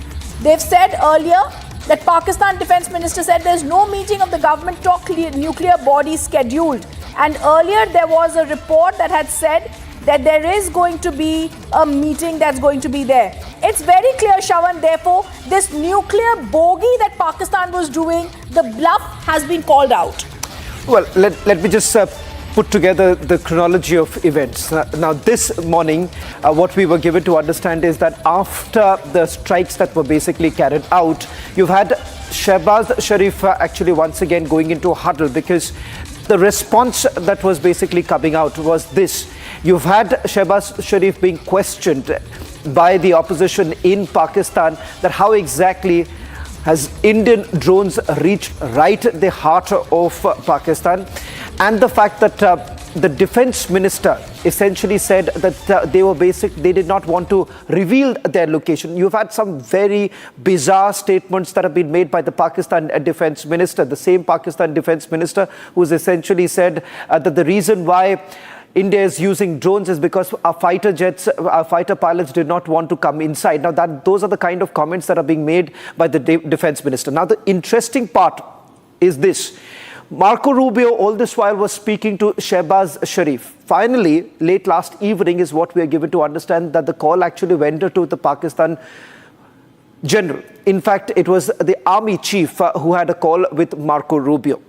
Essentially, an indication coming in from the United States of America to Pakistan that they need to back out. And the fact that there has to be de-escalation, that's the message that the Trump administration has sent to the Pakistanis. Now, that has essentially led to a clear divide between the civil administration and, of course, the army, because you have Pakistan's army chief essentially pushing for what he has been wanting for a very long, itching for a war with India. Okay, I'm also going to go across, Shavan, to Uri, where our colleague Arawat is joining us from. Arawat, you were showing us in that area and you were reporting from there about how there was a strike and attack by Pakistan. Take us through what happened there. Absolutely, Rhythm, as we have seen that the Pakistan's attack on the civilians continue in the parts of the Kashmir Valley. Right now we are at the different location in the Uri sector, and Firdaus can show you from this very side when the mortar that was fired from the Pakistan toward the residential area here in the Uri sector, and you can see here in the visuals the newly constructed true story house has been completely damaged here in the Uri sector. As we have seen, it indicates that this is the frustration among the terror groups and the Pakistani troopers after the strike on the Jash and the Lashkar terror launching pads in the Pakistan-occupied Kashmir and the parts there. And then after we have seen, they have started to target the local population of the Kashmir Valley. It indicates the frustration among the terror groups here in the Kashmir Valley. And you can see here in the visuals that how the locals are here also. We will try to speak with them what they want to say about this. And when this incident happened, we have been told that this incident happened this morning. आप मुझे बताइए, आपका क्या नाम है? सैयद वजीर हुसैन गिलानी। कब यहाँ पर ये हुआ मोर्टार जो है? सुबह 5 बजे सर। सुबह 5 बजे जब हम नमाज़ पढ़ रहे थे तो उसी वक्त शिलंग शुरू हुई। तो इतनी शिलंग शुरू हुई कि मैंने अपनी ज़िंदगी में ऐसी शिलंग नहीं देखी।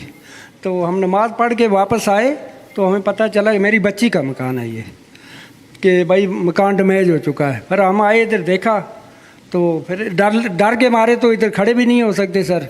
तो इसलिए हम दोनों देशों से अपील करते हैं कि खुदारा आपस में मिल बैठ के इस मसले का कोई हल निकालें। गरीब लोगों को मत मारो, क्योंकि हम मज़दूर लोग हैं, ना तो मज़दूरी है ना कोई हमें शेल्टर वगैरह हैं कि हम अगर कोई शिलंग होती है वहाँ छुप जाएं, वो भी नहीं है। तो हम दोनों मुल्कों को बोलते हैं कि भाई मिल बैठ के मसले का हल निकालो। हम पीसफुल लोग हैं, ऐसा ना करें। कितने लोग तो घर में मौजूद थे जब यहाँ पर इस घर को हिट किया मोर्टार ने मॉर्निंग? यहाँ कोई नहीं था सर। कल शाम 9 बजे मैंने बच्चे यहाँ से निकाले, वो आगे 2-3 मकान है उधर हम रहते थे, 10-30 आदमी, ये 5-6 मकान है उधर रहते थे। तो सुबह नमाज के टाइम में ये सेल गिरा। तो शिलंग तो बहुत हुई सर, वो नीचे खेत में लगे हैं सेल, उधर आगे लगे हैं। उसका ये स्प्लेंडर है सर ये। तो जब ये ब्लास्ट होता है तो हज़ारों टुकड़े ये निकलते हैं। तो आपने सर ये देखा होगा मकान को कि ये जितने भी टुकड़े हैं मकान को यही लगते हैं। तो अगर ये इंसान को लग जाए तो इंसान की क्या हशर होगी। तो ऊपर वाले की करिश्मा है कि हम लोग बच के, बच्चे यहाँ नहीं थे, हमने वो रात को ही निकाले थे। तो वरना फिर आप ही सर जानते हैं कि यहाँ क्या हालत होती, क्या दहशत होती। इसलिए सर हम आपसे भी बोलते हैं कि आप भी गवर्नमेंट को बोलें कि हम लोग नहीं चाहते कि ऐसा हो, गरीब लोग मर जाएं। लगातार हमने देखा किस तरह से पाकिस्तान ने पहले इसकी शुरुआत की, लेकिन उसके बाद हमने देखा किस तरह से इंडियन आर्मी जो है लगातार उनको मुंह तोड़ जवाब दे रही है। यहाँ से अगर हम बात करें, कितना दूर यहाँ से पाकिस्तान ऑक्युपाइड कश्मीर है? पाकिस्तान तो सर वो सामने है उनके मकान। यहाँ से हवा में तो मेरा ख्याल 2-3 किलोमीटर होगा। तो ज़मीनी तो 5-6 किलोमीटर होगा। तो वहाँ से जब फायरिंग आती है तो यहाँ से तो कुछ सेकंड लगेंगे आने में। अगर इंसान बाहर होगा या कहीं भी होगा वो अपनी जान तो बचा सकता नहीं है। इसलिए खुदारा करके आप भी गवर्नमेंट को इतला करें कि ऐसा ना करें कि मिल बैठ के भाई इस मसले का हल करिए, पीसफुल कर दें। यहाँ से भी इंसान मारे, अगर हमारा कोई फौजी मरता है उसको वो भी खून हमारा है जी, सिविलियन मार रहा है तो वो भी खून हमारा है। यहाँ ये नहीं है कि हिंदू मार गया या मुसलमान मार गया, खून तो है कि निकलता है। तो इसलिए खुदा करके जनाब thank you very much for speaking studios.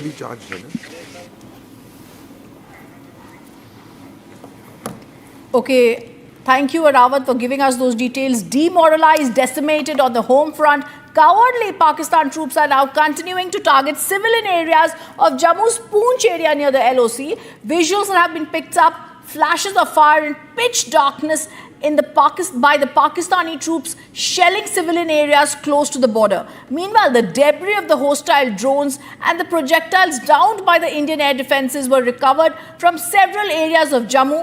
Here's that report. But first, there are live visuals that are coming in from 7 LKM that we would like to show you. And that's the breaking news that we are staying with right now. There are live visuals coming in from 7 LKM. We're going to stay with those visuals.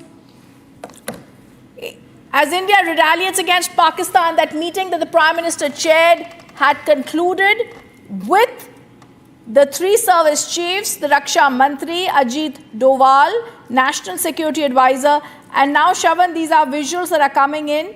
A crucial meeting possible. These are visuals, and we're trying to see, Shavan, what's happening now at 7 LKM. Essentially witnessing is just the tip of the iceberg as far as this entire operation is concerned, because multiple sources within the defense establishment indicating at the fact that this is an ongoing operation. Reason being is that they believe that there is a layered response that is going to come in from the Pakistanis. The last two incidents that have actually taken place with the swarm of drones moving towards multiple military installations here in India is a clear indicator of the fact that there is no de-escalation happening anytime soon. As far as India is concerned, India would basically respond every time to any of the misadventure that we have seen from the Pakistanis. Having said that, does India really have the options available? Yes. And what we have essentially done, militarily speaking, what has happened is that we have ensured that the air defense system of Pakistan is decimated, basically leaving several of the cities in Pakistan completely vulnerable at this point in time, be it Rawalpindi, be it Islamabad. And the very fact that today, when you have had the airbase in Rawalpindi that has been decimated, remember this is just barely few kilometers away from Islamabad, from the GHQ. And that in itself comes across as a big blow at this point in time for the Pakistanis. That also leaves the room for India's next step, something that has largely been discussed upon by the three service chiefs. Absolutely, and those were shots coming in of the Defence Minister leaving 7 LKM after that crucial meeting chaired by the Prime Minister. Now, viewers, we're going to tell you, demoralized and decimated on the home front, cowardly Pakistani troops have continued to target civilian areas of Jammu's Poonch near the line of control. Visuals that are picking up flashes of fire and pitch darkness as the Pakistani troops shelled civilian areas close to the border. Meanwhile, the debris of hostile drones and projectiles that have been downed by the Indian air defense were recovered from several areas of Jammu. Here's that report. With no answers to India's retaliatory strikes and air supremacy, the Pakistani troops shelled civilian targets in Jammu's Poonch overnight. From civilian areas to sacred shrines, Pakistan shelled the valley and also resorted to small arms fire in a desperate bid to push terrorists across. Visuals showed flashes of fire in the pitch darkness in Jammu as the Pakistani troops continued to direct mortar fire on civilian properties. Amid the absolute blackout in the Poonch sector and elsewhere in Jammu, Pakistan attempted to violate the Indian airspace with drones and projectiles. However, the attempt came a cropper as the hostile drones and projectiles ran into the impregnable Indian air defense. Addressing a joint security briefing in the national capital today, Wing Commander Vyomika Singh said the forces inflicted significant damage to the Pakistani troops in response to the unprovoked shelling. In a deplorable cowardly act, targeting of civilian infrastructure also had taken place, where Pakistan attacked the Medicare Center and school premises at the air bases of Srinagar, Awantipur and Udhampur, yet again displaying irresponsible targeting of our civilian infrastructure. In a swift and calibrated response, Indian Armed Forces carried out precision attacks only on identified military targets. These included technical infrastructure, command and control centers, radar sites and weapon storage areas. Meanwhile, the debris of the Pakistani drones and projectiles shot down by the Indian air defense fell in bits and parts across Jammu. As Pakistan typically falls back on its nefarious and cowardly ploys to target civilians, every provocation from the enemy is being answered in equal measure.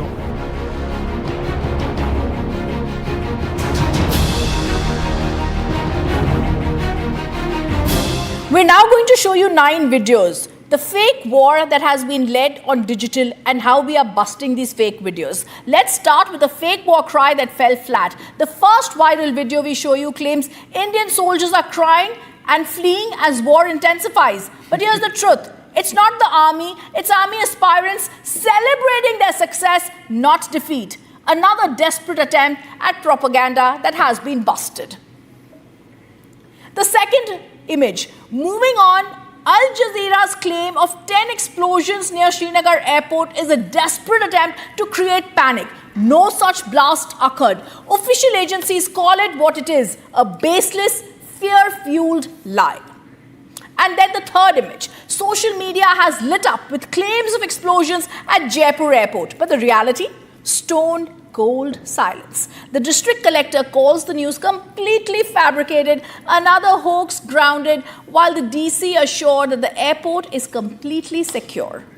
We show you a fourth viral video, viewers. A viral video shows an Indian post is destroyed. But the only problem with this is that the video is from 2020, long before Operation Sindoor. Another case of recycled footage being used to stoke fake outrage. And a fifth video. Post claims services on Delhi-Mumbai route are shut. But the truth is there's no commercial disruption. Only minor airspace adjustment was being made for operations. Panic mongering, not a passenger update. A sixth video we're showing you, a fake video claims India targeted the revered Nankana Sahib Gurdwara, but official sources slam the claim as utterly false and hateful. This is not just misinformation, it's an attempt to spark communal fire. And a hilarious viewer fake video we're going to show you, a seventh one. Pakistan's fake cyberflex claims 70% of India's power grid is down. But India's power system are fully functional. The ones all voltage, no current, a complete blackout of truth. An eighth video, Pakistan's latest telltale says it destroyed India's elite S-400 system. Except that the fact that there's no evidence, no incident, no damage. India's shield stands strong. This lie has also been intercepted. And finally, the ninth video, viewers. Finally, pro-Pak handlers are spreading false claims about squadron leader Shivani Singh being captured. Let's be clear. She's safe, she's active, and not in enemy hands. This is not news, it's pure fiction. Ambassador Vora, I want to ask you a question. These are fake, motivated, extremely dangerous viral videos that are doing the rounds. The purpose is simple, to try and create panic. But when it comes to the revered Gurdwara Nankana Sahib, or when it comes to any citizen being in their hands of India, it's clear they're trying to be playing with very dangerous motives. Well, this is the normal thing that they do. Or whatever these videos that you're showing, send them to me. I'd like to collate them. And I will give it a title. The reality as we are telling you, the fiction as they invent. They are fiction masters. When reality hurts, then you escape into fiction, and of course that is encouraged by heavy doses of alcohol or charas that these guys are used to. You know, ma'am, I've seen this before. I saw it in 71. You're too young. At that time, we used to have, I was doing it myself. There was news on All India Radio, and we used to do stuff on Doordarshan. And then from their side, they had a radio station called Radio Jhutistan. I don't think you even know about it, Jhutistan. And then, of course, we gave all these wonderful awards to our people, Veer Chakra, this Chakra and that. And they gave awards called Rafu Chakar and Ghan Chakar to their chaps. I mean, it was quite amazing. I used to do that program myself. And they would claim that not only have we reached Delhi, but we've also reached Washington, we've also reached Malaysia, and we've reached Japan and so on. This kind of rubbish that they've been feeding their people. But I think nobody buys this kind of nonsense except those who are paid to buy it. Ultimately, the truth triumphs. Agar aap log nahi mante na, the chaps in Pakistan watching this, please read what is written below the Ashoka stump from the Mundaka Upanishad. Satyam eva jayate. Satyam eva jayate. Truth always triumphs. When will you learn this, you idiots? I mean, you are donkey sellers, we know that. Don't sell your brain along with the donkeys that you sell. Okay. That brings a smile to my face, which should not be there in such times. Donkeys indeed. But I also want to go across to my colleague Gursimran joining us from Jammu. And Gursimran, over the last few days, you've been showing us how Pakistan had tried to again and again strike Jammu. There have been blackouts there. Take us through a ground report as to what happened last night. And this temporary shelter has totally been blown, and the markings that you see here on the wall are actually the testimony of the Pakistan's nefarious plans, that how they are hitting the innocent civilians. Even the impact or the of this explosion was much that the sheet of this which fabric this was made, this entire shelter was made, it has gone up to the top of this tree. And now the locals and the family members are here with us. We'll try to speak to them what they have to say. Sir, आपका नाम? राजदेव सिंह जम्मू। जी, मुझे बताइए कितना ज़्यादा impact था इसका, क्योंकि पूरा जो घर है वो उड़ गया। देखो सर, ये तो मैं समझता बड़ी दुर्भाग्यपूर्ण बात है। जो आप जानते हैं कि पाकिस्तान पहले फौज के साथ लड़ रहा था, तो उसका वहाँ पे तो कुछ चला नहीं। अब उसने सिविलियन पे पूरी तरह से अटैक किया इस सुबह। आप यकीन माने, हमारा पूरा डिजाइनिंग एरिया जहाँ कम से कम कोई 10-20 हमारे गांव हैं, तो यहाँ पे इतनी ज़बरदस्त शेलिंग की है, 30 और 40 के करीब जहाँ से बम फेंके गए हैं। तो मैं समझता हूँ बहुत सारा नुकसान भी हुआ है हमारा, लेकिन ये बड़ी कायराना हरकत है। तो मैं समझता हूँ वे अभी तो पूरी तरह से डरा हुआ है। तो डरने वाला क्या करता है? तो फिर उसका बस नहीं चल रहा फौज के आगे। तो हमारा Pakistan is afraid, that is what the locals are saying. Sir, आपसे जानना चाहूँगा, लगातार सिविलियंस को टारगेट किया जा रहा है, वो लोग जो निहत्थे लोग हैं उन्हें निशाना बनाया जा रहा है। ये देखिए सिंह साहब, इट इज़ ऑब्वियस कि Pakistan is a very low level country, ठीक है ना। तो इसमें ऐसा है कि उनकी हमारी ये पोटेंशियल आर्मी और ये पोटेंशियल हमारा देश जो है हिंदुस्तान, उसके साथ तो ये मुकाबला कर नहीं सकता। हमारी आर्मी हो, एयर फोर्सेस हो या नेवल हो, उसके साथ मुकाबला नहीं कर सकता। लेकिन उससे भी ऊपर क्या है, हिंदुस्तान का जो पब्लिक है, अवाम है, वो हमारी गवर्नमेंट के साथ, हमारी आर्मी के साथ खड़ा है। वहाँ तो पाकिस्तान टिक नहीं सका। और अभी इन्होंने क्या किया है कि हमारा पूरा, जैसे सरपंच साहब ने बताया, हमारा सिविलियन एरिया इन्होंने टारगेट किया है। और जहाँ पे कम से कम भी 5-7 जो गाँव हैं उनको टारगेट किया है। और शेल्स जो हैं, numerous shells have been dropped over here. और इसके अंदर जो नुकसान हुआ, आप इसके ही साथ ऊपर हम जा रहे हैं। हमारा एक लड़का है, उसका पूरा बॉडी शैटर्ड हो गई है, ब्लोन इनटू पीसेस। उसके बच्चे भी साथ हैं, लेकिन भगवान की कृपा से, अल्लाह की कृपा से वो बच गए हैं। You can understand that how Pakistan is targeting these areas, because these are the areas where the civilians reside. These are never been the areas where any of the incident, whether it is that there is an army deployment or something. We have the lady from the house also. माता जी, कितने बजे हुआ था ये? Sir कोई 5 में sir पढ़ी तो नहीं है। इन्हें बजे ना थोड़ा। धमाका बहुत तेज हुआ सर, धमाका तरती हल गई सर, हल गई तरती।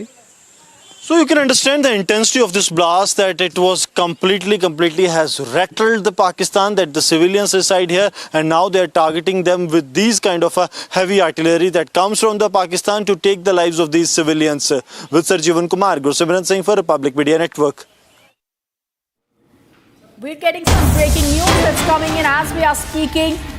We're now going to show you armed drones that have been used to target the holy city of the Sikhs, Amritsar. Payload of almost 10 kg. Several drones had been used last night and were completely armed, unlike on the first day.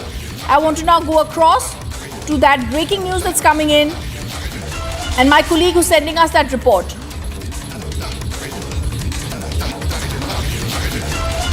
Okay, I'm also going to go across to our senior editor, my colleague Shavan Sen, joining us. Shavan, it seems to be a very clear picture that Pakistan is also trying to draw. The first night, the 200 to 300 drones that we were talking about were not armed. This time, a payload of 10 kg is there. These drones were used last night. They were armed. Well, in fact, the big takeaway from what we are putting out right now, in fact, in a short while from now, Rhythm, we are going to put out the pictures of the armed drones. In fact, we are being told that this happened earlier today when drones were intercepted over Amritsar, and it turns out that this was an armed drone. The payload was almost 10 kilogram. Now, that's the initial estimate coming in. Can we also put the breaking news now coming in? The armed drones had a payload of almost 10 kilogram. That's the preliminary information coming in. If at all it would have exploded, it would have been catastrophic. But remember, this was already intercepted by our air defense system, preventing from a major catastrophe. Now, what is important to point out here is that you have Pakistanis now sneaking in armed drones. On the very first day, when over 50 drones were basically fired, at least in the Jammu region itself, none of them were armed drones. And that is the reason why the indication that came in, and those who are studying this very closely found out that this was basically a reconnaissance drill that was done by the Pakistan army. The second day, when roughly about 26 locations were targeted, at least in a number of these locations, we're given to understand that they were armed drones, particularly closer to military installations. This, we are being told, was next to the Khasa cantonment in Amritsar, which was being targeted. So once again, not very far away from the military cantonment where this armed drone was actually used to target it. So we're getting in more details of it, and also the visuals that are on your screens right now, the very moment when it was basically intercepted. Let's take you through some of the details that's emerging right now with regards to these armed drones that have been intercepted. Now, since morning, multiple drone sightings have actually taken place, and particularly in places like Pathankot, Srinagar, Awantipora, Baramulla, Kupwara, as well as as I also mentioned, apart from Pathankot, there are several others in Punjab itself. But importantly, each of these places that have been targeted are places where we have our military installations. Even in Udhampur, where you have the Northern Command's headquarters, that too was essentially being targeted by using these armed drones. And that's the reason why we are saying that there is a massive escalation rhythm on the part of the Pakistanis. All right, I just want to go across once more to those visuals that have been accessed by Republic TV, Shavan, and I just want to get in one more word from you. You said that the payload is 10 kgs, and I want to put out that picture that Alisha is also bringing us and getting those details. The armed drones were used to target Amritsar. The payload is 10 kgs. Shavan, where did this fall, and how important and significant it is that the armed drones that were used to target Amritsar also had this payload of 10 kgs?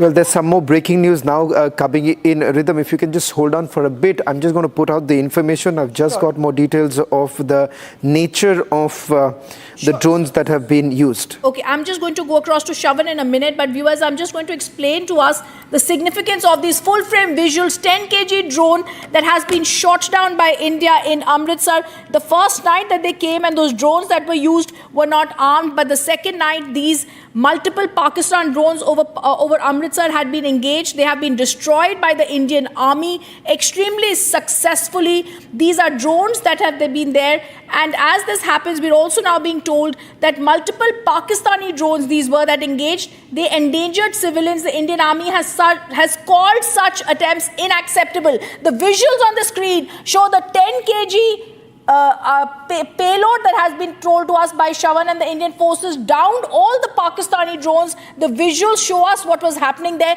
They destroyed the military posts as Islamabad continued to target our military installations and also the civilian air facilities across, of course, the border and also in Amritsar. Now, remember, as we are showing you these visuals, in Amritsar also there have been drone hostility. This hostility has also been seen in 26 locations. It has been repelled by India. Punjab's Firozpur has also seen drone attack. Drones have also been seen in Rajasthan's Barmer. We are showing you in Amritsar. And of course, as we stay with those pictures of the 10 kg drone shot down, Indian forces retaliated to Pakistan's hostile behavior, destroyed several of the military posts. They also destroyed a launch pad used by the terrorists to launch tube-launched drones. I want to go back to Shavan to give more. Shavan is just getting us some breaking news. We're just going to ensure that Shavan is able to get that breaking news for us. But viewers, I also want to explain the significance of the powerful blasts that were heard at the 3 air bases in Pakistan early this morning. This includes Nur Khan Air Base in Rawalpindi, Murid Airbase in Chakwal and Rafiqui Airbase in Jung. And we stay with those visuals of the air drones that were used to target Amritsar, payloads of 10 kg. I'm going to rephrase that. Several drones that were used last night were completely armed, unlike on the first day. And if I can go back to Shavan on this, Shavan, the significance of the armed drones that were used last night by Pakistan. Well, in fact, Rhythm, we're going to put out some more details because the kamikaze drones that have also been used, and that too once again to target Amritsar. So there are two sets of images that we are putting out. One with regards to the kamikaze drones that have been recovered in Nowshera and also in Amritsar. And look at what is actually happening right now. The very fact that these kamikaze drones that are being used in Nowshera and here, all of it is armed. And in fact, if you take a look at the payload, it is approximately 10 kilograms. It could certainly vary because these are preliminary reports coming in. And the impact of it, if at all it would have exploded, would have been quite a lot. In fact, this is what I'm being given to understand from my sources in the defense establishment. They are saying that initial analysis indicates that the drones carried high explosive payloads intended to inflict maximum damage on innocent civilians, a fresh low in Pakistan's ongoing escalation, undoubtedly, and this was basically brought down by the AAD gunners. So it's not even the only good thing here, Ridhab, is the fact that these are AD guns, which are basically the air defense guns. They are not the Barak missiles. These are not the S-400 that we've been talking about. We've not used it. We don't need it right now because it's not worth it. Okay, I just want to stay with Shavan and go across to the kamikaze drone pictures, please, that Shavan is getting us this news, and Shavan is going to be bringing us the Indian Army Air Defense neutralizes Pakistan kamikaze drones over Amritsar. Shavan, if you can just speak over that, and we'll put out the pictures of the kamikaze drones. Well, in fact, two sets of images, I think, so we can go two-window right now with the images coming in from Nowshera, where kamikaze drones have been used, and also the Amritsar visuals. Amritsar visuals are also of kamikaze drones. Now, what's the similarity here? The similarity is this, that both of them are of the same make. The second is the fact that they are both armed. As far as the payload is concerned, it's quite significant. I'm being given to understand that it's roughly about 10 kilogram. But as I said, there is a forensic examination that is also going to be done. But here, remember, all of it with the aim of inflicting maximum damage. The target, I'm being given to understand, in both the cases, Nowshera as well as in Amritsar, were basically the military installations. But as far as Amritsar is concerned, if at all it would have exploded, Rhythm, it would have not only inflicted damage on our military installation, but there are civilian lives that would have also been lost, because you have a civilian population in that very area where this drone was flying and perhaps would have been the target. Now, these are the latest visuals that have been accessed of the kamikaze drones. These are Turkish-made kamikaze drones, and I'm given to understand that these are the Baykar Yaha 3 kamikaze drones that have been used by the Pakistanis. And I just want once more to break this properly with you, Shavan. All right, we've got all those words there. In Nowshera and Amritsar, these are the kamikaze drones, and also Turkish-made kamikaze drones. Shavan, the significance of that we've got here, because you said that this was in the early hours of 500 hours today that Pakistan forces launched these multiple Baykar Yaha 3 kamikaze drones across in Amritsar and Nowshera, and we were able to intercept and also neutralize this. Well, we've certainly been able to neutralize the big threat that was emerging from what we are given to understand from the drones, the armed drones that were brought in. And these armed drones had only one single focus, and the focus has been to carry out maximum damage and damage to the military installation. And remember, perhaps the Pakistanis thought that they will be able to perhaps confuse us. That did not happen, because if you look at it, it's a military trick that they essentially used, that is, first send out the drones to the same very areas and take a look at whether at all our defense system would be able to take it or not. They were also hoping that India is going to exhaust their entire resources at this point in time by using some of the best air defense system. India, on the other hand, has essentially used the air defense guns which were good enough to bring down these drones. Slipping into a short break, we'll be back with more breaking news now coming in.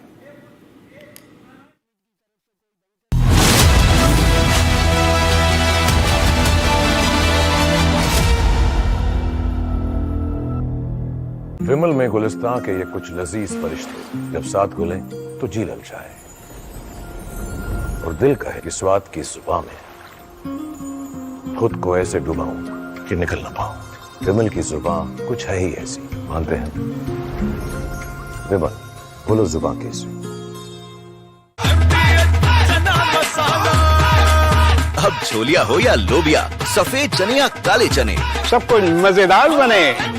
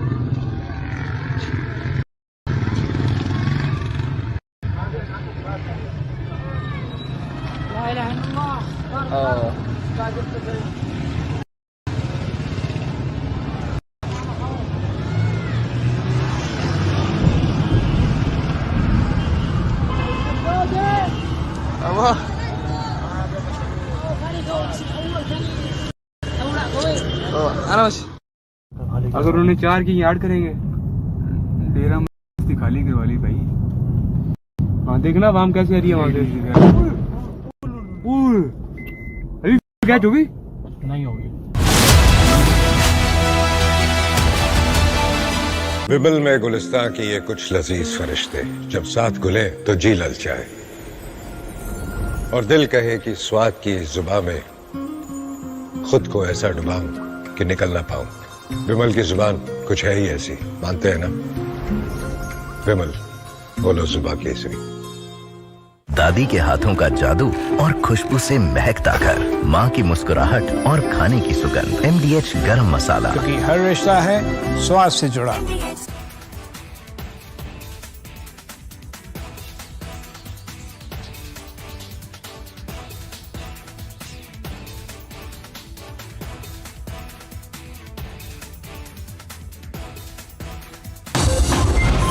Is here. Is your home ready for the heat? Keep your roof cool and your home comfortable all summer with Roof Cool and Seal.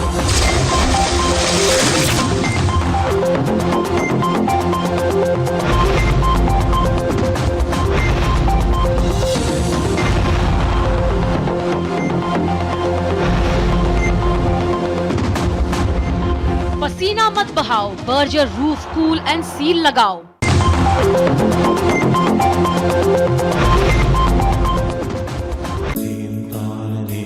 At Amity, we are committed to building a stronger India through world-class education and research to nurture ideal citizens who, together with the leaders of today and tomorrow, will make India a world superpower. Amity University, India's leading not-for-profit private university. MDH की हल्दी मिर्ची धनिया करे कमाल, ये रंग दे, ये खुशबू दे, ये तीखा, ये कम पड़े, क्या निराला MDH मसाला। पाकिस्तानी और इंडिया ने जंग शुरू कर दी है। मेरे बहावलपुर सिटी के अंदर मौलाना मसूद अजहर साहब के जो है मदरसा है उसके ऊपर 4 मिसाइल दागे गए हैं। 4 मिसाइलों के साथ हमला किया गया है मौलाना मसूद अजहर साहब के मदरसे के ऊपर। हम अपनी अफवाज पाकिस्तान के साथ खड़े हैं, लेकिन मेरा है कि हमारी एजेंसीज कहां सोई हुई थी, हमारी अफवाज पाकिस्तान कहां सोई हुई थी। ये है सीक्रेट रेसिपी MDH का जीरा सिप जलजीरा मसाला।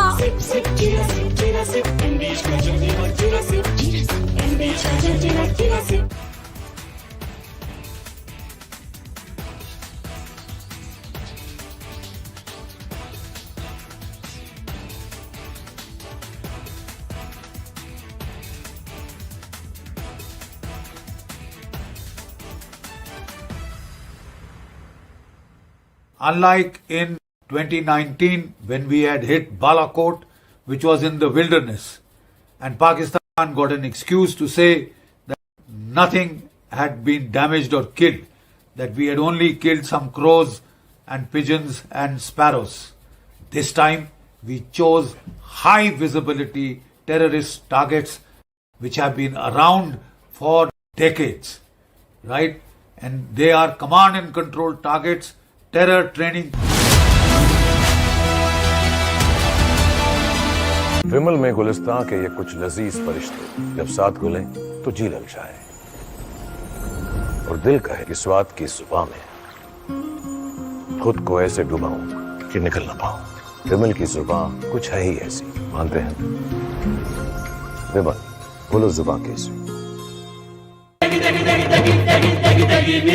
MDH की देगी मिर्च, देगी मिर्च का तड़का, अंग अंग फड़का। MDH की देगी मिर्च।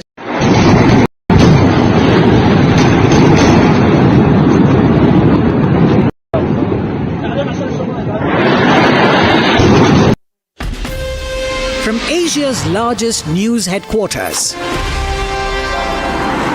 setting the agenda for Bharat.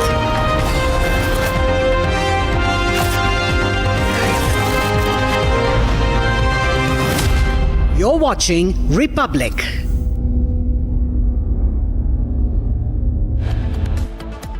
Pakistan military targets at Rafiqui, Murid, Chakwal, Rafiqui Khan, Sukur and Chunya were engaged using air-launched precision weapons from our fighter aircraft. India pummels 4 key Pakistani air bases. MOD confirms 100% precision strikes and no collateral damage.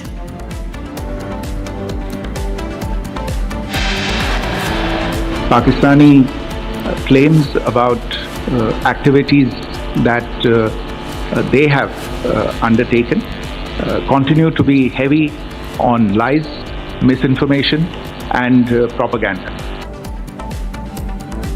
The MEA busts Pakistan fake claims on attacks, fact checks propaganda with real-time image.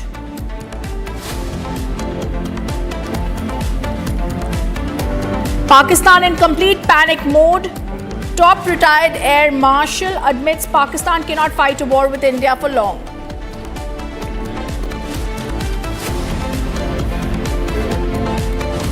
NSA Ajit Doval briefs Prime Minister Modi on latest developments of Operation Sindoor.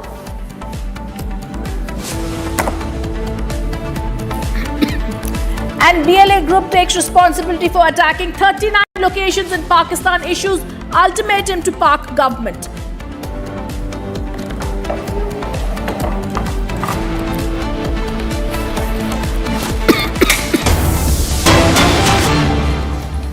And big breaking news coming in. G7 issues a statement, calls for de-escalation between India and Pakistan. But before I go across to that breaking news, I'm being told the Taliban rejects the claim of Pakistan. There's no truth to the claim of Indian strike on Afghan soil. We're also being told that Taliban rejects the claim that has been made by Pakistan. And as this is coming across, we've been told that earlier Pakistan military officials claimed Afghan territory was also targeted in India's missile attacks on Pakistan. But Taliban says there is no truth to this claim. Let me go across to Harsimrat joining us. Hashmat joining us live from Kabul. Hashmat, these are fake news alerts coming in from Pakistan yet again, but the Taliban rejected the Pakistani claims. These are claims that were falsely made by Pakistan.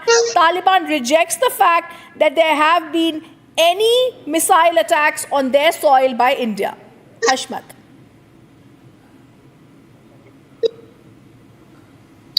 Hello, good afternoon, everyone. As you said, some news were reported that Afghan soil and Afghan place are targeting by the India missile, but it's all incorrect. We have phone relation with Afghanistan Defense Ministry spokesperson and media relation officer. And Atla Khwarizmi, he rejected this all reports, and he said in all 34 provinces of Afghanistan and all the borders there, all thing is clear. There is no any security issue, and India is not attacked, and no missile have landed in Afghanistan. And the all reports, he rejected the all report that given by some Pakistani medias. All right, Hashmat, are you expecting that a formal statement would be made by the Taliban government on this?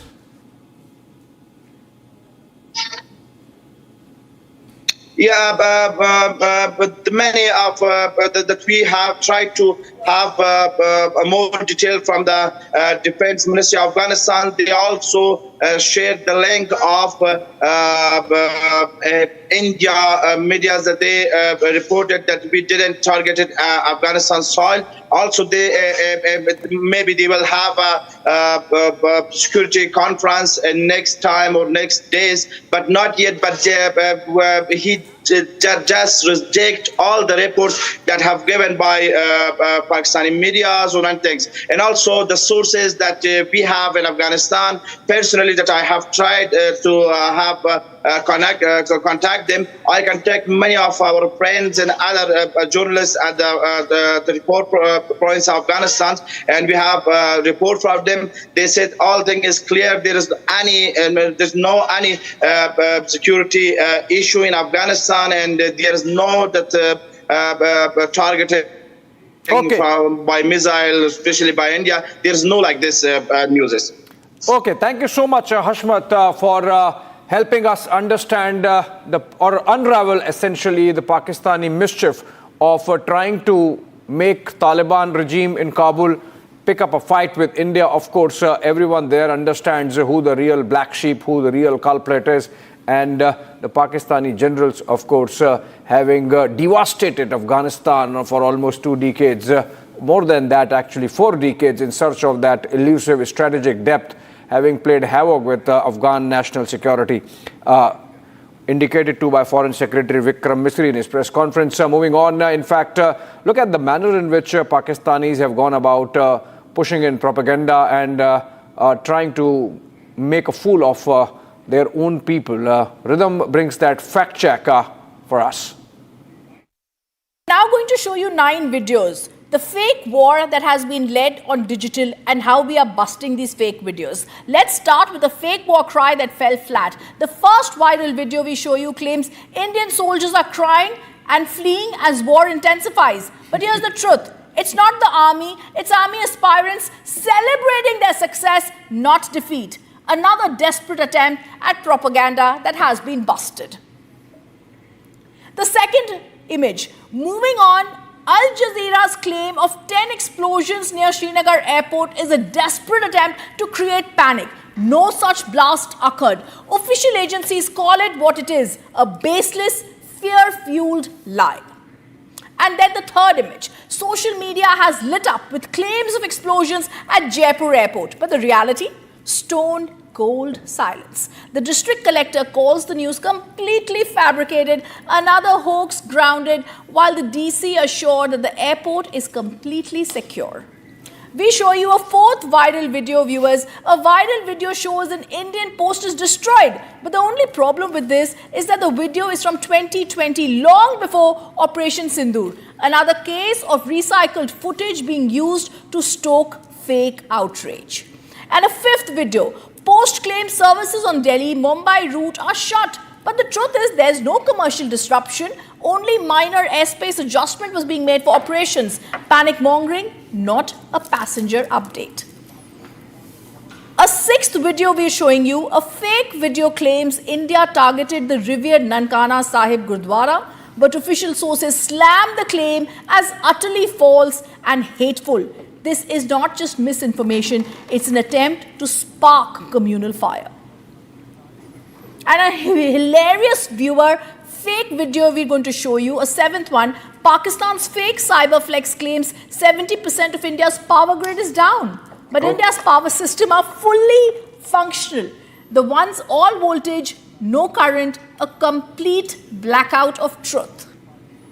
An eighth video, Pakistan's latest telltale says it destroyed India's elite S-400 system, except that the fact that there's no evidence, no incident, no damage. India's shield stands strong. This lie has also been intercepted. And finally, the ninth video, viewers. Finally, pro-Pak handlers are spreading false claims about squadron leader Shivani Singh being captured. Let's be clear, she's safe, she's active, and not in enemy hands. This is not news, it's pure fiction. Ambassador Vora, I want to ask you a question. These are fake, motivated, extremely dangerous viral videos that are doing the rounds. The purpose is simple, to try and create panic. But when it comes to the revered Gurdwara Nankana Sahib, or when it comes to any citizen being in their hands of India, it's clear they're trying to be playing with very dangerous motives.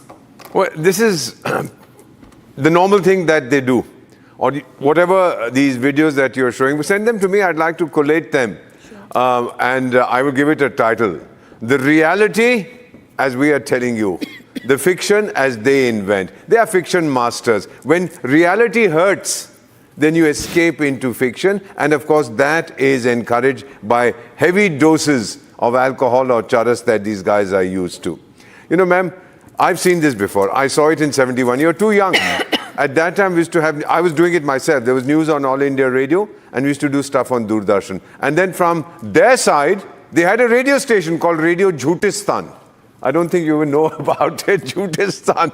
And then, of course, we gave all these wonderful awards to our people, Veer Chakra, this Chakra and that. And they gave awards called Rafu Chakar and Ghan Chakar to their chaps. I mean, it was quite amazing. I used to do that program myself. And they would claim that not only have we reached Delhi, but we've also reached Washington, we've also reached Malaysia, and we've reached Japan and so on. This kind of rubbish that they've been feeding their people. But I think nobody buys this kind of nonsense except those who are paid to buy it. Ultimately, the truth triumphs. Agar aap log nahi mante na, the chaps in Pakistan watching this, please read what is written below the Ashoka stump from the Mundaka Upanishad. Satyam eva jayate. Satyam eva jayate. Truth always triumphs. When will you learn this, you idiots? I mean, you are donkey sellers, we know that. Don't sell your brain along with the donkeys that you sell. All right, so this is how Pakistan has been trying to push propaganda and fake news effectively, and Rhythm there bringing out that contrast and busting the peddling of fake information by the Pakistani deep state. Unfortunately, some social media handles have been picking it up. General Siwach joins us live, as also Major Tur continues to be with us in the studios. I would go to General A.K. Siwach first. Sir, you saw that that capsule by Rhythm, and before that we had Taliban government effectively rejecting the claim made by DG ISPR that one Indian missile had landed in Afghanistan also. I mean, the generals have really lost it. The Rawalpindi generals are really psyched out and they don't know what has hit them literally. And that's why these kind of absolutely fraudulent, false and fake claims being made. Absolutely, guys. As far as Pakistan is concerned, they are expert in spreading misinformation, disinformation and propaganda. This has been their true character from 1947 onward.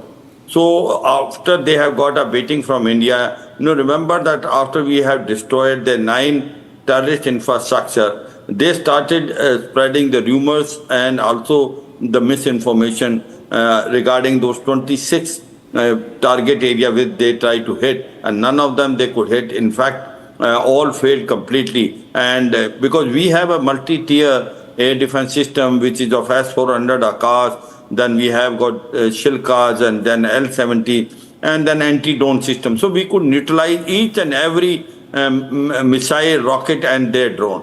Whereas when we strike them, we could manage to even neutralize the air defense system of Lahore. So the point is, where is the face saving as far as Pakistan army and Pakistan government is concerned? They want to show to their countrymen that they have also able to create a damage to Indian side, which has not happened at all. So the point is, as far as Pakistan army is there, they see nothing new. They keep on doing this propaganda and no one buys. In fact, as on today, even people within their own country have stopped believing that. You see, remember that every country has an army, but unfortunately in Pakistan, the army has a country. The actual power flows there, not from Islamabad, but from the Rawalpindi. So that is what is happening today. There is a pressure from General Asim Muni, and that's why these all lies are being spread. And but the point today is that the people of Pakistan has become very alert with the event of social media, that they come to know the reality. Right. The people in Pakistan itself is trying to tell that whatever is being told by the DG ISPR is nothing but a bunch of lies. And that's what is the true character of Pakistan. Pakistan is getting beating. Pakistan is on receiving end.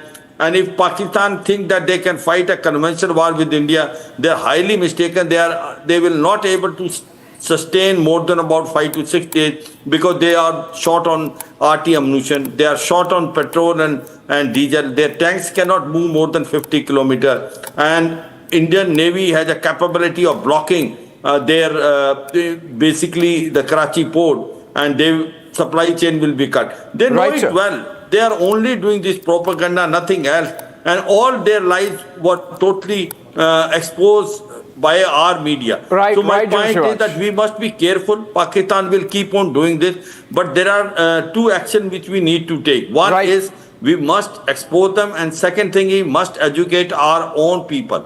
They must not become a victim of their lies. That is a very important thing. We as a nation need to stand together. Remember what is happening in Pakistan. There are 400 army officers in Pakistan which have resigned. Absolutely. The morale is in their boots. The soldiers do not want to fight. Absolutely. PLA is hitting them very hard in Balochistan. And Tariq-e-Taliban Pakistan is becoming very bold in Khyber. Absolutely. General Siwach have moved from that side to the eastern border. Yeah, General Siwach, please hold on to your thoughts. There is a breaking news development, which is that more details are coming out of the Pak drone attack and the manner in which it was neutralized. Sources tell us that the Indian Army air defense units neutralized the Pakistani kamikaze drones over Amritsar, and that was a big one because the attack happened in the early hours of the morning, and Pakistani forces launched that multiple Biker YIHA-3 kamikaze drones, and these are weaponized drones. Remember, between day before yesterday and yesterday, the difference was that the Pakistanis used weaponized drones also, and this happened at the international border towards Amritsar, and in a blatant attempt to strike densely populated residential areas, those drones were sent.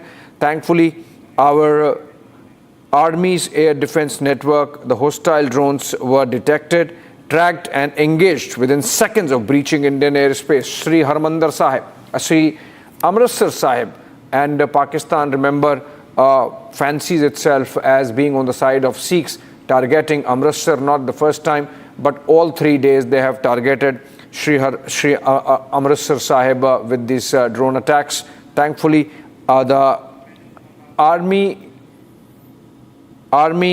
Air Defense Group taking care of these weaponized drones. Samar Paltur, Major. Yes, Abhishek. You know, as a Sikh, can you really call the bluff of these Pakistanis, the fact that they are targeting Amritsar first day, second day, third day? Thankfully, our Army Air Defense Network taking care of these drones. But these, what are these drones? Are they not weaponized drones? If you look at the explanation given, the explanation is that these were Biker YIHA-3 kamikaze drones. These are weaponized drones, right? These are weaponized drones. They have explosive payloads in them. Yeah. And they have the capability of either dropping the payload, the explosive payload, and then they can fly back. So they can again put an explosive and they can again send it again. So these are basically, the versions are different. Kamikaze is when it goes, it hits into the concrete structure. And it explodes. So there's destruction. Second is, if you don't have the money, then you use a drone which is basically a payload dropping drone. Okay. So it has attachments to which the explosive can be attached. When it goes over a certain target area, it can drop. So, but why would Pakistan use a kamikaze drone in a densely populated civilian residential area? See, this is... Which Amritsar is? This is provocation. This is provocation. What Pakistan desperately is wanting is that the public should put extreme pressure on the Indian government so that the Indian government goes on an immediate all-out offensive, which I mean, it's very unlikely for the government to do that at the moment because plans are in place. So you see, when you got to operate a certain body part which is having cancer, you got to carefully first dissect it. You got to negotiate very carefully through the body organs till you reach the place of the cancer. And then you got to dissect that affected area, which was probably done by bombing the Air Force stations today. So the airstrikes was a message that you see that the air power is very vulnerable. Deep inside Punjabi Pakistan or Pakistani Punjab. Pakistani Punjab, yes. Pakistani Punjab. And that's a message, strong enough message, and that should have shaken the faith of whatever faith was left in the people for Pakistan Army, the fact that no area is untouchable insofar as Indian armed forces are concerned. In fact, let's look at one of those pictures, one set of those pictures that came in of Sukkur Air Base being targeted. These are in the VRs, and see the manner in which the Sukkur Air Base, part of it has been put on fire. Let's listen to those nat sounds to understand what panic. Sukkur airport te strike va. बचत थी वाह दरा दरिया पूरा घर लुड़िया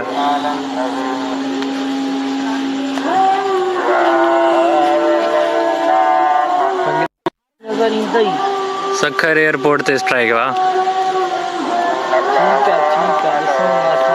बचत थी वाह दरा दरिया पूरा घर लुड़िया ये लैंग्वेज कौन सी ये बचत थी वाह दरा दरिया पूरा घर लुड़िया सक्खर एयरपोर्ट ते स्ट्राइक वाह बचत थी वाह दरा दरिया पूरा घर लुड़िया सखर एयरपोर्ट ते स्ट्राइक वाह That's Sakhar Airport. Okay, that's I think that's Sindhi. That's Sindhi language. Sakhar, not Sakhar Airport. Yes, Sakhar Airport. Yes, the pronunciation is Sakhar. That's what I picked up from that panicky voice. Funny pronunciation. The voice is saying that they're saved, and there is panic in the voice. And these are pictures of the Sakhar Air Base on fire. Just Shivaj, you heard those voices of panic in Pakistan. We were discussing whether this is a strong enough message. Can the VJs please? Sakhar Airport se strike वाह. Okay, can the audio be played down now? बचत थी वाह दरा दरिया पूरा घर लुड़िया Sukkur airport ते strike वाह बचत थी वाह दरा दरिया पूरा. Okay, that seems like a Sindhi language. Sakhar is in Sindh province of Pakistan, and that's where our forces have hit that deep. And just Shivaj, one, this is deep. Two, this is enough to send a strong message to people in Pakistan that the forces, the Pakistan army, the projection it does of invincibility is absolutely false propaganda. The fact that their air defenses were not working, the fact that we could target we could meet our targets at will, we could choose our targets at will, and this is just a trailer. Perhaps a much more can be delivered by way of a package. As far as India is concerned, we can hit any airbase in Pakistan with impunity. Their air defense system has completely collapsed. The one which they have got it from China HQ-9, that has not able to function effectively. In fact, we neutralized the complete air defense system of Lahore. And Lahore was totally exposed. Now we have shown it that no place in Pakistan is safe. Indian forces, drones can reach anywhere and everywhere. Yesterday in the night, we have also hit 3 of their air bases. One was in Nur Khan in Rawalpindi, where C-13J, the transport aircraft, which is Hercules, was also destroyed on the runway.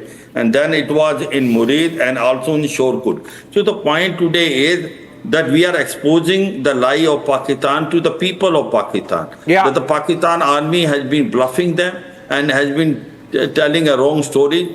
Actually, Pakistan army is not capable of defending the people of Pakistan as on today. The Pakistan army's morale is very low. In fact, a week back, there was a conference which was held by General Asim Munir of the Corps commanders. And they jointly have told General Asim Munir that what have you got it done on 22nd April, that the terrorist action has put us on the brink of a war. Sorry to be interjecting. We have some ground report coming in from Uri where the LC is hot and exchange of fire is taking place. Arawat is reporting live from Uri where this is happening. Arawat, we have seen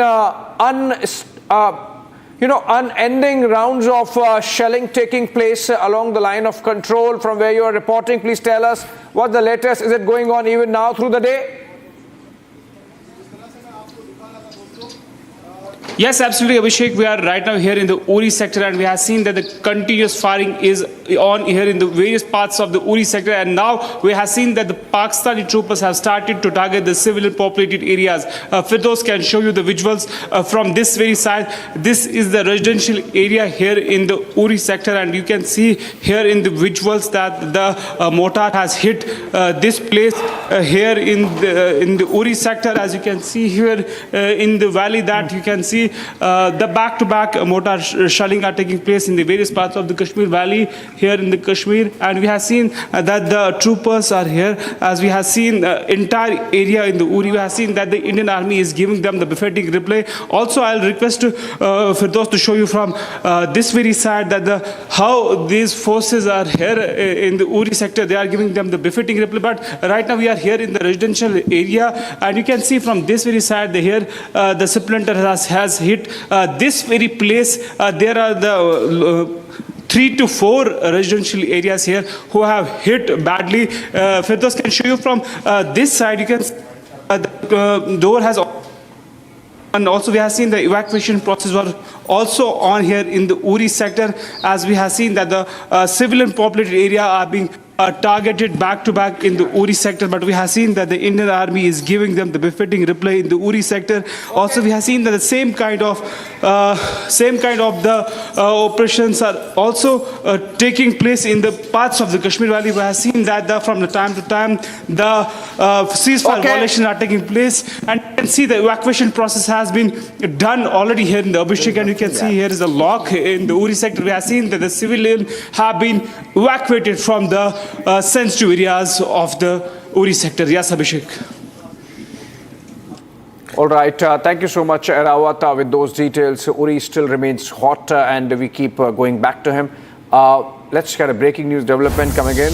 China has made a statement. The Chinese coming out and speaking on the continuing escalation between India and Pakistan.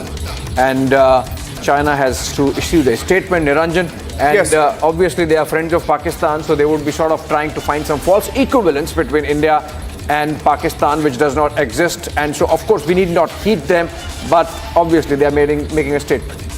I'm going to go through the full statement, Abhishek. They're saying that they strongly urge both sides to act in larger interest of peace and stability. Keywords, larger interest of peace and stability, exercise calm and restraint, return to track of political settlement through peaceful means. And then the key portion begins. Refrain from any action that could further escalate tension. This will be important for fundamental interest of both India and Pakistan and for a stable and peaceful region. So China, I think going by the tone of this, is more worried about being in the neighborhood, while India and Pakistan, settle what we have. An old score with Pakistan of exporting terror. Soumya is joining us with the details, saying that we want a stable and peaceful region. It's also what international community hopes to see, adding that China is willing to continue to play a constructive role to this end. Soumya.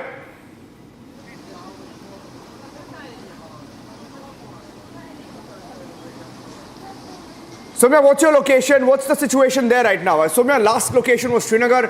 What is your location now? And any update on the operation that was on there in Srinagar?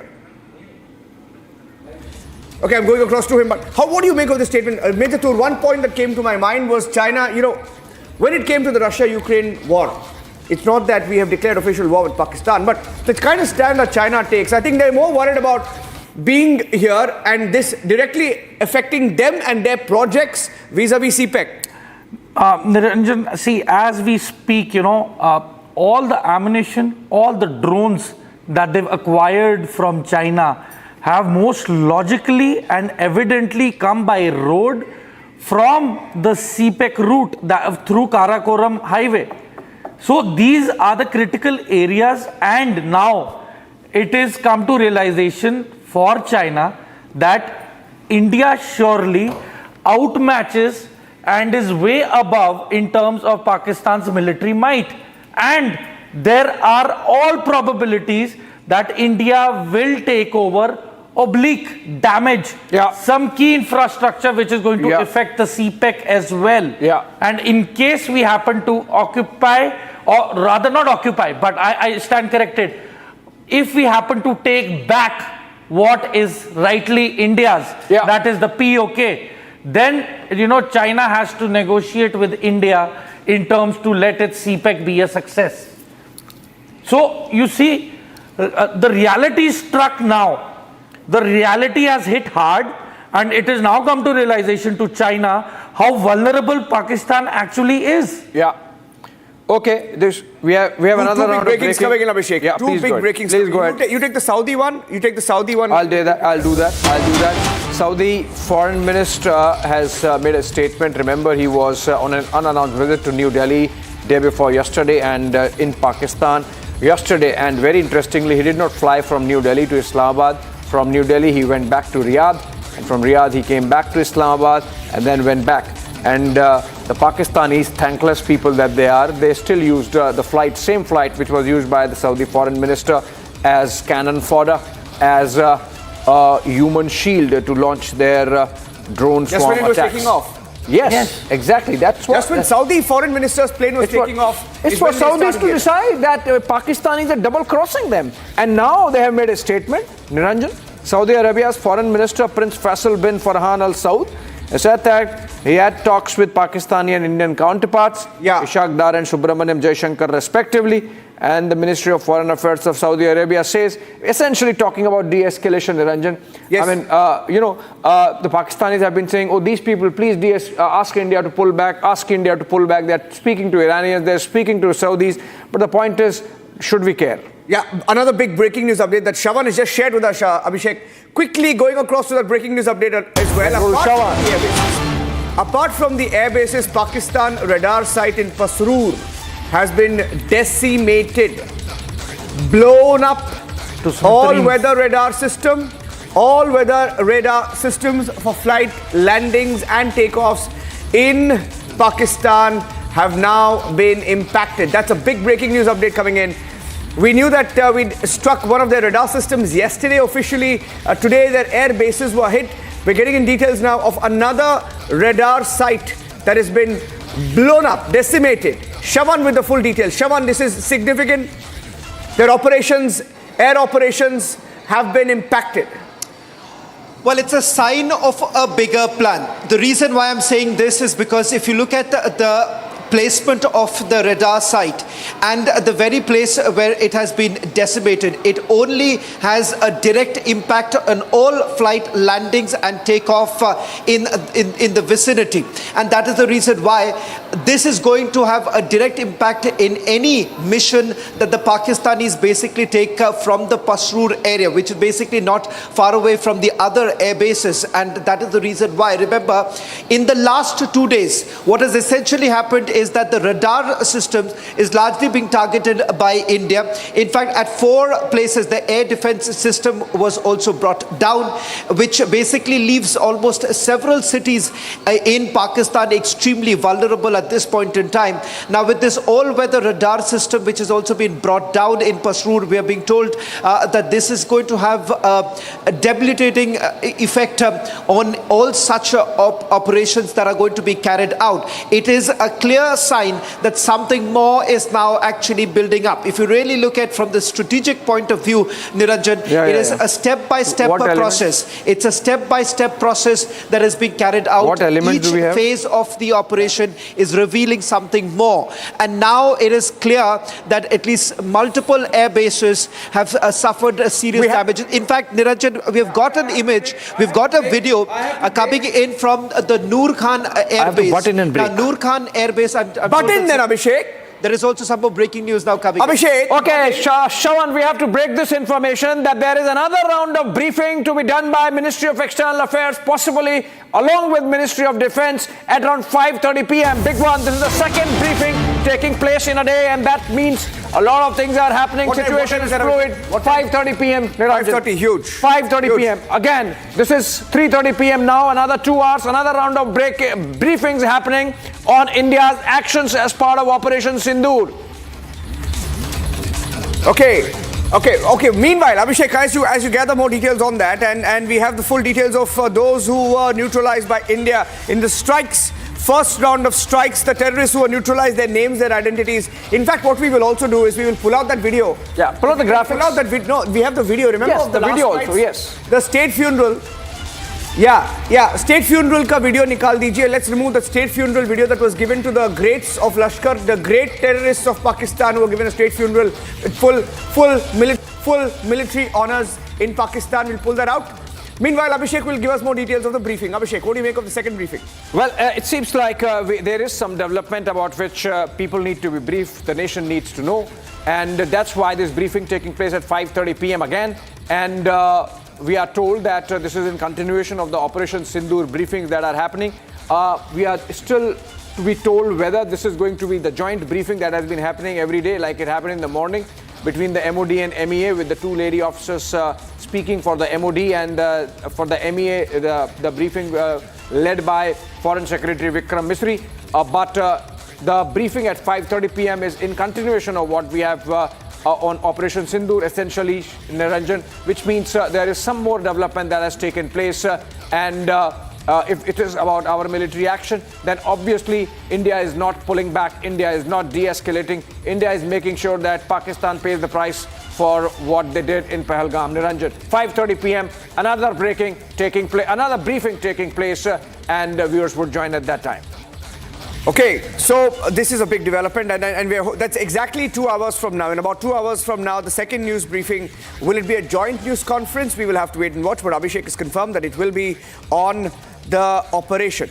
In the morning, we had the first round of briefing. Now, the second round of briefing will take place. That's within 7 hours. Abhishek, let's just think of the developments that have happened in the last few hours.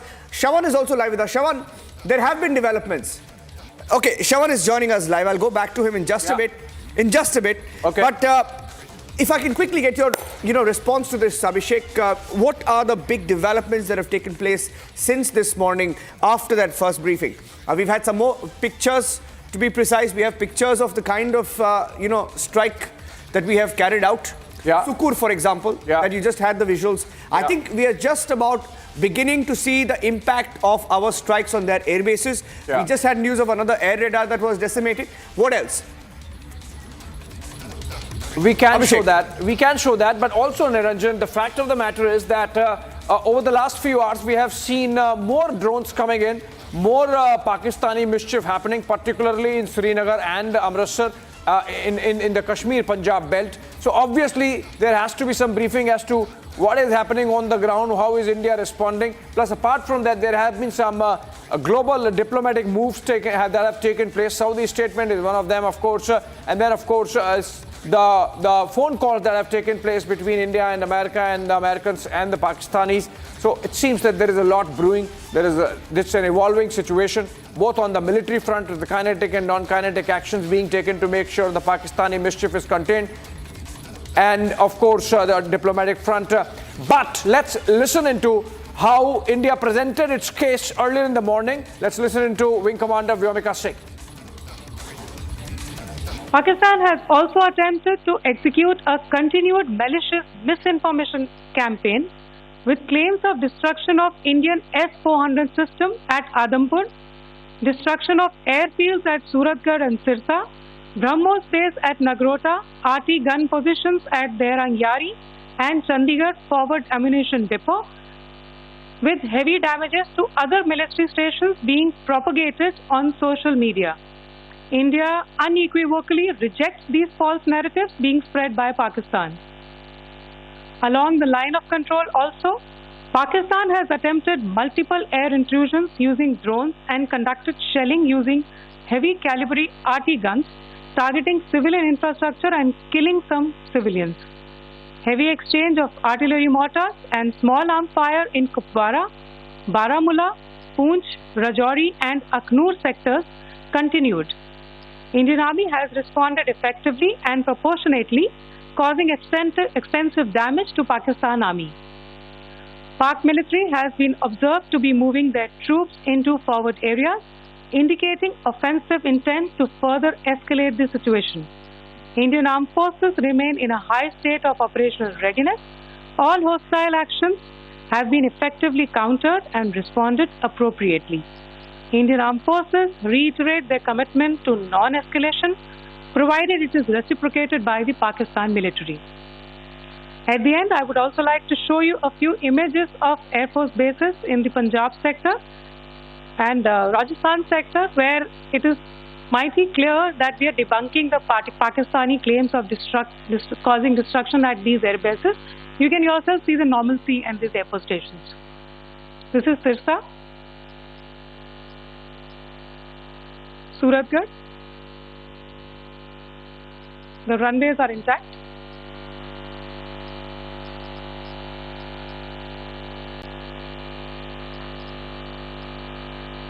There are also time stamps, just notice, they are also time stamped.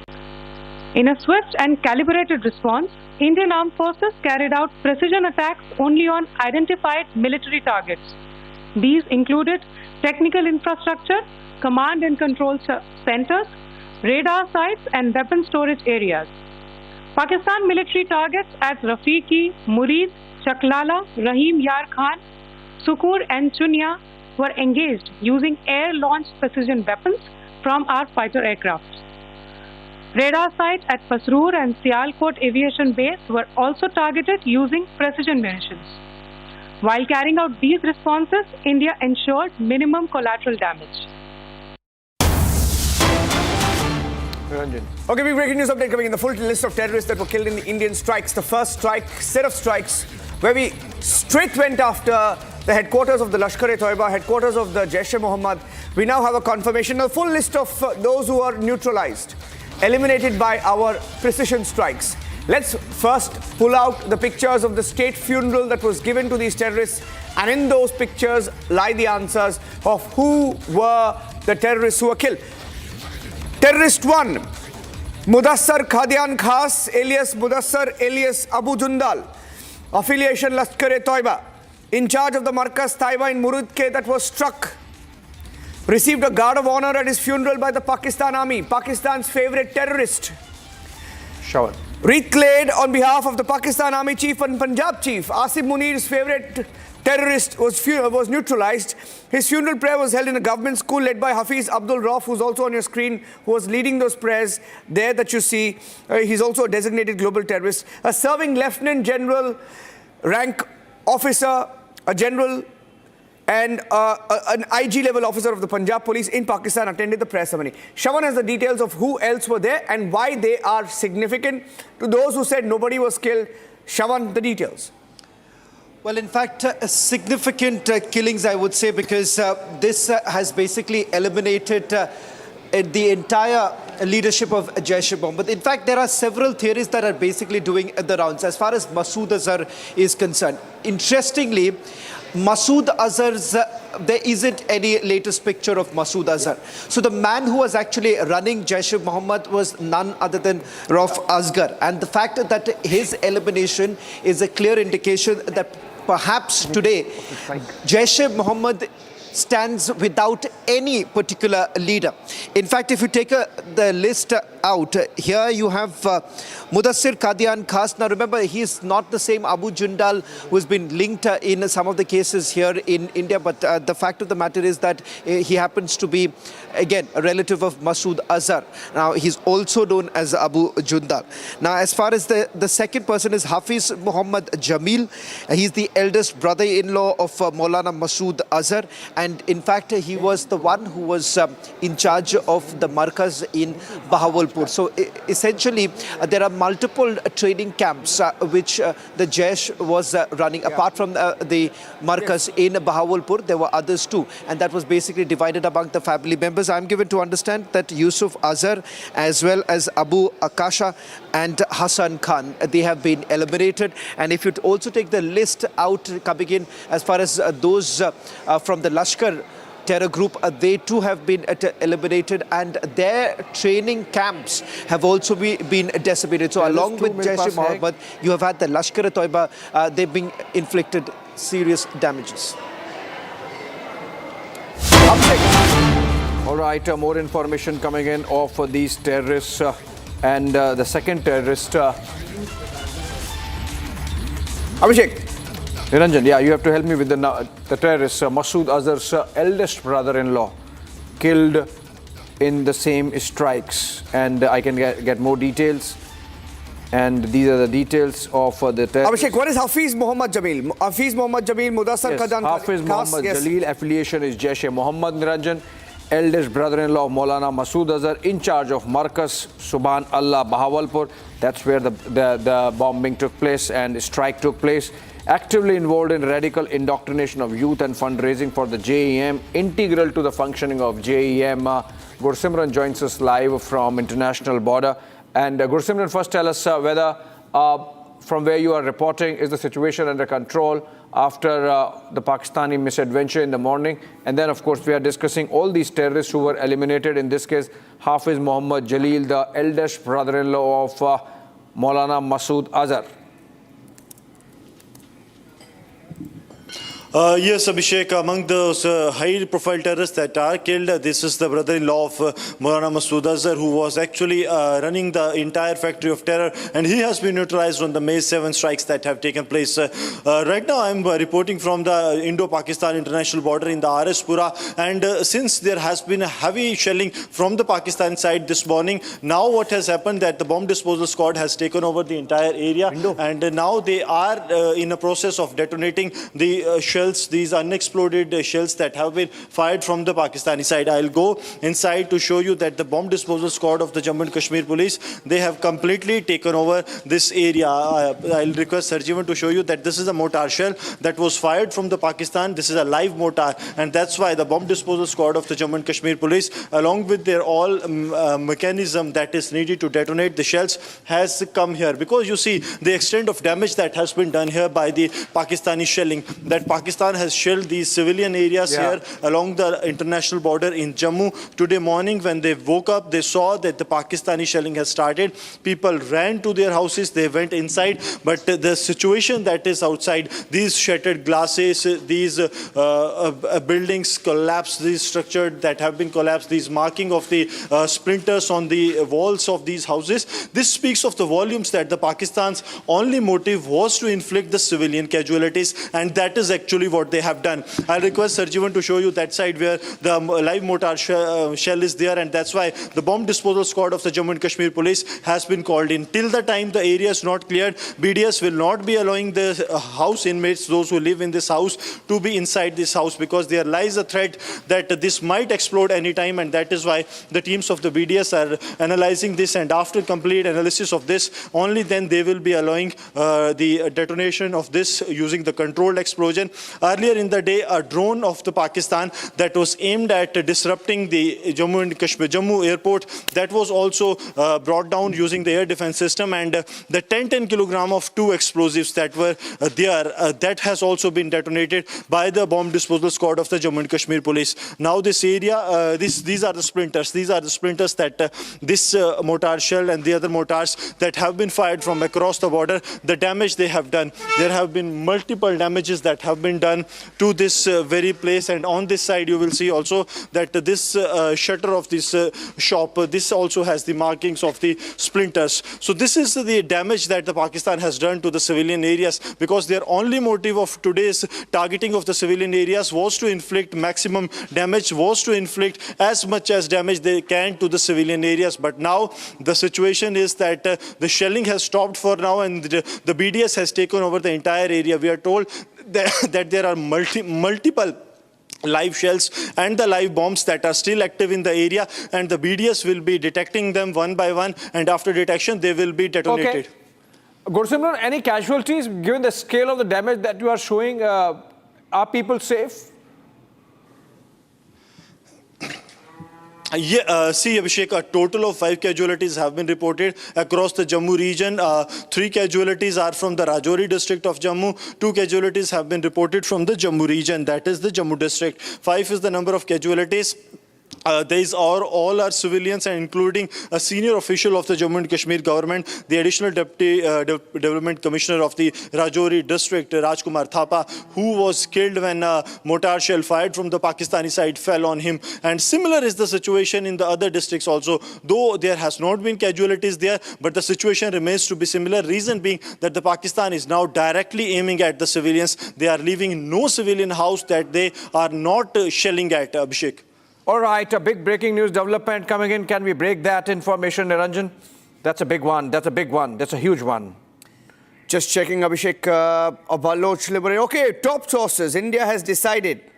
That's a big one. This is a big one. 1 minute. While we have a big breaking news update that Abhishek has to be processed, shared. Of course. Let's process. Really big one. This is top sources in the government saying that India has decided that any future act of terror will be considered an act of war against India and will be responded accordingly. So I think this is institutionalization of policy of hot pursuit. This is institutionalization of policy of declaring war. Remember, for all the action, kinetic action that's been happening since India carried out Operation Sindoor and the strikes as part of that, we have not yet declared war. But this means that this is now going to be institutionalized policy of declaring war whenever an act of terror is committed against India. I think let's break that this is important.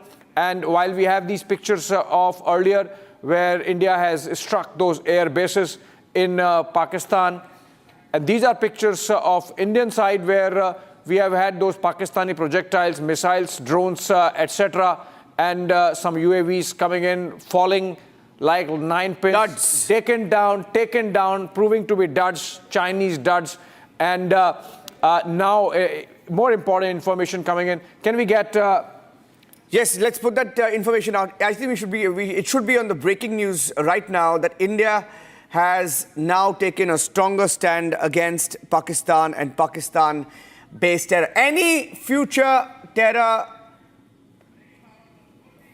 attack will be treated as an act of war. We know that they've been pushing infiltrators as well. Infiltration attempts have been on since the last few days, Abhishek. Yeah, absolutely. So anything now that happens on Indian soil will be an act of war.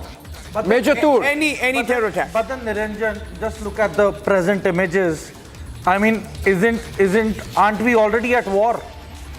I mean, what's the point of this policy? But it should have come many years ago. There are some protocols set, right? If we declare war, certain protocols kick in naturally. Now you see, you're having various notifications, you're having meetings.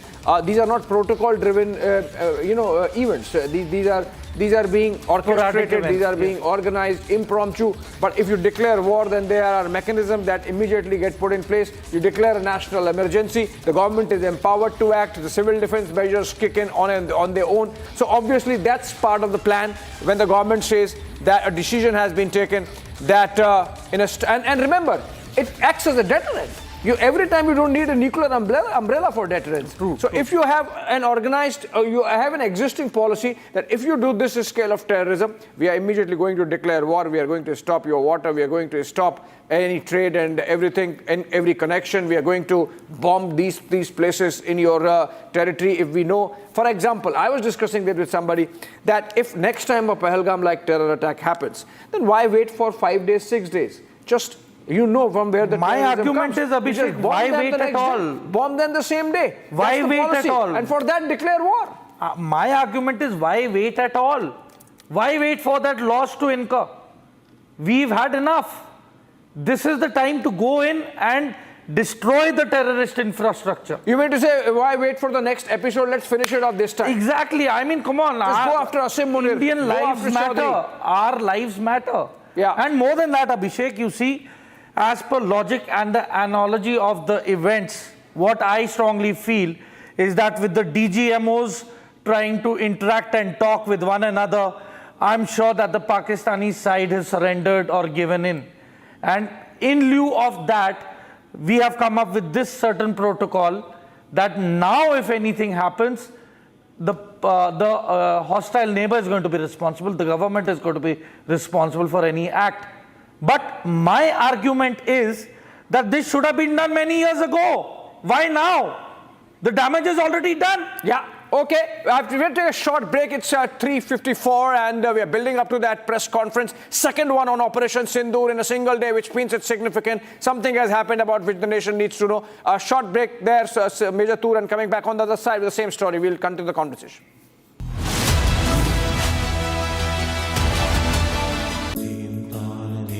At Amity, we are committed to building a stronger India through world-class education and research, to nurture ideal citizens who, together with the leaders of today and tomorrow, will make India a world superpower.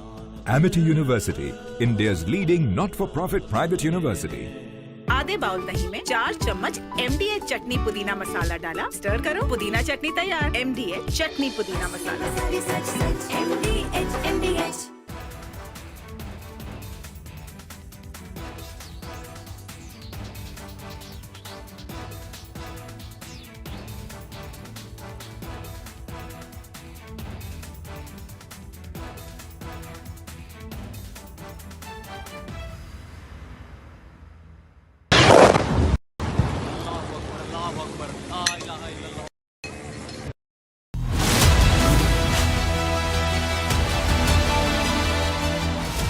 इसको घर पे लगाओगे तो शादी का तो पता नहीं, पर घर पक्का नहीं टूटेगा। रूंगटा नहीं तो घर स्ट्रॉन्ग नहीं। रूंगटा स्टील TMT बार एकदम सॉलिड। पहाड़ों में एक हाइकिंग शिप भी बन सकती है।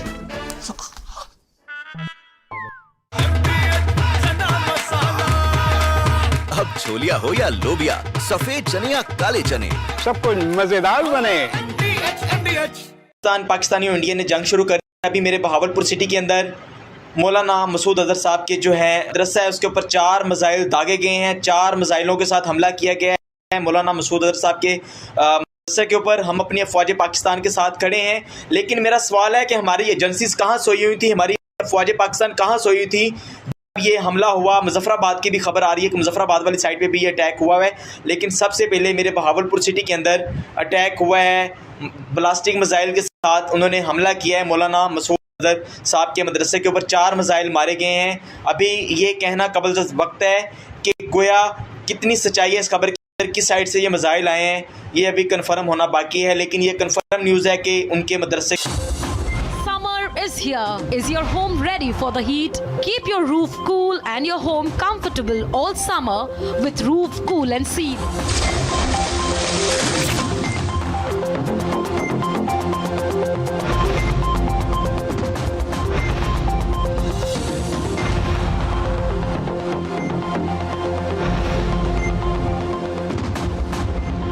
पसीना मत बहाओ, Berger roof cool and seal लगाओ।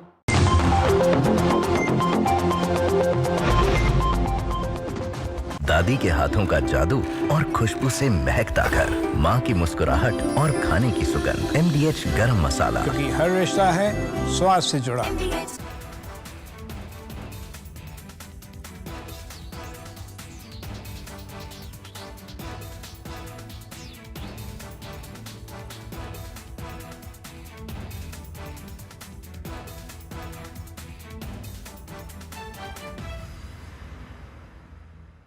Unlike in 2019 when we had hit Balakot, which was in the wilderness, and Pakistan got an excuse to say that nothing had been damaged or killed, that we had only killed some crows and pigeons and sparrows.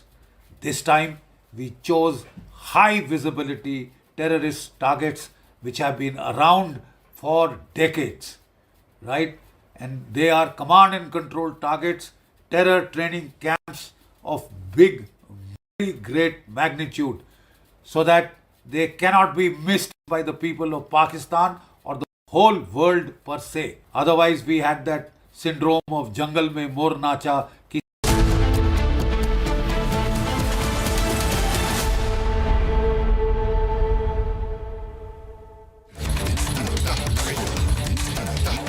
Okay, back to the big breaking story, ladies and gentlemen. India has hardened its stand. Act of terror is act of war. Any future act of terror is act of war.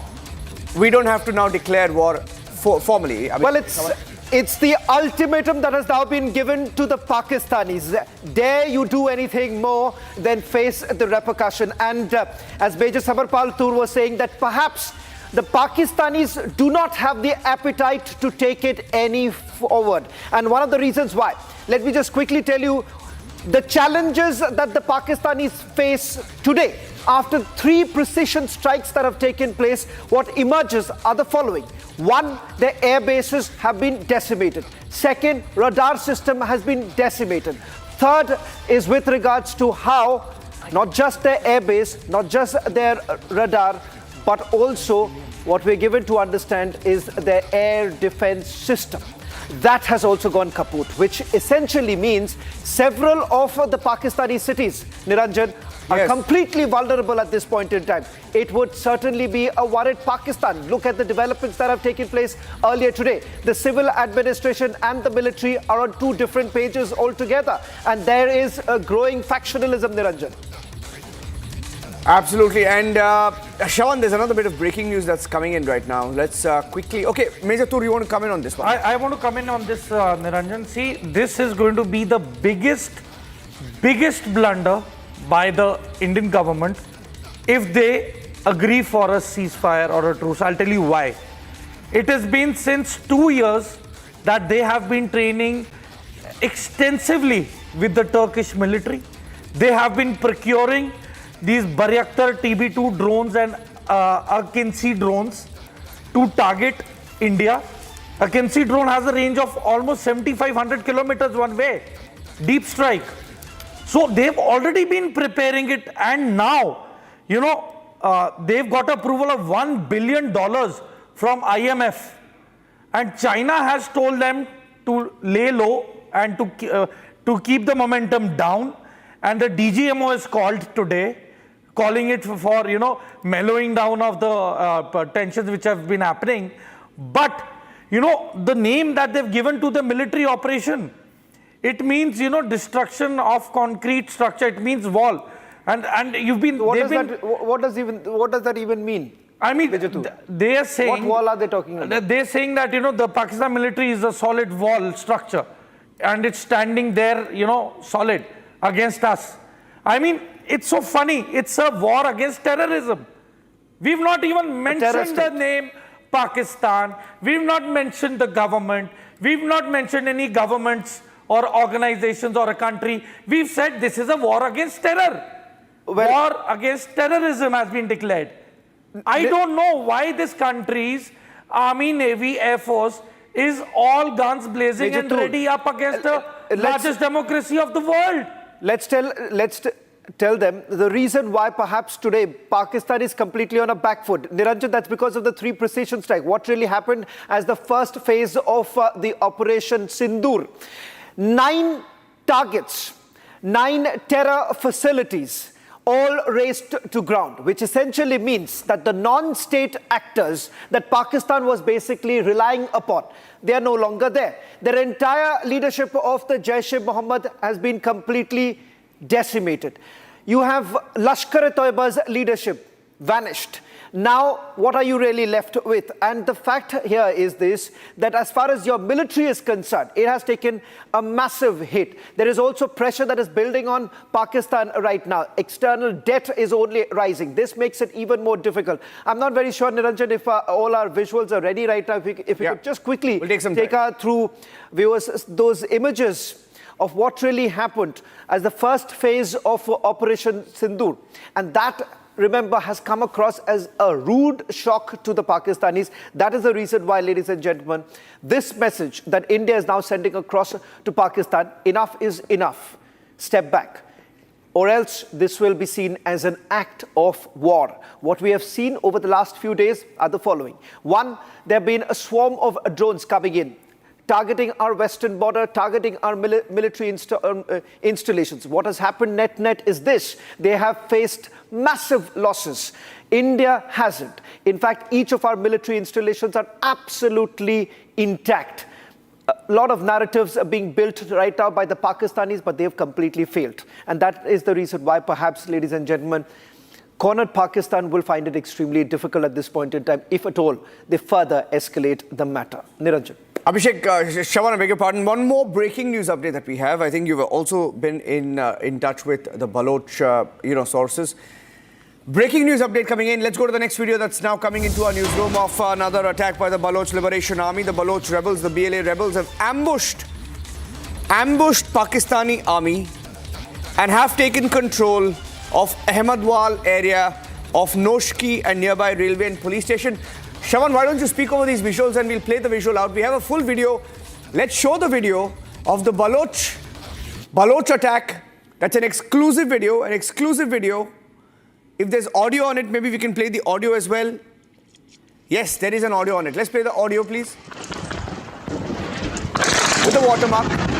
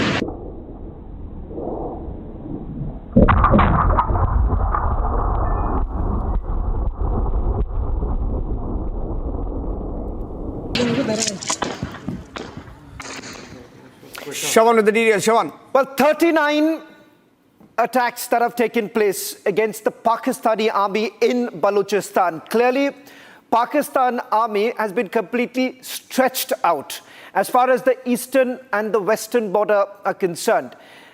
Both sides, remember, the Pakistani army has suffered major losses, but the significant details now coming in from the Balochi Liberation Army. The Baloch Liberation Army clearly pointing out the 39 attacks that have taken place. Now, some very interesting details. One in Turbat, the other happens to be in Kech district. The third coming in from the very place where the CPEC infrastructure is coming up. In fact, it turns out that the highways have been blocked. Police stations have been taken into the custody of the Balochistan Liberation Army. Judicial institutions, they too have now been taken into custody of the Balochistan Liberation Army. And what you see right now on your screens is the damage that has been inflicted upon the Pakistani army.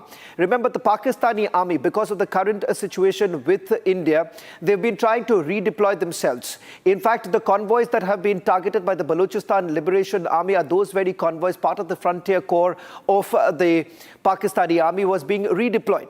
That's when these attacks have essentially taken place. Interestingly, once again, an ultimatum has now been given by the Balochistan Liberation Army that move out.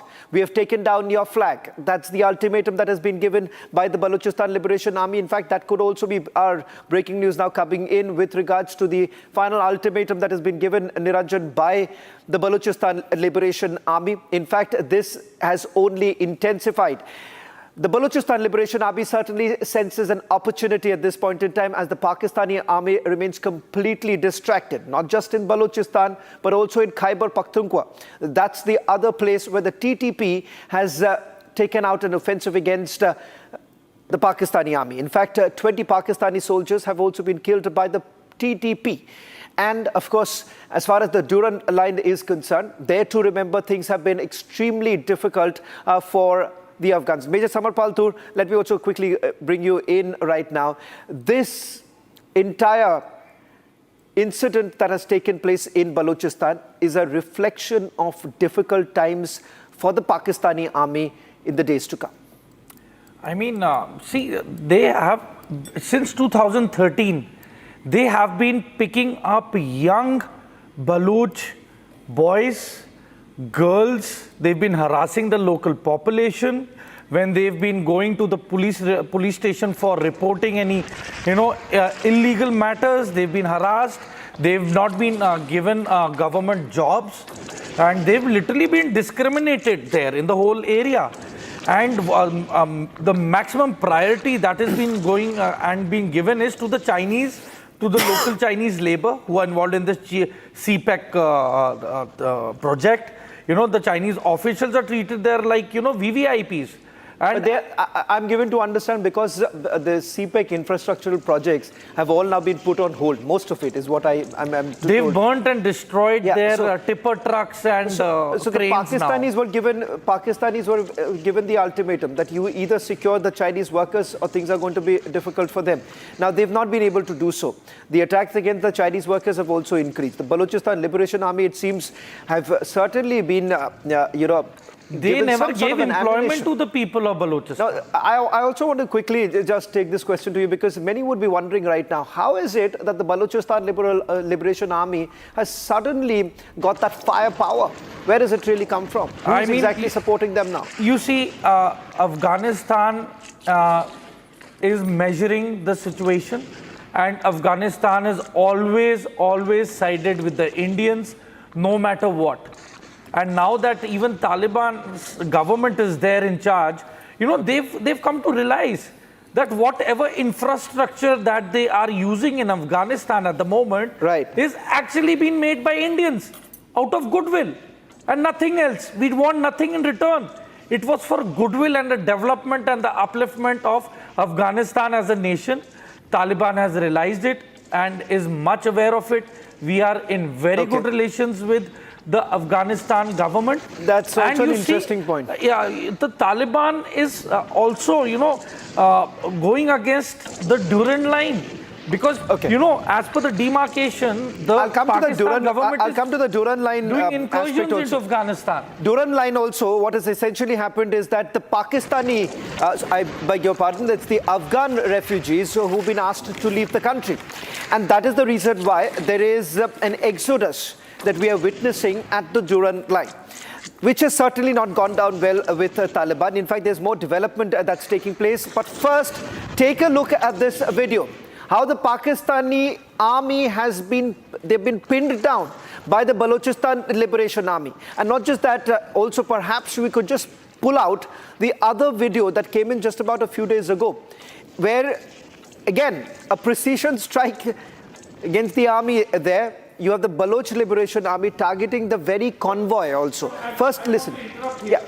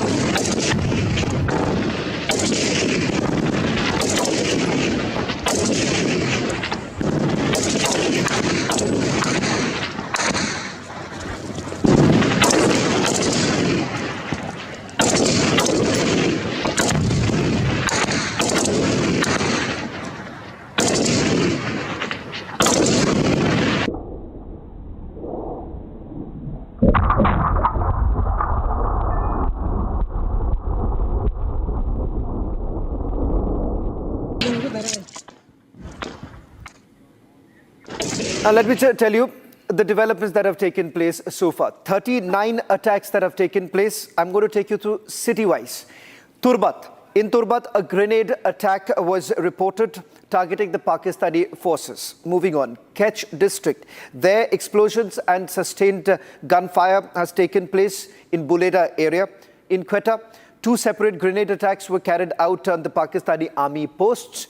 In Panchgur, where you have had the CPEC highway being blocked and a police station in Panchgur also being captured by the Balochistan Liberation Army. Major Samarpal Turi, I think you wanted to make a point with regards to how the convoy was attacked, the Pakistani convoy was attacked, and then once you do that, I'm also going to play out another video of how the army, as they're continuing with the Frontier Corps, Major Samarpal Turi, I'm being told, it's the Frontier Corps that was being redeployed. That's when the attack has taken place. Shravan, what was the point that you were making? I wanted to make a point that you see the video that the freedom fighters or the BLA are actually just targeting the military vehicle, and you can clearly see that a civil truck just sped by opposite to that vehicle, the Pakistan military vehicle, and nobody has harmed or destroyed that civilian truck,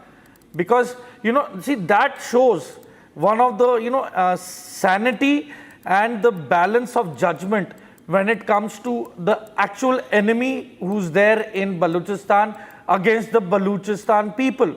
And that is the Pakistan military establishment. The kind of atrocities that they have done against the people of Balochistan is unfathomable.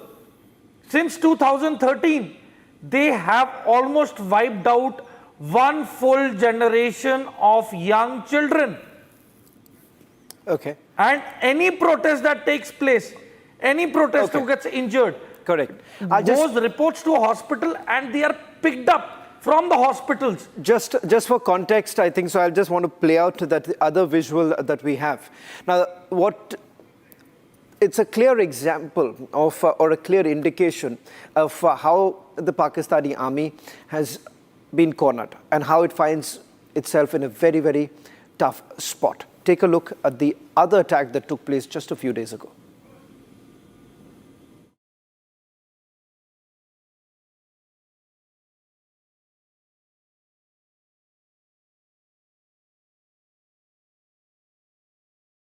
They were basically conducting a drill, and that's when this attack took place. As you can see, as they are moving around, General Sanjay Soy, if you are also joining us on this broadcast, I just want to bring you in. General Sanjay Soy, with the Balochis now increasing their attacks on the Pakistani army, what's the immediate ramification of it? In fact, Shravan, I would like to say that in last 1 year, about we can say the attacks by the Baloch have become more ferocious, more professional, pinpoint, and they have been inflicting number of casualties. We have seen the case of train hijacking. We have seen the case of attack on the Pakistan military bases, and now this ambush. It is again, you see, so professionally done. So there's a change in Baloch. Earlier, only tribal leaders were there. That now everybody feels that Balochistan needs freedom. Youth have joined in. Educated people have joined in. The women are fighting for the human rights issues. Reason is only one, that atrocities by Pakistan army, and there is no communication. They have been treating Balochis as a second-grade citizen, and now implication of this is, Shravan, is now there is a restlessness in Pakistan army, because they feel while we are not able to control Balochistan, we are not able to control Khyber Pakhtunkhwa, and we have started open another front with India.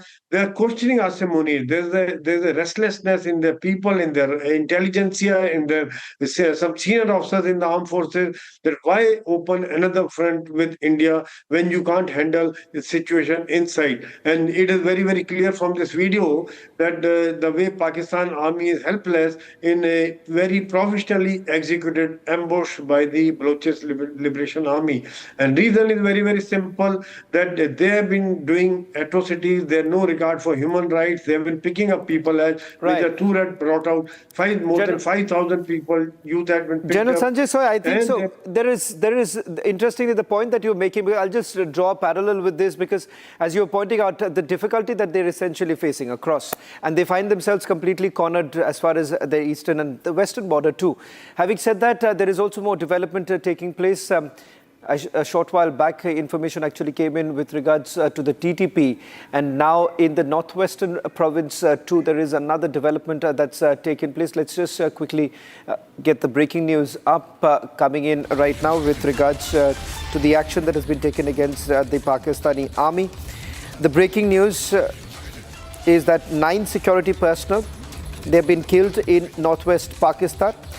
5 that have been injured while there was an attack that took place at the checkpost in northwest Pakistan. The attack took place at Danda checkpost in Shakai Tehsil of South Waziristan, district of Khyber Pakhtunkhwa. Now, there's no official word really coming in with regards to who was behind it, but would it be safe to assume, General Sanjay Soy, that the TTP, which has also intensified their action against the Pakistanis, would be perhaps behind this attack that has taken place in northwest Pakistan? Absolutely. There is no doubt, Shravan, because TTP has been carrying out number of attacks in other areas also, and this kind of attack is the hallmark of TTP. They have been carrying out attack against Pakistan army and police, and Pakistan army and police have not been able to control TTP or PLA. And in fact, some of their leaders have brought it out openly, that there are a number of areas where Pakistan is not in control, and there have been clashes between police in Khyber Pakhtunkhwa area and Pakistan army. There have been reports of local MPs calling out that you are a corrupt army. Ultimately, the result is that they have never bothered about human rights issues. They have never bothered to establish communication with Balochistan or people of Khyber Pakhtunkhwa area. Khyber Pakhtunkhwa area people are also disturbed because of arresting Imran Khan for, in spite of he having won the majority. So it is absolutely political.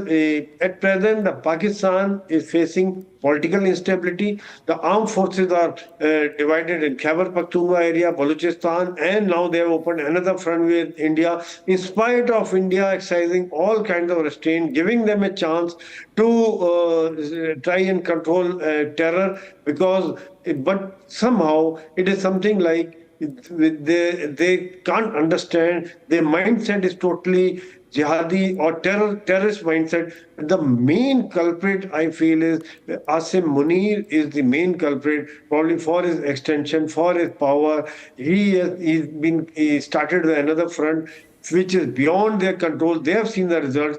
We have been able to thwart all attacks by Pakistan, and we have been able to carry out very effective attacks against their military bases, or when we attacked only the terror camps. So we have been very, very responsible. We have given them all chances, but somehow Pakistan has gone out of their mind. They don't understand the reason. They don't understand the logic. The people of Pakistan must question their leadership. They must question their army officers, because whenever at present I am sitting in USA and I've been meeting a lot of Pakistanis, they say, Janab, हमारा बेड़ा गर्क हमारे नेताओं ने and फौजी अफसरों ने किया है. We have been taken down the drain by our leaders and army officers, armed forces officers, because they have been busy making money. At present also, with the kind of economic situation in Pakistan, they are not bothered where the Pakistan will go. More loans will come on because of the situation, but they are taking out their money. They have sent their families abroad, and they have already sent the money in foreign banks. So he is not bothered. Whatever happens to the people of Pakistan, they're not bothered about the poverty, about the growth, about the industry, about the stability. They are just not concerned. Even if the Pakistan is divided in 2 parts, 3 parts, 4 parts, they are not bothered, because the first flight Asim Munir will take and he will be somewhere else. Nawaz Sharif may take the next flight, and all these guys will just vanish when the crisis comes, or when the Indian army, when we go all out. If the Pakistan does not understand, which we have declared, if more provocations are there, we will be forced to go all out. Sir, there's a big breaking news update that's just come in right now, so I'd like to go across straight to that, of the proof. In fact, there is a video. I'd like to first play that video. This is video number 9, and as we cover the conflict, this is day 3, video number 9. Listen to the audio layer in the video. In fact, let's listen to the audio and then we'll talk about Nur Khan Base पे बिल्कुल घर के सामने अभी एक जहाज गुजरा है और ये नूर खान बेस के ऊपर अटैक हुआ है. भाईजान नूर खान बेस में आके गिरा है. ये अटैक हुआ है नूर खान बेस पे बिल्कुल घर के सामने अभी एक जहाज गुजरा है और ये नूर खान बेस के ऊपर अटैक हुआ है. भाईजान नूर खान बेस में आके गिरा है. ये अटैक हुआ है नूर खान बेस पे बिल्कुल घर के सामने अभी एक जहाज गुजरा है और ये नूर खान बेस के ऊपर अटैक हुआ है. भाईजान नूर खान बेस में आके गिरा है. ये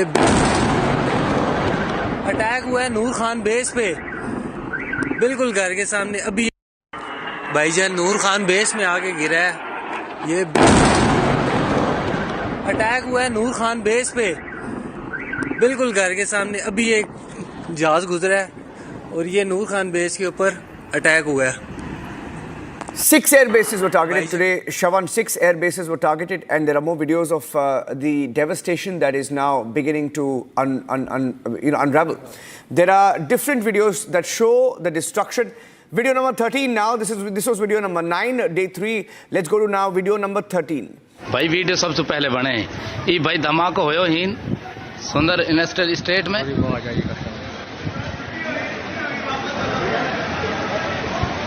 पता ना है कोई ड्रोन गिरो है कि कहाँ रोड़ो है. अभी धमाका होयो. हम फैक्ट्री पहुंचा यहाँ अभी. अरे किथे आर कोते होया का परा होया है. अब परा होया ना भाई ने रात उनके एयरबेस तबाह कर दी इंडिया की. भाई वीडियो सबसे पहले बने ये भाई धमाका होयो ही सुंदर इंडस्ट्रियल स्टेट में.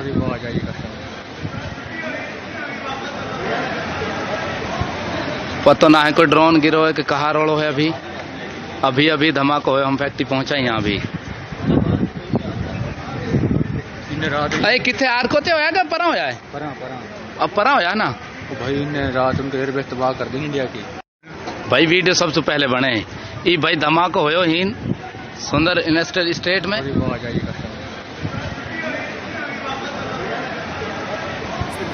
पता ना है कोई ड्रोन गिरो है कि कहाँ रोड़ो है। अभी अभी धमाका हुआ, हम फैक्ट्री पहुंचा यहाँ अभी।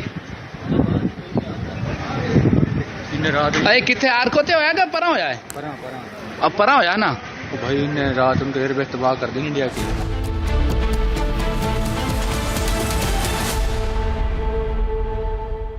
विमल में गुलिस्तान की ये कुछ लजीज फरिश्ते जब साथ घुले तो जी ललचाए और दिल कहे कि स्वाद की इस जुबान में खुद को ऐसा डुबाऊं कि निकल ना पाऊं। विमल की जुबान कुछ है ही ऐसी, मानते हैं ना? विमल बोलो जुबान केसरी। MDH की हल्दी मिर्ची धनिया करे कमाल, ये रंग दे, ये खुशबू दे, ये तीखा, ये कम पड़े, क्या निराला MDH मसाला।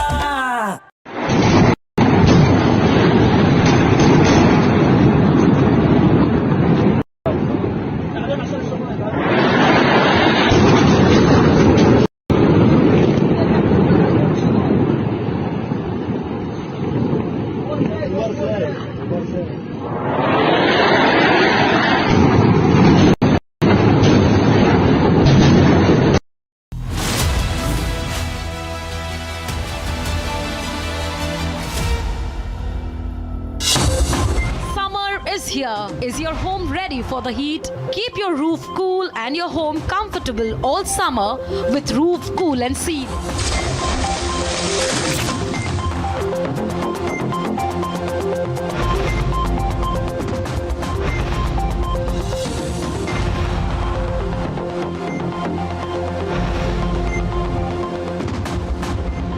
पसीना मत बहाओ, Berger roof cool and seal लगाओ।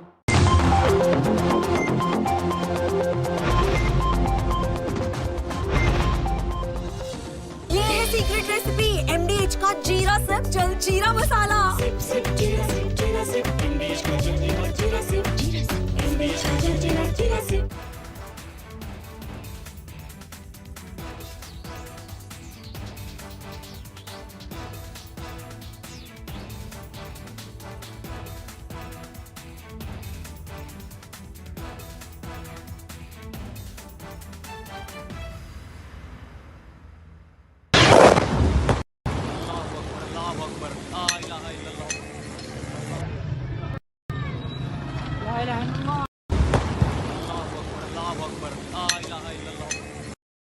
Of different weapon systems, because you cannot risk putting all eggs in one basket. ये मस्जिद तैयबा मरकज उमरकरा के अंदर ये नुकसान है। Not risk putting all eggs in one basket.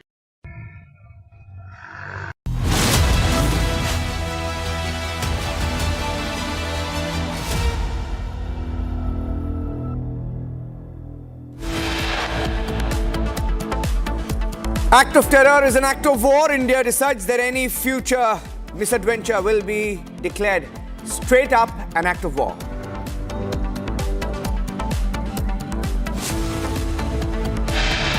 A second news conference for the first time since Operation Sindoor began. MEA MOD joint briefing at 6 p.m.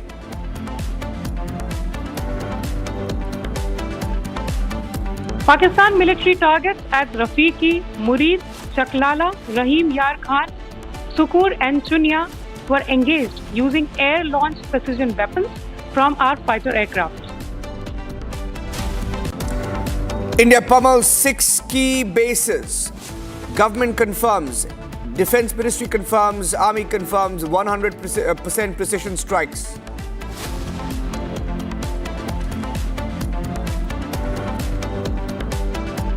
Pakistani claims about activities that they have undertaken continue to be heavy on lies, misinformation and propaganda. As Pakistan loses this battle against India, they're completely banking on their propaganda and fake news machinery. Even that is being called out by India.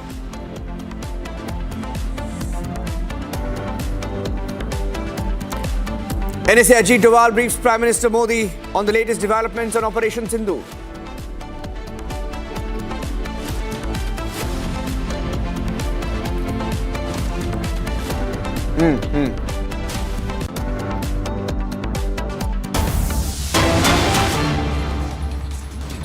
beautiful aspect of Operation Sindoor, the most beautiful aspect of Operation Sindoor has been how the people of Pakistan are exposing Pakistan. People of Pakistan are keen to take videos of the destruction of Pakistani air bases, and they love to show it on social media. That's an exclusive video of the Nur Khan Air Base in southern Punjab, and Shawan will speak over this. Shawan has accessed this video through his sources. This is the Nur Khan Air Base, southern Punjab, bombed by India. Airbase and airstrip destroyed this morning. Clear destruction seen in these. In fact, there are many still images as well that show that the entire terrace of one section of that airport has collapsed. So infrastructure at this airbase has been targeted. It holds strategic value for rapid development, rapid deployment and operations across southern and eastern Pakistan. A key forward operating base facing Rajasthan has now been rendered inoperational. Shawan with the full details. Well, in fact, Niranjan, what's interesting this time from Operation Sindoor is the way India has carried it out. Because this time we do not have to give anyone any evidence, because take a look at what's happening right now. This is a video, and we should name the source also, because it's important at a time when there is a lot of fake narrative that is being peddled by the Pakistanis. It is important to name those who are recording this. This, I'm given to understand, has been recorded by a Pakistani journalist. Soon after, basically, reports came in that the Pakistani airbase was targeted.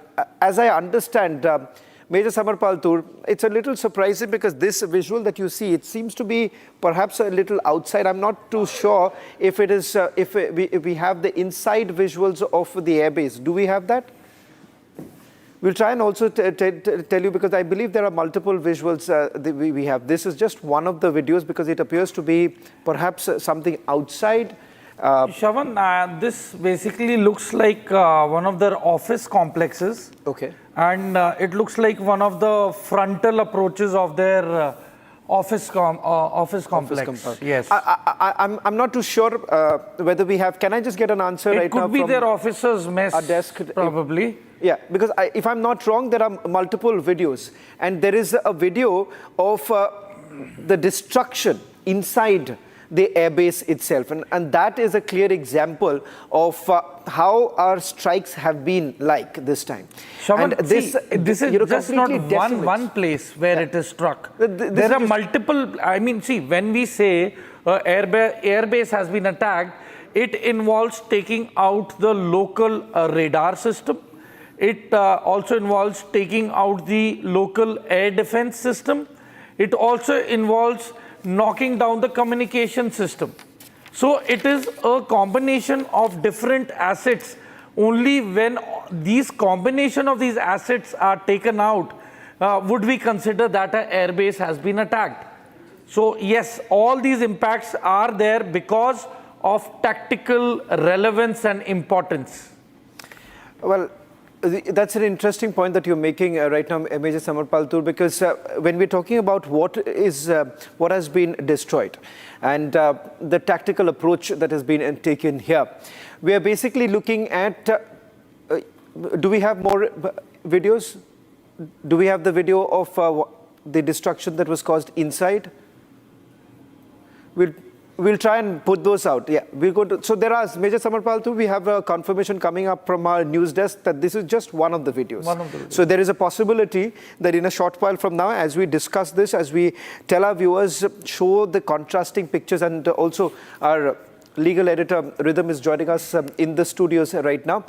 Now, Rhythm and Major Samarpal Tur, it's very interesting. And I've been saying this because unlike in the past, when in Balakot, people went on asking, what's the evidence, what's the evidence? Here, I want to emphasize this again and again. This is a video that has been shot by a Pakistani journalist. In fact, it has been put out, it has been shared by someone from Pakistan itself. And in fact, what you're seeing right now is a clear example of the destruction that has taken place inside the base. Now, this base Major Samarpal Tur, if I'm not wrong, has at least about 5 squadrons, and it also has the transport aircraft of the Pakistan. Yeah. So can you just help us? My limited understanding is that it does have about 5 of your squadrons, and as far as their transport aircraft are concerned, I'm not too sure whether at all their aircrafts have been destroyed or not. Do you have any information on their aircrafts being destroyed?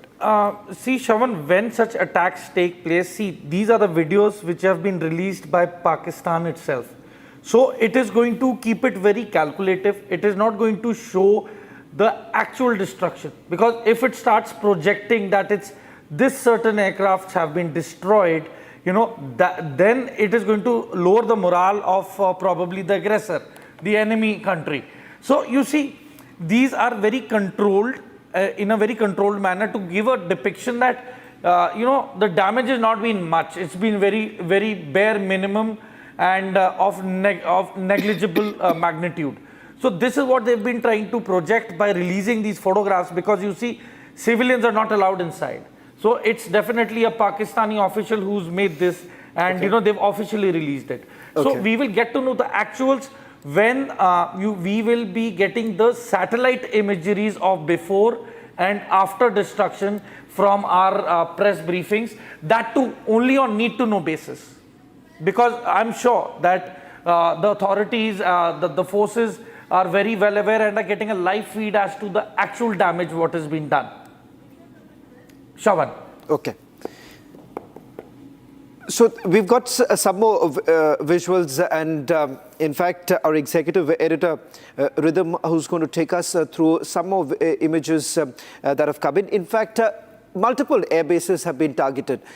You have about 6 air bases in Pakistan that have been targeted, which also this includes the radar system in Parsoor that has been decimated. Now, this is the inside visual. Now, Major Samarpal Tur, finally this is what I was waiting for. Yes. Because this is the extent of damage. See, I'm telling you, this is one of the officers' mess probably, or a very high-end delegation room where all the visitors come. We can see the photographs. Just look at the extent of damage, and probably this is a very measured response by our forces to say that you are very vulnerable. We will get to you. So you see, I'm sure that it's collateral damage as of now, but once if the momentum intensifies from the enemy side, so, there will be human casualties. I'm sure they would not have shown the kind of damage that has been inflicted upon, say, for example, their aircrafts and the strategic areas of the airbase. So this is essentially, even though, having said that, what is important to point out here is that this time Pakistanis have said, we're going to put out the evidence. There is no saboot ki zarurat nahi hai. Nahi, see, I'll tell you why they're doing this. See, it's a perception management. So they are trying to project this. This is going to be their propaganda masala material. So this is what they are going to use as an ingredient. Can you elaborate what's the propaganda here? Yes, because they will use this material to project it to the world that, see, it is India which has been doing it.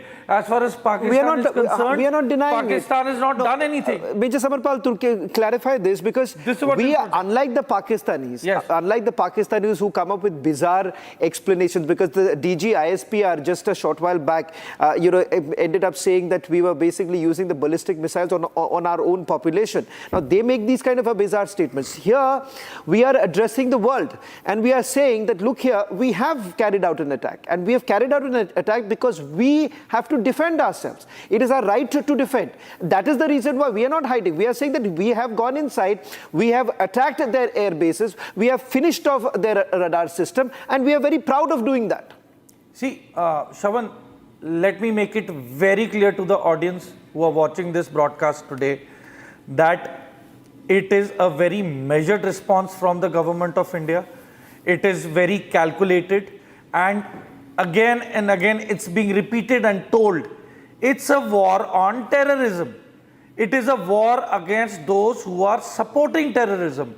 But you see, in the last 72 hours, the amount of drones that have been sent into the Indian airspace from the hostile neighbor is no man's business. Who does that?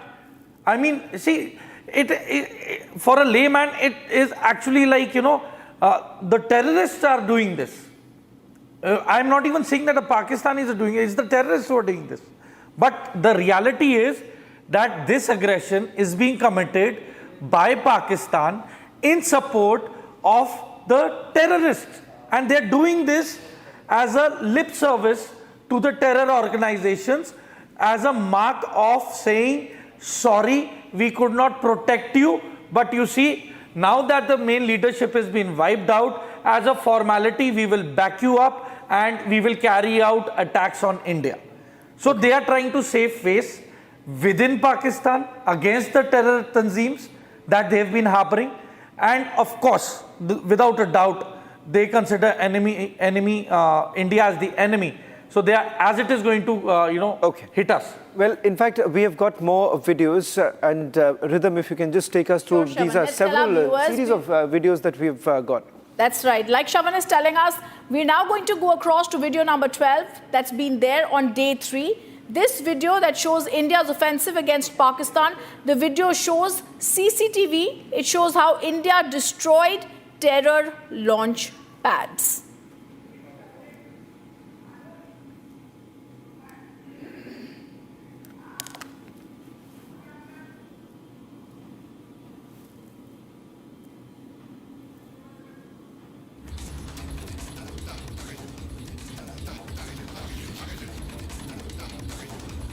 This is in Sialkot, viewers, that we are showing you this video from, where India has destroyed launch pad, Shavan. Well, in fact, the launch pads that have been active, particularly in Neelam Valley and Muzaffarabad, if I'm not wrong, the launch pads that have been targeted by India in the last few days, starting with Sialkot, and that's the reason why late last evening some reports actually came in of major explosions taking place. Major Samarpal Tur, last evening it was completely a buzz that explosions are taking place at Muzaffarabad, and this morning we got an official confirmation that yes, these terror launch pads have been sort of demolished. Now, what is important to point out here is the information that we have. You've had the Pakistani army, interestingly, using these very launch pads to target our posts. What we have essentially done is that not only targeted them with mortar guns and several other ammunition that has been used to destroy this completely. Major Samarpal Tur, just a quick comment before Rhythm takes us through the other videos also. See, Shavan, these launch pads are as per the convenience of the terrain and the cover which it provides to the Pakistan military establishment. Typically, what ammunition would you have been using? Is it the mortar guns? Or? This one would be, yes, mortars. I wouldn't be specific which one. Yeah. But yes, the general weapon use could be mortars. And there are few other indirect projectile weapon systems that we have, which I really am not comfortable discussing on TV and which I will not.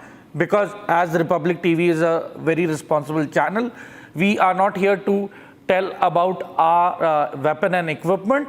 It will be more on khabar dushman ki rather than khabar khud ki. So you see, they were within the proximity range of the BSF. Okay. And it has very effectively and efficiently struck it. And as you see the video, even the proximity of the rays of the torch can also go towards the enemy area. So it's not very far away. It is within the medium range weapons of weapon systems. So, and I'm sure that they've done it very effectively. And that is the pinpoint precision that we have in today's times. And you see, drones are also being used for observation. So I'm sure that they'll have better visuals of aerial visuals, which will probably be released in days to come. Okay.